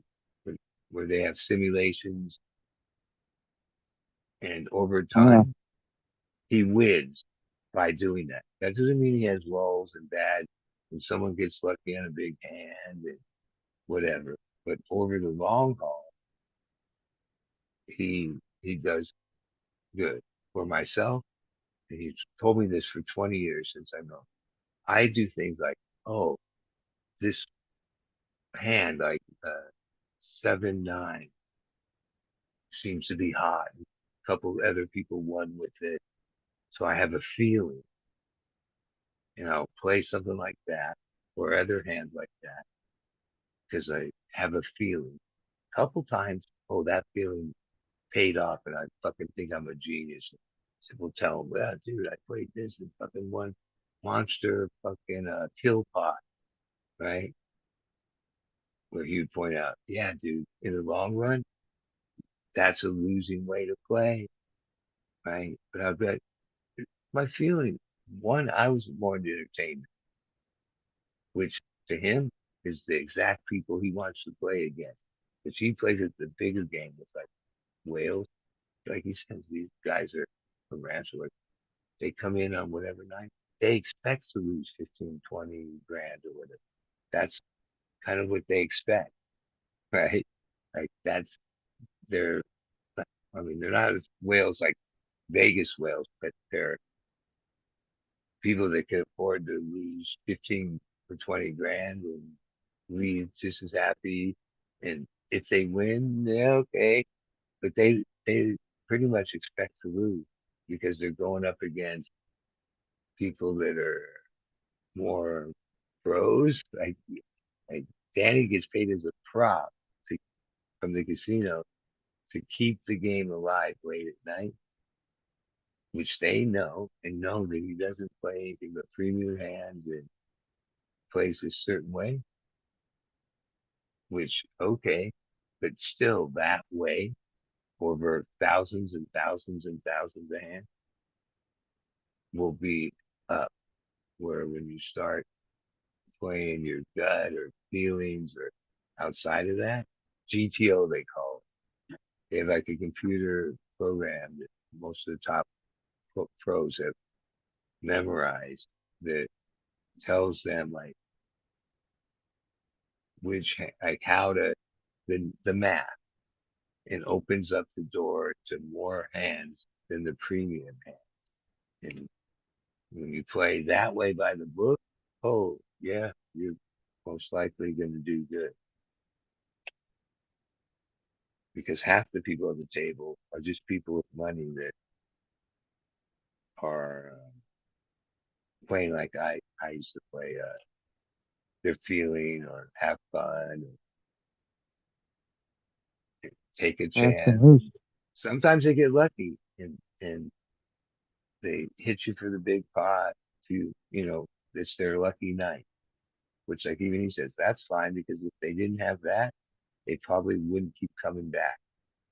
You know, he has a whole other way of looking at it where he's trying to advise me, but like I say, I play with my feelings. There's like certain card hands that somehow I've won big pots with in the past that I'll play even though they're not hands you should play because once upon a time I won this huge pot sticking in past the river on some what do they call it, like a river card miracle That where I shot was straight drawing draw. like one to whatever odds and it came in and then I was so excited I remember it like it was yesterday and still think that that could happen again or whatever, which that's not how you play the game if you're really trying to. And you don't play that many hands. You sit there and fold. Fold. I go there to play. I don't like to just sit there and wait for this Like a deck of premium cards will hand. never be shuffled and placed in the same order. Like the amount of odds that see the same amount. Well, over time, I've seen the craziest things happen. Like, there's this thing called the jackpot, which like you have to have like four of a kind get beaten by a straight flush. The Really nuts. impossible thing. And I've like pretty much been there on the turn. That's the fourth card. And there's only like a couple cards that could fuck the jackpot up at the river, which, yeah, I've never gotten a jackpot. And I've played so many hours and days of Hold'em where other guys I play with, they hit them a couple times a year. Like jackpot would be like 30, 40, 50,000. It climbs as the longer it takes because to hit one, like there's so many ways that the jackpot is for instance, you could have a jackpot with like a queen, an ace, you have four aces, and you have a queen kicker, and the other guy has whatever, the straight or the lower certain form of kind. And then the river card's a king. Well, I don't play both of my cards because the king would be the kicker, not my queen, right? So that's you don't get the jackpot, right? Uh, there's so many ways you don't get it, but every once in a while, just bam, there it is. Now, even if you're at a table, everybody gets a table share, like a little percentage of it, but I've never been, never, which I've played so much, I'm like, yeah, it's gonna eventually, it's gonna be my time. No, I've never, I've been, there, but either my hand or his hand spoils it, or somebody else is in the hand, then takes the card that would have been so many like scenarios and cards where it's like, yeah, but either you're lucky if, if cards favor you, or you're not, which I notice like certain people, they're lucky as fuck. I got your Phil Hellmuths and your Daniel Negreanos and your Doyle Brunsons. Well, yeah, but that's like the whole pro poker thing, which is different whole level. Grinding it out at your local card club with like mainly that's why I don't play anymore. They don't even have my game like they used to. I played limit poker, not no limit. Because when I got into poker, there was more limit tables than no limit. Now it's no limit or not. I'd played.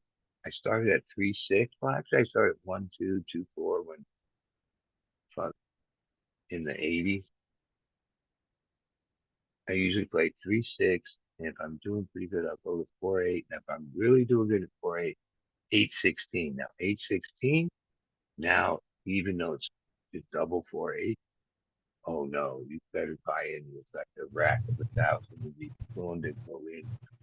For the other games, you play 100, 200, and maintain because the level of 8-16 is raise and kill pot. It's 8-16 with a kill. So if somebody wins two hands in a row, it's double.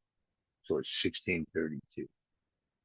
And most pots will be raised to 4 times. So like 16, 32, 64 to see the flop because other people that play it aggressively, if that's how they do it, build up a pot. And so if you're going to get a hand, you have to be committed.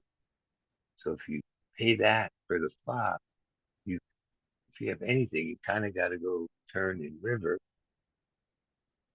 And if you win, oh, fuck, you win. If these pots are like big. But yeah, that game's a whole different animal than 4-8. 4-8's more like entertainment, playing with people, just having fun or entertainment. Or all of a sudden you go up to 8-16, then they have 10, 20, they even go higher. Or sometimes I got in those games and realized, holy shit. A lot of times I couldn't pull the trigger and would fold, where I would have won those hands, but I didn't have the balls to go that deep, knowing that because we get what they call cap every step, capped at pre-flop, capped at the turn, capped at the river. And if it's down to two players, the cap is off and you can just keep raising, which a lot of times certain players' whole strategy, even though they don't have shit in their hand, is to play like that, which over a session, oh, they win because they just raise, raise, raise. and, and sometimes there's players at the table that are like team, like they're working, not really working together, but yeah, they're with this guy raises it because that will make you pay, and then he'll raise again, and then his partner will fold. He just got raised to get you, and then him to be able to raise again and isolate you. Because most of the time on raised pots, it's going to end up heads up. And yeah, you just have to have balls. Some nights I wouldn't so much. I couldn't believe it. Some nights I couldn't hit shit. Like, even though you know that routine, the problem is on the nights you can't hit, you don't go, oh, I'm just going to go home early tonight. No, you stick it out thinking it's going to turn around.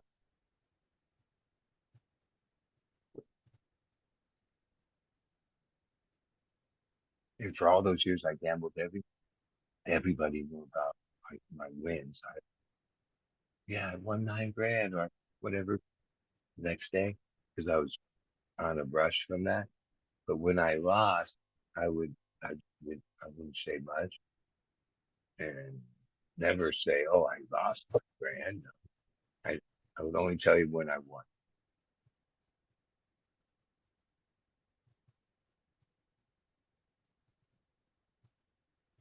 Well, that's how most gamblers are. Right? They're just gamblers. Pros, they're different animals. They're disciplined. Oh, I gotta call it a night. My battery's about to die again on me. Well, good. I'm gonna go take phones and get that done. Oh, 323. Probably not. But at least I changed water. That was something. All right. Have a good one. How cold Yeah. is it? I don't know. It's like just above freezing here. Holy 'Cause it was shit. raining out, but it We're was already slippery as shit. full spring here. Like each day's kind of getting a little warmer, better. 0? Holy shit. That's Gotta be like April. 34 here, Things. 32. Well, Perfect car accident time. stay warm. That's all you can do. All right. Have fun at the clones. But you're the host, so you got to shut it off. Oh I don't no. know if I am the host Yeah. anymore because I got knocked Oh off. wait, Jay, somebody's entering the waiting room. Holy shit, I can't leave without saying hi to him. Jay percentage. Gotta be J5.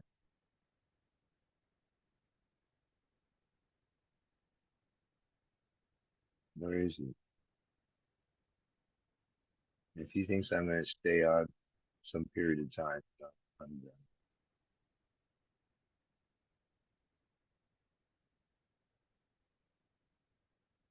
Where the fuck is he? Say something. Guess it takes a minute to come on when you get ready.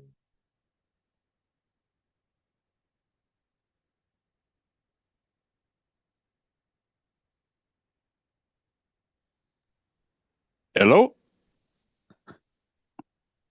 J5, Hello? what are you doing? Hey, what up, dude? J5, you didn't disguise your voice there.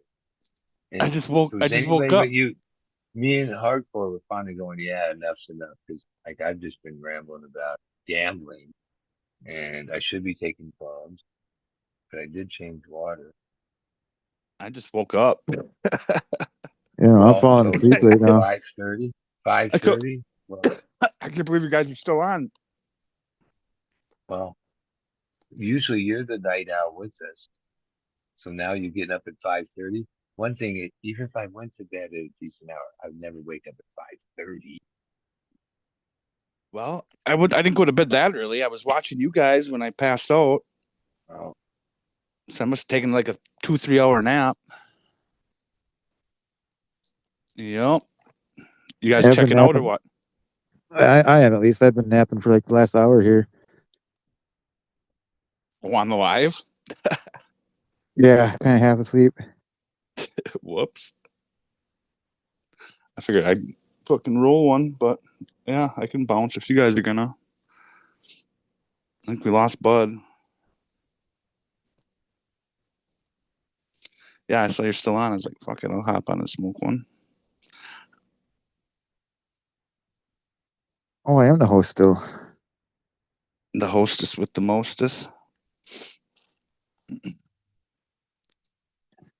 Puffing some Moon Mountain Kush by Black Affy by Headband. Pretty tasty. Smells of gas. Oh, Bud's gone. Oh no, you are. Everyone is. You still here, Ryan? Oh yeah. I'm still here. I just don't Bud know if fell fucking. off. I don't know if I'll end the show for everyone if I press end. Oh, that's fine. I can hop off. Unless Bud's coming back. His phone must have died or something, huh? Yeah, I don't know. Yeah, because I'm viewing it in a weird. Oh, actually, I could just maybe give you host. No, I'll just leave. Well, if I make you host, then you can press the end meeting for all button. Wow, I'll just leave now with you. Well, no, because I don't know. Because otherwise, it'll just be Femi sitting here by himself. Is he here? He's in the background somewhere. But there, you co-host now? Oh, dude. All right, I guess. Then now do you have the option to say end meeting for all on the top? No, it just says leave.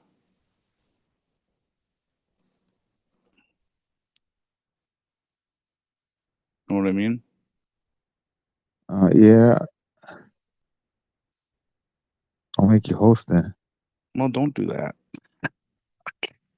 Let's just bounce. I can sit up here by myself. Well, no, I'm just saying that now you should be able to click end meeting for all. Yeah, I see it says end now instead of leave. Yeah. Well, I guess I'll wait like 5 minutes. Bud comes back, I'll fucking stick around. If not, I'll shut her down. Finish rolling this joint.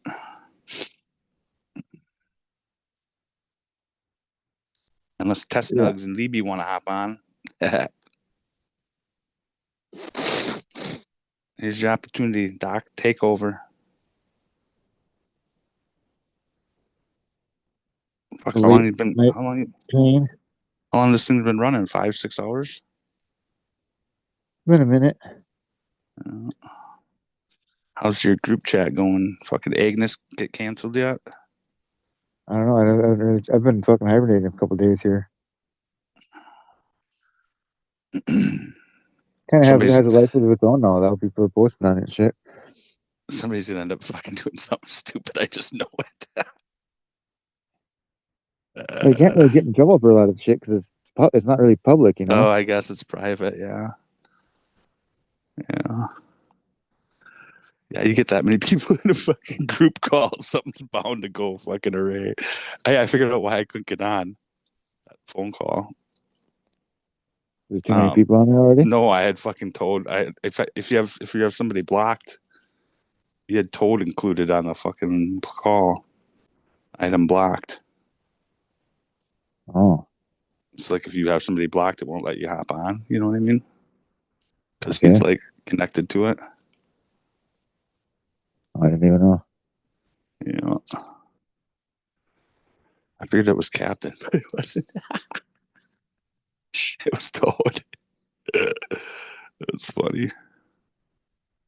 Is Buddy saying anything in chat? Can't check from here. Oh, actually, I can now, can I? Maybe. Because I'm the host. Hostess with the mostest. Nope, still can't. Did Bud say anything in chat? Did you see? I can't see. No. Nothing. Oh, no, there he is. My battery died. This phone has plenty, but resin on the lens. That's all right, bud. Hop on if you want to come back. Otherwise, I'm gonna shut her down after I twist this leaf.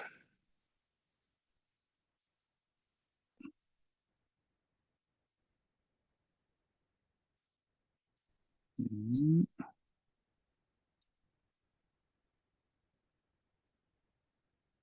You sleeping? Yeah, I'm here.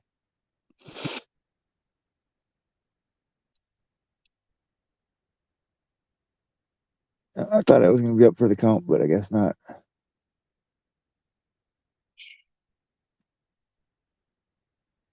Sunday, huh? Oh, yeah. Got some hash church. What else? Old seed person one. Have you been over there? The seed person show yet? I don't think so. I think I sent you a link back a while ago. I mean, I know the name from a long time, but Yeah, he was always on Smart show, Smart and Crispy. yeah, And he kind of took over their time slot when they quit. Coming on. You never really hung over at Smart and Crispy's though either, did you? I've been on it a few times. Yeah. They sent me seeds and shit. Yeah, they're good shit. Gonna miss them. Always a good time. Good vibe.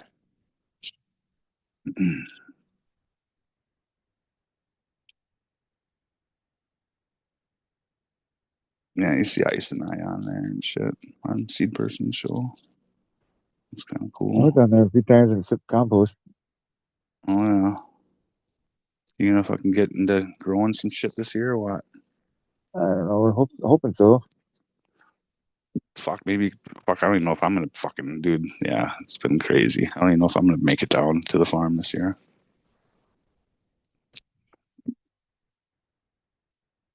I'm still kind of playing it by ear. I don't know. I'd say fucking come help me fucking down at my spot, take over one of the greenhouses, but that never fucking that's probably be a horrible idea. We'd probably end up in jail. Yeah, no, I'll figure something out. I think. Although up to 250 plants, it's only a misdemeanor. I'm pretty sure. So too bad.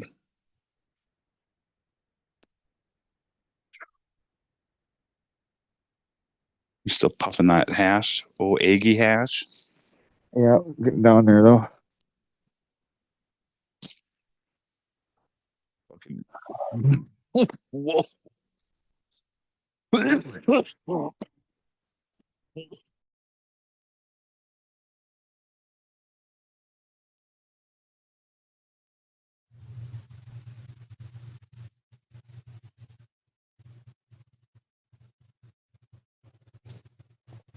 Yeah, that's all I can take. I gotta go to sleep, man. I'm nodding off. Let me check chat once more. Wow. No, nobody's. Oh, well, there's Bud. Oh, he's in waiting room. Fuck.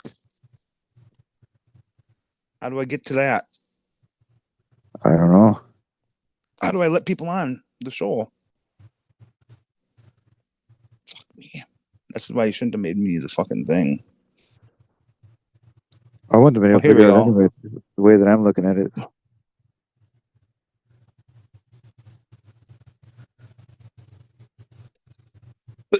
Oh. I think I'm letting Bud in. Yeah. Did it work?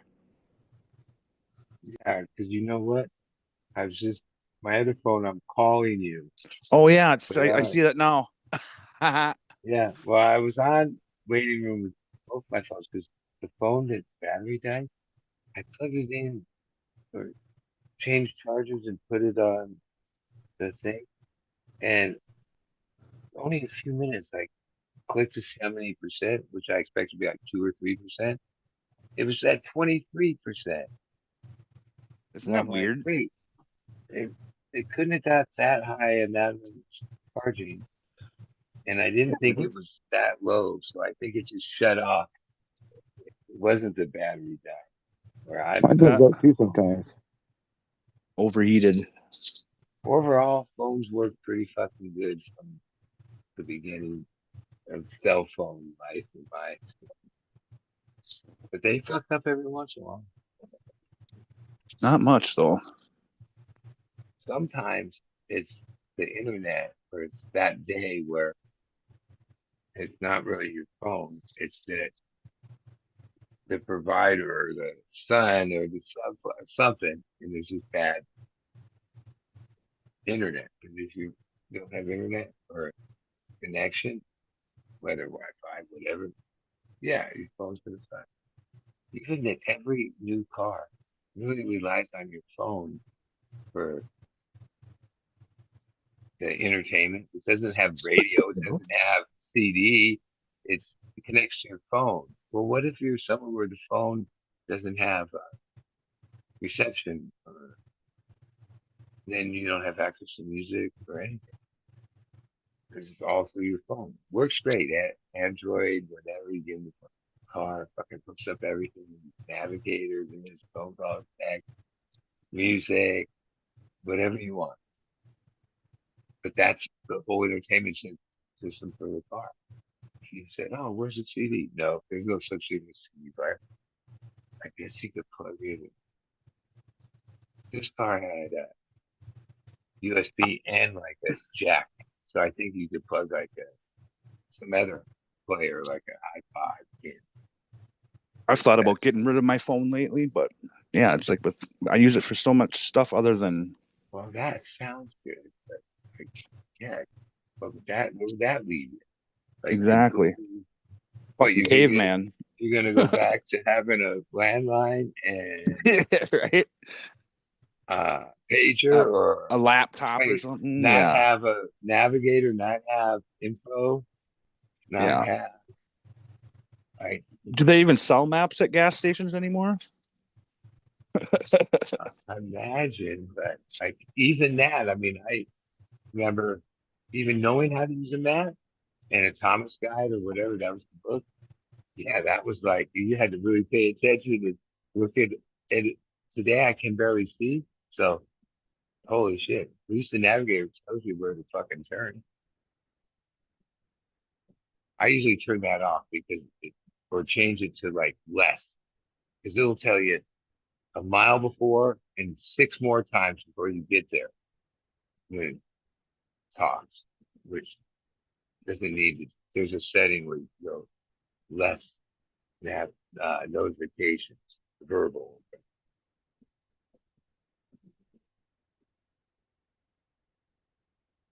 Even though I know where I'm going most of the time, I still like to put it in the navigator because a couple times it's told me, fuck, go this way because there's fucking traffic or different shit. I always wonder the people that are so into it that when they drive by like something on the road, stalled car, or a cop, they mark it in there for other people, like report it. That means they're driving, looking for shit like that and reporting it to the app for people like us. All right. Speed trap ahead. Yeah, that's kind of nice to know. Well, that's probably yeah.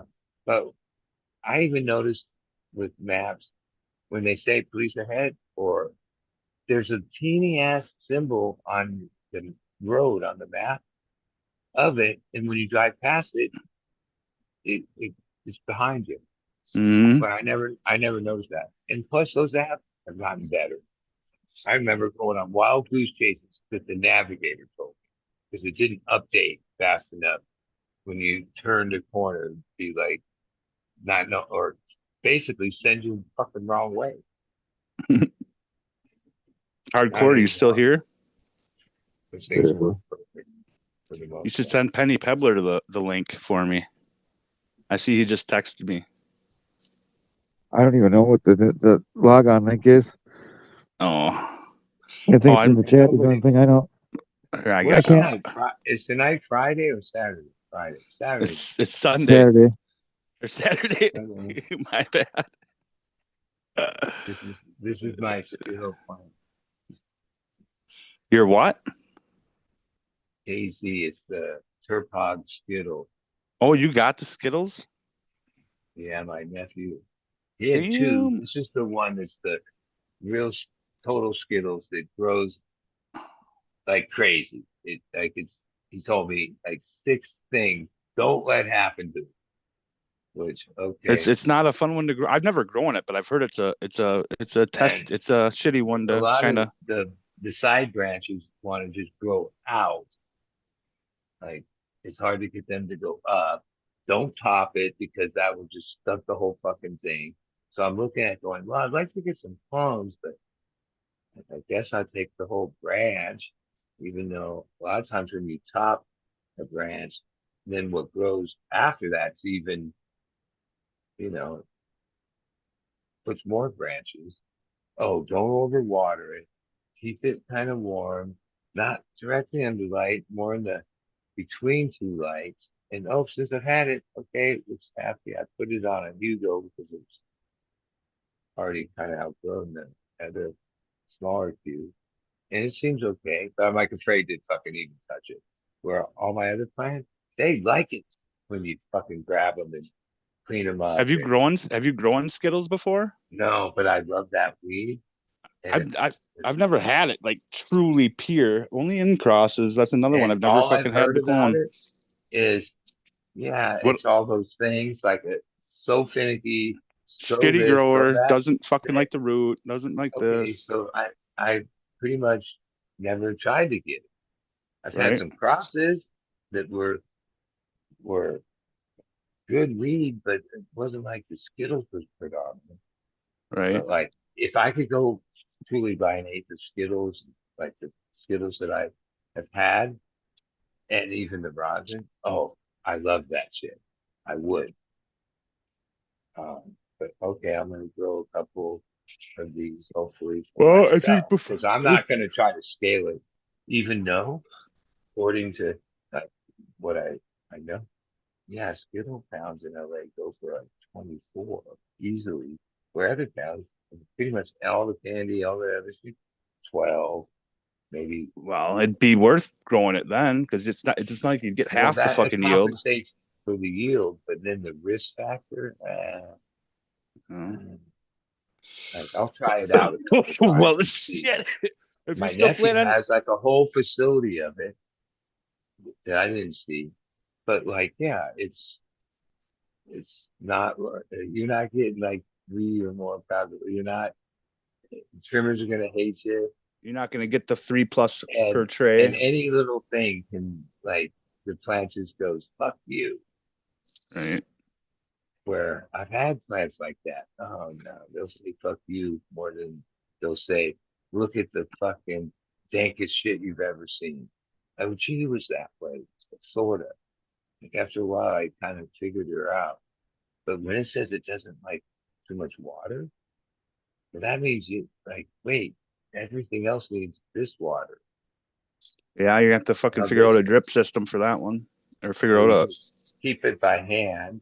Yeah, that's what I was gonna say. Oh, it likes this, and yeah, that's like what I would call a mutant. I remember in seed pots, I'd find these weird mutants that were like they didn't grow like the rest of them. They already was like OG KB. Flower, like the flowering was like, it was only when I was sexing them, and this little piece already had like these little things that you could smell, and they'd be like, holy shit, this thing smells like crazy. Yeah, like that's kind of what OG KB makes me think of. I grew. Did you ever grow that, bud? Yeah.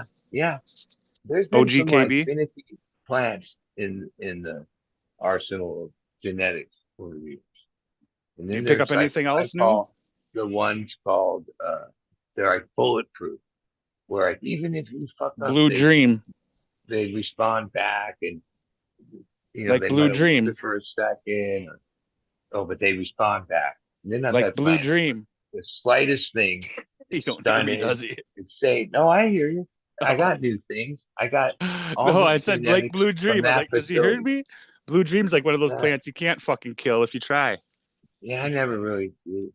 Isn't that an outdoor strain for the most part? No, it crushes indoor too. Yeah, I never did it. I smoked some of it, but I'm not a blue It's a fucking all berry round like lover. best grower It's I've a ever fucking sativa. grown.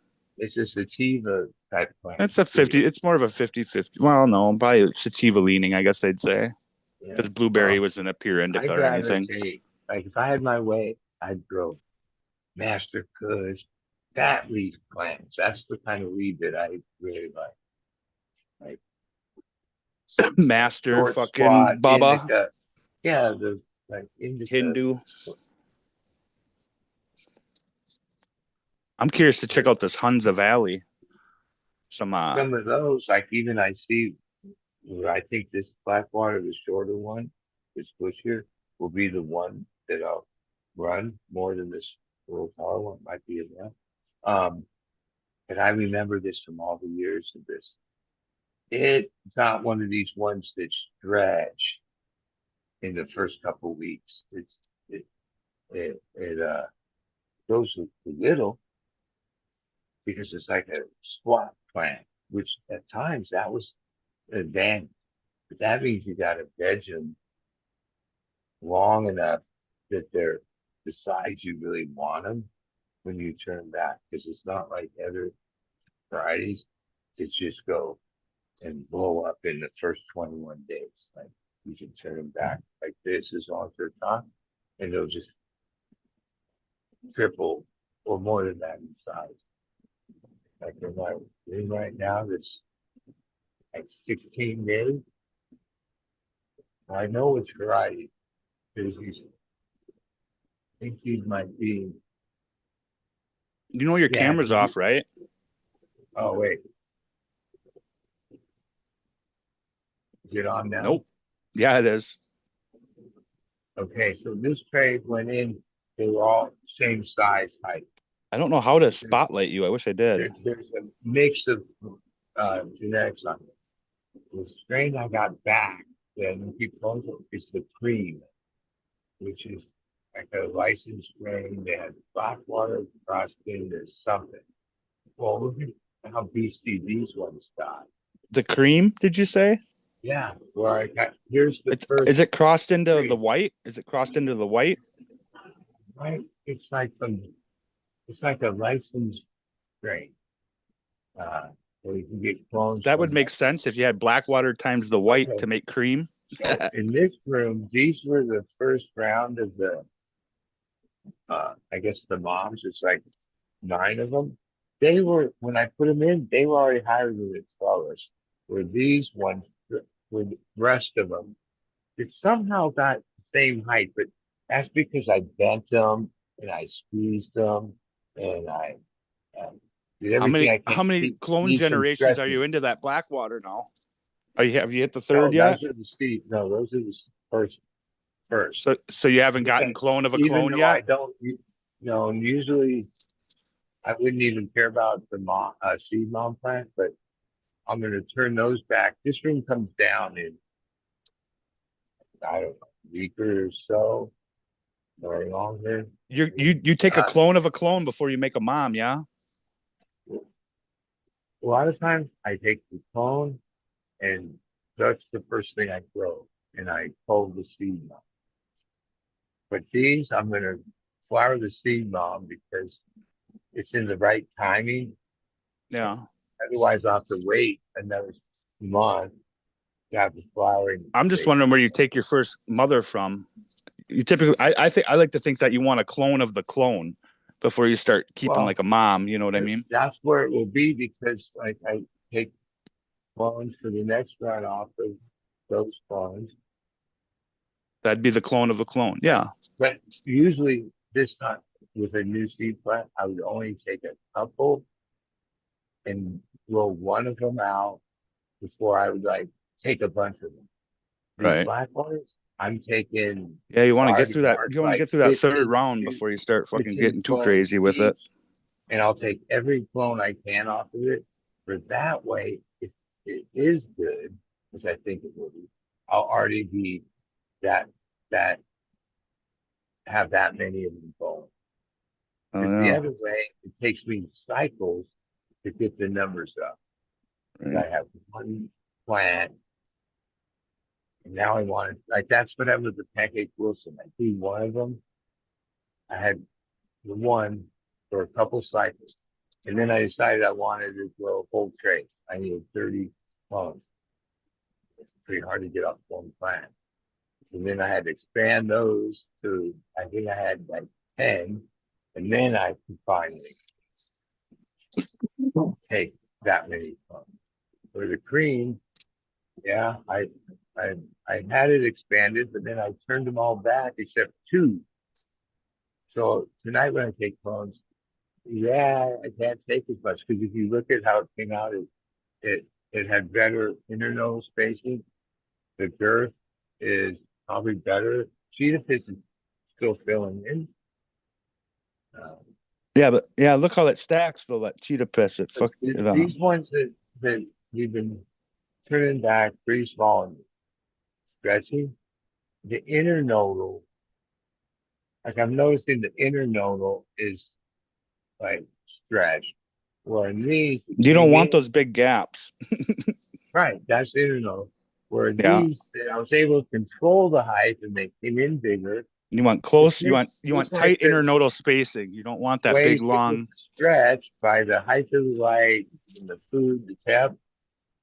If I wanted to keep things from stretching so much when they turn back, I'd have lower temps the first week, a Oh little yeah. different food. But some plants These just I grow do like that, bud. Some plants even just have a. bend. That's why a lot of people Sometimes, select for tight internodal spacing. They'll select for sometimes that. I twist and bend to keep them from getting too tall. These ones I just squeeze the stem and which kept them from. Because like I say, they're all the same height now, but the rest of the room came in way down here. These came in already above the trellis. Somehow only stretched that much. Which, oh, in the next room, the cream are like dominating the plants around it. Right? These ones. Where I can tell by this leaf, even though it's across the big fat fucking leaves on this. Uh, they're like a foot and a half. No, they're 2 feet taller than the other two next on this. Even this one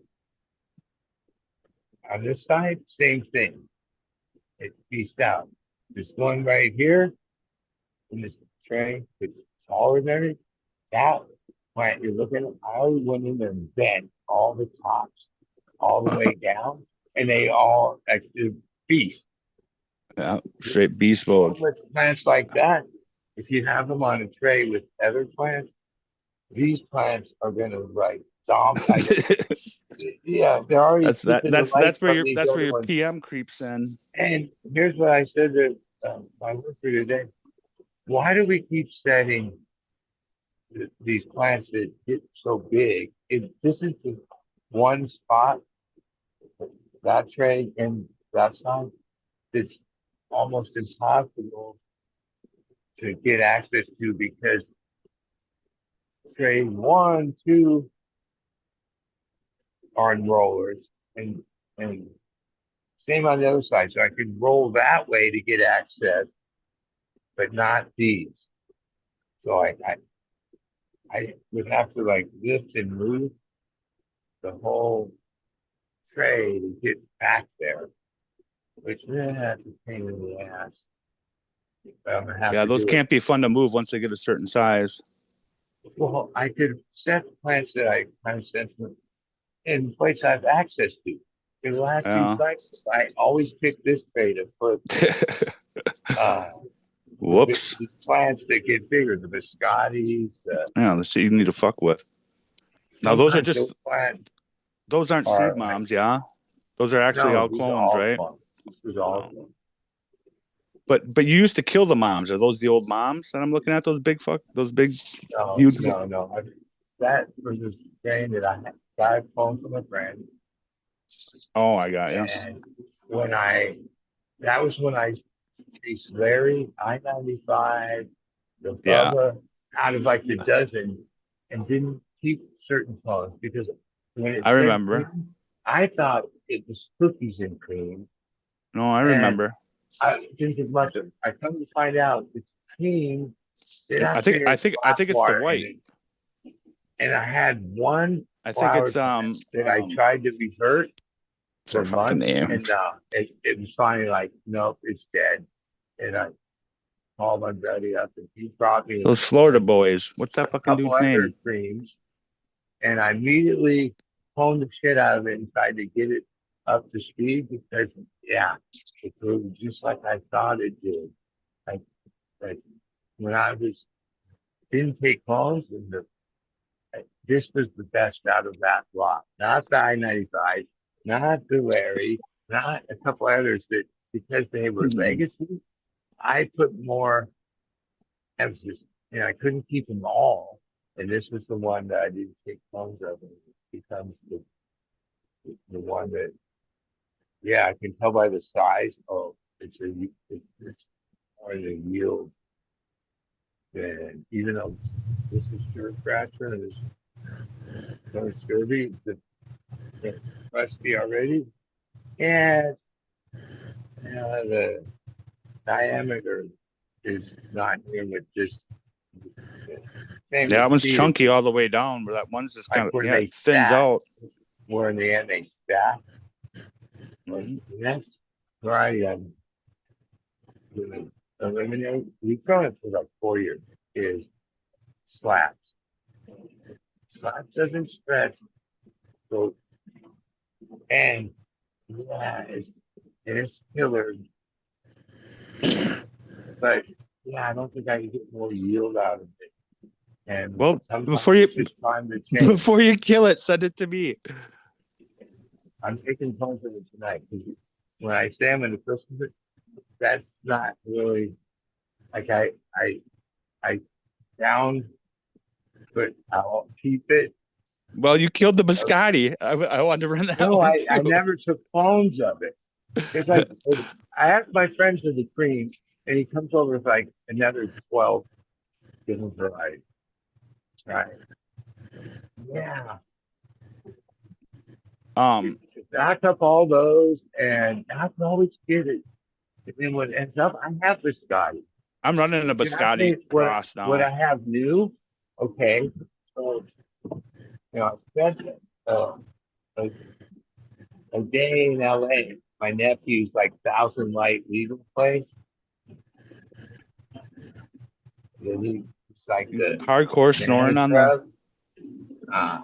That and a few other places in the same block. All the high tech shit. He gave me all the internet. Oh, it's fucking hardcore breathing on the damn freaking. And he had 2 biscottis, B1 and B2. And he said the best one, the one I wanted, was B1. So he gave me these 3. Is that the one that Adam has? No, this is like being run at scale in LA in a metric. I'm running. I'm running the one that Adam. Is like the buddy. Take a breath. Grower. I'm running the other one that Adam has. Yeah, crossed with that white thorn rose, buddy. Let me finish. Jesus Christ. Crossed with that white thorn rose bag seed, like those other crosses I did last year. I just got those from Adam. I got biscotti. And then this one's called the Pope. I got a Donnie. Skittles crossed into Zope. And it's not on leaf or leafly, but he sent me the breeder of it. This one is this one called Q Blotto, which, yeah, these are all ones that are proven to wait. Then the LCG, lemon cherry gelato, which his boss makes a certain percent of the place that because that's what people want. And then this one they called it Super Runs. But when my nephew was giving me, he says, yeah, that's the cut they call 619 runs. I think it's a white runs.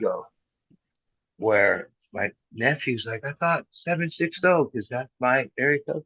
That's North County where I live, but San Diego's 619. No. So I think that's the white runs. Instead of calling it Super Rush, which that's what they call it at their place, I went back to calling it 619. And those are those 1, 2, 3, 4, 5. And then these other facilities, there's a Cap Junkie cut that they run. Oh no, you had That's Adams. Oh, you didn't have Adams Biscotti, did you? You had his Donnie Burger. Well, I have that right here. The Donnie I've Burger. got that. I've got his. I've got that one. Whitethorn Rose bag seed hit the Donnie Burger. He hit that the Donnie Burger with that pollen too. I had. I'm gonna check that out. You know, that'd be fucking. That might be a dope one, dude. This That'd other be fucking... guy that we get good cuts from, and a Fino Donnie Burger, Palomar Mountain. That was the one from I ran, and I ran them.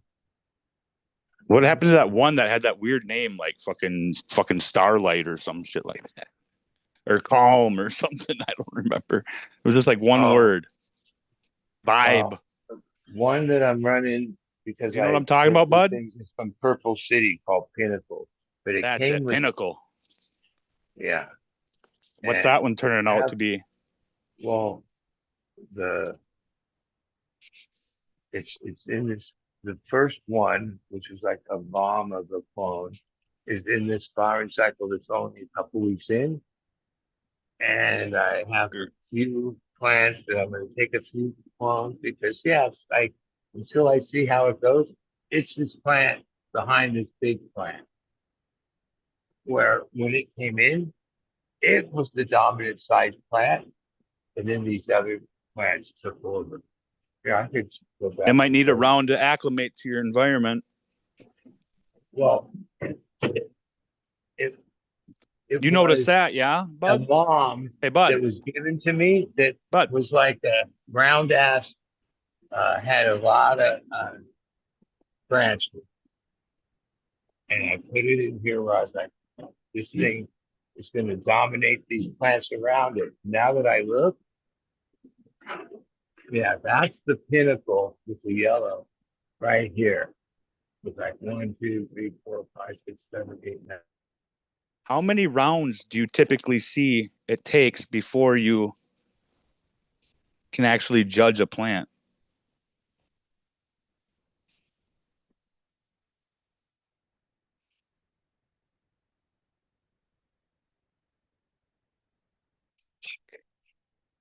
How do I do that? I fucked something up, bud.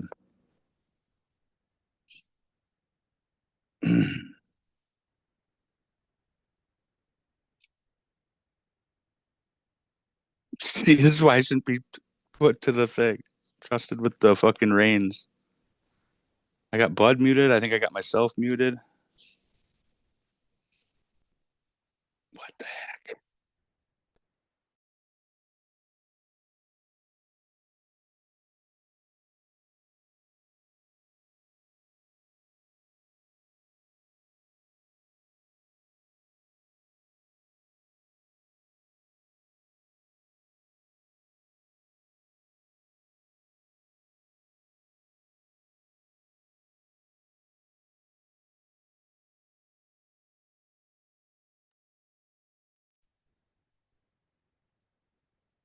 Well, I managed. I think I'm off mute now, but I still up. But why the hell? Yo, Bud, can you hear me? You're on mute.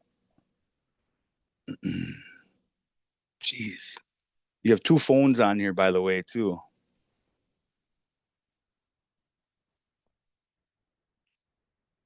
I can't hear you.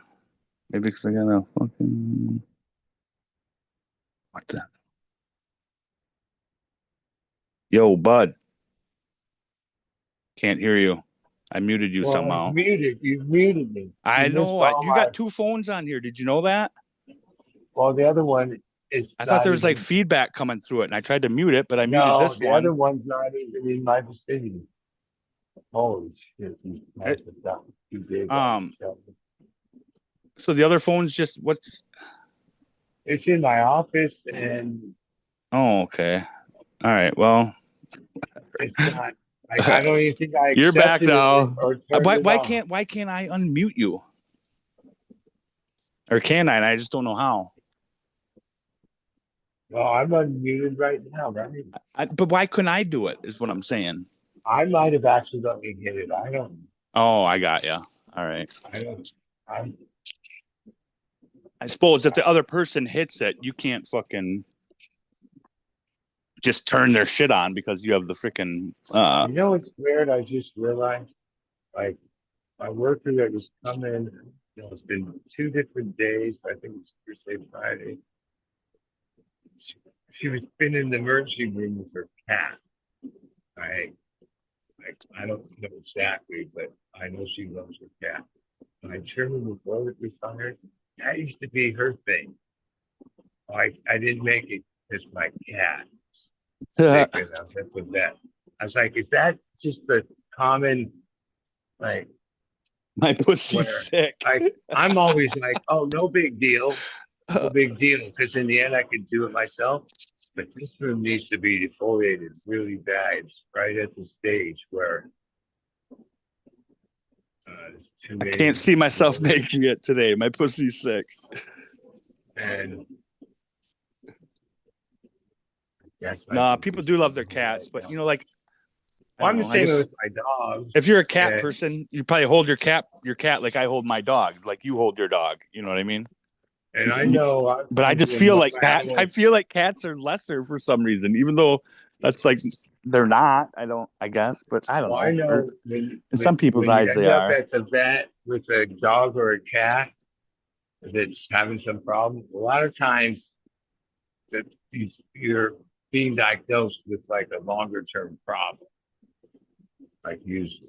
Not, oh, they were just sick for a day. Everything's fine. No, it's just like it's no different from our healthcare. It's even worse than our healthcare system nowadays. Now with and more expensive with Kellogg or whatever owning them all, pretty much. Like what do you call it? The specialty vets and stuff. They're really expensive. Yeah, they upsell you, dude. They were the last time I was there. Dude, it was so annoying. I shit you not. I told the people 3 times, no, I don't need the freaking. The stomach to make their stomach not upset shit. You know what I mean? No, I'm good on that. No, I'm good on that. No, I'm good on that. Dude, it was on my bill. They tried sending me out the door with it. They just put it in my bag. And I said, no, I said I didn't need this. Oh, are you sure? Are you fucking kidding me, lady? Like you just they've had heart disease over the years, and my wife's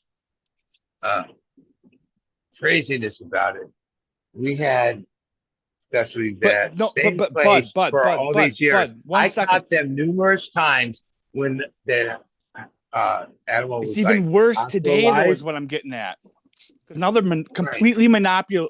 It's a monopoly now. They own everybody. There isn't a fucking vet out there you can go to that isn't under their thumb. And that they're told to upsell. They are made to upsell. Your local so if you thought it was bad before, holy fuck. For the referrals the whole time. It's even worse now. Right? So like when it first started, I went to our regular vet that was, gave shots and all that.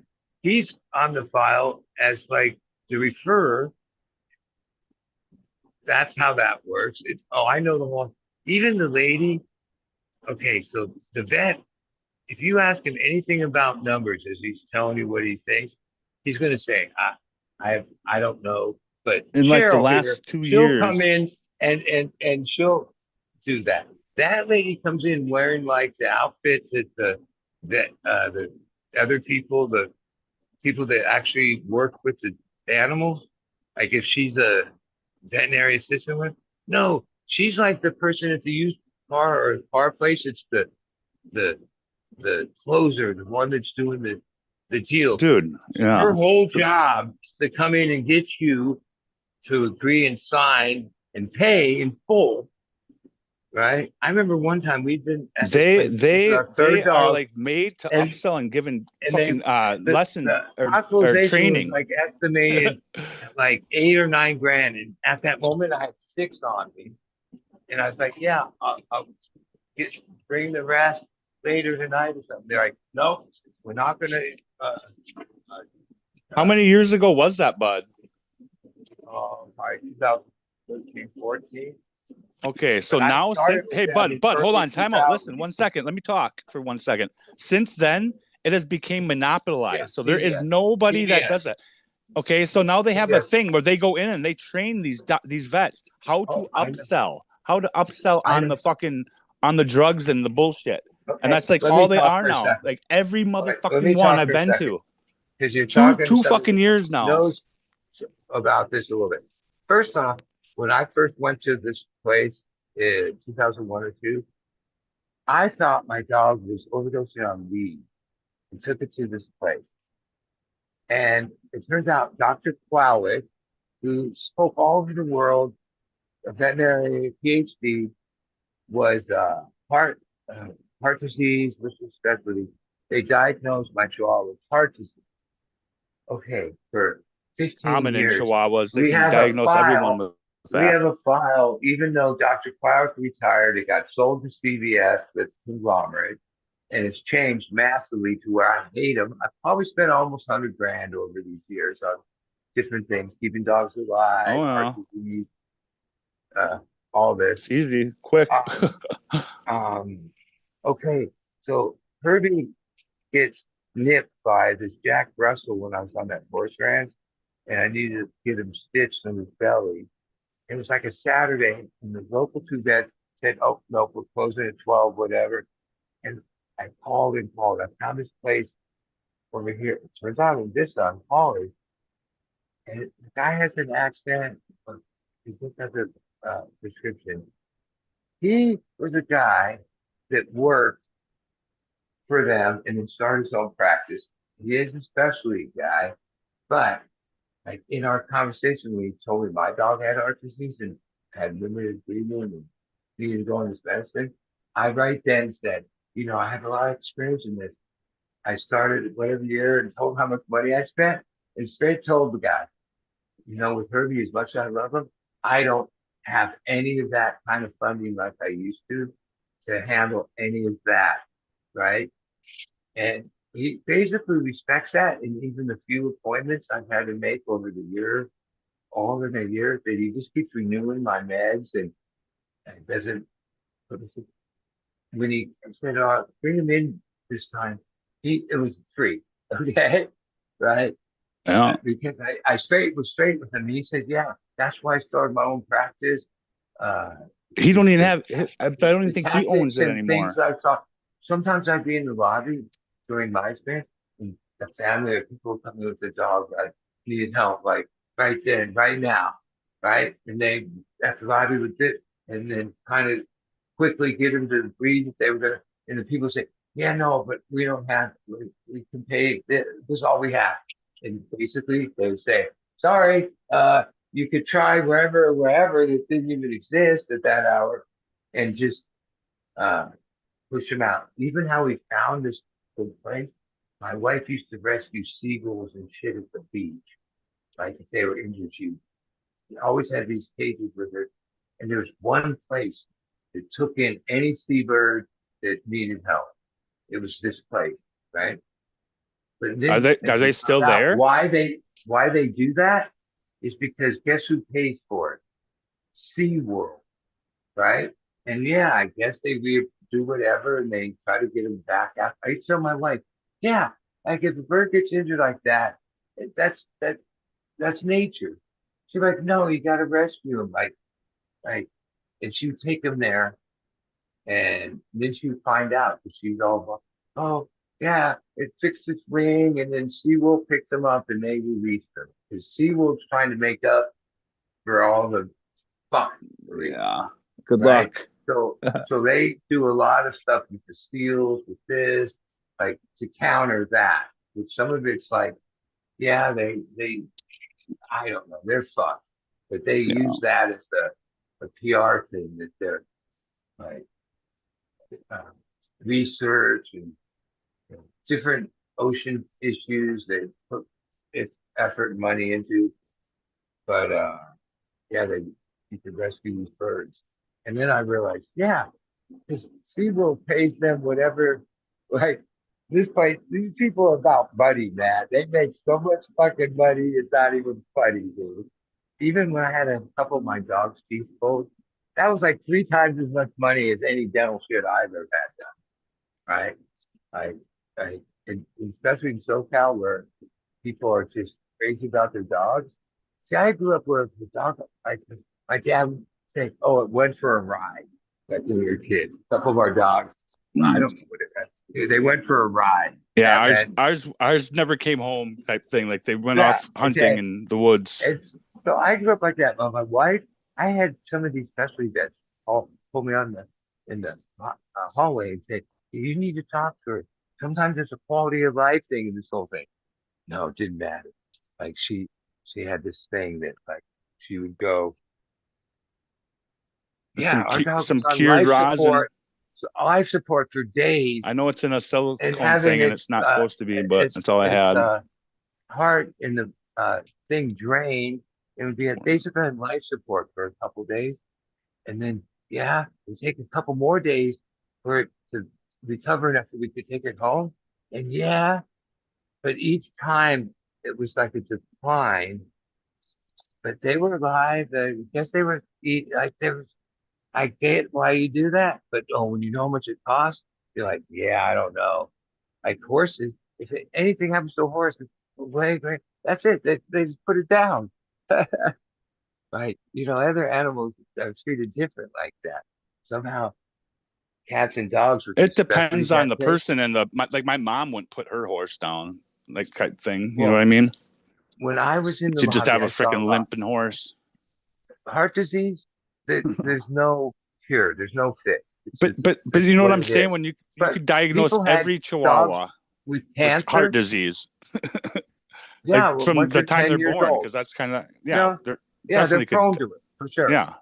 And usually by the time they're 10, which a lot of times toy or small dogs have a sort of lifespan, like 12 years is kind of average. Some of them live long. We had one 19 years, right?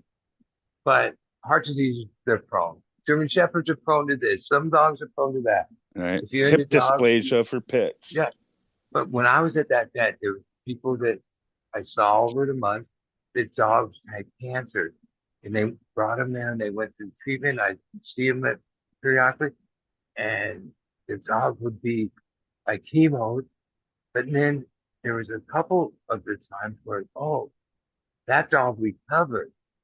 I remember like with my thing, it was like yeah, they don't do heart transplants. There's two kinds of heart disease.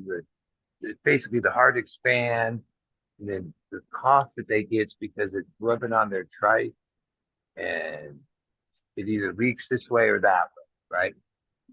And you do everything you can to lower their salt, uh, diuretics to take the pressure off, but it's progressing and there's no way to turn it around. Other people there had cancer, different things, where there was like, oh, you paid a lot, but your dog recovered.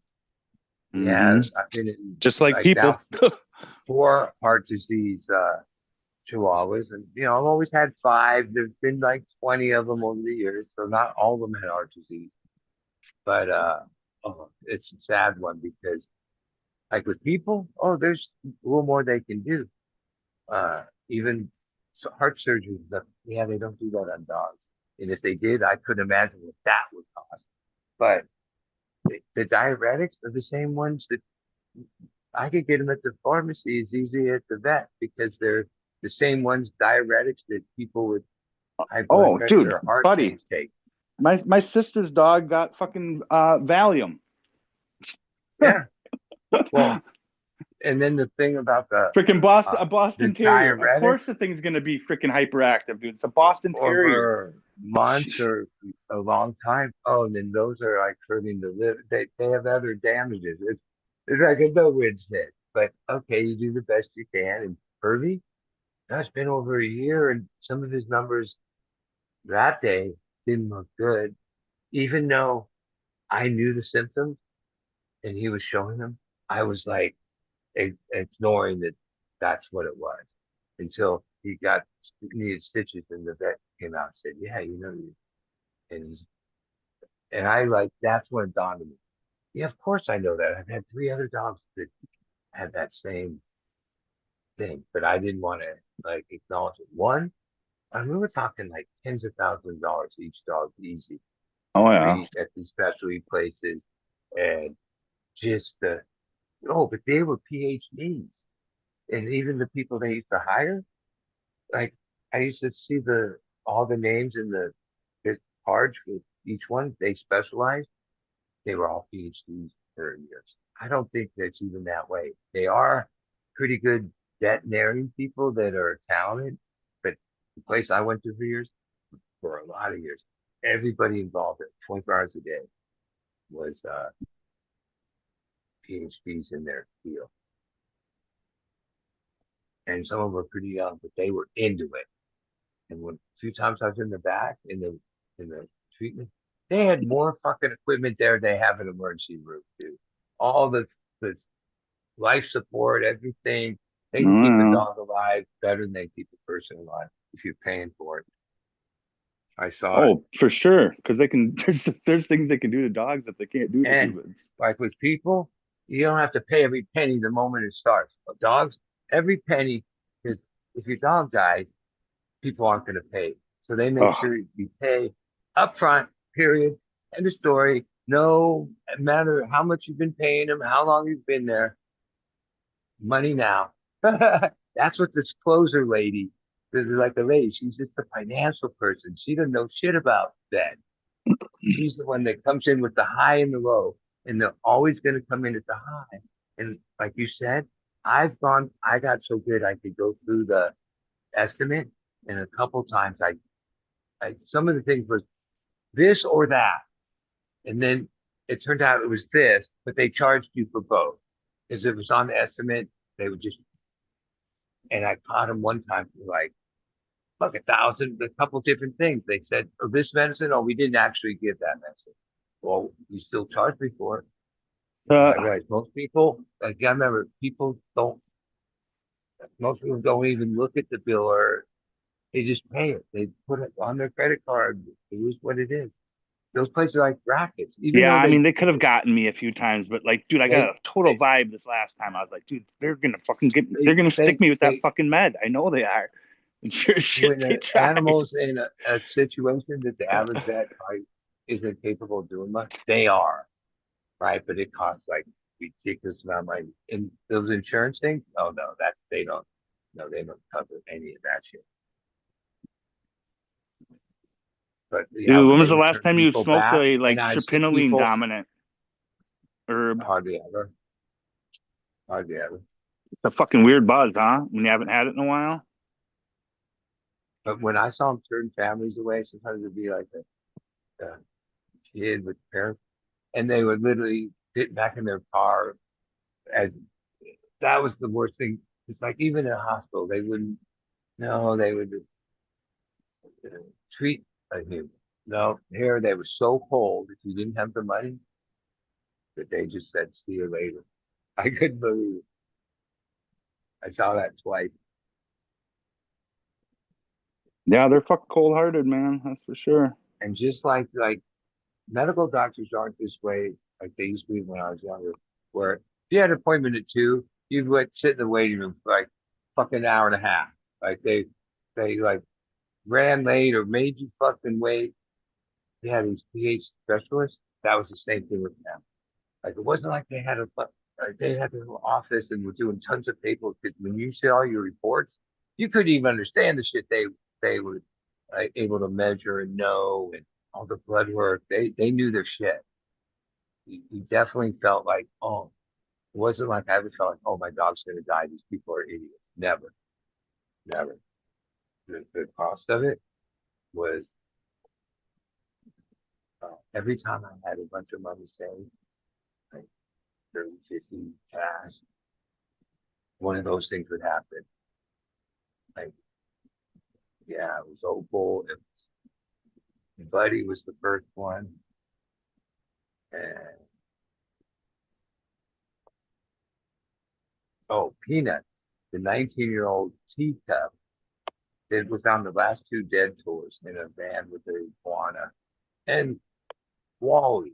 Wally was the first one. And then um, these are from a Repo breeder. Herbie's like the brother of Opal who already died. Wait, the dog before that was his father in the Minas, took third or overall in Chihuahua and third at Westminster that year. And we paid a lot for him, thinking, oh, well, this one is bred by the best. It won't have heart disease. That one had heart disease before it was ever 10. That's when I realized, yeah, I've read up about a lot of this heart disease shit, Chihuahuas. For sure, 10 years and older, it's like 90%. And from the PhD of all, I stopped feeding my Chihuahuas salt at all. Like, that's why I put them ground turkey, just ground turkey. And the kibble they get from low salt. Because salt's like he said to me one time, a grain of salt to you is like, nothing. A grain of salt to this little Chihuahua is like a boulder. And all the foods, even the expensive ones, have higher amounts of salt. Any food you feed them, it has a couple grains of salt. Yeah. Salt and And sugar, salt and sugar. We've outlived their prognosis a bunch of times, like even with Herbie. Yeah. He had an episode, and sometimes like, oh, you can hear his digestion, but some of it, he's got to love the shit out of them and feed them so good that they live for that. And they'll just keep living even though they could die. That's not what I think. Because Tina made it 19 years. She was diagnosed with heart disease like at 14 or 15 or some shit. And she was the tiniest little, she couldn't see, she went blind, all these things, but she lived 19 years. That's a long time for Chihuahua. Keep that. And saw like 2 Jerry tours. Was in the van, out on tour with Wally and an iguana. That when we first got together, we let the iguana out at my parents' place and went in the pool. And we saw it in the pool, but we were like, oh, it's cool. It's in the pool. We thought it was dead. It was at the deep end, just there. We got the net. It wasn't dead. And we said, no, it's like, just leave it there. The next morning we came out. It wasn't there. We looked around every tree, everywhere we You started the outbreak of iguanas. We never found the iguana. And that was like a precious, like that thing went on tour with her. The iguana. You probably started a freaking population of them and freaking. She blamed it on me.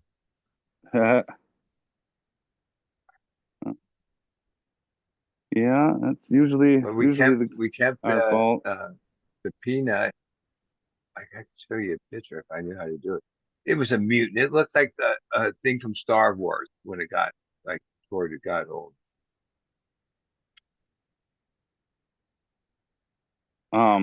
My buddy had a freaking iguana in high school. What's the character, the Bobby thing in Star Wars? Oh, the Wookiee? Yeah, but what's the other? There was another. The Ewoks? All of our Chihuahuas are always long hair. Ewoks? Right? Which you think that long hair is like, oh, that's a breed and short hair is a breed. No, they're random things, but we always had long hairs. And Peanut was a teacup long hair, which only weighed 1.5 pounds. Like literally, like barely fit. Your hand was way bigger than her. Yeah. Like the tiniest, it could have been the tiniest one ever, close to it. Which that in itself would mean, oh, it's not going to live long. Somehow, no. And Sabrina and me love that dog so fucking much that it just lived for 19 years. Bet was like, oh, no. It's all this stuff. We'd keep it alive through some of those. And then it just kept trucking and kept trucking, even though it's like, well, in the end, Opal died fairly quick. And I realized I have best memories of her because when you go through years of like these vet thing and deterioration, then that's your memory. It's hard to get past that memory. Yeah, it is. I realized that with some of the dogs that what we did the most for, that was the hardest to the Get memories over. change. Yeah. Yeah, because some of those middle of the night trips to the vet and the whole torture of, oh, see, oh, it's on my, like, you'd be in the lobby in the first couple hours. They say, oh, we're not sure the heartbeat's coming around. Like, it was crazy. It was crazy. But ultimately, that place was like, yeah, they knew how to save a fucking dog if you were paying for it. They really did. They had the fucking top of the line. But then, like you say, it more. The last time it was already that conglomerate thing where I said, oh, they still have my record. And the funniest thing is, all the dogs at that from that place to the new place are all in my our record. And the first page of it is the first intake. We showed up there at like 2 in the morning and told them we think our dog is OD'd on cannabis. They're like, yeah, well, like what, like a teeny? And we said no. Like this is back in prohibition age. We basically said no. Like we trim it and a lot is cannabis, a lot of exposure because we thought that when we would trim such and stuff in the kitchen at that time or in the dining room area on this table, the dog like was getting OD'd on the weed. We really thought that. We didn't know this heart disease, this Dude, cough, that's and this horrible. The first time I dealt with lethargic. that, boy, and my dog and couldn't and walk. they brought the dog in and pretty immediately started going down the the heart disease thing, but tested the dog for cannabis. And the next day, when the Dr. Quowick, he wasn't there that night, but I was lucky to have the first dog experience with him because he was the expert of all time. He was this older guy. He was really, and he opened that place not to become this, but oh, I know he's one of the founders and got paid fucking mega, right? Because they grew, right? And CVS was this one down the street that was the counter to them, but they became this conglomerate. They run under a bunch of different names, but like at this point, if I called one, that's what would come up in Google. Like they have every area, and yeah, they specialize too. But I don't. It's different now. Yeah, but every over the time Dr. Crowd retired, I had different vets that worked for them, all pretty good. Um, First thing they do when we come in and first appointment meeting with them, they look at the first page of the file. I remember it like the one lady was like big South African, kind of hot. I always thought she was hot, but she was a top vet, PhD, and I remember the way she looked at us after she said, "Oh, I guess we're the owners, whatever." They described us a certain way in their lingo. Had come to like it's described when we walked in and said our dog OD'd on me, right? I think your So, camera's off too, bud. oh, they that every vet, even if I went back there today, that Maybe it was file just me. still there, thick as fuck. It's 100 grand, I'm sure, right over the three.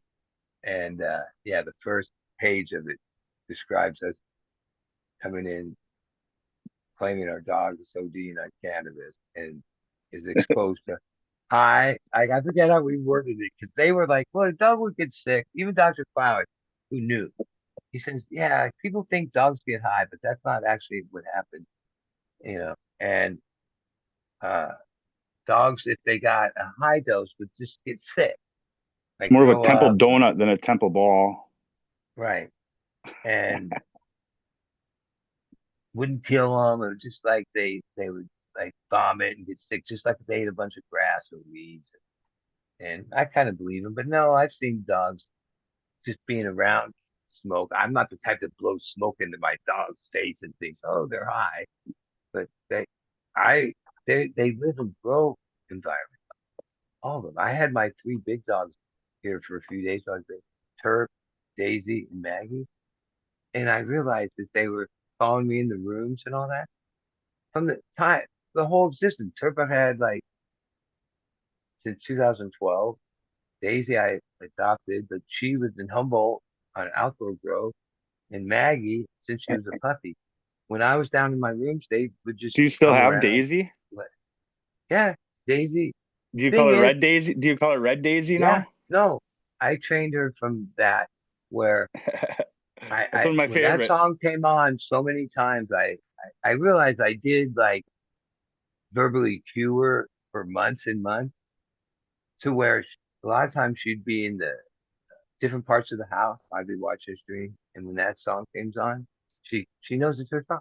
Even the other night to show Jessica how she would react, she was curled up over here, and I queued up a version, and boom, she came right up to me because she knows that Red Daisy, Red Daisy, like she knows that's her song. Okay, so I did, but I dig that my dogs song are too. all like really perfectly behaved, but it's not because I trained them. It's because one, they got older. I spent a lot of time with them, and they can read like cues. Like, uh, but I never like tried to train. And Turk, when he was younger, dude, people would because he had tags would call me and say, "Hey, your dog is over here." I say, "Where? I'll come pick him up." They'd be like, "Give me an address." It'd be like 5 miles away, right? Because our place had no fence line, and when you sometimes he'd be gone for days. You think, "Oh, he's never coming back." Then we found out this one Mexican lady and her younger kid that lived on the same driveway up, but way far away, had kind of thought it was her dog at times and had this area that was fenced in and would like basically uh, keep him there and feed him good and all this. And then my neighbor told me, yeah, she thinks it's her dog. And I went and talked to her. I said, no, he's lived up here since the time I moved in. He's our dog. She's like, oh, it was okay. And I said, don't trap him like that. Because when he would get out sometimes from there, he'd come back, you could tell he was like, because he was a free dog. To this day, he wanted to just be outside on the concrete outside. He'd rather be outside anywhere than indoors. He's like that. I don't know if this is going to When be a I good if this is a good when I idea or took not, over bud. the house, the landlord said, "Oh, I'll call animal control. There's like a wild dog that lives. We put water out for him, but he's no one's dog. I Our bet you didn't our have dog, rats around there. dude. He lived on rabbits and shit, and had so many ticks on him. It took me Oh, weeks of I hate combing him that. out, Those fucking ticks. and then I said, even by that point, I told him, no, I, he's a good dog. I want him, and and and then he became the best dog. I lived on top of this pretty high mountain, not that high of a mountain, a hill, and on both sides there was different packs of coyotes that would yip and roar, and you could tell they wanted to like breach the fucking hill. My other house was on a hill. I found scat. They ate the tops of my uh, sprinkler heads off. They got Oh, in the trash numerous times. We saw them right outside our sliding glass window at, a couple times, and we had a Doberman at that house. Um, but the coyotes present 10 years at this other place, and I used to walk the property all the land. I never saw one trail, one scat, one anything. When Maggie, when you hear coyotes and it sounds like there's like 20 of them, there's actually like it's 5. 3, right? Yeah, But Turk, exactly. and then he trained Daisy all night. That was his job, right? He stayed up all night, and even like that was what he did. I didn't teach him to do that. And basically, him and Daisy, when Daisy started That's it, really fucking they cool would though, bud. they That he would got to like act live like his they were. same life, but live He it would with bark you and feeding then them. run over a few feet and bark different. And so he was countering their uh trying to sound like there's 20 of them with him and even out That's here funny. across the railroad tracks, every house has dogs, little to mid to whatever. yap at each Did you other. get them? Whatever. Yep. Did you get them? Yep. Yapping too? When my dogs were here, they like Terp. He's like a brindle pit. He has this like deep, like Oh yeah. like he's a hill dog. He's not a Got some city dog. bass to his voice. Yeah, same with Maggie. And then Daisy's a healer that's like A she little plays yipper. it. Even Turk always hunted rabbits and stuff, but he didn't eat them. He would just chew up the head and then put it like in front door, like That's as like yeah. like That's his you right. that's his But payment he taught like for next thing room you and know, board. Daisy and him I saw numerous times. Daisy would go out into the brush and bounce like this healer. That's what she did. She would bounce up and down pretty high. And what she was doing was like uh, getting scaring them this way for Turk to get them. They worked as a team, right? Oh yeah. And yeah, Turk's got a little arthritis. He's older, but he's like 13, 14 now. And even when I realized 2012, I kind of heard terpenes a bit around the High Times Cup and stuff, but it wasn't like uh, a Ugliest word pot, like it sometimes is the best. today. Terpenes and terp, right? And everybody in my life was pot growers or dealers, everybody. I named him Terpene. And for like a year or so, I just remember everybody, even my old partner, Scott, Chris, everybody would say, Terpene, what does that mean? What's that name? And I'd say, oh, Terpene is like the pot. And we nicknamed him Terp.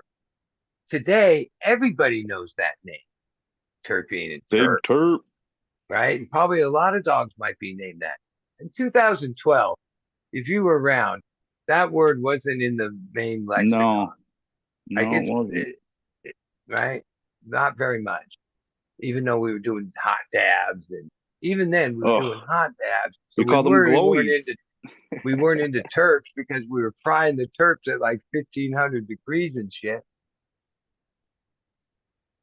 You're wasting I it said if it that ain't glowing.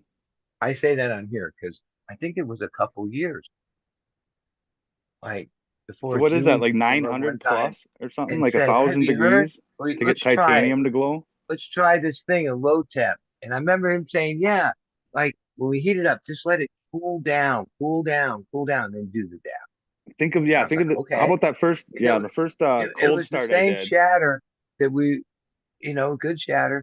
And I remember hitting it that way, cool down. And I was like, holy shit, this shit tastes great. Like, what the fuck? Like, Yeah, it was like the it was first like cold start I did, it was like a freaking yeah, life-changing experience. but like there we were out at all these events. All the booths gave away dab. Red hot fucking titanium. Glowies. It was still glowing, and he dropped it on them for a while. And I was thinking, wait, nobody? I mean, no one thought, wait, should we try this at a lower temperature? No, like it wasn't. It took this period. Like when Zooey found out, I was from like, he was connected to his own info. Uh, he told me we were at High Times booths like monthly at all the states and hot dabs, hot dabs, hot dabs, hot dabs, right? And then all of a sudden, low temp dab. Where to me, like, how did it take so long to think that low temp dabs was the way when glowies was the thing for like a pretty long period of time? But Like the I first, think a lot of it had to do with it. The shit was so damn expensive for one. You know what I mean? Like people are still yeah, getting but fucking.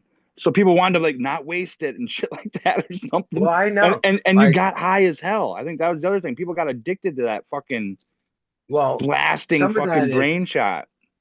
yeah, if you take in a hit of anything at that temperature, that that kind of smoke at that is part of the effect.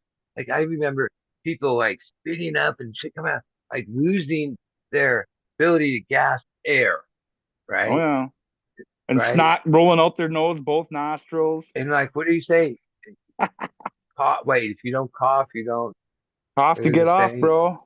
Okay, well, this is taking cough to get off to another place because, like, I used to no have moisture. some of those hits where I felt like, yeah, I was deprived of fucking oxygen, Hmm. right? Right? And oh, I'm the type to take really low temp dabs, and I Q-tip out like what other people say, why are you wasting so much? But I already know the things I want off of that hit are all low boiling points or vapor points, and are are gone by that point. The good's gone already, right? And the remaining oil, yeah, nah, like, you know, it's not that serious to me. And I don't think that, I think if you hit it till it's dry, yeah, that's where you're hitting all the shit that's not The necessary. Same thing, carcinogens. like when I used to smoke bowls and pipes, I would smoke the green and then spit the cherry part out.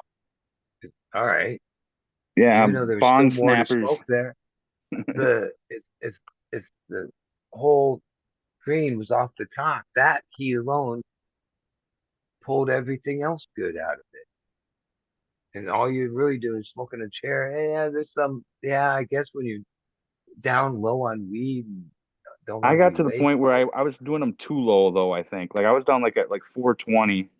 I hear some people even That's, getting into the 300s. That's just too low. yeah. I think you got to be But I like right take about 500. relatively small ass dabs because I smoke cigarettes and somehow it really makes me cough if I take bigger ones. And yeah, it's just that snap. And I don't hold it in. It's like poof. And because one, I really got that way last year when I had hernia and waited for surgery for all these months because I couldn't cough. And No, I pretty much I stopped remember. smoking dabs, but every once in a while I'd want to get like want a little bit, but I'd smoke it in a way that was no cough. And then even when I recovered and first started smoking, and to this day, because even if you have a mesh in, and one thing I realized when you cough, guess what muscle? I don't know what you call Stomach, it, but your core, yeah, that part of the abdominal. yeah. And oh fuck that. I'm not re-injuring my fucking hernia. No way. That was brutal. Took like 9 months, mainly because insurance companies kept referring me to wrong doctors. Oh, what a fucking nightmare that was. Cheers, bud. I'm smoking the Strawberry Cough by Original Bubba Kush. And it's fucking tropinoline for some fucking reason. Every pheno. Okay, but if it's crossed directly to Bubba Kush, does it got But the it, Bubba, the Kush? no, Like that's nothing. predominant. Yeah, that's what Nothing. I've noticed. But There's but been but some but process Bud, that Bud, say this is a Bubba. different Bubba. This isn't the P98. This isn't the Katsu. This is like the OG looking Bubba. That's how it was Well, described to me. is that like OG looking Bubba? Bubba or golf balls, fat leaf, uh, stout plant. I don't But know they what were I don't know where the Kush. fucking Jack That was Turks came from. like even Master Must be the Kush and cough. Platinum Kush. Those are fucking Kushes too. But to me, the king of all Kushes, Bubba Kush. Bubba As far as that Master, Kush, just pure Kush Bubba smell. Master Hindu. They're all Hindu, I guess, when you look at it. Which when I was probably before I was 20 years old, uh, Yoa, who's still my friend today, deadhead friend, he lived in Beverly Hills with his mom, and his mom had connections with him. I think it was like a half ounce. It was like, luckily I got that.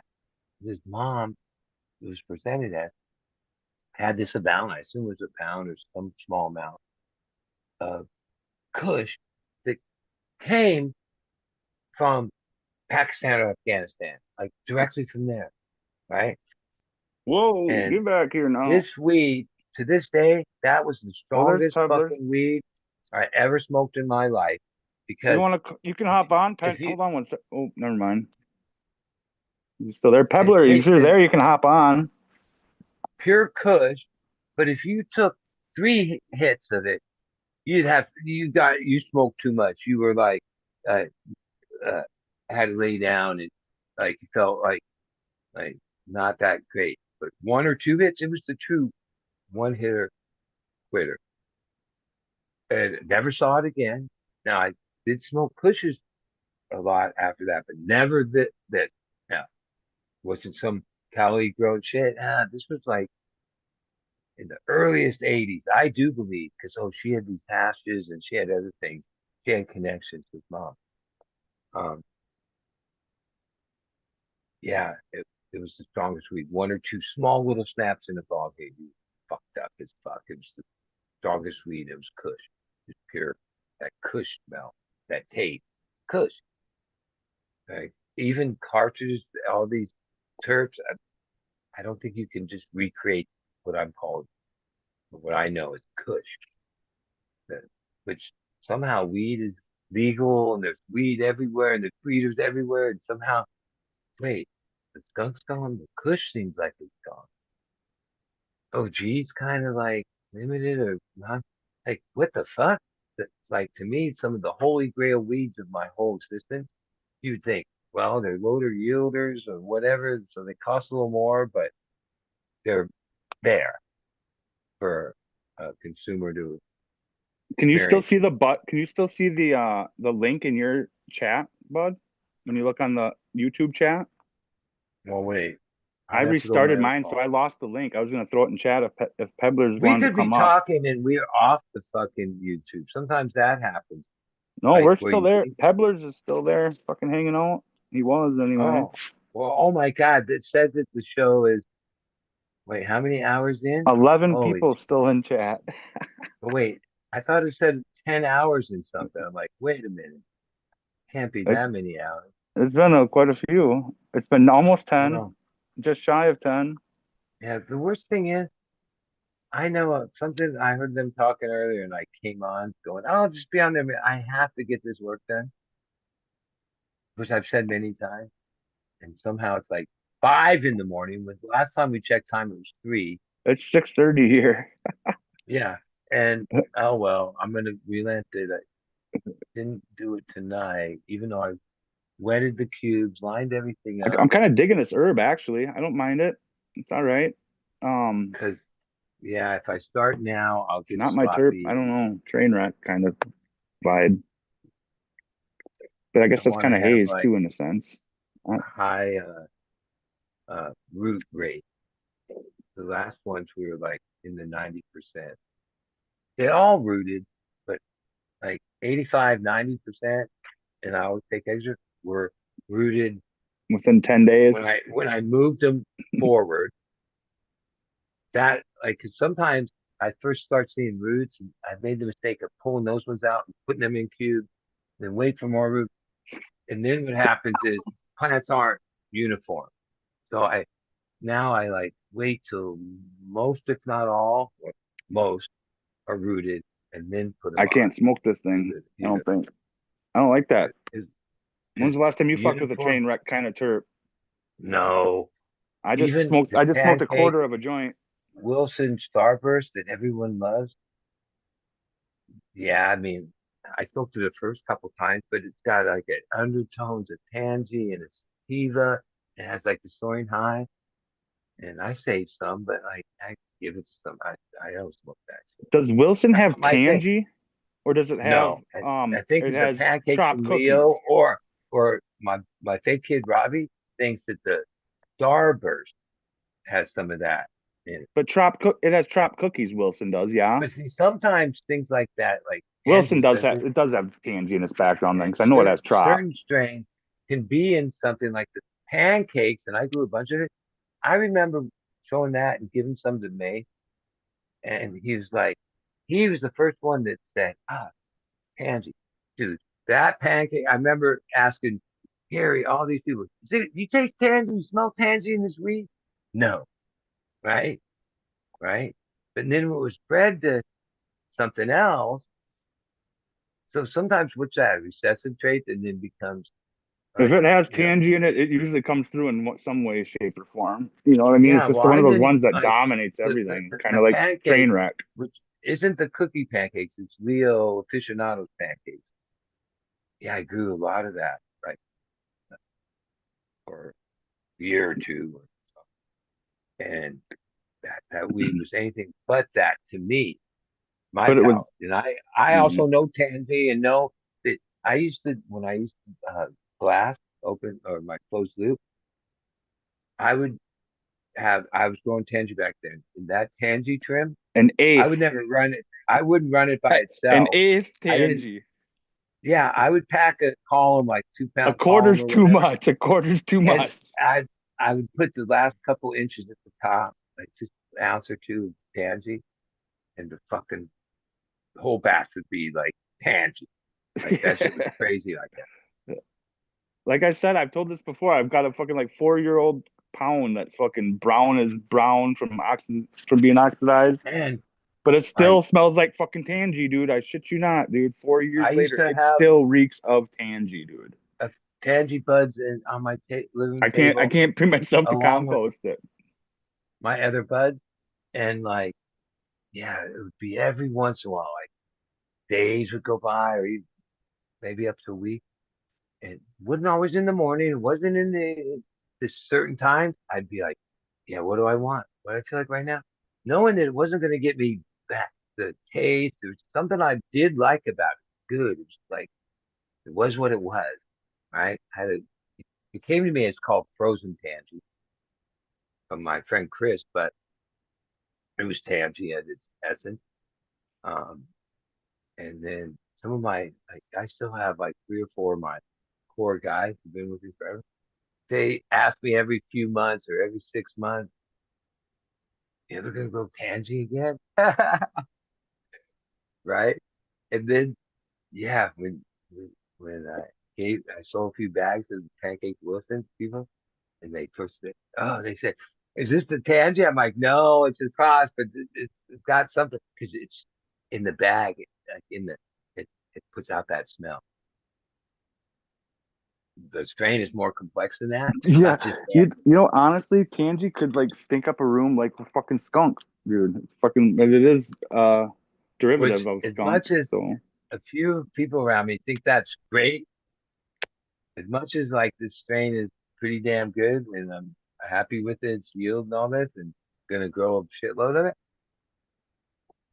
it having that tangy in it. Okay, the first plant, I was smelling it like a couple weeks in and further, and I remember going, God, this is unique. I can't. What is this smell? And then around week 5 or 6, it was the first time I said, "Wow, I'm starting to smell tan." I remember telling Robbie, "Yeah, it's fucking weird. It's starting to smell tangy." And by the time it finished, yeah, that tangy was undeniable, but it it's not tangy. It's Starburst, it's Wilson, and there's a lot of more to it. But you can't deny that there's like a base of it is tangy, right? Right. So if you're not a tangy fan, this wouldn't be your out. No, no. It's and a that's the. tasty, sorry thing, but I Do you like think the I Starburst will have more Tangy in it, or the Wilson? well, okay. Or I've never grown or experienced or touched with the Starburst 36, right? Mhm. But it's one a hash thing. It's really a hash. It made its name off of rosin, Right? so I It's a. imagine it's a good I can. imagine it's a Z fucking. It's Skittles something. I don't remember what. So I imagine there's a chance that like certain strains that were pretty much made Blue Dream, Tangy, a lot of others. What do you think was bred so many times ago before most people can even remember that was made into this, that made into this, made into this? There's like only these base things at a certain Paleo. A lot point. of it derives from Skunk One. The majority of it, Yeah. honestly. And I think most of the grape derivatives come off of Mendo. And I'm not a breeder and I don't there's probably other things that play into this, but like in the early 80s or it probably started in the 70s. I always think about the guys that grew in that prohibition time, mainly outdoors up north, and like had these projects where they were just trying to better their results, Right. the weather, the timing, everything. And probably took, because back then it wasn't like, oh, if you did that, you had like one season a year for the most part, right? So to do any kind of like breeding and selecting and But they would had to breed take that them. year. They would select the best and they would breed those together. Then the next year they would select Okay, the best, breed those okay. together. That took a long time to achieve some of Yeah, the great it results did. that came out But of it, it does come out right? pretty fucking quick, dude, in cannabis. Like you find that fucking early flowering one, you can be Yeah. locking that trait pretty fucking But quick. You can today lock you have in. people doing hundreds of plant phenos, thousand plant phenos. I don't think that's how they did it back then. Like, No, like, well, they grew it. I mean, in some cases they did, but and that's some of why I remember having certain connections when you had the fires weed, and the next year when you tried to hook up with them or you hooked up with, yeah, whatever they had didn't like. It wasn't all that. It was either the weather, whatever. They weren't trying to sell it for all that either. But like I remember way back then, that was kind of how a couple people I knew. A lot of these were young kids that were deadheads that grew on BLM land between tours and head up to the fucking to the hill for right. the. The, yeah. And they didn't know what they were doing for the most Then they'd part. hit fall. They'd hit fall and catch the end of fall tour and fucking into winter. And then they come back on tour with all this money, and most likely the next year do the similar thing, maybe in slightly different area, and probably with another whole handful of seeds. Right? And so that all of a sudden, the year before they were fucking king of the fucking hill with the dankest shit ever. And the next year they had stuff that, yeah, it wasn't really all that. It didn't look like that. It was like, it didn't happen. And that was just kind of the way it was. Like some of the best connections I had weren't steady like that.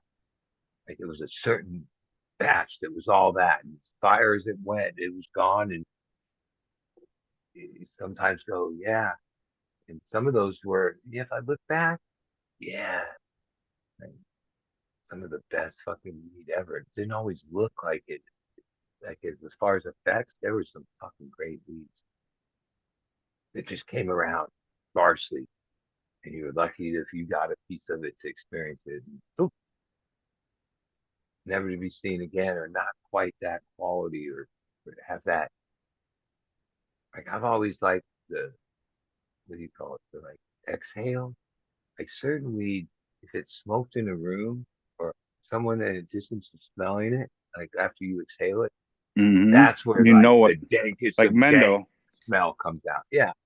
And there's some other ones. Cheese was like that. Would linger in a room Yeah. for fucking Like hours. mainly, I guess I learned to appreciate that when all this first started for me, was that mainly at Grateful Dead shows where it'd be like 10, 20,000 fucking people or festival, more people. Oh, Bud, did you ever find out And if you had everybody the was link or trying to not? get the best weed, but every once in a while, from somewhere in the distance, some smell would come wafting up to you, and you were like, "Holy shit, what the fuck? Yeah, Where's where's that?" that? And a lot of Follow times, your nose. yeah, you got to somebody that's like, "Yeah, but I'm not selling any.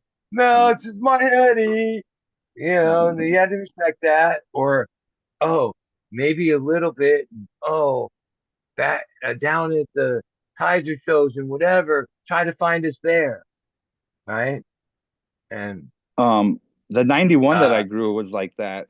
Would draw people even in it. back then, you might have had a way that they could reach you through some service or something.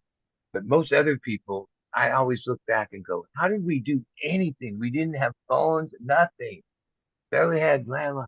But Dude, somehow you in just that see him era, again. Yeah. we still did things. I remember all these things happened and deals and places and people. But I look back and I'm like, how did we do that? That was like before this. And like now that I've lived in this so long, I couldn't imagine how we like traveled, did this, paid each other, like, and didn't have any way to communicate. In I don't my even know how time, we that. still didn't have that. We still didn't have that, but we had and it kind of like centralized into like the Midwest jam band circuit. You know what I mean? Where there's like the Big Woos weekend, Humphreys weekend, this weekend, that Okay. weekend. That's So why then all you'd those like see things your were people over and important. over again, and you'd camp like in the same spot, and you'd have the Yeah, same no, neighbors. that's true. That's true. Yeah. Was the advance was like also like when I worked for BT, that was his collateral, really. Like he fronted a lot to assets out in the scene, and like you didn't pay him. There was a basic like network or family amount that would basically that you couldn't come back out on tour and be renting hotels and party. No, that like that's what you were putting up. And for the most Yeah. part, the people that he chose to front things, he could see in them that they were hardcore deadheads, and being able to show their face and be out on tour Means was something. means something to them, and so Hmm. they were good risk. But even a lot of times with them, even though the economy was way different, yeah, the next tour where they still owed you this much, they'd be way behind because they were out on tour, but they were willing to try to work with you and pay you. And it was one of those things, right? Yeah. But that was better of the few that we never saw again for a year or two. And then all of a sudden, somebody would come up to us and go, yeah, you know who's here? Yeah, that fucking guy, whatever. Yeah. He's over in this section. And people would avoid Right? you and shit, dude. Yeah, I've had a dude that No, would avoid me at and fucking like, you BT can't would avoid me like all weekend, usually bro. go over and talk to him, but it wasn't like he expected the guy, right? But basically, that was their feel out because sometimes people love the Shane and would like go away for a while, but then try to just ink their way back. And yeah, I don't know. There was like a shun thing. Like, like the scene was smaller, and even if that was the guys that sold their acid and this person, no, if somebody was that person, then like, oh, no rides, no, like you weren't part of this. So you were there, but it's like to be on tour, you kind of got to be in on this, or otherwise you're out there by yourself, which that's not what it's about. Like, Right. and yeah, no, sometimes it got people threatening. It wasn't really that much violence. No one would like say, "Oh, I'm gonna beat this person up," over it. That wasn't no. But a lot of people didn't pay fully because they spent money. Like that's why I have certain things. I don't front anybody shit forever. Like, I don't know. I know because I've learned over the years. Yeah, and a double front will always fuck up. Like Ugh, so many I don't even like things, talking about it. but like Over the years, fucking, I finally learned my lesson, but yeah, well, being yeah, out on Dead Tour as a young guy, oh, I saw it in like a whole other. Uh, yeah, people would fuck up on tour all the time, to say the least. they It fuck was up in real real easy life to too. do. Yeah, Probably more so. Fucking,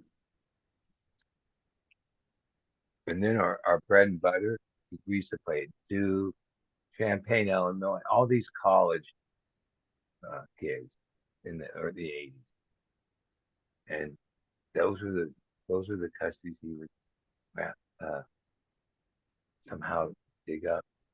That man would be the one that started at this amount and over this period of time, which wasn't that long, usually like 6 months to 8 months, and you know, would go on a tear and like go from selling 1,000 to 5,000, 10,000, 20, and then would just go quick done because it's a thing where that's how it works. It comes into an area and then it's a thing, and then after people have done it a few times, it's not something they just keep going back. It's it was just like like that. It was like that in Wisconsin, and it was probably coming off a Dead Tour. There'd be like 2 or 3 times a year, when like twice a year, pretty much always. One around like Christmas, and it's anyhow, weird that the L would be like around, and everybody would get flip out. People would like freaking attack their Christmas trees and shit like this over Christmas break and whatever, and then they'd be gone for another 6 months until summer rolled well around.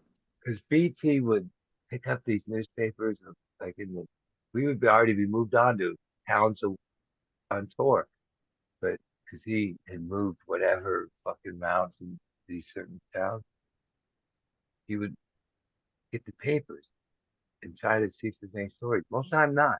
But then every once in a while, oh, yeah, there'd be a story that like 6 people admitted at the emergency room, uh, uh, overdose, whatever, on LSD. They would describe it, say, oh, the Grateful Dead was in town, and notorious for this and that, and and and if it was like hits uh from our design that they would say, sometimes it was, sometimes it wasn't. Yeah, that'd be a concern because see back then, yeah, one little thing like that could like yeah get something rolling, and there was always wreckage in the past behind us. As much as oh, there's a ton of enlightenment majority, yeah, there's certain people with whatever in their life, whatever stuff they have with them, have like what they call bad trip or just fucking really do some crazy shit. But very few, but it happens. Yeah, in my hometown, there was always some chick running naked down the fucking street in the middle of Well, winter. that's pretty harmless. Like somebody Somebody like attacking their Christmas tree. tries to cut their own genitals off with a mirror. That's a little extreme. Like they go into like That's dangerous more like that sounds more like situations. dust. And sometimes those That's people an angel. know. That's more angel Sometimes it's dusty. acid. No, sometimes that. Sometimes those people have such a trip that they. It's not like oh it wore off and now they're back to themselves. No, like The glass of orange juice kid. Everybody yeah. heard Well, those I mean, horror I've stories seen waking or growing up yeah, about the and it fucking always what's isn't his in name? how much. It's not like oh the guy ate 10 hits and that happened. No, that's not. It's just that high in some people's position. I think like the few I've helped to walk through.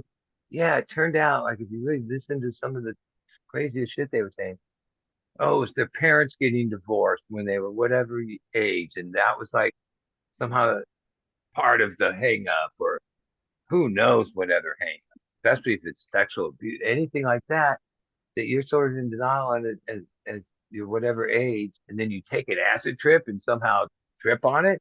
Yeah, that could lead you down some pretty fucking. I always thought like it has to be something like that. You can also hash out your shit too, though. Like it might seem like a Yeah, bad but bad not thing at the everybody time. can do that. And Right? actually, the one thing that I've taken Whoops. moderate acid. I have no fear of that way it affects me. But the one thing I sometimes feel like, holy shit, is when I take a decent amount or I guess too much mushroom, where I, holy fuck, like that shit is where I could lose my shit and like Yeah, have a mushrooms bad are trip. more of a roller coaster. Ups and downs. I don't like it as much, to tell you the truth. But Like I was at a show at the Warfield, so fucking high in mushrooms, way up front. And I remember telling Sabrina, you think these guys are cops? Look, doesn't that look like a gun bulge like in the back waist? She's like, what the fuck? That's so and so. Like that's so and so's friend. I'm like, nah, that's a. And at one point, I reached out and felt what I thought was right, and I was sure it was like a gun right there. And dude turned around, was like, what the fuck, dude? Right? And Sabrina's like, dude, that's so and so's friend. But I was positive. Like I was so fucking high mushrooms, I was positive. And then another time at the Warfield, he probably was. I took so many mushrooms. This Japanese guy, Toshi, that moved back to Japan, he was like go-to guy, stayed at my house, took care of everything. In the middle of the show, I called him up. I said, everything all right?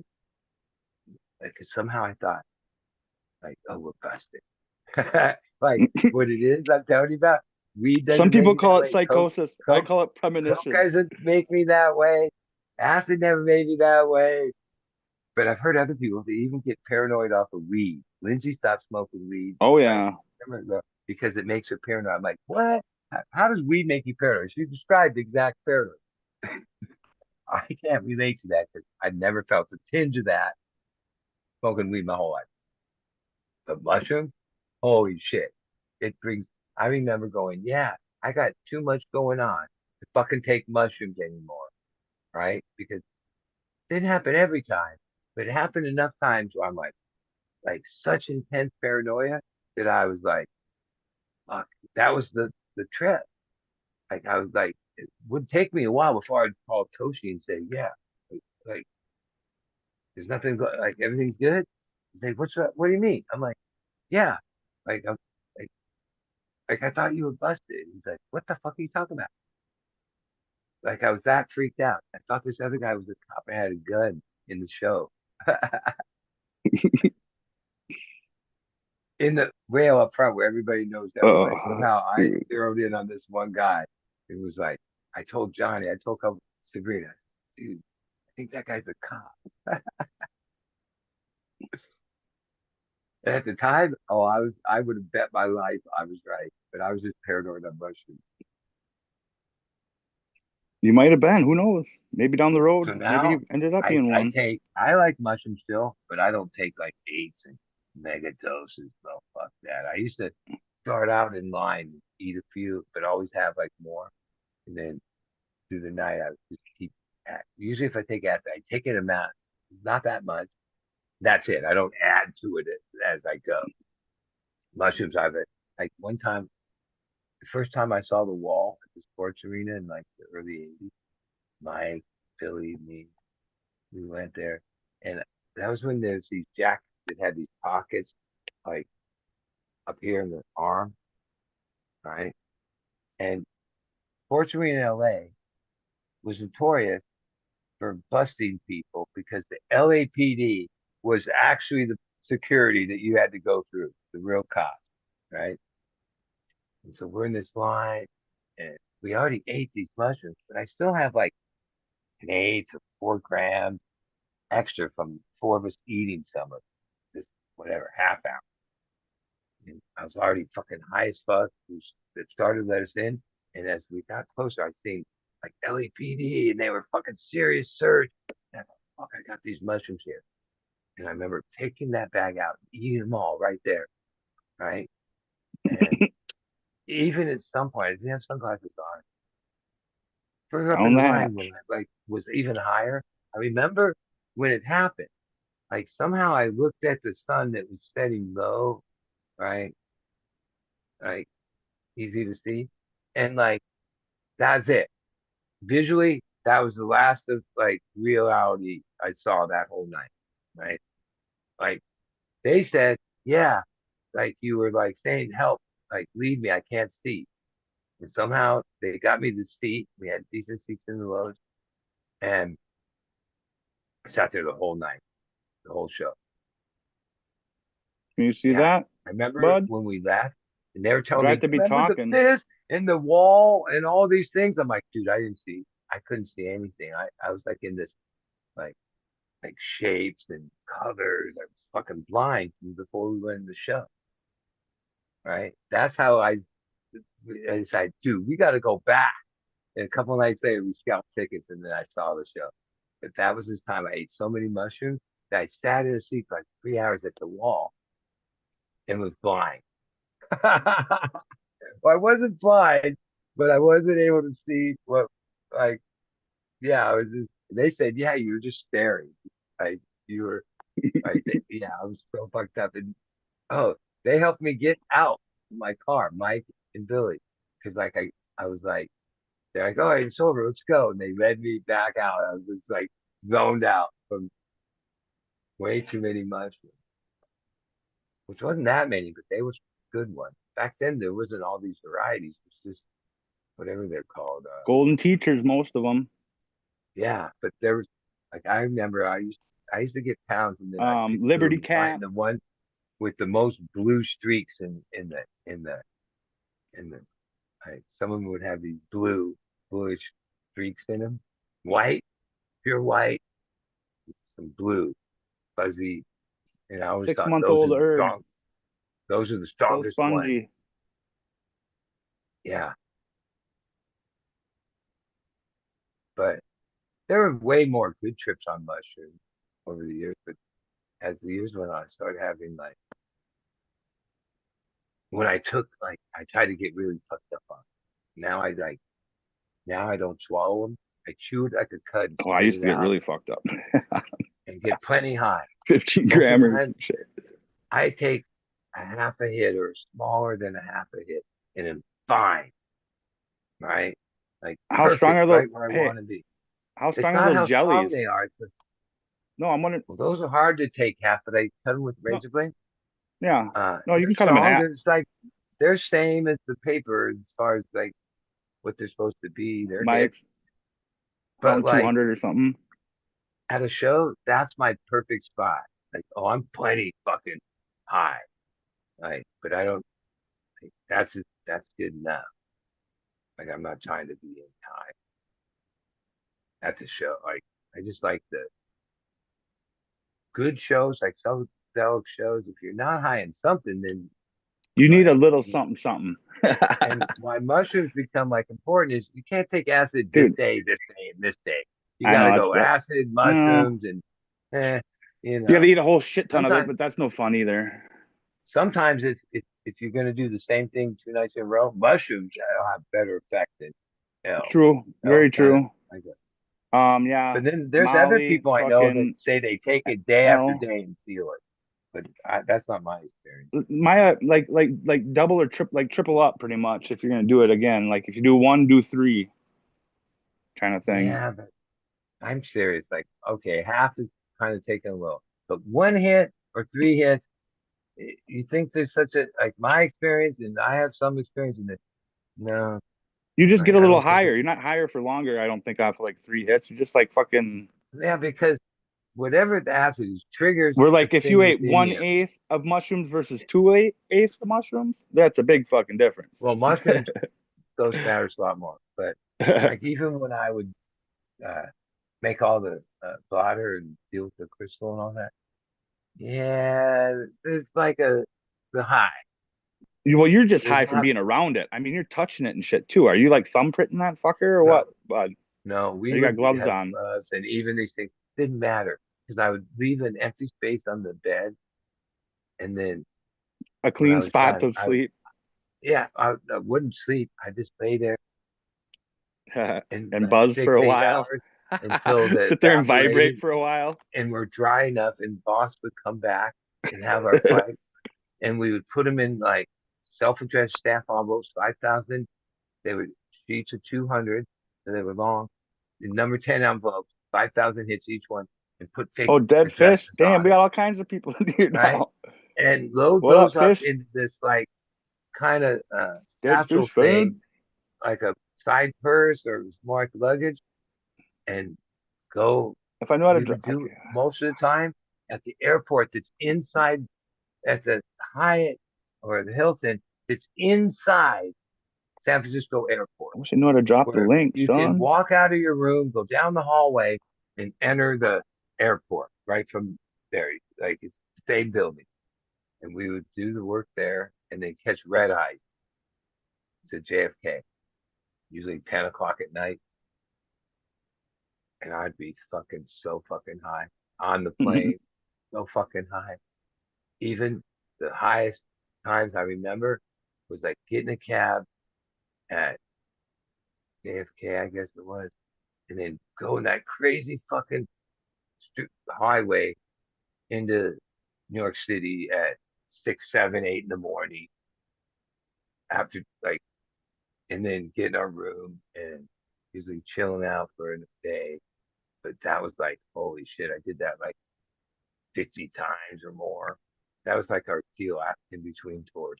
We take shit out there and blah, blah, blah. And you have bladder it and then breathe in. Like you can't get away from it. Even, I guess if you had a full suit and all that, probably. But no, like you come in contact with that shit. I think even if you open the vial and fuck it in the room, that's it. Like that shit's like crazy. Like you get high just being around people high, that high. Like I remember sometimes some people were so high, I was high. Dude, I've experienced that before too. It's fucking pretty freaking like when somebody is so convincing in their fucking like in their trip and like description of like fucking Their hallucination that you Well, like almost like believe it. You okay. know what I mean? You almost like So when see it. I Or, started doing this job, I found out about what were there? There's two different guys that had done this for years before me, how do I share the fucking link button? and Any like idea? one was like one of his friends, or he found off of the hate, right? Like he had, he was a stoned ass Oh, psychedelic I warrior think I guy. found the motherfucker But now. like after so many years of doing this, he lost his fucking mind. He was like when I met him, he was like not homeless, but he Oh, was I can't do fucking it here. gaga land, right? He was like taking too many hits. Like when I first went up to San Francisco and would Hey, see bud, the you should homeless share the link. and I can't do it. to who? It's a Penny Pebbler. Okay, wait, I'm on the other thing. Where is the link? Let me I go hit the back zoom in here. button up at the in the middle of the top of my screen Oh is how I wait, got there. has he ever come on here before? Pebbler? Yeah, ever I know him on personally. I Zoom. know him. Because if you've ever come on here, you pull up Zoom and you go Oh to, no, I don't think Pebbler. I don't think he has. all I right, don't even know if he. I let me should probably figure see if out he how still to wants do this. to. That was a while ago, but Yeah, I guess because it don't hurt. dude, I gotta at least get some sleep. I just pressed When's copy, but tomorrow? it won't let Oh, me put it tomorrow's in there because I'm not Sunday. a blue name. Let me look. I don't see a link in any of You this that I could, but there's what I a could do is see what the link is over here on Zoom. Oh wait, I could go yeah. to Zoom on my other phone. I Let me see. copied it from Zoom, but it won't let me put it in chat because I'm not blue. See, you're probably better at this internet than me. I'm not. I gotta Yeah, look. yeah. Like there's that Zoom in the middle of my phone up near the top, All right. Because actually, it's just a number, and then isn't it? down on that list it says fucking share code or whatever. I just Okay, here we copied go. that. Double click it or Okay. whatever I Wait, do. here's the meeting. Wait, invite Let me me. see if Oh, I he might found not it. even want to come on. Okay, I've copied it. I'm gonna post it, and then it's up All to right. them. Maybe somebody else. Yep. Because Yep. I'm over. I'm I back gotta in there. fucking wait. What up? What up, What? Digger? Worm Digger. Dude, you have me on both of my accounts on this? I gotta sign off one. That's how I found. Oh, But he's gonna throw a link in if you want to hop on, and if anyone who wants to come why wake won't and it bake. let me paste it?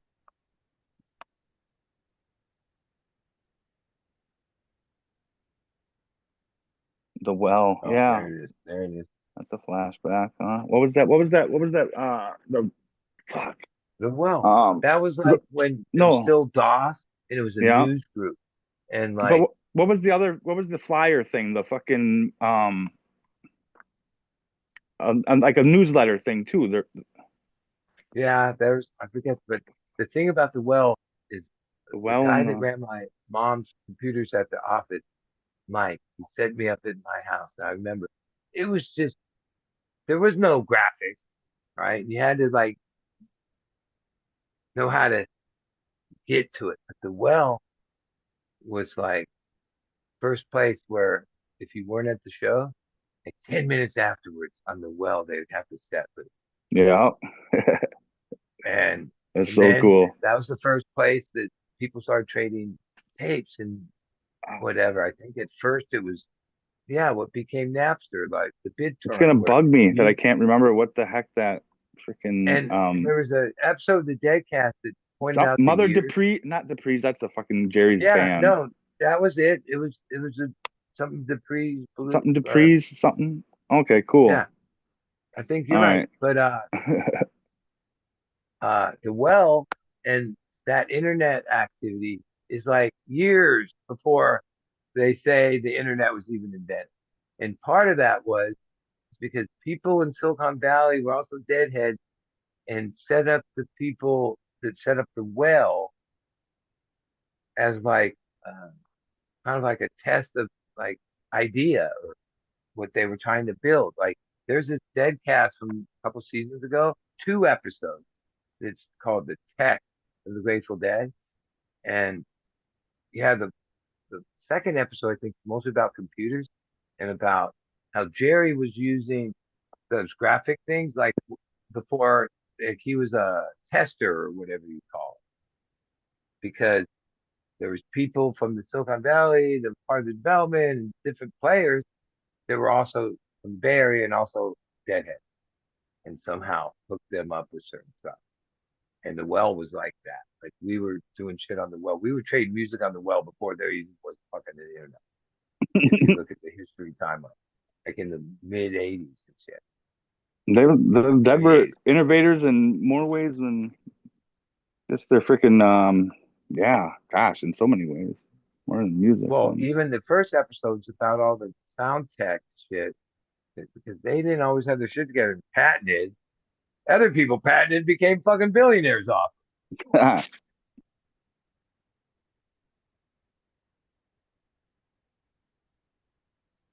Obviously. And he was onto that meat Yeah. shit way before I think I thought about that the other day, how IC's on like that meat diet and carnivore diet, and obviously was on that shit fucking long time ago. He had a lot of crazy. Like he thought the nukes were gonna blow up the whole world. And the only place safe was Australia. He tried to talk the whole band, everybody. Dude, who's to say he's wrong? We all got moved there. Yeah, he moved there, and then he crashed his vehicle and died, like avoiding it. I don't know. It was a car crash. Yeah, Jeep.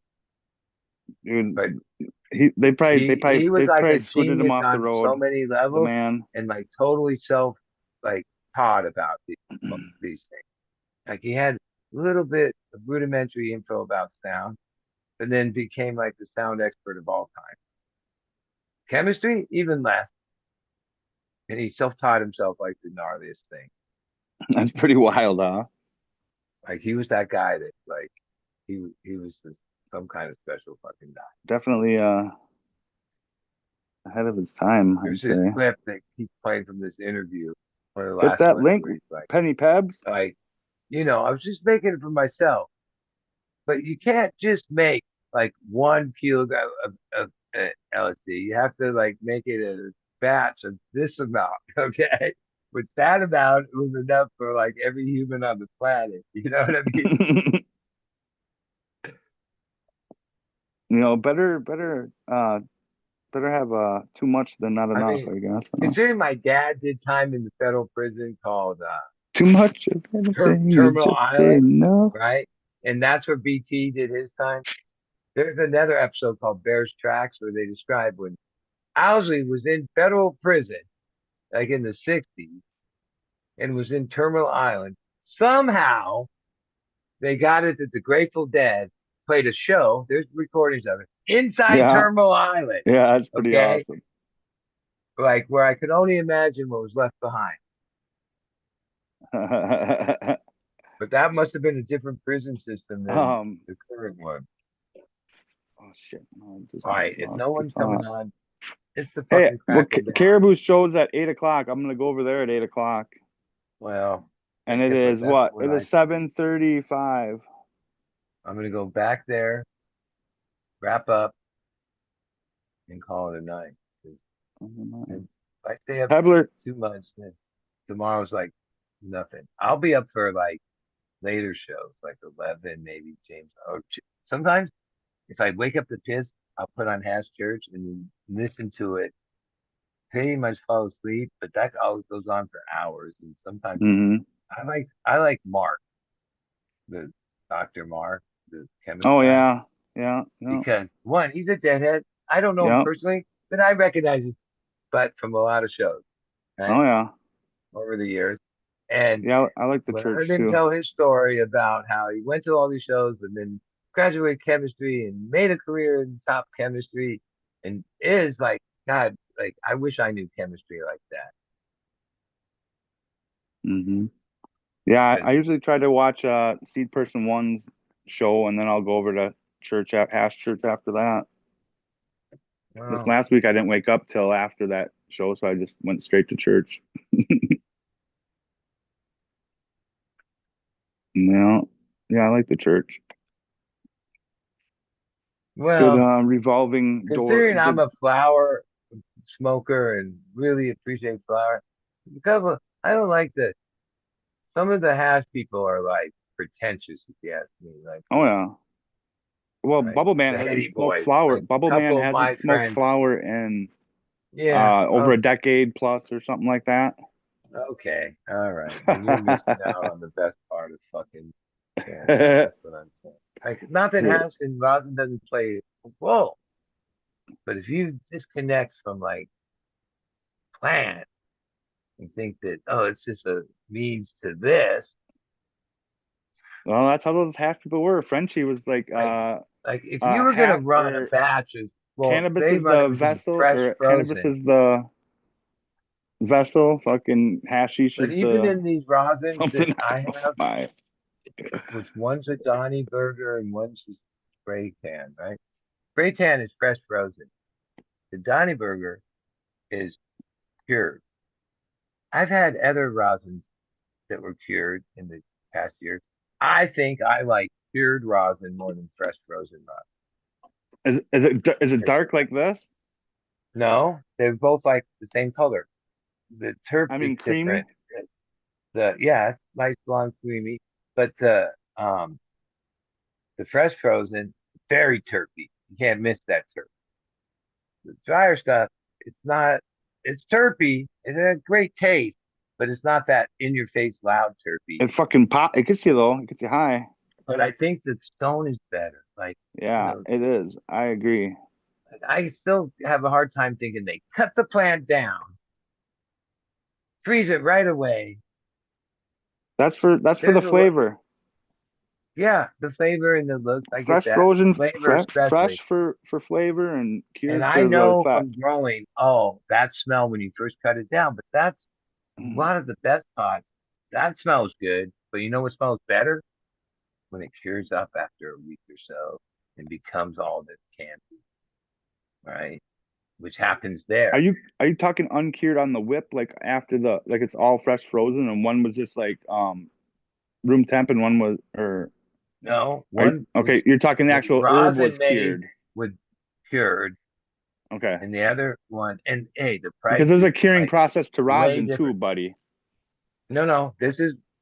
I know the person that made it. I know what they said Okay. they did, what it was. They said, yeah, and the price of that's only this, and the price of this is this, and like after a few weeks of hitting both of them, I was like, fuck, I'd take this over this, right? So could be the strain, spray tan. I don't know. That's some strain. It tastes good and smells good.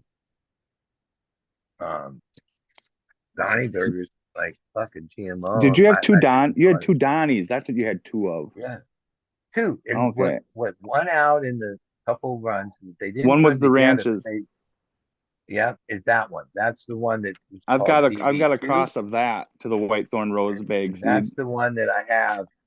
I have going. I have moms of it. I have plants of it, and Dude, stretchy. I'd love to see that. Takes That's a gonna little be a longer. nice one. I have a feeling. We grew Donny Burger years ago here for a long time. Yeah, But what's the I other knew one that. called? God, there was another one that was like Donny. But Oh, there's began with Donnie an M. and there's shit. Donnie and oh, so why am I brain farting? Fuck. Thing is, they stretch a lot. Any GMO cross is a real stretcher, and they really take 70, 75 days to really be the best they could be. Whereas other strains a Yeah, year I think they more. brought one back to fucking GMO again, and they brought another one back to Larry. And I think the one that they brought back to Larry was called Gone Mega. No, that's the Soulfire shit. Oh wait, I agree with that. I don't know. They were all like a lot It's of gonna these bug are me, fucking dude. fine and dandy. It's Larry only fucking and strains Joey bad. Burger? No. Well, the burgers and that whole line. Donnie Burger and GMO basically. I mean GMO. I remember when the hash tops were just GMO and the hash people were GMO.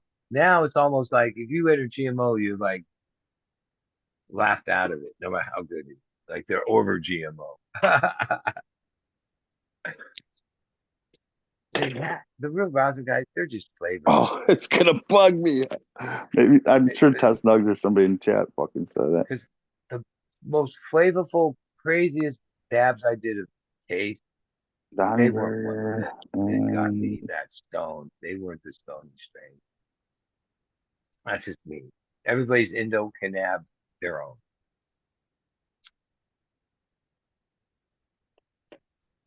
I've realized that.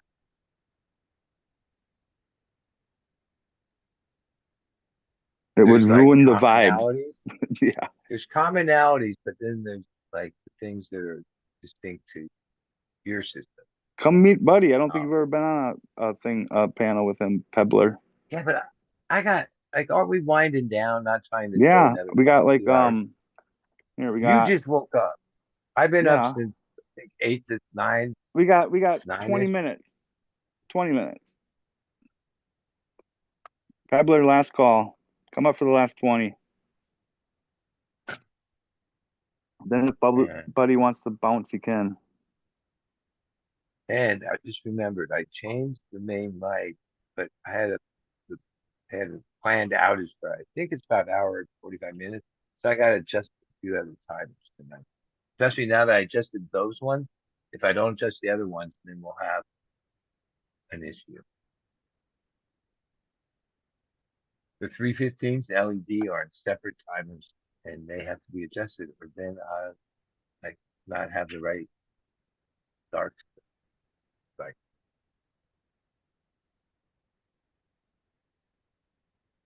you know what? I should write that down. Because sometimes I'm like, yeah, but then I forgot.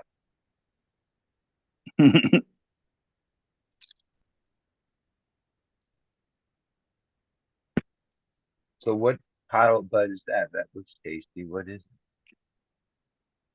That's that. This is still some of that shit from the summer. This is the Banana Moment by White Thorn. Tastes like fruit Well, punch. The green one does. The green one does now if you've anyway. grown white thorn, its own. Nope. So I have no idea. I'm gonna grow the Fem back cross this year though. See, that's like important to me. Like, Like how no, I do have you no know idea. what is the white thorn I don't. influence? If you, I've never grown the other plant of this either. The Banana yeah, but Moment, so I have no fucking you clue. don't, you don't, you don't have that option. But it that is, easily, but there are a couple, but they are different. There are varying phenos, right? And the one is very familiar. It's like fruit punch and like kind of reminds me of like Mendo and or not what's their Mendo, but name? I've heard them make podcasts. The guys that made White Thorn. What the And fuck I is just it? wonder, okay, they made seeds, and so there's varying phenos. But what about their pheno? The one that like had whatever story behind it, mom, and there's a whole story. Like, Kind of reminded me of like a forbidden fruit by Here Comes Pebbler, I I think. grew some forbidden fruit way back, and I remember like loving that. It fucking had this taste. All that. It took me a while to realize. Yeah, you don't get that stone from this shit. No, so I had that by Mendo Breath a couple, or not, no, by Mendo P a couple years ago, and that's kind of what the closest thing I can think of that White Thorn, as far as I know. I didn't know it was like that. That's. I guess Oh, that's a. you rang. That's not me. What up, Penny? What's up, fellas? You must be by birds. Yeah. You're freezing Sounds up like on you're us. at Busch Garden. A lot You're of sitting on. birds. A lot of birds. The birds. The birds. I wish your screen wasn't I think I froze. scared him away. Oh, now you're coming into frame.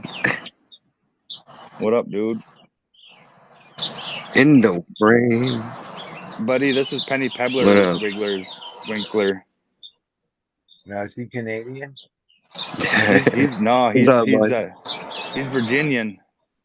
Oh well, Virginia. That's Virginia blue.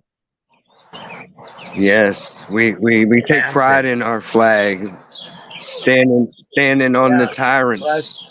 We're standing on the tyrants. I ever had at Grateful Dead shows was at Hampton. The best flag in the fucking whole country.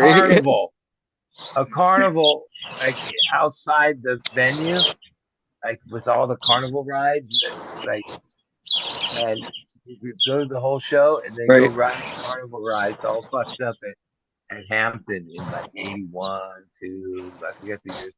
Now they call that place the mothership or something. Fish has done some killer shit at Hampton too. That place that has like its history of killer shows at Hampton, Virginia. Where is Ash or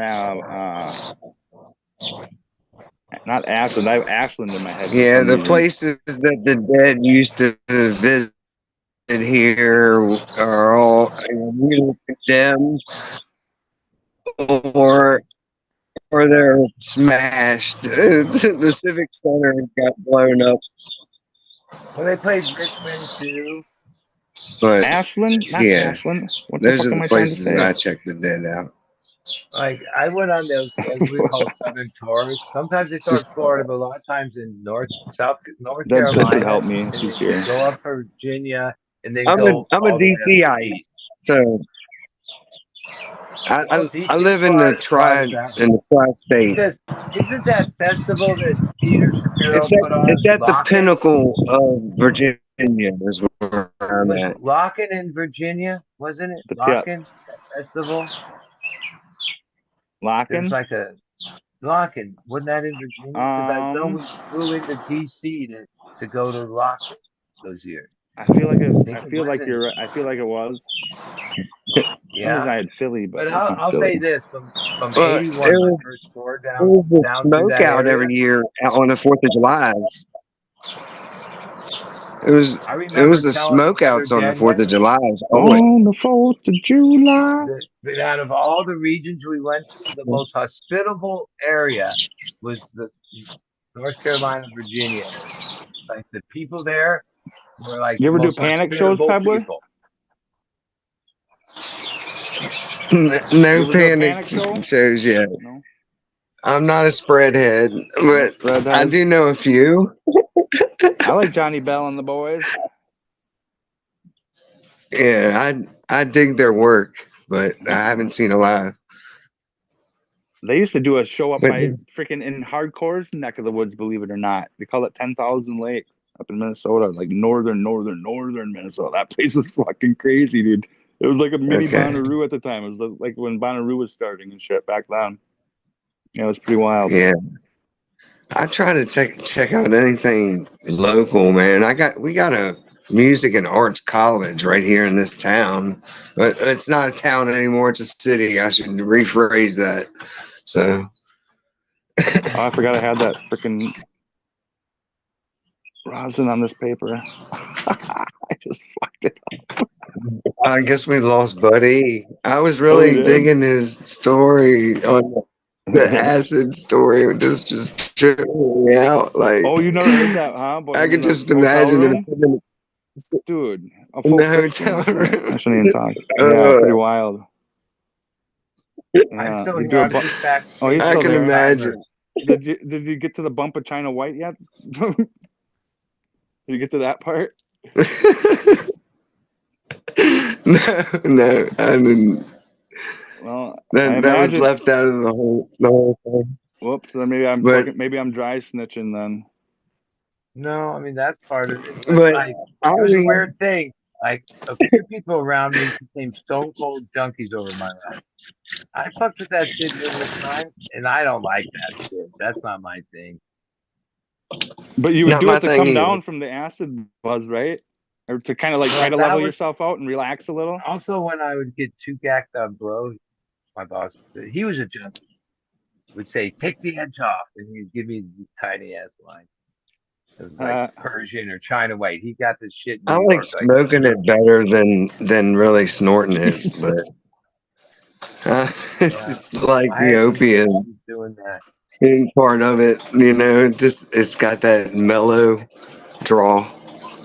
It really doesn't have that I remember overabundant this dude Josh when I was younger coming effect, back off a tour. He's like, "Bro, I brought this fucking. I got some opium off a tour. I'm fucking just got back from the West right? Coast run and da da da da." And he comes over and I get over there. And he's like, "Yeah, it's China White opium." I'm like, I believe that's heroin, but yeah, let me take it anyway. All right.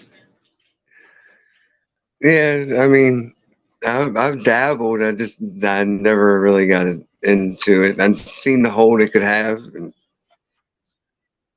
same with all that rock and all that stuff back in the 80s. It was you Yeah, could tell Pebs is if between somebody my was age going and to your get age, hit. buddy. I would guess. Yeah. You just see it in their eyes, and just their eyes tell it all. You can see it in their It's the eye. keys to the soul. It's the The keys to one the good one. soul, bro. Well, Oh, fuck. What time is fucking it? flying eyeballs are fucking real. Where we at? All right, we got about another 8 minutes or so. Right on. Are you gonna go over to Caribou's after that? You ever hang out over there? I don't see you over Am there that I? much. Yeah. No, I don't hang out over there too much. It's just, I don't know. Tuesday mornings it's just Colton and Certain shows I just are more apt to than others, I guess. I don't know. there's certain what?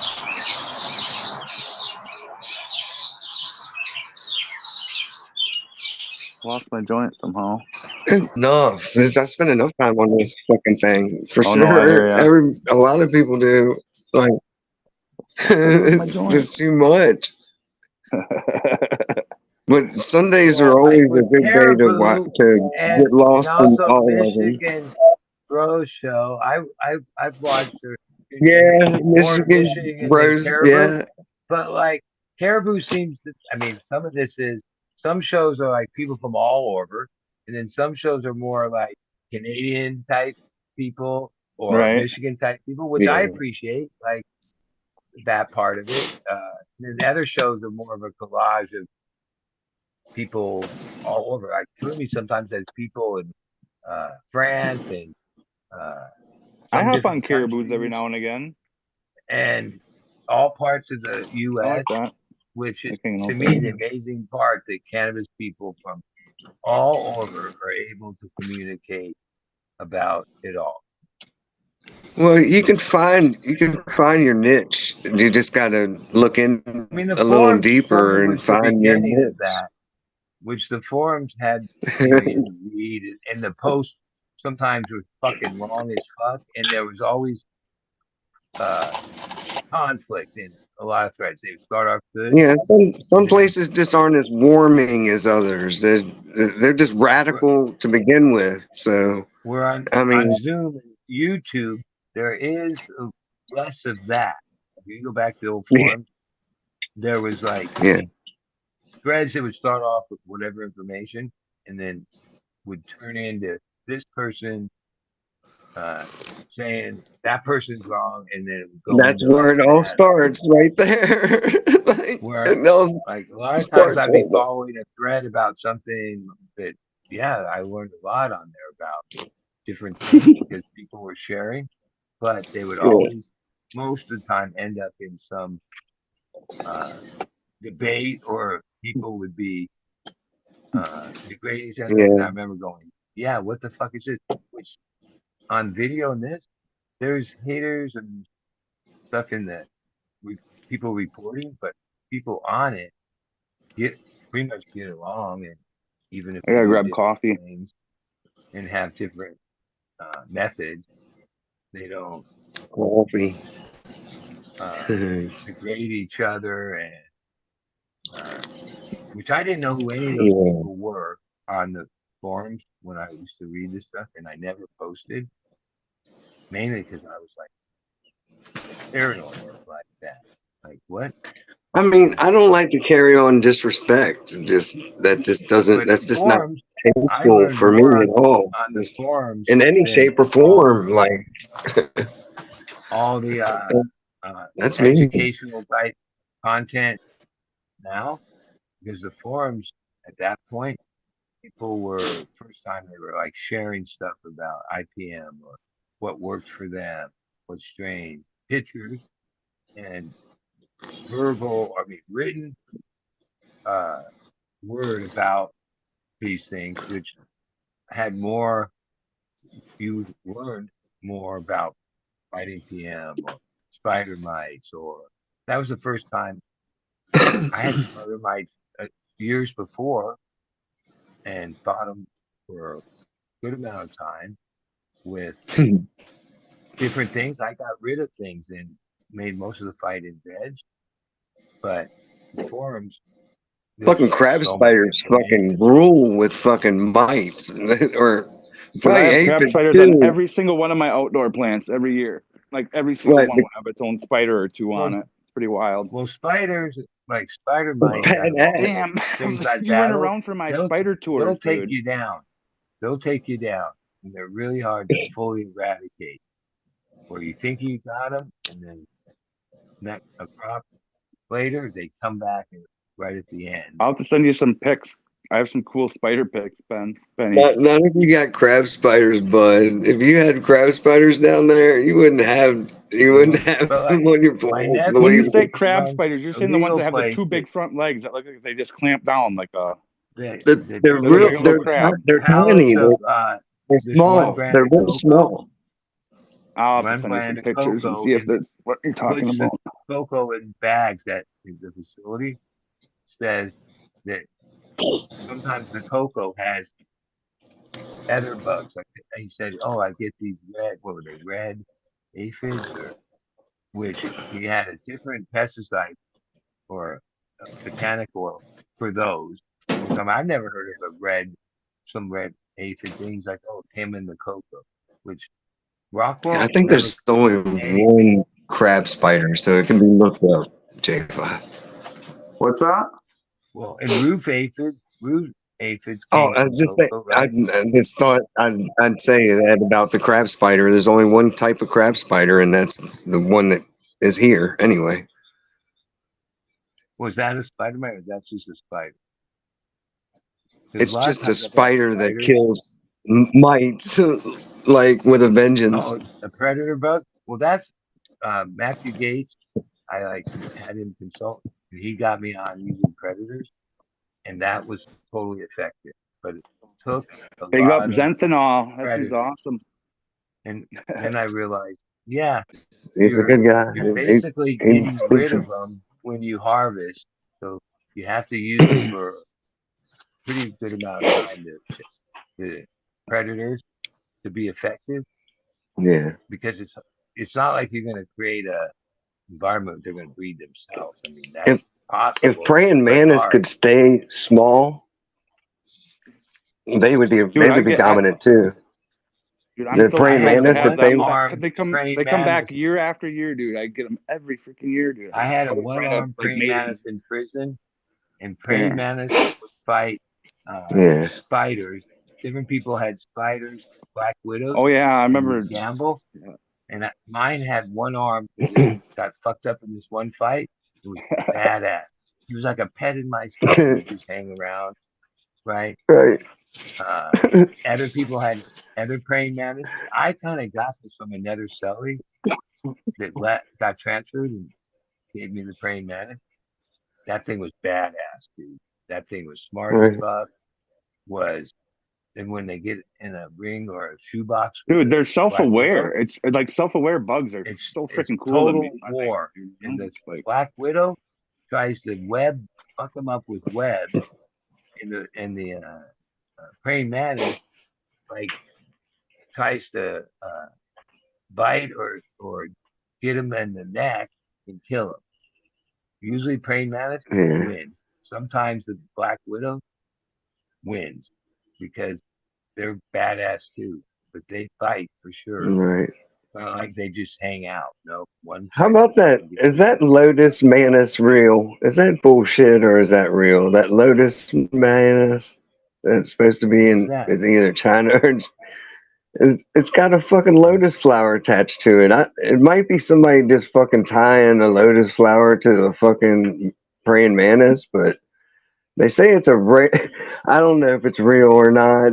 We got so much fake crap. I hate it. I hate this Like fake I crap. don't spray. I Please don't spray stop. my outdoor Please pepper. Like I don't stop with spray this it even in the AI lab, stuff. right?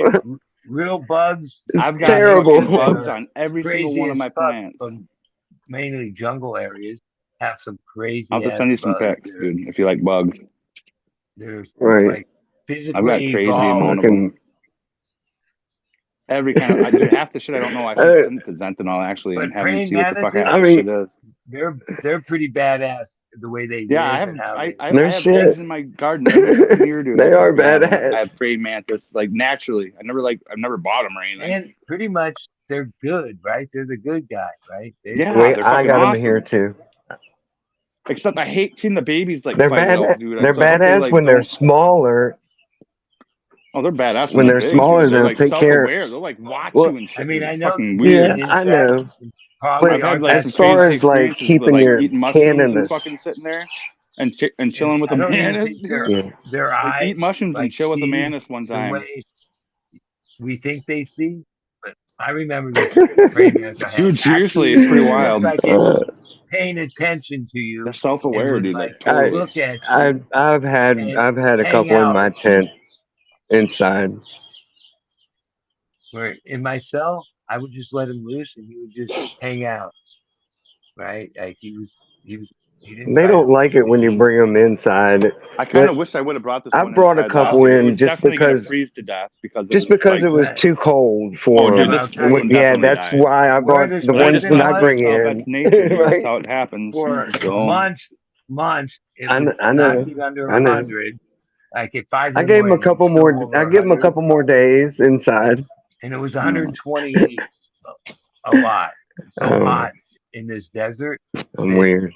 it liked coming in the AC building because otherwise you weren't surviving. It was 128 fucking degrees at that place. Even on the weight pile, if you touch those things without gloves, it would leave blisters on your hand. It was like by Yuma, Arizona, straight desert, hot as fuck. And they grew wheat in between crops. They would burn the the the carcass of the land, and once a year the locust or what's the it's not locust, it's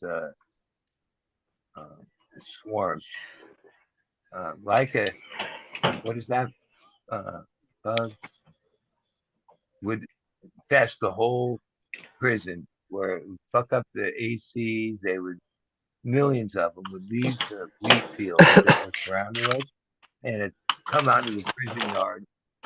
And there were so many of them, they would just be on everything all over. They were not locusts. It's kind of like a locust, but it's a what's that fucking bug? It like a flies. mayfly.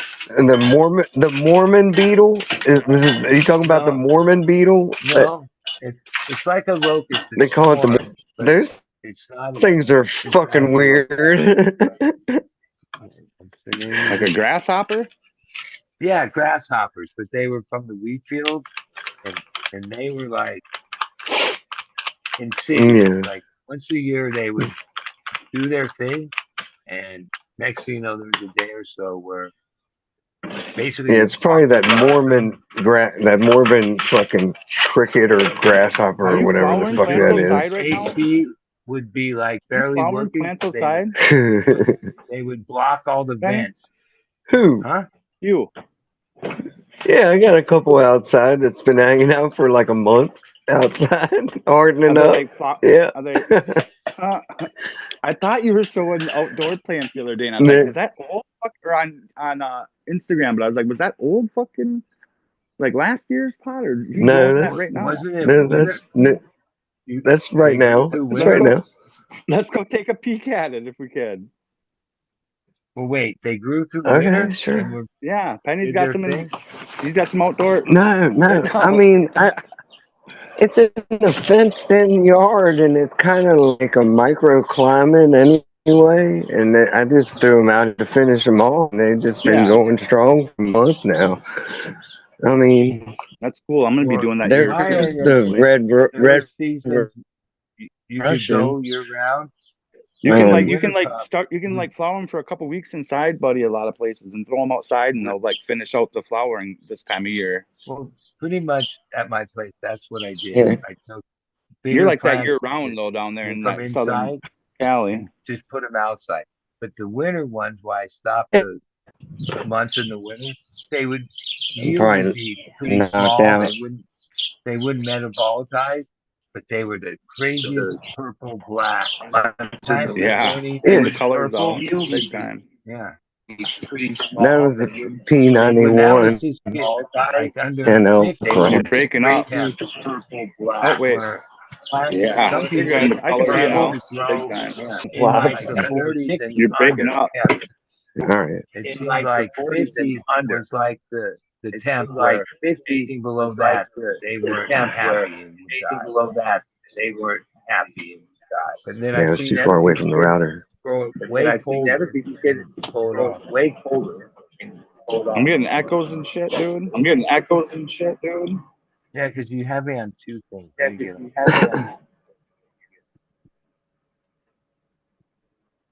Hello, hello. Hello, hello.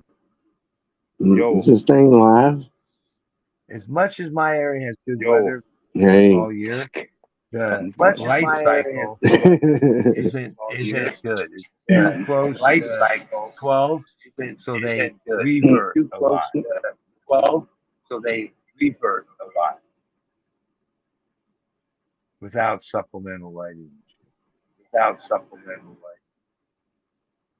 I got supplemental lighting and disco I got balls. an echo, big time. When I turn that off. The fuck Yeah, is 'cause it you coming put me from? on I two got things. everything off. All right, I turned off the mine's off. YouTube. You had me on YouTube and I didn't have the volume. Where I posted the link on there. I'm fucking tripping. That's great. I mean, if you're enjoying it. All right, I think we got. I think we might call it. Well, it isn't me. It could be me. I don't know. Could be that we've been on here I can't so do this. long. Oh my I God, can't do this.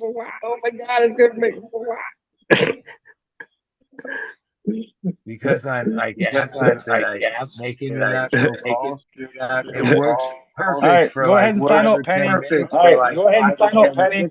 All right. Later, Pete.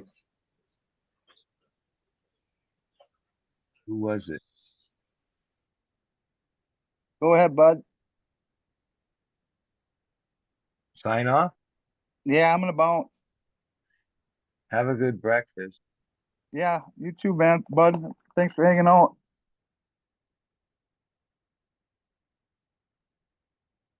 Penny. Have a good. It is Saturday, I believe.